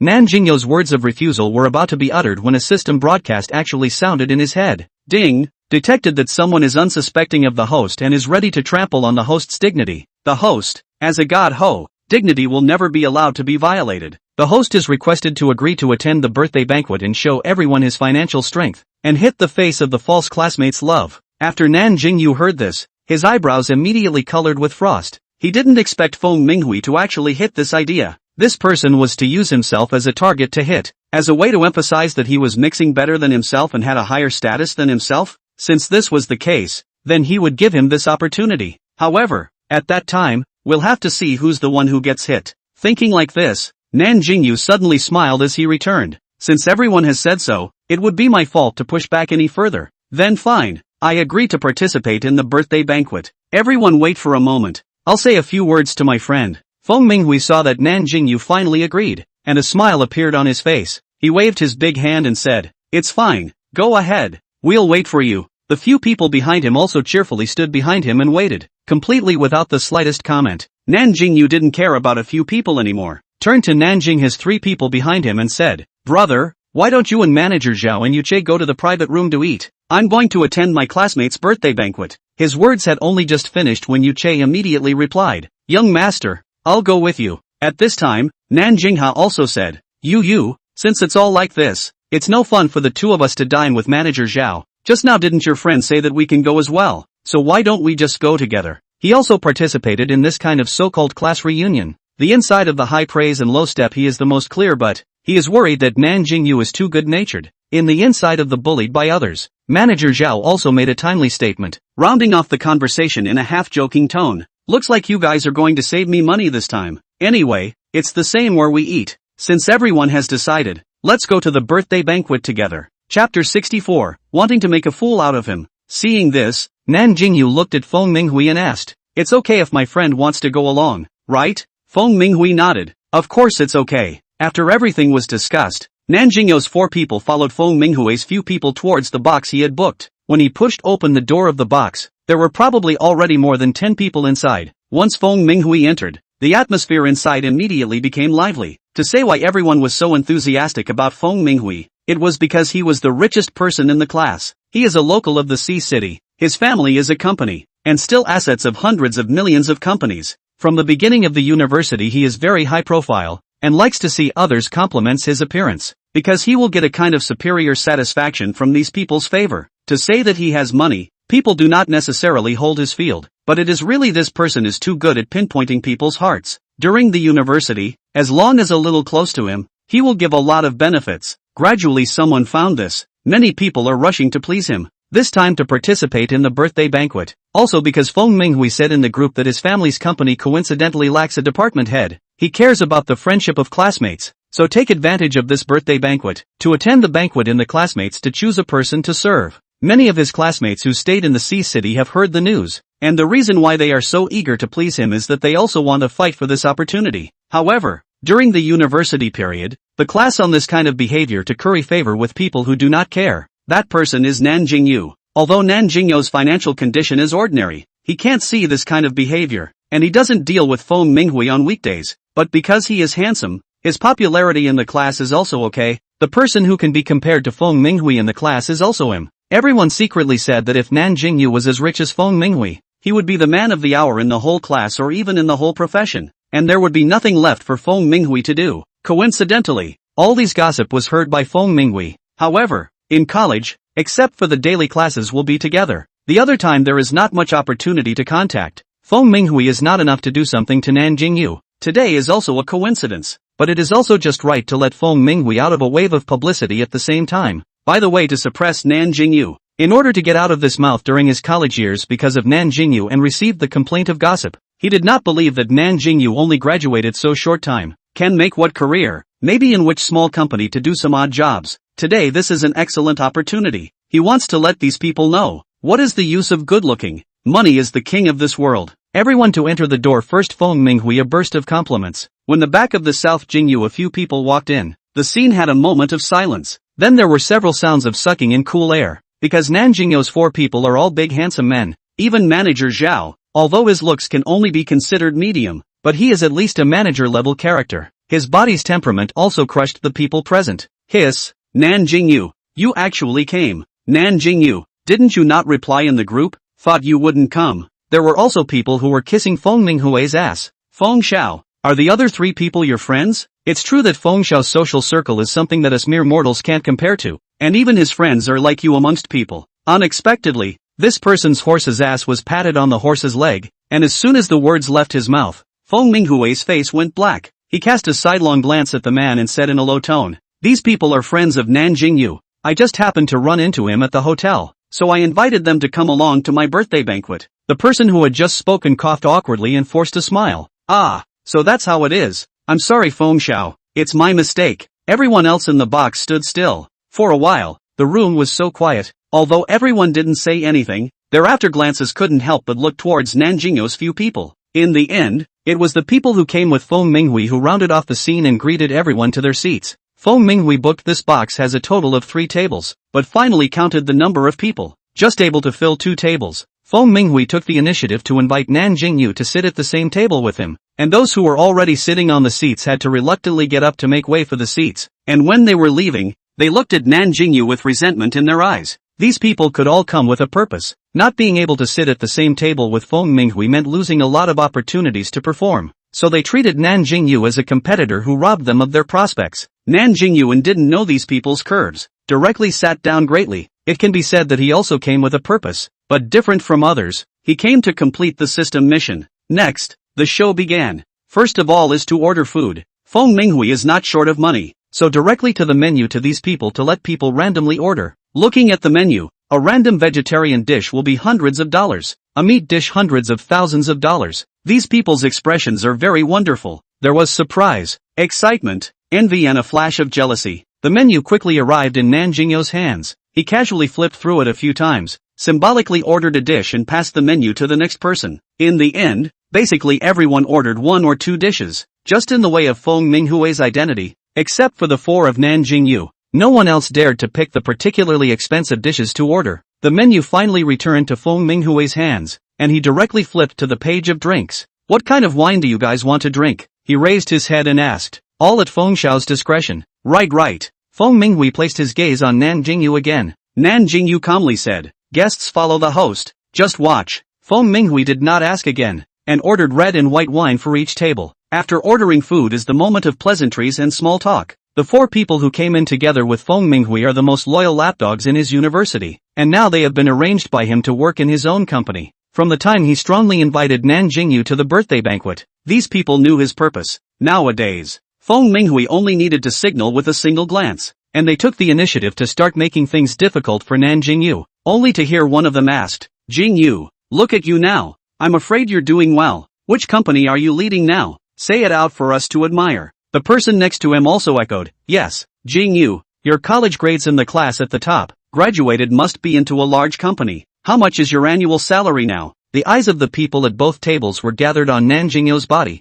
Some people's eyes were a bit expectant, while some people looked like they were watching a good show. Originally thought that Nan Jingyou would be ashamed, but the result was that his next sentence directly dried people silly. Chapter 65, mocked by the group. Nan Jingyou smiled calmly. His sight swept a circle on these people before saying, there is nothing to admire. I am now just a small company chairman only. As for the annual salary, millions should still have. Oh, yes, if you count the dividends, tens of millions of dollars is inevitable. I do not know if you are still satisfied? After throwing this thunderbolt in the flat ground, he also leisurely poured himself a cup of tea and sipped it, completely ignoring the stunned expressions of the two tables. After about 10 seconds or so, Feng Minghui lightly snorted. Jingyou, are you not afraid that everyone will laugh at you and deliberately tell this kind of borderline lie? Even if you started your own business right after graduation, how could you develop the company to such a large size in less than a year? Don't worry about telling the truth. These students on the table are ordinary people. If you really don't do well, people won't laugh at you. If not, I'll give you the vacant supervisor position in our company. I'm sure the classmates can understand. After the last sentence was said, these people on the table couldn't sit still. The purpose of them coming to the birthday banquet today was for this position. If it was so easily cut off by Nan Jingyou, then what was the favor they had been trying to curry favor within the group for so many days? What's more, today to participate in the birthday banquet, everyone can be fully prepared, but also spent a lot of money to buy birthday gifts to send gifts. Sure enough, everyone's eyes looking at Nan Jingyou were a little off. Nan Jingyou, who was at the same table, noticed everyone's unkind eyes, and his brows couldn't help but wrinkle up. He said in a deep tone, "My brother has his own company. It's not his turn to go to your house to be some kind of supervisor. You'd better save this position for someone else." Yu Che also said, "My young master is not a company that any cat or dog can enter. I see that these classmates of yours are rare. You'd better give it to them." Nan Jingyou moved the two to stand up for him, but still gave them a look of calmness. He can't let the two of them make Feng Minghui angry. If he gets angry and kicks himself out of the banquet in a fit of anger, then his system mission won't be completed. The game is still to be played slowly to be interesting. Seeing Feng Minghui's dark face, he took the initiative to smile. "Minghui, don't mind, but the position of the supervisor you still leave these students. Their friendship with you is much deeper than with me. You don't want to give them a cold heart." These words simply said to the heart of these students. Everyone looked at Nan Jingyou's eyes also became much more kind. Feng Minghui afraid of these people really make any trouble. Silent did not refute this sentence. This episode ended. Although everyone remained skeptical about Nan Jingyou's identity, but they were more interested in Nan Jingyou and Yu Che. Yang Wei was the class president and Feng Minghui's #1 lapdog, now following Feng Minghui as his assistant. Seeing Feng Minghui's sullen face and not saying anything, he took the initiative to shift the topic to Nan Jingyou again. "Jingyou, these three are the ones you brought. Aren't you going to introduce them to everyone?" Nan Jingyou laughed in the bottom of his heart. It seemed that these people still hadn't gotten over the idea of making a fool out of him. He hooked up his lips and followed Yang Wei's meaning to introduce. "The one on my left is my own brother, Nan Jingyou,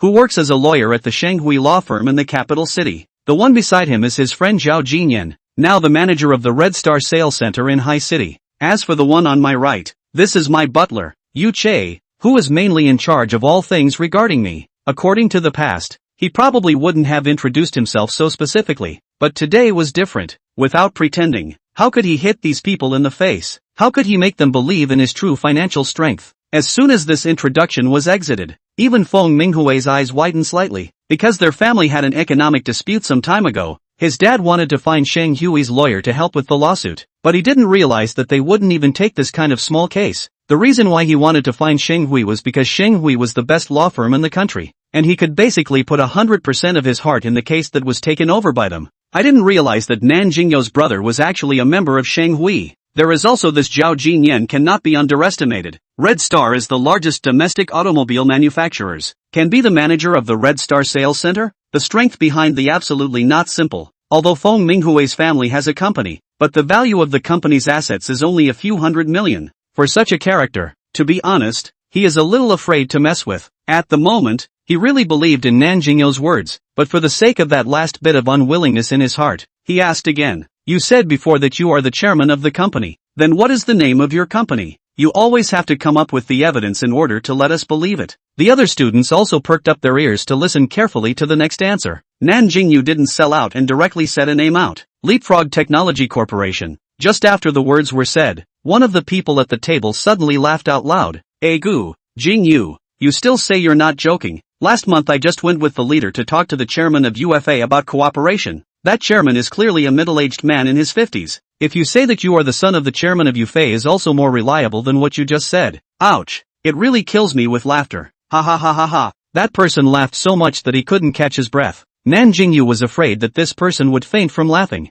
The other students didn't realize that Nan Jingyou was really lying. They couldn't help but look at him with contempt. Yu Che seemed to know that these people wanted to say something unpleasant. He placed the teacup in his hand heavily on the table, making a thumping sound. His action directly blocked the words those people wanted to say in their throats. Yu Che's good-looking brows stared, and his purple pupils made his entire person demonic. He said in a deep voice, "The previous chairman of Leapfrog Technology has already transferred his shares to my young master this month. And now in the company my young master's shareholding is as high as 67%, and he is the veritable chairman of the board." After saying that, he swept these people with sharp eyes and said, "If you all still have doubts, why don't you go online and check the company's registration information to see if the chairman has changed or not?" Everyone was about to make a move, when someone at the other table suddenly stood up with a stiff face, and in everyone's puzzled gazes, he slowly walked to Nan Jingyou's side and bowed. "Chairman, it's me who didn't recognize Tai. I actually didn't expect it to be you." At the time of everyone's confusion, this person took the initiative to explain. "Everyone doesn't need to check.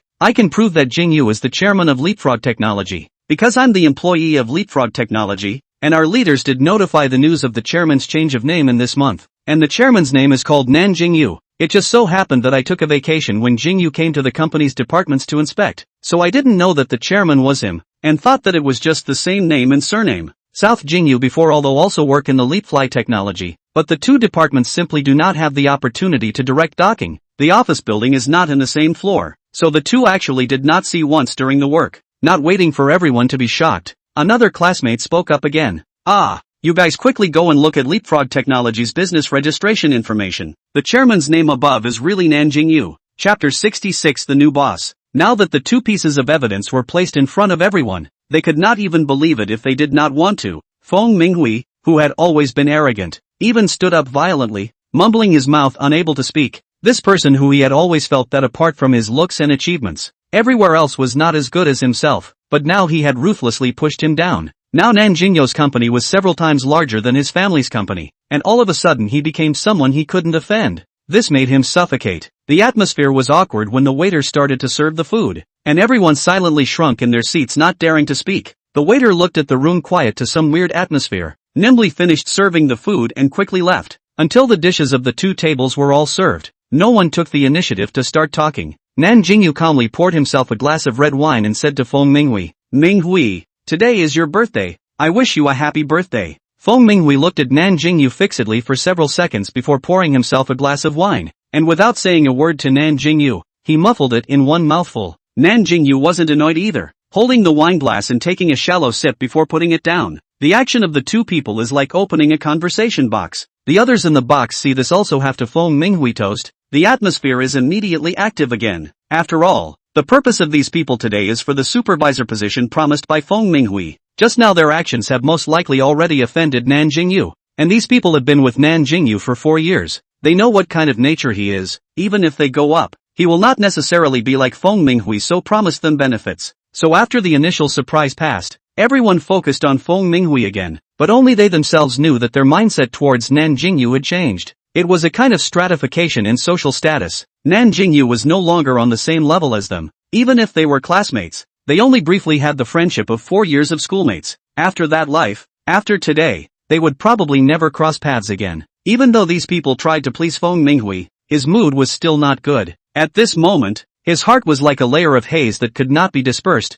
especially when he was staying under the same roof as Nan Jingyou. He hated to go back to half an hour ago and drag away the person who invited Nan Jingyou to the banquet. That way he wouldn't have to lose face in front of so many people. While everyone was pushing their cups and exchanging drinks, Nan Jingyou was talking to Xiao Bai with his mind. "Xiao Bai, is my mission considered complete?" He didn't know to which extent the display of financial power was going to be, so he could only make sure with Little White first. Little White's pleasant voice came immediately. "Ding, congratulations to the host for successfully completing the task. Divine Magnificence value plus 12, rewarding the host with a henteing hotel. All the transfer procedures are all placed in the system space. The host can check at any time." Nan Jingyou slightly shook his head. A moment later he said, "Xiao Bai, are you talking about the henteing hotel where I am now?" Xiao Bai said, "Yes host, the henteing hotel is the only one in the country, and it is a personal sole proprietorship. Now it already belongs to the host you alone. The transfer formalities are all done. Someone should contact you later. Remember to answer the phone."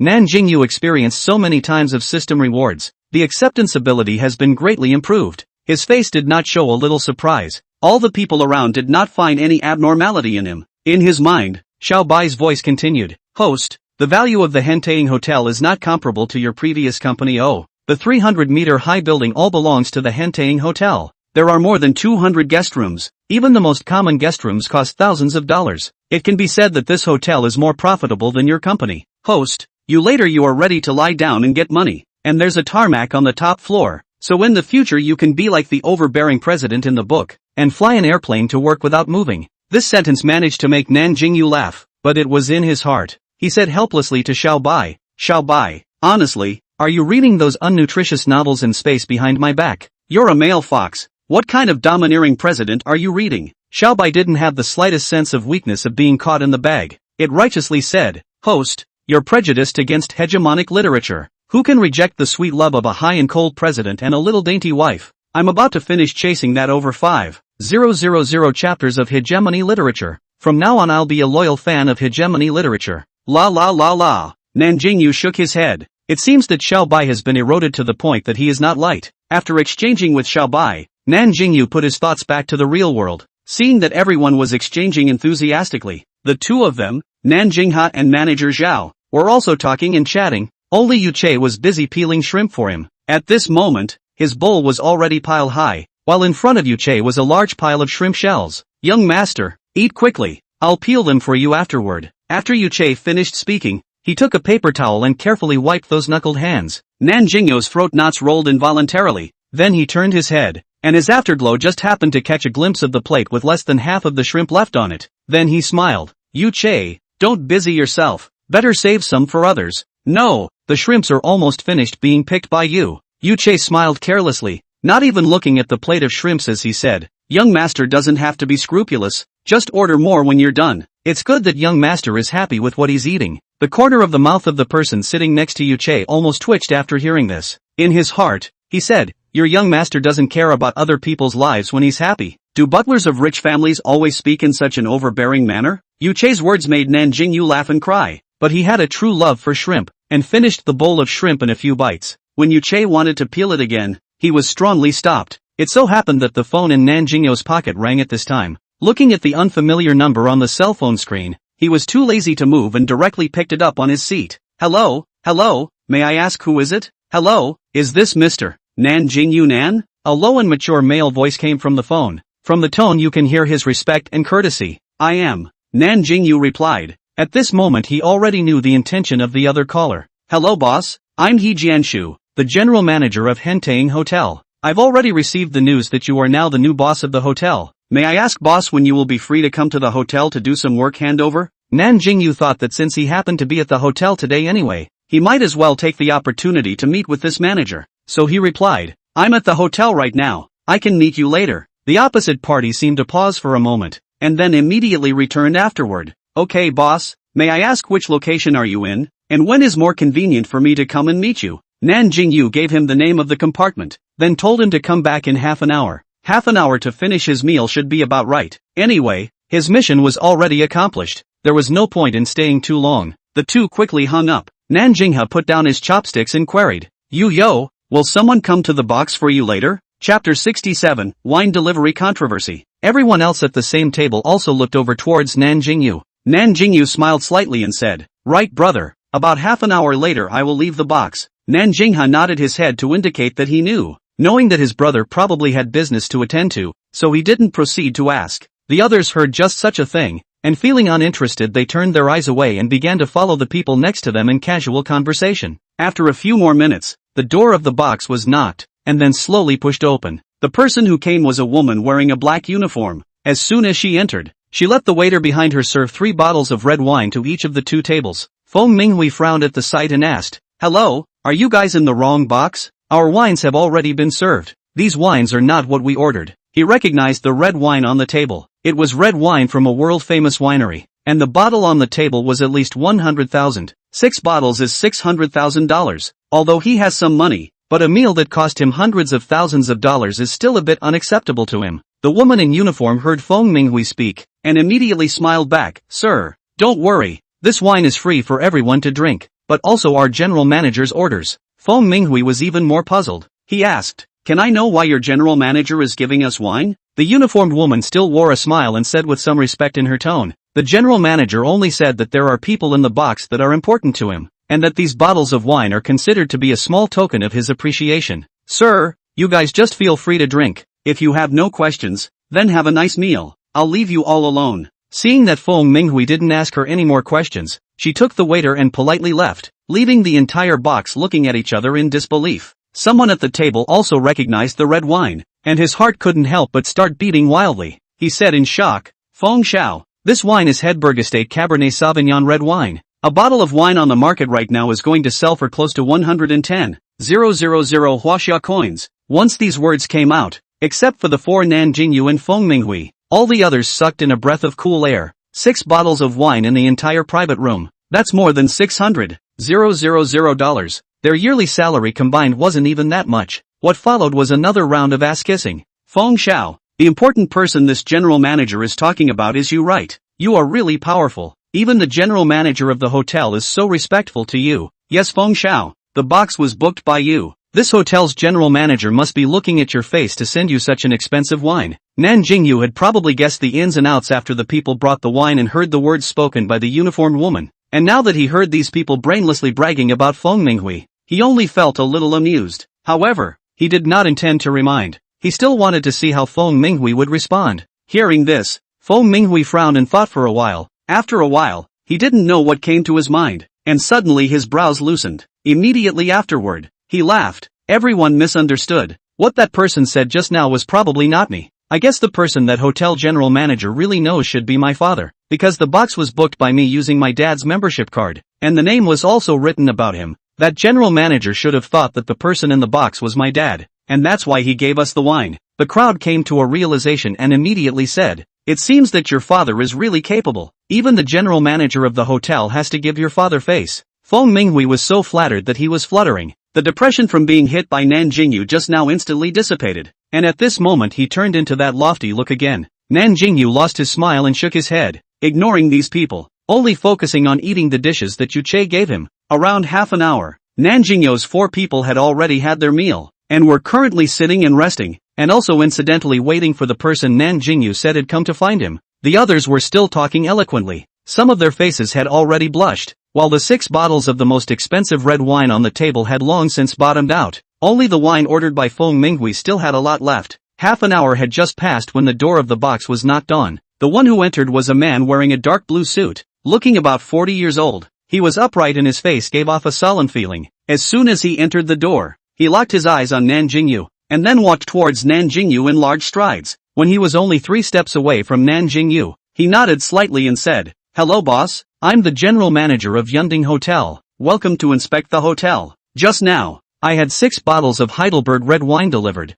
I wonder if the boss and your friends had a good time drinking it." Boom! He Jianchu's words made Feng Minghui's face turn pale, and the other students couldn't help but feel embarrassed for Feng Minghui and themselves. After half a day, it turned out that this wine was given for the sake of Nan Jingyou. The most critical thing is that the general manager actually called Nan Jingyou boss. Can it be that this hotel is also Nan Jingyou's? Surprised not only these students, Nan Jinghua is also confused, but he didn't ask in front of so many people, but gave Nan Jingyou a puzzled look. Nan Jingyou knew what his brother wanted to ask, and at the same time, in order to clear the doubts of these classmates, he took the initiative to admit, the owner of this hotel is me. Nan Jinghua seemed to quickly accept this fact and didn't ask anything more. On the contrary, Manager Zhao didn't know what came to his mind and cast a pitying glance at Nan Jinghua, but Nan Jinghua didn't notice. After Nan Jingyou finished speaking, he then got up and said to Feng Minghui as well as these classmates, "Everyone can rest in the box for a while. I still have some things to do so I'll leave first. Oh yeah, today's meal is free of charge. Consider it as a birthday gift for you, Minghui." He turned his head to look at He Jianshu again. "Manager He, let's go. Show us around the hotel." Manager He hurriedly agreed and walked in the forefront to lead the way, with Nan Jingyou's 4 people following behind. After the people left, the originally quiet atmosphere in the box immediately became noisy, but the topics were all centered around Nan Jingyou. Only Feng Minghui was slumped in his chair with an ashen face. After Nan Jingyou's few people left the box, Manager He first brought a few people to visit the hotel once. Then he took them to the top floor of the hotel. "Boss, the top floor is a super deluxe suite built especially for the hotel owner. Not only does it have an office area, but it also has all the living and entertainment facilities. Next time you want to come and stay at the hotel, just go directly to the exclusive suite on the top floor. Manager, he introduced as he walked. Several people came to the top floor. The first one to let out an exclamation was Manager Zhao, who said, "This degree of luxury can simply be comparable to an oil country palace." Manager, he smiled and explained, the design of the top floor suite was indeed borrowed from the oil country palace, because the former boss was a lover of luxury, and the design concept he requested at the time was to highlight a luxury.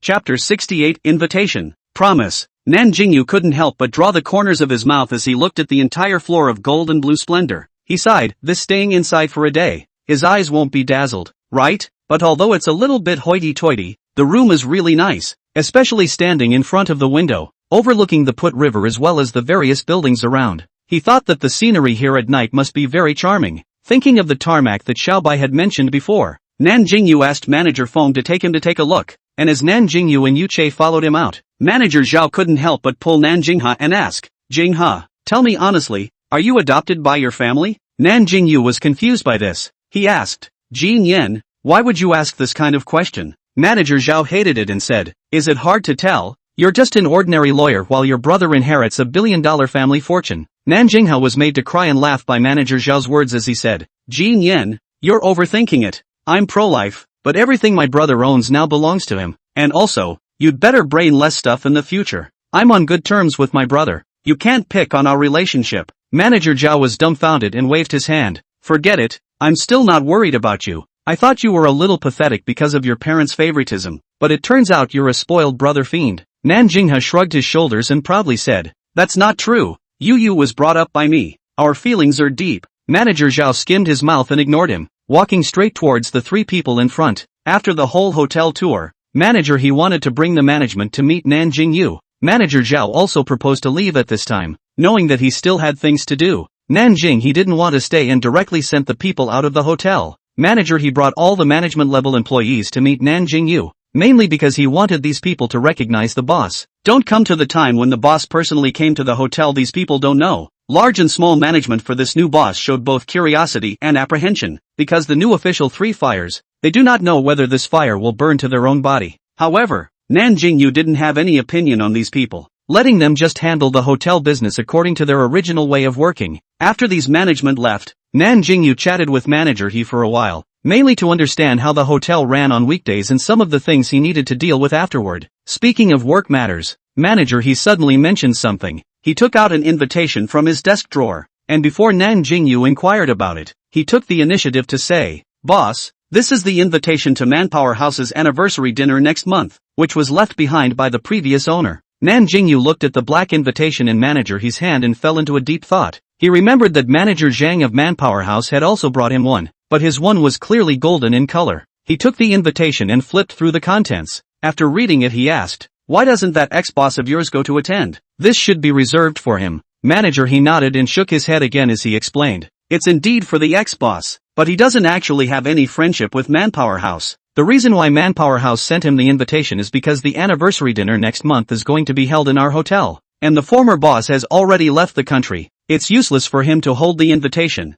thinking that you are already the current owner of the hotel, so he simply left the invitation for you. Maybe it will help you to make some more connections by then. Nan Jingyou expressed his admiration, not realizing that this former boss had quite a big pattern. He thought of the fact that he already had an invitation, and that his invitation seemed to be quite advanced, allowing him to carry 3 companions at a time. So he returned the invitation to Manager he and said, Manager he, I actually already have an invitation from Manpower House, so I'll leave this one to you. You're the general manager of the hotel, and you'll need to expand some of your business in the future. So I think this is a good opportunity to help you stock up on contacts. Manager he was his employee. The hotel would be better off if he developed better with his connections. Anyway, he was helping him make money. He wouldn't be stingy with the people under his hand. Manager his pupils shrunk slightly. He didn't expect that the new boss would actually give him the invitation and take the initiative to let him go and make connections. He was prepared for the new boss to unload on him after his former boss left, and completely didn't expect to be honored in such a way. He only saw him solemnly assuring, don't worry boss, I will never let you down. I will definitely endeavor to lead Yunding Hotel to a higher pedestal. Nan Jingyou smiled happily in his heart. This is good. In that case he can be a boss again. The more capable his men are, the more comfortable he is. He said, Manager he, I believe you. You manage the hotel well. I will come to see every now and then. If there is any need you call me directly. Manager he heard that Nan Jingyou was trying to delegate his authority. His heart became even more excited, but he still tried to maintain a calm expression. He said, "Don't worry boss, I will definitely help you manage the hotel well." Nan Jingyou nodded. He knew that in order to make the horse run, he had to make the horse eat well, so he took the initiative to promise. Manager in the future, I'll give you a 50% salary increase. On top of that, every year I'll give you a 5% dividend inside the hotel's net profit. Before talking to manager he had already asked Yu Che to understand this person's character and working ability, and Yu Che gave an excellent evaluation. That's why he gave such tempting conditions. The purpose was to trap this person in the hotel, so that he wouldn't worry about this person jumping ship, and with an additional rare talent to help him manage the hotel, he wouldn't lose out in any way. If manager he was able to maintain his sanity just now, he was completely shocked at this moment, so much so that he didn't even care about his manners and stood up from the sofa in shock. He took a deep breath and confirmed with Nan Jingyou. Boss, is everything you said true? Nan Jingyou nodded. I'm sure. If you don't believe me, I'll let someone print the contract right now, and we'll sign it right away. After these words, Yu Che took the initiative to go out. Not long after, he entered manager his office with 2 freshly printed contracts. Nan Jingyou gave him an appreciative expression, and Yu Che returned a smile. The interaction between the two was all seen by Nan Jingyou. He silently tightened his fists, wanting to punch out this male fox who seduced his brother. After the contract was brought, Nan Jingyou handed it to manager he to take a look. Manager he was no longer polite, and flipped through it page by page, and found that the content was indeed the same as what Nan Jingyou had said, except that the contract period was longer. It was 10 years, and the liquidated damages was $5 million. This was added by Yu Che on his own initiative. He knew that human nature was fickle, and only rules and proper constraints could make people abide by the basic moral bottom line. Chapter 69 Transferring Money. After manager he read it, he basically didn't hesitate for long before signing his name. Then Nan Jingyou also signed. After the contract was signed, Nan Jingyou took the initiative to shake hands towards manager he. Manager he, let's have a good cooperation. The future of Henteing Hotel depends on you. Boss, happy cooperation. I will live up to your expectations. Manager he reached out and shook his hand back, a confident smile on his face. The conversation in the office was satisfactory for both of them. After visiting the hotel, meeting the people and arranging the work, Nan Jingyou felt that there was no point in staying in the hotel any longer, and after saying goodbye to manager he left with his brother and Yu Che. In the afternoon, Nan Jingyou asked Yu Che to use his superpower to find several less crowded and more interesting places. Given that Nan Jingyou had to go to work the next day, the three of them went back to the villa to rest after dinner. The next morning, Nan Jingyou knew that his brother had to go to talk about business, so he woke up much earlier than before. When he went downstairs, Nan Jingyou was having breakfast. You got up so early today. Nan Jingyou put down the cup filled with milk. At this moment there was not much left of the breakfast in front of him. When Yu Che saw Nan Jingyou, he took the initiative to send breakfast to him. Young master, you've come just in time. Quickly eat breakfast. As usual, he set the tableware for Nan Jingyou and pulled out the chair opposite Nan Jingyou. When he saw this picture of loving each other, he was glad that he had finished breakfast long ago. Otherwise he was afraid that he would be too stuffed up to eat. Fought for a long time and a half days. When Yu Che went to the kitchen, he finally stifled a sentence. Yu Che at home are like this. Well, wait for you? The word serve he deliberated for several seconds before saying it. Nan Jingyou raised his head and looked at his brother for a few moments. Feeling that his ears were a bit hot, he coughed lightly for 2 seconds, then laughed awkwardly. Oh, brother, Yu Che he's just too dedicated. Before, he really wasn't too used to Yu Che doing these things to him, and after he refused, Yu Che still did what he did, and gradually he got used to getting along in this way. He didn't expect to actually be pointed out by his brother today, making him still oddly embarrassed. Nan Jingyou wanted to say something else, but when he saw Yu Che come out of the kitchen, he could only shut his mouth in confusion. When Nan Jingyou left the house, Nan Jingyou was adamant that he would drive him, so today, it was still Yu Che who drove the two brothers. Arriving at the location Nan Jingyou had agreed with the leader. He then let Nan Jingyou leave. Next, Nan Jingyou basically left early and returned late, and 3 days later, he proposed to return to the capital city. In the evening, the villa living room.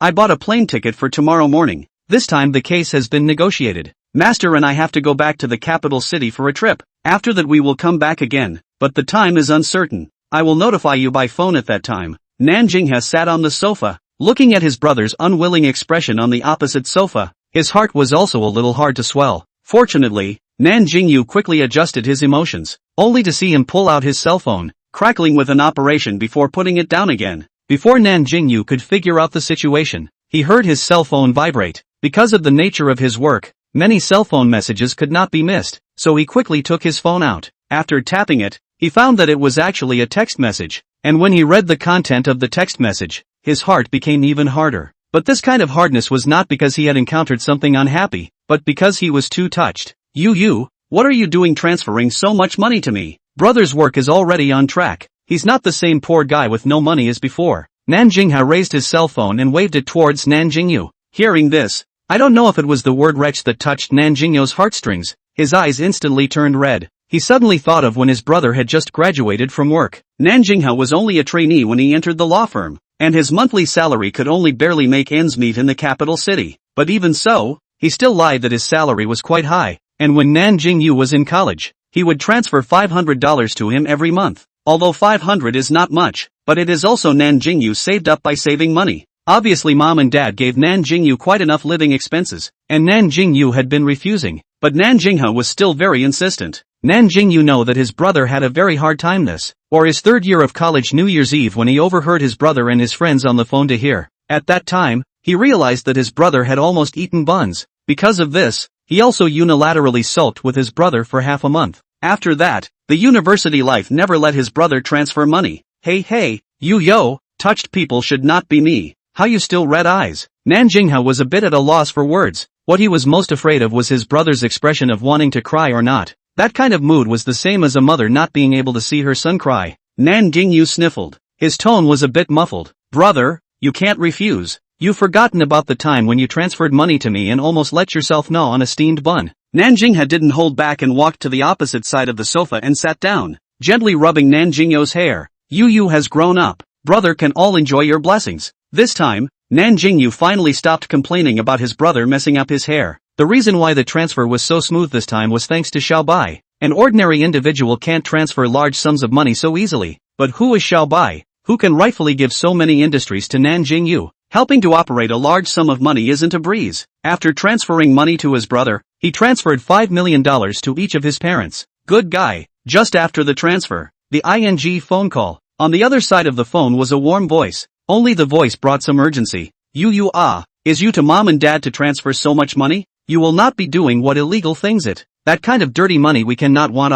Nan Jingyou opened the amplified voice. This was also heard by the side of Nan Jingyou. He immediately laughed after hearing it. Hearing the familiar laughter, Nan mom wondered. Jingyou, are you with your brother? Yeah mom, I'm here in High City on a business trip, and I came to see Yuyo on the way. Nan Jingyou also picked up at this time. Mom, the money I gave to you and dad are all legal and compliant. You guys can rest assured that you can use it. You can buy whatever you want in the future. Don't have to worry about the money. My son has a good fortune now. You guys just wait to enjoy the happiness. Nan mother on the other end of the phone did not have half a doubt about Nan Jingyou's explanation. Hearing her youngest son's thoughtful words, her heart did not know how ironed it was. Well, Yuyu is really good. Before Nan mom finished her words, another urgent shout came from the phone. Wife, let me say a few words to Yuyu. Nan mom muttered in a low voice on the phone. Nan Jingyou's two brothers didn't hear the content, but they could probably guess that it was complaining about Nan dad's words. After a few seconds, a refined middle-aged male voice appeared on the phone.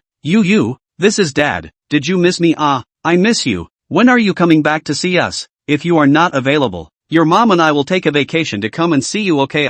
Nan dad didn't give Nan Jingyou a chance to speak at all, and alone he rambled on for a long paragraph. Chapter 70, Heart in Turmoil. Nan Jingyou wasn't half impatient, and listened attentively to Nan dad's words before replying to him. Dad, I miss you and mom too. You guys will be on summer vacation soon. I'll go home at that time, and pick you up to come to High City to play for a while. Nan dad and Nan mom were both middle school teachers, except that Nan dad was a high school history teacher while Nan mom was a middle school language teacher. Summer vacation was coming up at the beginning of July, but the high school that Nan dad was in was on vacation late again. And every time he was on vacation Nan dad would complain a little bit because it meant that he couldn't go out on a trip with his wife. Nan Jingyou's words made Papa Nan very happy, and he agreed in a hurry that, Good, then we'll wait for you at home. Oh yeah, Jinghua is also there, right? You and Yuyu are both busy with work. Make sure you take good care of your health. Even if you can't stay outside, you can come home at any time. Mom and Dad will always be your backing. Nan dad's words moved the two brothers to a mess.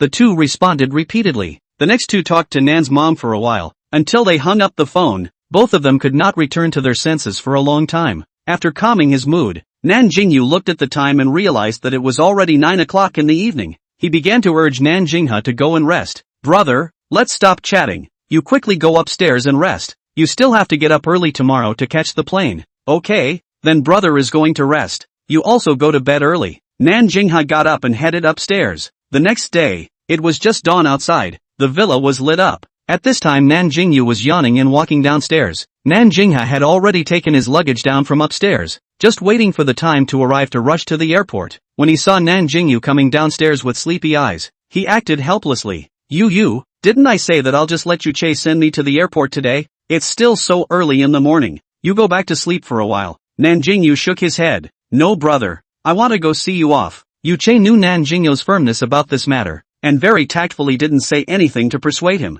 Seeing that it was fruitless to stop him, Nan Jingyou also had to let him be. Due to the relatively early time, it was impossible to eat breakfast at this time. Nan Jingyou waved his hand and decided to eat breakfast when they arrived at the airport. Anyway, according to their time planning, there was still a lot of free time when they arrived at the airport. Airport security checkpoint. Nan Jingyou waved goodbye towards Nan Jingyou with a reluctant face. "Brother, don't forget to report me safe when you get to Beijing." "Good." Although Nan Jingyou was also very reluctant, he still had a smile on his face. After sending off Nan Jingyou and his master, Nan Jingyou's mood wasn't very good, and he didn't even take the initiative to say much to Yuchei on the way back. Seeing that the eyes of the person beside him had been placed outside the car window, Yuchei's low voice abruptly sounded inside the car. "Young master, do you want to know what the interstellar world is like?" As expected, once this word came out, Nan Jingyou's head immediately turned around. Can this be said? Before, Xiaobai said that this would violate the law and be punished by that whatever main god. Wouldn't you be punished?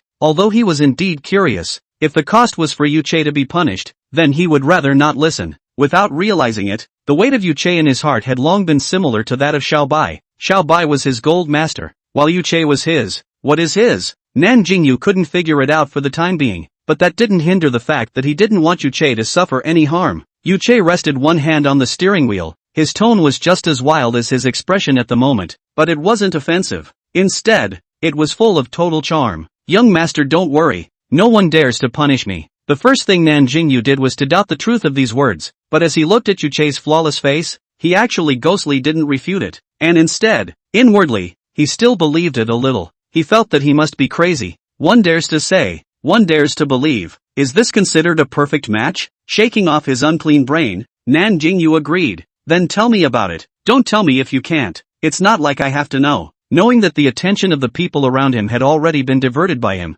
the corners of Yuchei's lips slightly hooked up. At the same time, a picture scroll of the interstellar world slowly opened up in Yuchei's narration. The K8 galaxy is the largest galaxy in the universe, and there are countless planets within the galaxy, with various intelligent races such as the human race, insect race, and orcs spread across the planets, and there has been constant strife for thousands of years. In Yuchei's description, the K8 galaxy was an interstellar world with a very advanced technological civilization but constant wars, where beauty and cruelty coexisted. Perhaps recalling the places that impressed Yuchei, he also mentioned a person in his narration. Even though he only mentioned a few shallow sentences and didn't even say his name, Nan Jingyou noticed the flicker of nostalgia on Yuchei's face, as well as the corners of his lips that slightly hooked up when he mentioned that person. His intuition indicated that this person was very important to Yuchei. Thinking of this, Nan Jingyou's mood, which was still pleasant, instantly fell to the bottom. He frowned and pressed the location of his heart, not understanding why he was in such a mood, but he simply couldn't control it. As long as he thought of the fact that there was a person in Yuchei's heart who was very important to him,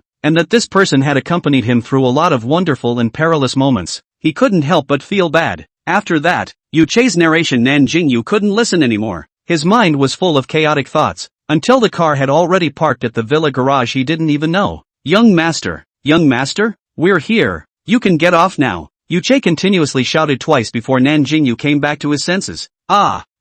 So soon. Nan Jingyou's heart was a little messy. His hands were so busy that he didn't undo the seatbelt for half a day. In the end, it was Yuchei who couldn't look on and took the initiative to help him open the seatbelt. Young master, do you have something on your mind? Yuchei pulled back on Nan Jingyou, who wanted to open the car door and get out. Nan Jingyou had no choice but to follow the force and sit back in his seat again. Yuchei's burning gaze stared at Nan Jingyou, as if this would allow him to peer into his innermost thoughts. Nan Jingyou raised his head and met Yu Chei's gaze towards him. He had wanted to be quiet by himself, but this person preferred to ask him, so why didn't he also be a little bit more dry? Rather than just letting himself be immersed in the tangled and difficult situation, it would be better for the two of them to spread out and talk about it. Yu Chei, tell me honestly, do you still have ties in your original place? You told me that you would accompany me for the rest of my life in Blue Star. Was this a spur-of-the-moment tease, or was it really the result of your deep thought? Taking a deep breath, he asked the last question. Did you have someone you liked before? And do you still like them even now?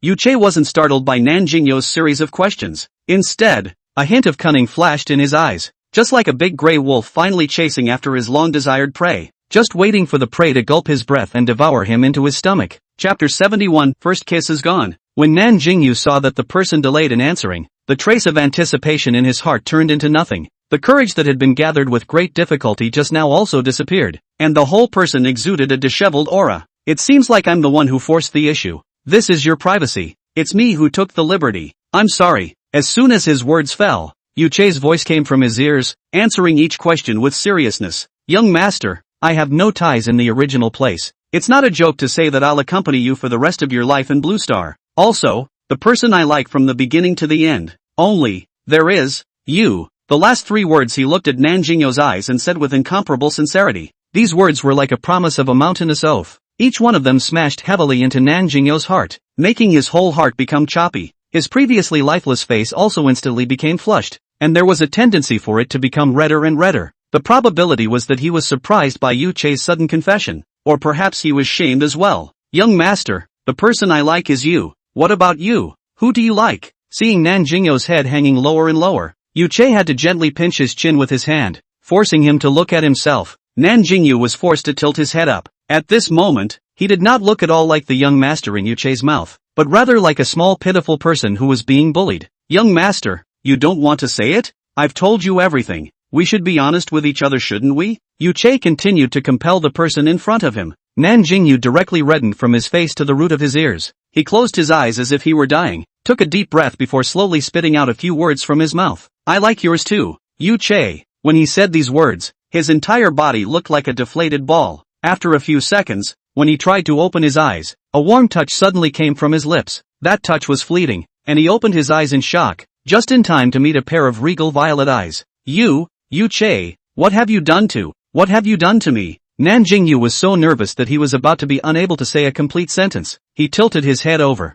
not daring to look at Yu Chei's eyes at all, but recalling that temperature just now, he subconsciously licked his lips. Yu Chei noticed his small action. Looking at that redness, the knot in his throat moved, but in the end, reason defeated desire, and he didn't make any more unnecessary movements. The prey still had to be savored slowly, didn't it? When Yu Chei loosened the hand that clamped on Nan Jingyou's chin, Nan Jingyou opened the car door as if he was escaping, and ran towards the villa in a panic, as if there was a ghost chasing after him. Yu Chei did not go after him. Instead, he sat in the car and laughed in a low voice. His eyes were full of laughter, and the man who used to be reserved but refused to let others in, was now full of tenderness. After entering the villa, Nan Jingyou immediately ran back to the bedroom. He dropped himself into the soft bed and covered his head with a pillow. Vaguely can still hear a few broken words spilling out from the pillow. My first kiss is gone. First kiss is gone. Gone. It took a few moments of calm before he sat up from the bed, but with a goofy grin on his face. Not after a few seconds, it turned into chagrin and tangled. After a few seconds, it turned into a silly smile again, and so on and so forth, living like a patient who ran out of a mental hospital. Nan Jingyou stayed in the bedroom, and when he went out again, it was Yu Chei who called him for lunch. Sitting on the dining table, Nan Jingyou acted a little fidgety, because sitting opposite him was Yu Chei. If it was before, this was a normal scene, but today the two of them were considered to have confessed their love for each other, and the man on the opposite side of the table had also taken his first kiss. Thinking about it made him depressed as hell. Shouldn't the first kiss be the best trial when two people are willing? How did it come to him that it had turned into a one-sided, shallow taste? He hadn't even realized what it felt like, and his first kiss was gone. So unwilling. Young master, why are you just eating rice? Is today's food not to your liking? Yu Chei was like a person who was fine, completely unaffected by the morning's events. I was just thinking about things, nothing unappetizing. He lustfully picked up a chopstick of food and stuffed it into his mouth without even looking at it. Young master, you're eating all dried chili. Yu Chei's words to stop him had only just been uttered when a heartbreaking cough erupted in the restaurant. Cough, cough, cough. Nan Jingyou's tears were coughed out, and his face was red and somewhat abnormal. "Young master, quickly drink some water." Yu Che hurriedly received a cup of water for him from the kitchen. Nan Jingyou gurgled and drank it all in a few moments, but in the end, he successfully stopped the spicy feeling of being choked in his throat. After the thrilling episode, Nan Jingyou sat down on the chair in a hopeless state. His eyes were almost devoid of light. Yu Che looked a little heartbroken. He walked to Nan Jingyou's front and knelt down on one knee, holding up one of his hands and tenderly said, "Young master, if my liking bothers you or even affects your life, I can take back my previous words and just follow you around peacefully as an ordinary butler. But don't worry, my words of promising to stay at Blue Star for the rest of my life to accompany you will never go back on my word." Nan Jingyou's limp body immediately sat up straight. Panic flashed in his eyes. He grabbed Yu Che's hand and started to explain. "Yu Che, it's not true. I just need time to digest it. What happened just now was just an accident. Wait for me, okay?" Yu Che still smiled gently. "Okay, young master, I promise you,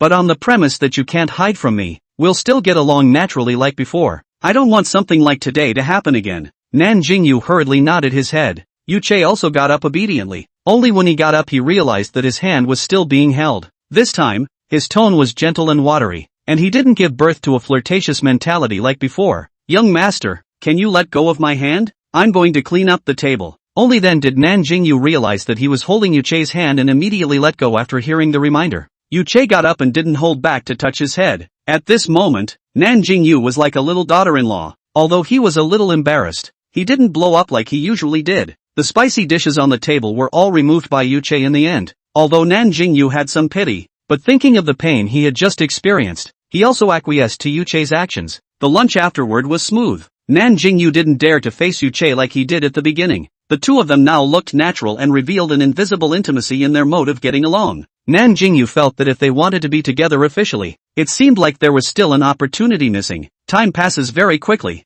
In the blink of an eye, it is the beginning of July. The SUV that Nan Jingyou had bought at Red Star had already been delivered to the villa long ago, and he drove a few laps in the villa area, expressing his satisfaction with it. As soon as the car arrived, he was ready to consign the Shark Shadow sports car to Nan Jingyou back to the capital city. Seeing this, Yu Che directly contacted the people from the consignment company, and quickly took care of this matter, not letting Nan Jingyou worry about the whole process. For this caring butler, who might be his boyfriend in the future, Nan Jingyou expressed 12 points of satisfaction. Chapter 72 Strange Old Master. It was getting closer and closer to Manpower House's anniversary dinner, during which, manager he also sent the entire planning program for the dinner to Nan Jingyou for a look. Nan Jingyou carefully read it over. He was also a planner before, although not in the same industry, but with his ability to look at the planning of a dinner party is still not difficult. Coupled with the assistance of Yu Che next to him, he really found out some shortcomings of the dinner party program. He told manager he about these shortcomings and won a lot of praise from manager he. 2 days before the dinner party, Little White, who had been silent for several days, finally made a move. Host. Little White is here with a mission. Nan Jingyou was still drinking water and almost choked on this voice of Little White. He put down the cup, helplessly said, "Xiao Bai, you don't always stagger. Can we be more reserved? Be careful that no female fox wants you in the future." Xiao Bai was unimpressed. "There are no female foxes. There are still male foxes. Don't think I don't know what's going on between you and that intelligent robot. It's sked twice. I didn't expect. Host, you actually like this." Nan Jingyou was dumbfounded by his dislike. This kind of thing was really shameful to be taken out and said by a small child. In order to prevent Xiao Bai from continuing to be tongue-tied, he hurriedly changed the topic. Okay, let's talk about the mission first. What mission is it this time? Little White really didn't mention what happened just now. Ding! The host is invited to attend the Manpower House's anniversary dinner and make a name for himself among the upper class of the Sea City for the first time. Little White, how is this considered emerging? Nan Jingyou queried. Those who can participate in the Manpower House anniversary dinner are all the prestigious classes in High City, as long as you make them leave a deeper impression on you on the day of the dinner. Nan Jingyou carefully pondered over Xiao Bai's words, and still didn't have a clue in his heart. It just so happened that at this time, Yu Che came over. Seeing the person who was fuming on the sofa, he took the initiative to walk over to Nan Jingyou's side and sit down. "Young master, is there something bothering you?" Nan Jingyou didn't have any defenses against Yu Che, and directly told him what he was distressed about. Yu Che's eyes flashed, immediately thinking of the fundamental part of this mission. "Young master, have you ever thought about what these magnates value most?" Nan Jingyou leaned his body towards the sofa and blurted out with little thought. "Profit. I think it's profit. Magnificent families emphasize profit over friendship. As long as there is enough profit to drive them, even things that are against the law. There are people who are desperate to take the risk. Yu Che nodded with approval. Yes, young master. It's interest. If on the day of the dinner party they can see the value from you, or your identity can make them scornful, how can this not make them impressed with you? But, before Nan Jingyou could finish his words, he was interrupted by Yu Che. Young master, if you believe me, then how about I follow what I say? Looking at Yu Che's sincere eyes, Nan Jingyou nodded his head and agreed without hesitation as if he was mesmerized. If Yu Che was a bad guy, then Nan Jingyou would definitely be cheated out of his money and his sex, and in the end, he might be sold out and still have to count the money for himself. In the next time, Yu Che took him to a mysterious place. It was a relatively old lane in High City. The unique red brick building exuded a strong sense of history.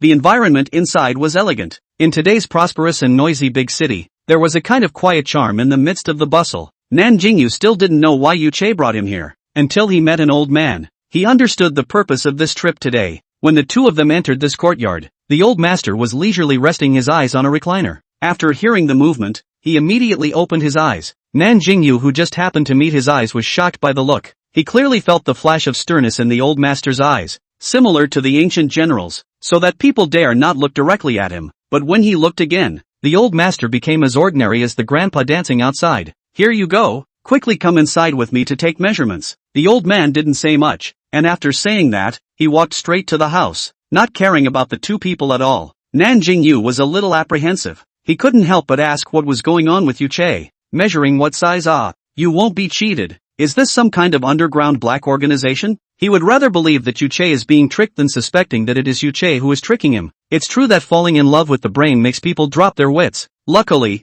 Yu Che was a good person, or else he didn't know how miserable he would end up. Don't worry, it's just measuring your size to make a dress. That old man is a tailor who makes clothes. After Yu Che finished speaking, he naturally took Nan Jingyou's hand and walked towards the house. After entering the house, Nan Jingyou realized that his hand was being held by someone. His eyes dodged for a while, but in the end, he didn't break free. After entering the house, Nan Jingyou realized that the house has a different heaven. The house hanging a number of men's clothing. There are suits, Zhongshan clothes and Tang clothes, but without exception, each piece is good to see strange. The old man boarded a face, holding a soft ruler looking at the two. You two who want to do clothes, hurry over to measure the size. Do not delay my time. Yu Che gently pushed forward and pushed Nan Jingyou's back. His tone was gentle. Don't be afraid, it will be fine soon. Nan Jingyou mumbled as he walked in front of the old man, not understanding why Yu Che brought him to this kind of place to make clothes. Although those clothes were quite good looking, but this old man's temper was also too eccentric. Doesn't he know that the customer is God?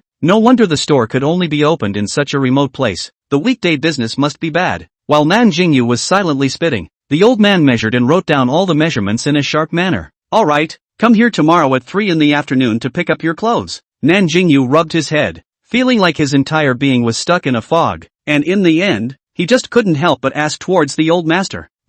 Grandpa, are you sure you can get the clothes done in one day? And, it seems like you haven't asked what style of clothes we need to make. The old master looked at Nan Jingyou and snorted coldly. Did this one beside you not tell you? It's just your kid's luck. This one beside you cut off the suit that I made for someone else. The clothes only need to be changed to a different size. Just come and take it tomorrow afternoon. Nan Jingyou made a wink towards Yu Che, seemingly confirming an answer. Yu Che calmly nodded his head without any apologies for intercepting other people's things. Nan Jingyou silently turned his head after receiving the answer, and in his heart, he expressed a deep apology to the original owner of the clothes. Alright, you guys hurry up and leave, don't get in the way of my work. The old man impatiently began to drive people away. As Nan Jingyou stood at the entrance of the alcove, he felt that this world was a bit magical, and it was the first time he had experienced a customer being kicked out by his boss. He tugged on Yu Che's sleeve and asked in confusion, Yu Che, why did you bring me here to make clothes? Chapter 73, Dragon Star Watch.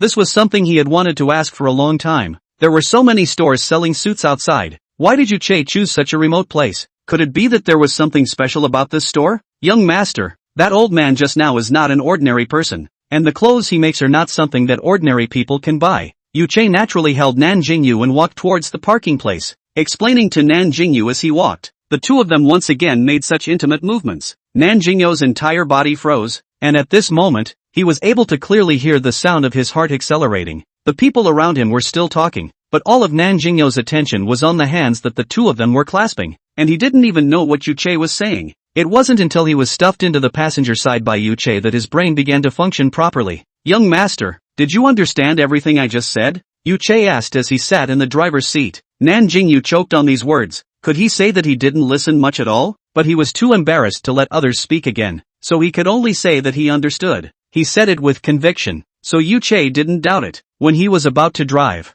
Yuche realized that Nan Jingyou's seatbelt was not fastened. He didn't remind the person beside him, but directly leaned over to help the person to fasten the seatbelt. The moment Yuche leaned over, the black shadow enveloped Nan Jingyou's entire body. He thought that Yuche wanted to kiss him again, and immediately closed his eyes in a moment of panic. Even though his eyes were closed, his eyelashes were still flickering. After waiting for half a day and not feeling any difference on his lips, Nan Jingyou had to open his eyes. This time he opened them. He saw Yuche's enlarged handsome face staring at him tightly. "Young master, are you expecting something?" Yuche's thin lips slightly opened, and his eyes were full of teasing. The killing power of these words could not be said to be small. Nan Jingyou's face reddened into a boiled shrimp at a speed visible to the naked eye. I'm not. I'm just a bit uncomfortable with my eyes all closed to rest for a bit." He tried his best to defend himself, but it was obvious that the effect wasn't great. Yuche didn't look like he wanted to believe him in any way. Seeing that he couldn't explain himself, he simply broke the pot and directly leaned back in his seat without saying a word,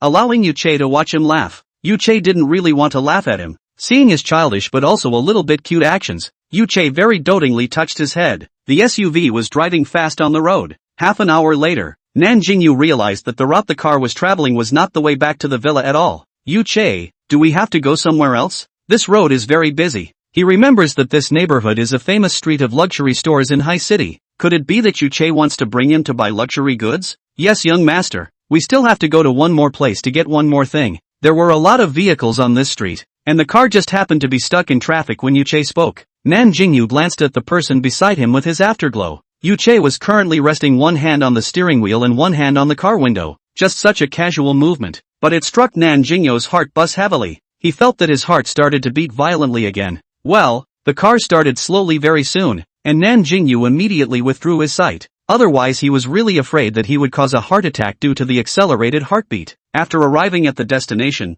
Yuche found a parking space and parked the car. Nan Jingyou appropriately moved away from him. He was worried that this person would hold his hand again in public. It's not that he's afraid of other people's comments and contempt, but he's thin-skinned and can't stand showing love in front of others. Moreover, the relationship between the two of them hadn't even been finalized yet, and was still only in the ambiguous stage, so this would be even more inappropriate. Fortunately, Yuche was a person who knew the difference, and on this kind of occasion, he took the initiative to become that competent housekeeper again. Not a moment later, Yuche brought people to a luxury store. Nan Jingyou recognized the brand of this store. It was a domestic luxury watch store called Dragon Star, a subsidiary brand of Longchen Group. Don't look at it as a brand of China. Dragon Star's fame in the international arena is not at all worse than those big international luxury brands. Even the great can still enter the international top few. It was only then that Nan Jingyou remembered that his villa in Star Moon Bay seemed to be under Longchen Group as well. As expected, Longchen is worthy of being the top company in China. Its industries are all-encompassing. Clothing, food, housing and transportation are all involved. Nan Jingyou was not clear about the situation. He thought it was Yuche who wanted to buy a watch, so he had to follow him towards the store. The clerk warmly and courteously received the two of them, and under the clerk's inquiry, Yuche directly informed the clerk of the purpose of coming to the store. "Hello, I came to pick up a watch. The name reserved is Nan Jingyou." The clerk originally still had a smiling face until his face immediately changed drastically after hearing Yuche's words. The clerk made a 90-degree bow to the two Nan Jingyous, and when she got up, her expression was respectful with a touch of awe. She first asked Nan Jingyou for the documents to check the information, and only after confirming that it was correct, did she say, "Two gentlemen, please follow me to the VIP room to rest, and I'll immediately fetch the watch for the two of you." Now Nan Jingyou finally knew why Yuche asked him to bring his ID card before he set off. It turned out that he was waiting here. Only when he sat in the VIP room did Nan Jingyou ask in a daze, "Yuche, when did you buy the watch? And you left my name." Today was about making clothes and buying a watch. It was all because he didn't listen to Yuche's explanation just now, or else he wouldn't be so passive now. He didn't want to be a confused ghost, and after struggling for a while he still planned to ask Yuche what was going on. Just as he was about to open his mouth, the clerk came to the VIP room with the watch. "Sir, your watch is fetched." After obtaining Nan Jingyou's consent, the clerk took the watch out and let him check it once. before carefully helping Nan Jingyou remove his original piece of AG watch and instead put this piece of Dragon Star's watch on. Looking at this watch on his hand, whose style was completely different from the original, Nan Jingyou's entire being shone with excitement, because this watch is too beautiful. It is the kind of low-key luxury beautiful, and very suitable for Nan Jingyou's eyes. Until he left the watch store, Nan Jingyou's excitement had not yet passed. However, he still had the question in his mind, and on the way to the parking lot, he didn't hold back and grabbed Yu Chei's arm. Yu Chei, you still haven't told me why you bought me the watch, and where did you get the money to buy these things? This watch looked extraordinary. At the very least $1 million was needed. Could it be that Yu Chei's supernatural ability could still change money? Yu Chei stopped in his tracks. Young master, this watch can help you gain attention at the dinner party. As for the money, you know I have superpower. In this world, there are many dark places, and there is also a lot of money that can't be seen in the light of day. So instead of giving it to them to do evil, it would be better if it is used for young master. Yu Chei's few words lightly, but in Nan Jingyou's heart set off shocking waves. You're saying that all of this money is unseen. Then if you take their money, you won't be targeted. Chapter 74, The Little Sheep and the Big Bad Wolf. He didn't know to which extent Yu Chei's supernatural ability had reached. Those people were all vicious. If he found out that the money had been taken by someone else, what if Yu Chei was found by those outlaws by then? Although he had a little bit of money now, he couldn't do anything to protect Yu Chei tightly. Unlike Nan Jingyou's worries, Yu Chei's heart didn't even half fluctuate. Young master, don't worry. It's impossible for me to leave any traces behind, and without my permission, no one will be able to find out half of my information. Yu Chei's words had only just finished, when the little white in Nan Jingyou's mind began to help out. Host, just put 100 hearts on it. The technology level of intelligent robots far exceeds Blue Star by too much. If you have anything to do, Yu Chei will be fine. Although Little White knew that Yu Chei had interfered with Nan Jingyou's mission, it didn't have any opinions. For one thing, the main god had said at that time that it must unconditionally comply with any decision of this intelligent robot, and secondly, the successful completion of the host's mission would only be beneficial and not harmful to Xiao Bai, so why would it still want to stop it? Seeing that Yu Chei and Xiao Bai's answers were the same, Nan Jingyou also let go of his heart. The clothes were made, the watch was bought, and after questioning Yu Chei and determining that there wouldn't be any more trips afterward, Nan Jingyou's heart let out a sigh of relief. He didn't want to be taken to any more strange stores by Yu Chei, and the two of them returned to the villa without even eating lunch outside. Time flew by, and in the blink of an eye, it was time to go to the old master's place to pick up the clothes. After the two entered the courtyard, the old man just came out of the house, but the face was still the same as yesterday, as if other people owed him money. This time, Nan Jingyou wasn't as formal as yesterday, because his head was in a daze yesterday. He didn't even have time to take a good look at the environment of the courtyard. In order to avoid the old man's not-so-kind gaze, he secretly hid behind Yu Chei and quietly observed the entire courtyard. Yu Chei was pleasured by his reliant actions, and a look of pleasure appeared on his face. Even the old master on the side noticed the clues between the two and couldn't help but take a closer look. In the end, he didn't know if he had discovered anything, but just coldly hummed, "Wait, I'll go get the clothes." The old man put down these words and went inside. Nan Jingyou didn't hold back and patted Yu Chei's shoulder. "Yu Chei, what kind of character is this old master? His temper is also too eccentric. Is there really someone who is willing to suffer to find him to make clothes?" He wanted to ask yesterday, but as a result, every time, something was interrupted, and at the back he even directly forgot about it. Facing Nan Jingyou's questioning, Yu Chei stifled his laughter. It seems that he didn't listen to a single word of what he told the young master on the road yesterday. When he thought of the way this person swore that he had heard and understood at that time, he wanted to laugh. In order to care about his young master's face, he didn't poke holes in it, but lowered his voice to patiently explain. "Young master, you know about Longchen Group, right?" This question couldn't test Nan Jingyou. He immediately answered, "Of course I know. Isn't that Dragon Star watch we went to yesterday a brand under Longchen Group, as well as the villa we're staying in?"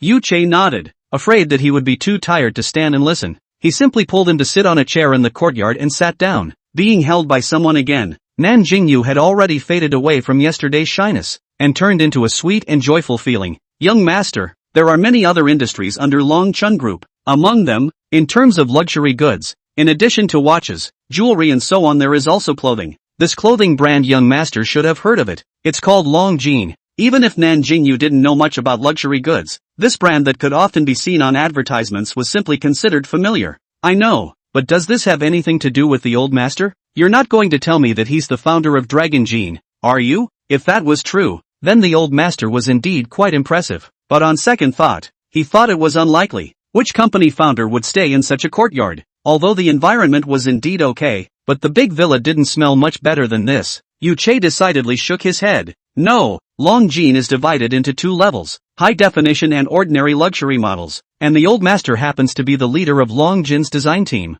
Although the old master rarely interfered with the team's designs now, he would still personally design and produce a few dresses every year, and the high customized gowns that passed through his hands were snatched up by people who couldn't necessarily buy them. Being able to wear the clothes designed by the old master symbolizes the person's status and position, and the general public wouldn't dare to take it lightly. There is a sentence he did not say is, to be able to wear the old master's hand-designed and made clothes. Only a few people in the country, even if you have more money, you can only obediently wait in line. Perhaps a few years cannot wait for a piece of clothing may not be. This time Nan Jingyou was considered to completely understand Yu Che's hard work, thanks to him still disliking the old master, not realizing that he had long ago gotten a heavenly bargain. However, there was still a question confusing him. Then how did you make the old master agree to sell your clothes? I think according to his temperament, it shouldn't be left to you to add a bit of money to fix it. Yu Che hooked up a mysterious smile. Young master, if you want to know, promise me a request and I'll tell you. Nan Jingyou intuited that this person in front of him was playing something bad, but he was really curious in his heart, and his heart was incomparably torn. After thinking for half a day, he tentatively made a request. You tell me what condition first. If I can do it I will promise you. Who would have expected Yu Che to actually refuse? Young master, you can definitely fulfill my request. You're so scared. Is it hard to be afraid? Being stared at by Yu Che's burning gaze, Nan Jingyou's hot-headedness actually agreed, not realizing that this was completely someone's provocation. Just like this, a sheep successfully fell into the big bad wolf's trap. Someone in the place where Nan Jingyou cannot see hooked up a touch of evil smile. Get the desired answer. He did not sell the secret. Directly will be the original story of the matter told out. Originally, this old man was still young when his wife passed away. It was not easy to bring up his daughter, but his own temper is not very good, and because of the strong desire to control not let his daughter marry the person she likes, but also want to let his daughter marry the son-in-law he picked. As a result, the daughter broke off her relationship with the old man and ran away from home, and did not come back for decades. Now the old man is getting old, even though he is worth a lot of money, but he always misses his daughter. But he has searched all over the country, and even sent people abroad to look for her, but there is no news. This time, he was able to let the old man loose to let the clothes out, or because Yu Che provided the old man with information about his daughter's current situation. Nan Jingyou, who understood what had happened, was very saddened. It seemed that both father and daughter were both ruthless people, ruthless to their loved ones and themselves. Young master, now you can listen to my request. You are a man of your word. No backtracking. Oh. Yu Che came close to Nan Jingyou's ear and said softly. The hot air that blew out made Nan Jingyou's ears tingle, and he shrunk his neck, feeling a little uncomfortable. Only after a light cough did he put on a calm demeanor. Go ahead, manly man. I definitely won't go back on my word. I want young master to take the initiative to kiss me. The devil's whispered words fell into Nan Jingyou's ears, causing his mind to instantly go blank. Chapter 75. Shame on you. What? Is young master unwilling? The low magnetic voice continued to haunt his ears. Nan Jingyou subconsciously shook his head, and immediately nodded his head when he reacted that something was wrong.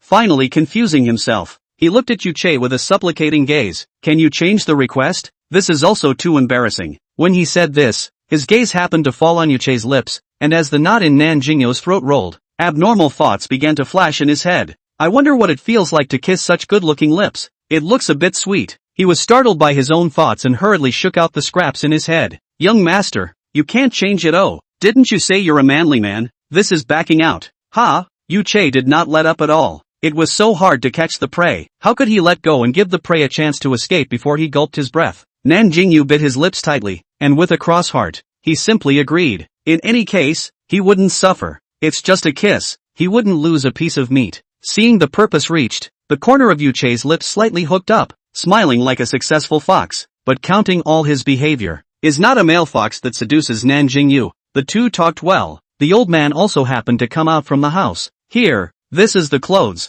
I just ironed again. You go to that room to change into the clothes to try. There are inappropriate places I will change again. In fact, this sentence is just the old man's routine polite words. There is no such thing as unsuitable clothes through his hands. Nan Jingyou took the clothes and walked towards the direction pointed by the old master. A few minutes later, Nan Jingyou, wearing a blue dress, walked out of the house. The gown fit perfectly, and his straight posture and unassuming temperament made him look like a nobleman who walked out of a book. Even the old man's expression, who had a stern face all day long, also loosened up a bit. and his face slightly revealed a color of satisfaction. When the person approached, Yu Che's words of praise came out. "Young master, this outfit suits you very well. I think you can definitely shine at tomorrow's dinner party." His words were sincere. He couldn't see the slightest hint of flattery, but it made Nan Jingyou laugh. "Yu Che, you're making me sound like a flower butterfly. It's just a dress. Where would it be so exaggerated?" "Then we'll see." Yu Che raised his eyebrows. Nan Jingyou didn't continue gagging with him.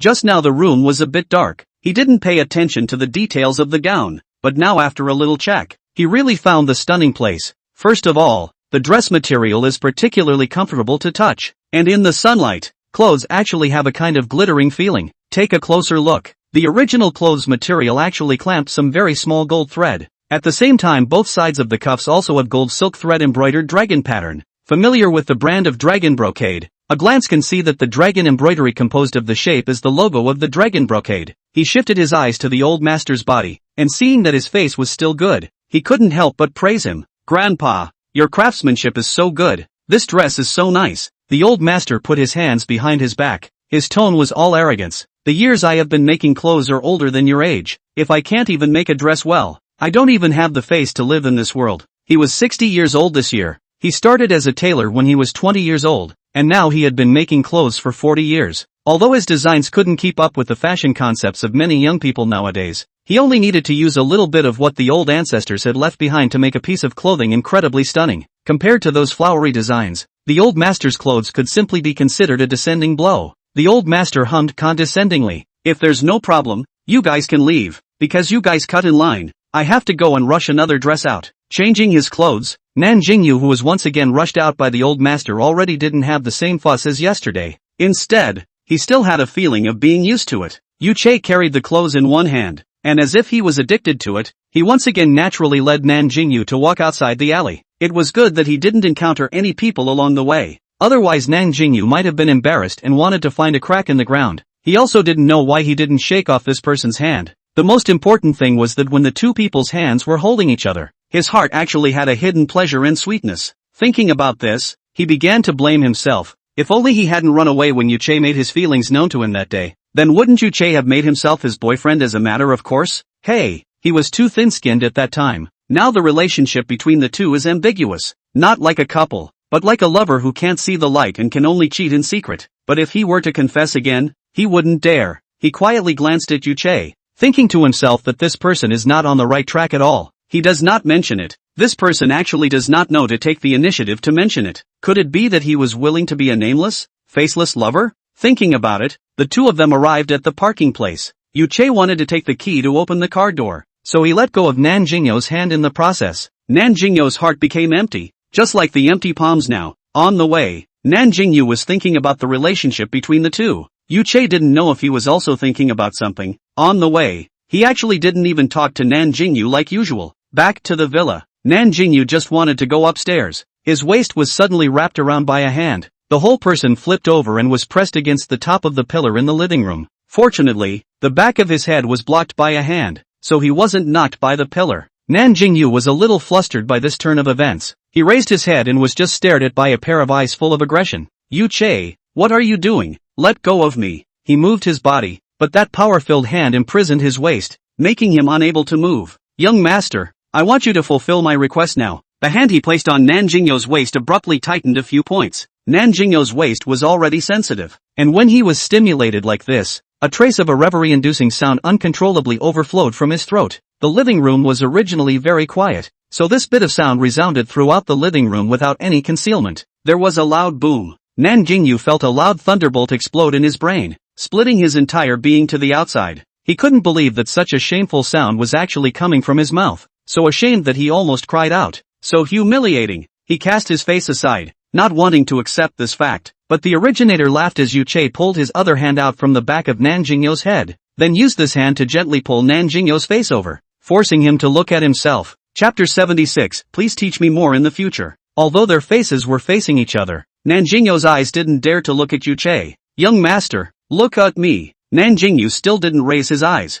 Time passed by like this, and like a patient hunter, Yu Che did not rush him. The two of them kept this posture, and after an unknown amount of time, Nan Jingyou was the first to lose the battle, and finally summoned up the courage to raise his eyes to look at Yu Che. Yu Che's eyes that were still full of aggression before had already converted into gentle intentions, like he wanted to drown people in them. The end of Nan Jingyou's eyes were a little red, and his eyes were moist, looking very lovable. Yu Che's voice carried a few hints of lust as he murmured to Nan Jingyou, "Young master, kiss me." Even if he knew Yu Che's purpose, such blunt words still caused Nan Jingyou to tremble, his heart thumping so fast as if it was going to jump out of his chest in the next second. He half a day, but did not say a complete sentence. Such a pure young master. I have to say that it makes people very fascinated, especially Yu Che. This kind of Sven scum, on the surface looks decent, but in fact in the heart a belly of bad water. How could the simple Nan Jingyou play with this cunning fox? Young master, if you're not willing, then let's change another way. Nan Jingyou thought that Yu Che had given up and was about to let out a sigh of relief when he heard the next sentence.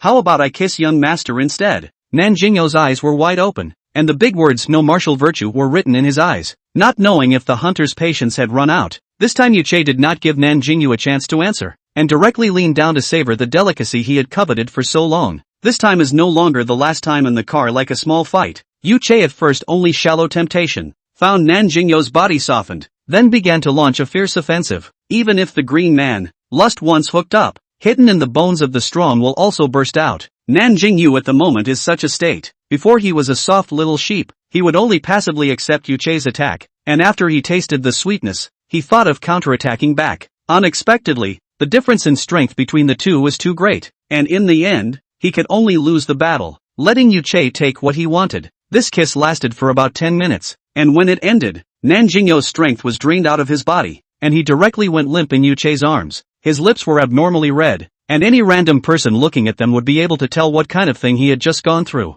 Yu Che wrapped one hand around his waist and held his back with one hand, and other than his lips being a little red, there was no abnormality in his entire being. The two of them hugged together like this, and after a while, Nan Jingyou slowly came out of his arms. Facing Yu Che at this moment, he was still a little embarrassed, but this time he didn't run away like last time, because he wanted to confirm one thing. He stared tightly into Yu Che's eyes and asked word by word, "Yu Che, what do you think our relationship is now?" He looked forward to Yu Che's answer. He wanted the two of them to bring this relationship to the surface and talk about it. He wanted to give each other a bright and honorable identity. Yu Che gently dropped a kiss on Nan Jingyou's forehead. "I'm your guardian for life and death. Please teach me more in the future, my dear boyfriend." His voice was full of devotion, causing Nan Jingyou's heart, which had managed to calm down, to start beating violently again. Nan Jingyou's eyes shone with a different light, and he followed suit, slightly standing on his tiptoes to drop a kiss on Yu Che's forehead. "Dear boyfriend, please teach me more in the future." On this day,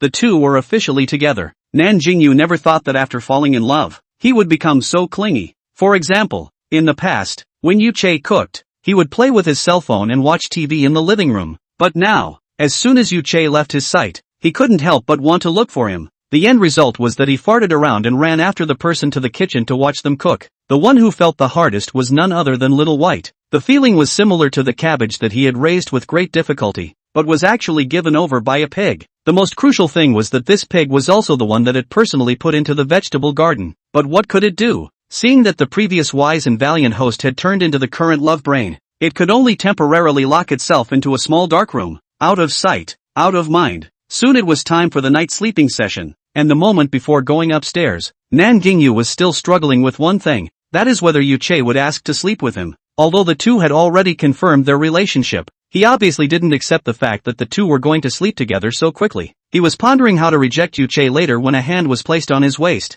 The next thing he knew, he was being wrapped around his waist and stood up to head upstairs. "Young master, it's getting late, we're going upstairs to bed." All the way to Nan Jingyou's bedroom door, Nan Jingyou's body stiffened more and more. His voice was a bit anxious. "Yu Che, aren't we a bit too fast now? Why don't we adapt for a while before I sleep with you, okay?" He hadn't prepared anything yet. Although he liked the same sex, he was completely ignorant in this area. If Yu Che made even more excessive demands later, would he agree or not? Unexpectedly, not only was Yu Che not unhappy, but he laughed out loud. This was the first time he had seen Yu Che laugh so uncontrollably. "Young master, so you're so impatient to sleep with me. I originally just wanted to send you to the door, but since young master you've warmly invited me, then I can only respectfully comply." After saying that, he opened the door handle, ready to embrace Nan Jingyou and walk inside the bedroom. Nan Jingyou hurriedly grabbed the doorframe, with an appearance of vowing not to obey. "Yu Che, you've got it wrong. I'm talking about adapting for a period of time first. I didn't say I want it now." Yu-Che really stopped his steps, staring at the person in front of him with a playful face. Young master, then you have to give me a deadline. Then, he pressed his lips tightly to Nan Jingyou's ear, his voice hoarse. Don't make me wait too long, my boyfriend. Nan Jingyou had already messed up his mind, so he couldn't even wait to answer, and with a haphazard nod he pushed the person out of the room and quickly closed the door. The reason why he ran so fast was because he felt the change in his body. He didn't expect that Yu-Che's lethality towards him had actually become so great that just one sentence could make him so wretched. He quickly went to the bathroom and took a cool shower before barely bringing down the dryness in his body. The shock given to him today was just too much. Nan Jingyou collapsed on the bed in exhaustion after coming out of the bathroom, and fell into a deep sleep in no time. Early morning sunlight shone from the floor-to-ceiling window to the bed. Nan Jingyou sat up from the bed and stretched. A few moments later, he got up and simply washed up and went downstairs. What he wore was still the same gray silk pajamas from last night. Just like before, Yu-Che made breakfast as if he had pinched the time,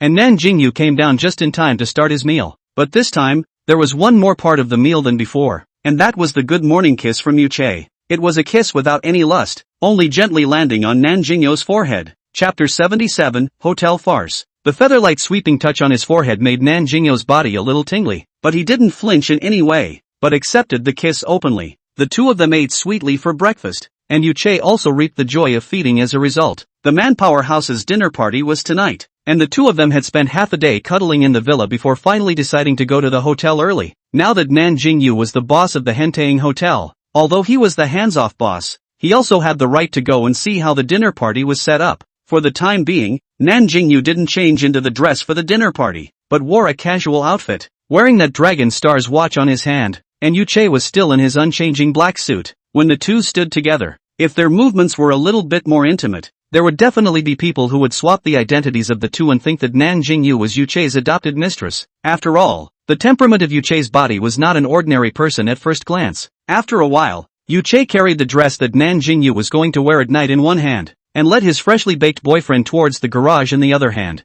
Nan Jingyou looked at the two people's hands that were interlocked. His heart could not be more beautiful. Before going to the hotel, Nan Jingyou did not notify manager he wanted to make a surprise attack to see how the business ability of the various departments of the hotel. Not long, the two arrived at the hotel. The hotel was a lot more lively today than before, and there were obviously a lot more people. And looking at the dress code, the identity of these people should not be simple. Young master, some of them should have come from out of town to attend the Wan Baolu's anniversary dinner. Yu-Che lowered his voice and said. This answer Nan Jingyou was not surprised. Wan Baolu's fame was so big, and those with money were not the only ones in High City, so he was not surprised at all that people would come from abroad to attend. He is happy about this. Just a few days, it is estimated that the turnover can be doubled several times. By then all the money earned will go into his pocket. Simply don't be too happy. Talking about it, the two of them arrived at the front desk of the hotel, but something seemed to have happened at the front desk. A young man was wrestling with the front desk about something.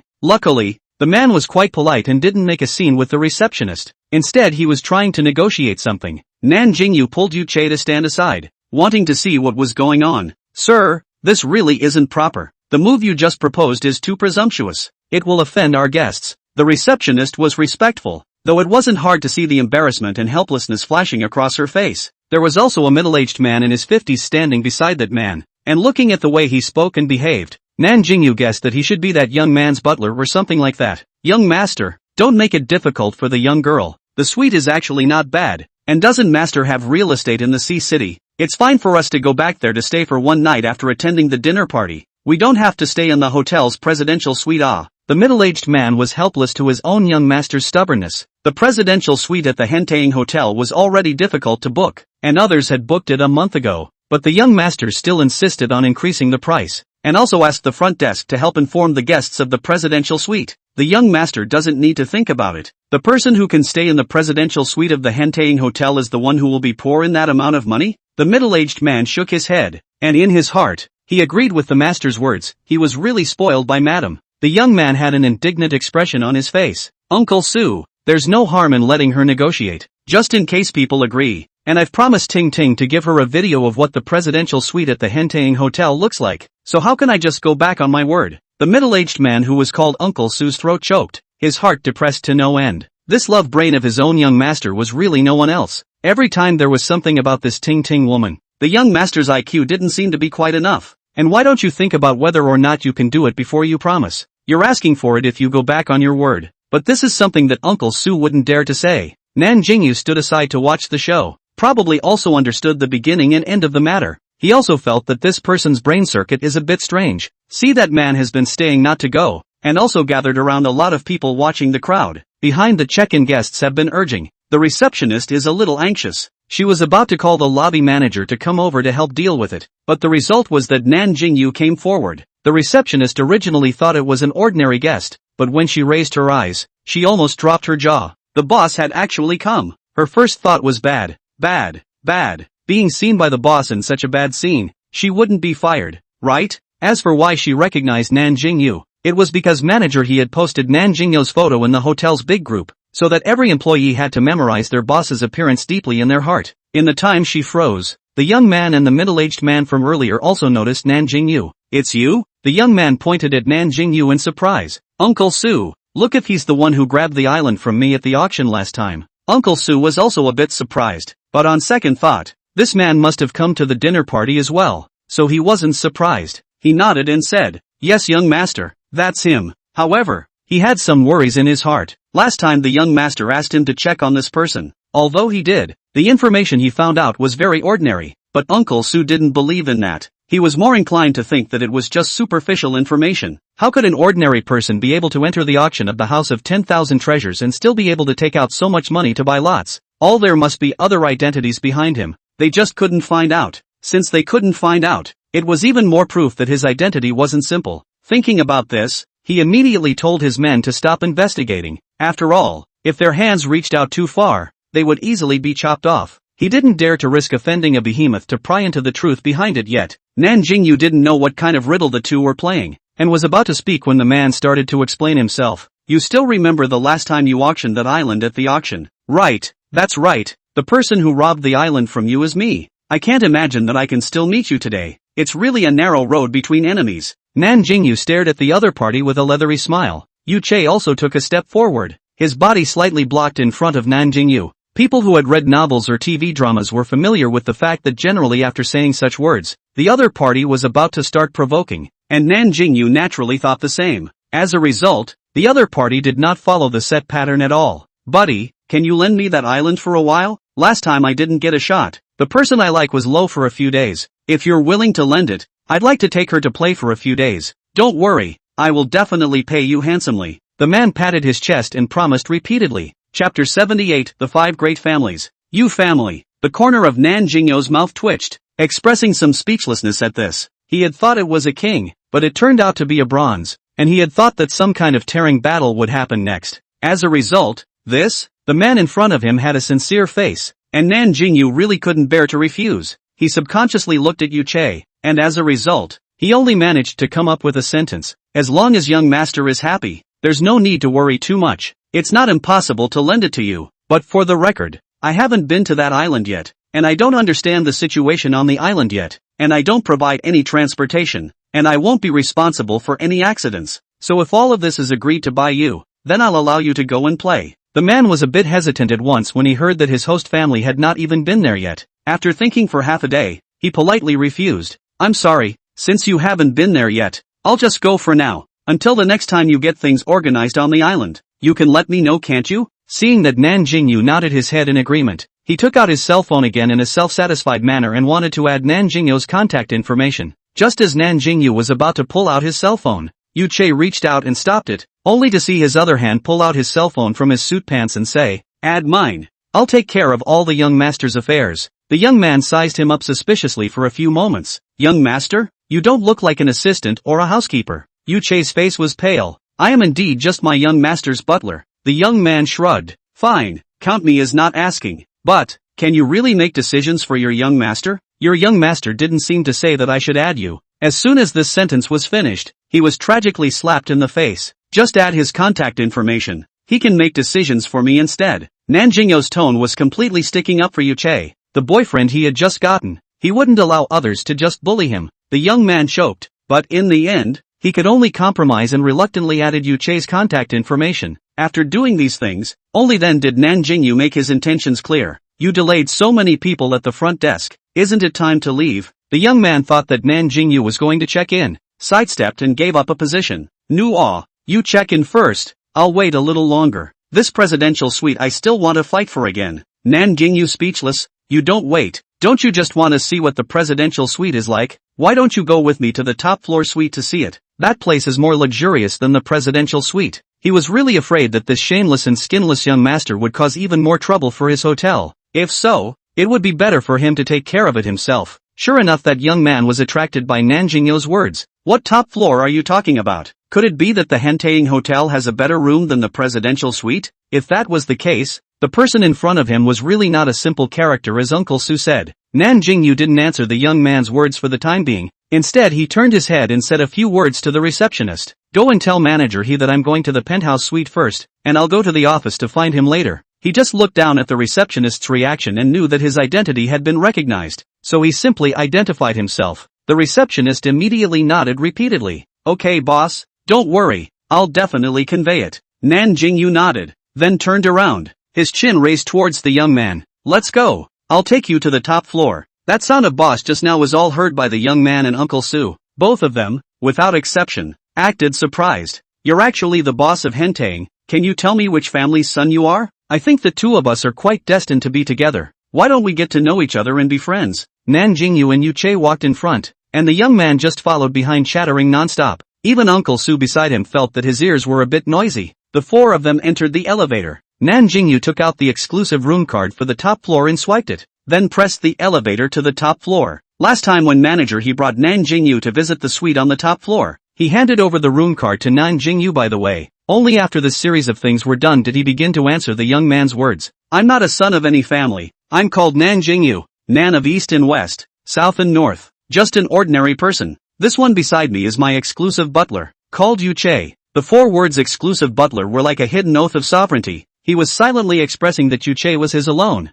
an indispensable role in his life. Yu Che likewise heard the 2 words exclusive, and he smiled imperceptibly, his fingers pretending to touch Nan Jingyou's hand inadvertently. The other 2 people in the elevator were completely unaware of the catnip between them, and the young man saw that Nan Jingyou was evasive and answered somewhat perfunctorily, and skimmed his mouth in a less than satisfied manner. But he also knew that this was someone's privacy. It was normal not to say, so he had to dismiss the idea of continuing to pursue the question. He coughed lightly and began to introduce himself as well. My name is Yu Xiuha, I'm from the Yu family, the 5 great families of the capital city, and I came to High City to replace my family to attend the anniversary dinner of the House of 10,000 Treasures. As he introduced himself, he completely failed to see that Uncle Su was giving him a crazy wink. At this moment, Uncle Su was somewhat devastated. His family's foolish young master. Oh, how could he casually divulge his family's background? Didn't you see that the other party was smart enough not to reveal their true identities, and it was only his own young master who honestly gave away the information? The Yu family is the second largest of the 5 families in China. How many people are rushing to flatter it, and now do not know the identity of the other party? If he knows that there is a profit to be made, and intentionally climbed on the young master of the family, how to do? Uncle Su was prepared for the other party to be surprised, but when he raised his eyes, they didn't even change their expressions. This made Uncle Su feel confused. Could it be that the other party's family is even more powerful than the Yu family? But then the Yu family powerful? In addition to the Rong family, there is only the hidden family. But the country of China simply no one knows the hidden family of the person in charge of the person, and do not even know the family name. Uncle Su was shocked. Could it be that this person is the heir of the hidden family who is cultivating outside? No wonder we can't find out the real identity of this person. If it is a person of the hidden family, then it will all make sense. But in the end, it is only Uncle Su's guess. He did not dare to jump to conclusions. Just how this person cannot be offended. Now the Rong family is moving. Want to join forces with the other 2 families?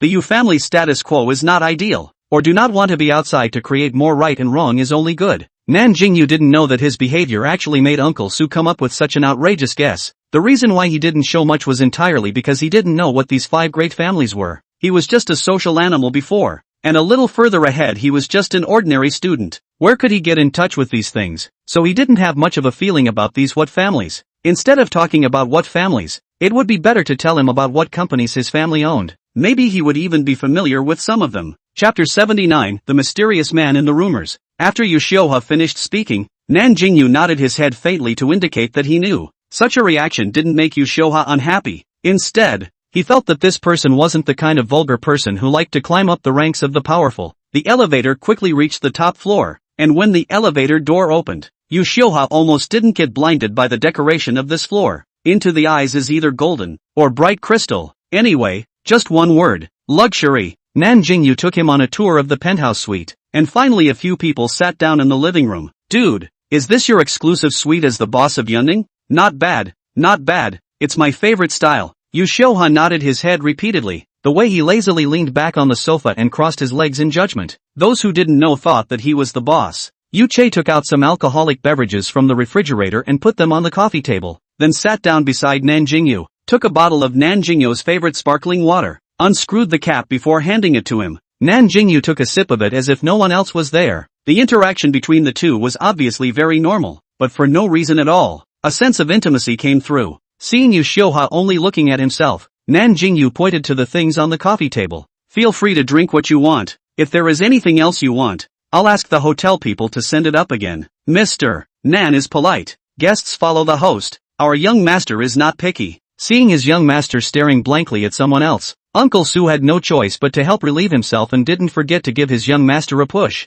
With many years of experience as a housekeeper, Uncle Su thought that the housekeeper beside Nan Jingyou was definitely the right-hand man that the family behind him had cultivated for him since he was a child, or else the behavior of the two of them couldn't have been so tacitly understood. Said to be a butler? In fact, it is a dead soldier cultivated in the family. In this life, from life to death, only serve one person. Uncle Su also counted on guessing half of it correctly. Wasn't Yu Che's previous promise that he would only serve Nan Jingyou alone for the rest of his life? Being pushed by Uncle Su like this, Yu Xiuhua finally came back to his senses. He scratched his hair awkwardly. I'm sorry, I suddenly thought of a little thing only. I didn't mean to stare at you. In fact, he did sway his mind because of Nan Jingyou. Just now when he saw the intimate interaction between the two, he suddenly thought of a rumor that had been circulating in the circle of luxury families in the capital city. Rumor has it that there used to be a very famous mansion boy in the capital city. No one knows exactly which family he belongs to, but only knows that the man suddenly appeared in the capital city and waved his money around,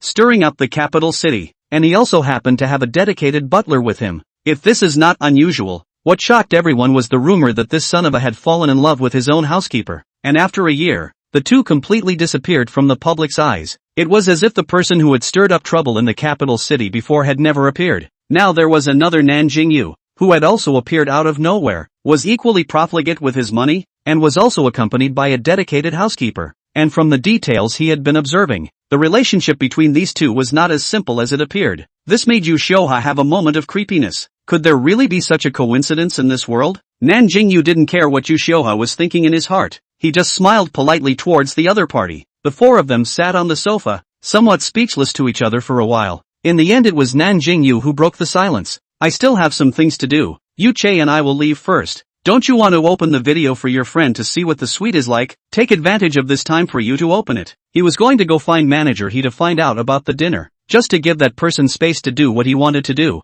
Yu Xiuhua nodded his head and agreed. Okay, so I won't keep you. I'll leave when I'm done with the video. I don't know if he was bothered by that incident just now. He was no longer interested in opening the video at this moment, but he was still polite with his mouth. Only after making sure that both Nan Jingyou and Yu Che had left did he mysteriously pull Uncle Su to sit on the sofa. Uncle Su thought that his young master was going to make a scene again, and his heart couldn't help but lift up. Just when he was about to advise his young master to be a bit more peaceful on other people's turf, he saw Yu Xiuhua's face suddenly become serious. Uncle Su, who knew the young master's nature, instantly realized that the young master had something very important to tell him, so the words in his mouth were swallowed. Uncle Su, do you still remember that rumor in the upper-class circles of the capital city? Uncle Su racked his brain for half a day before he realized exactly which matter the young master was talking about. Young master, are you talking about the rich and powerful son who waved his money around more than 20 years ago? Uncle Su didn't understand why his young master suddenly brought up this matter. This matter had been over 20 years in the past, and although it would still occasionally be brought up in the circle, it was only a topic of conversation after everyone's tea. For someone who had disappeared for decades, Uncle Su didn't put much stock in it. Yu Xiuhua took one look at Uncle Su's appearance and knew that he didn't connect this matter with Nan Jingyou.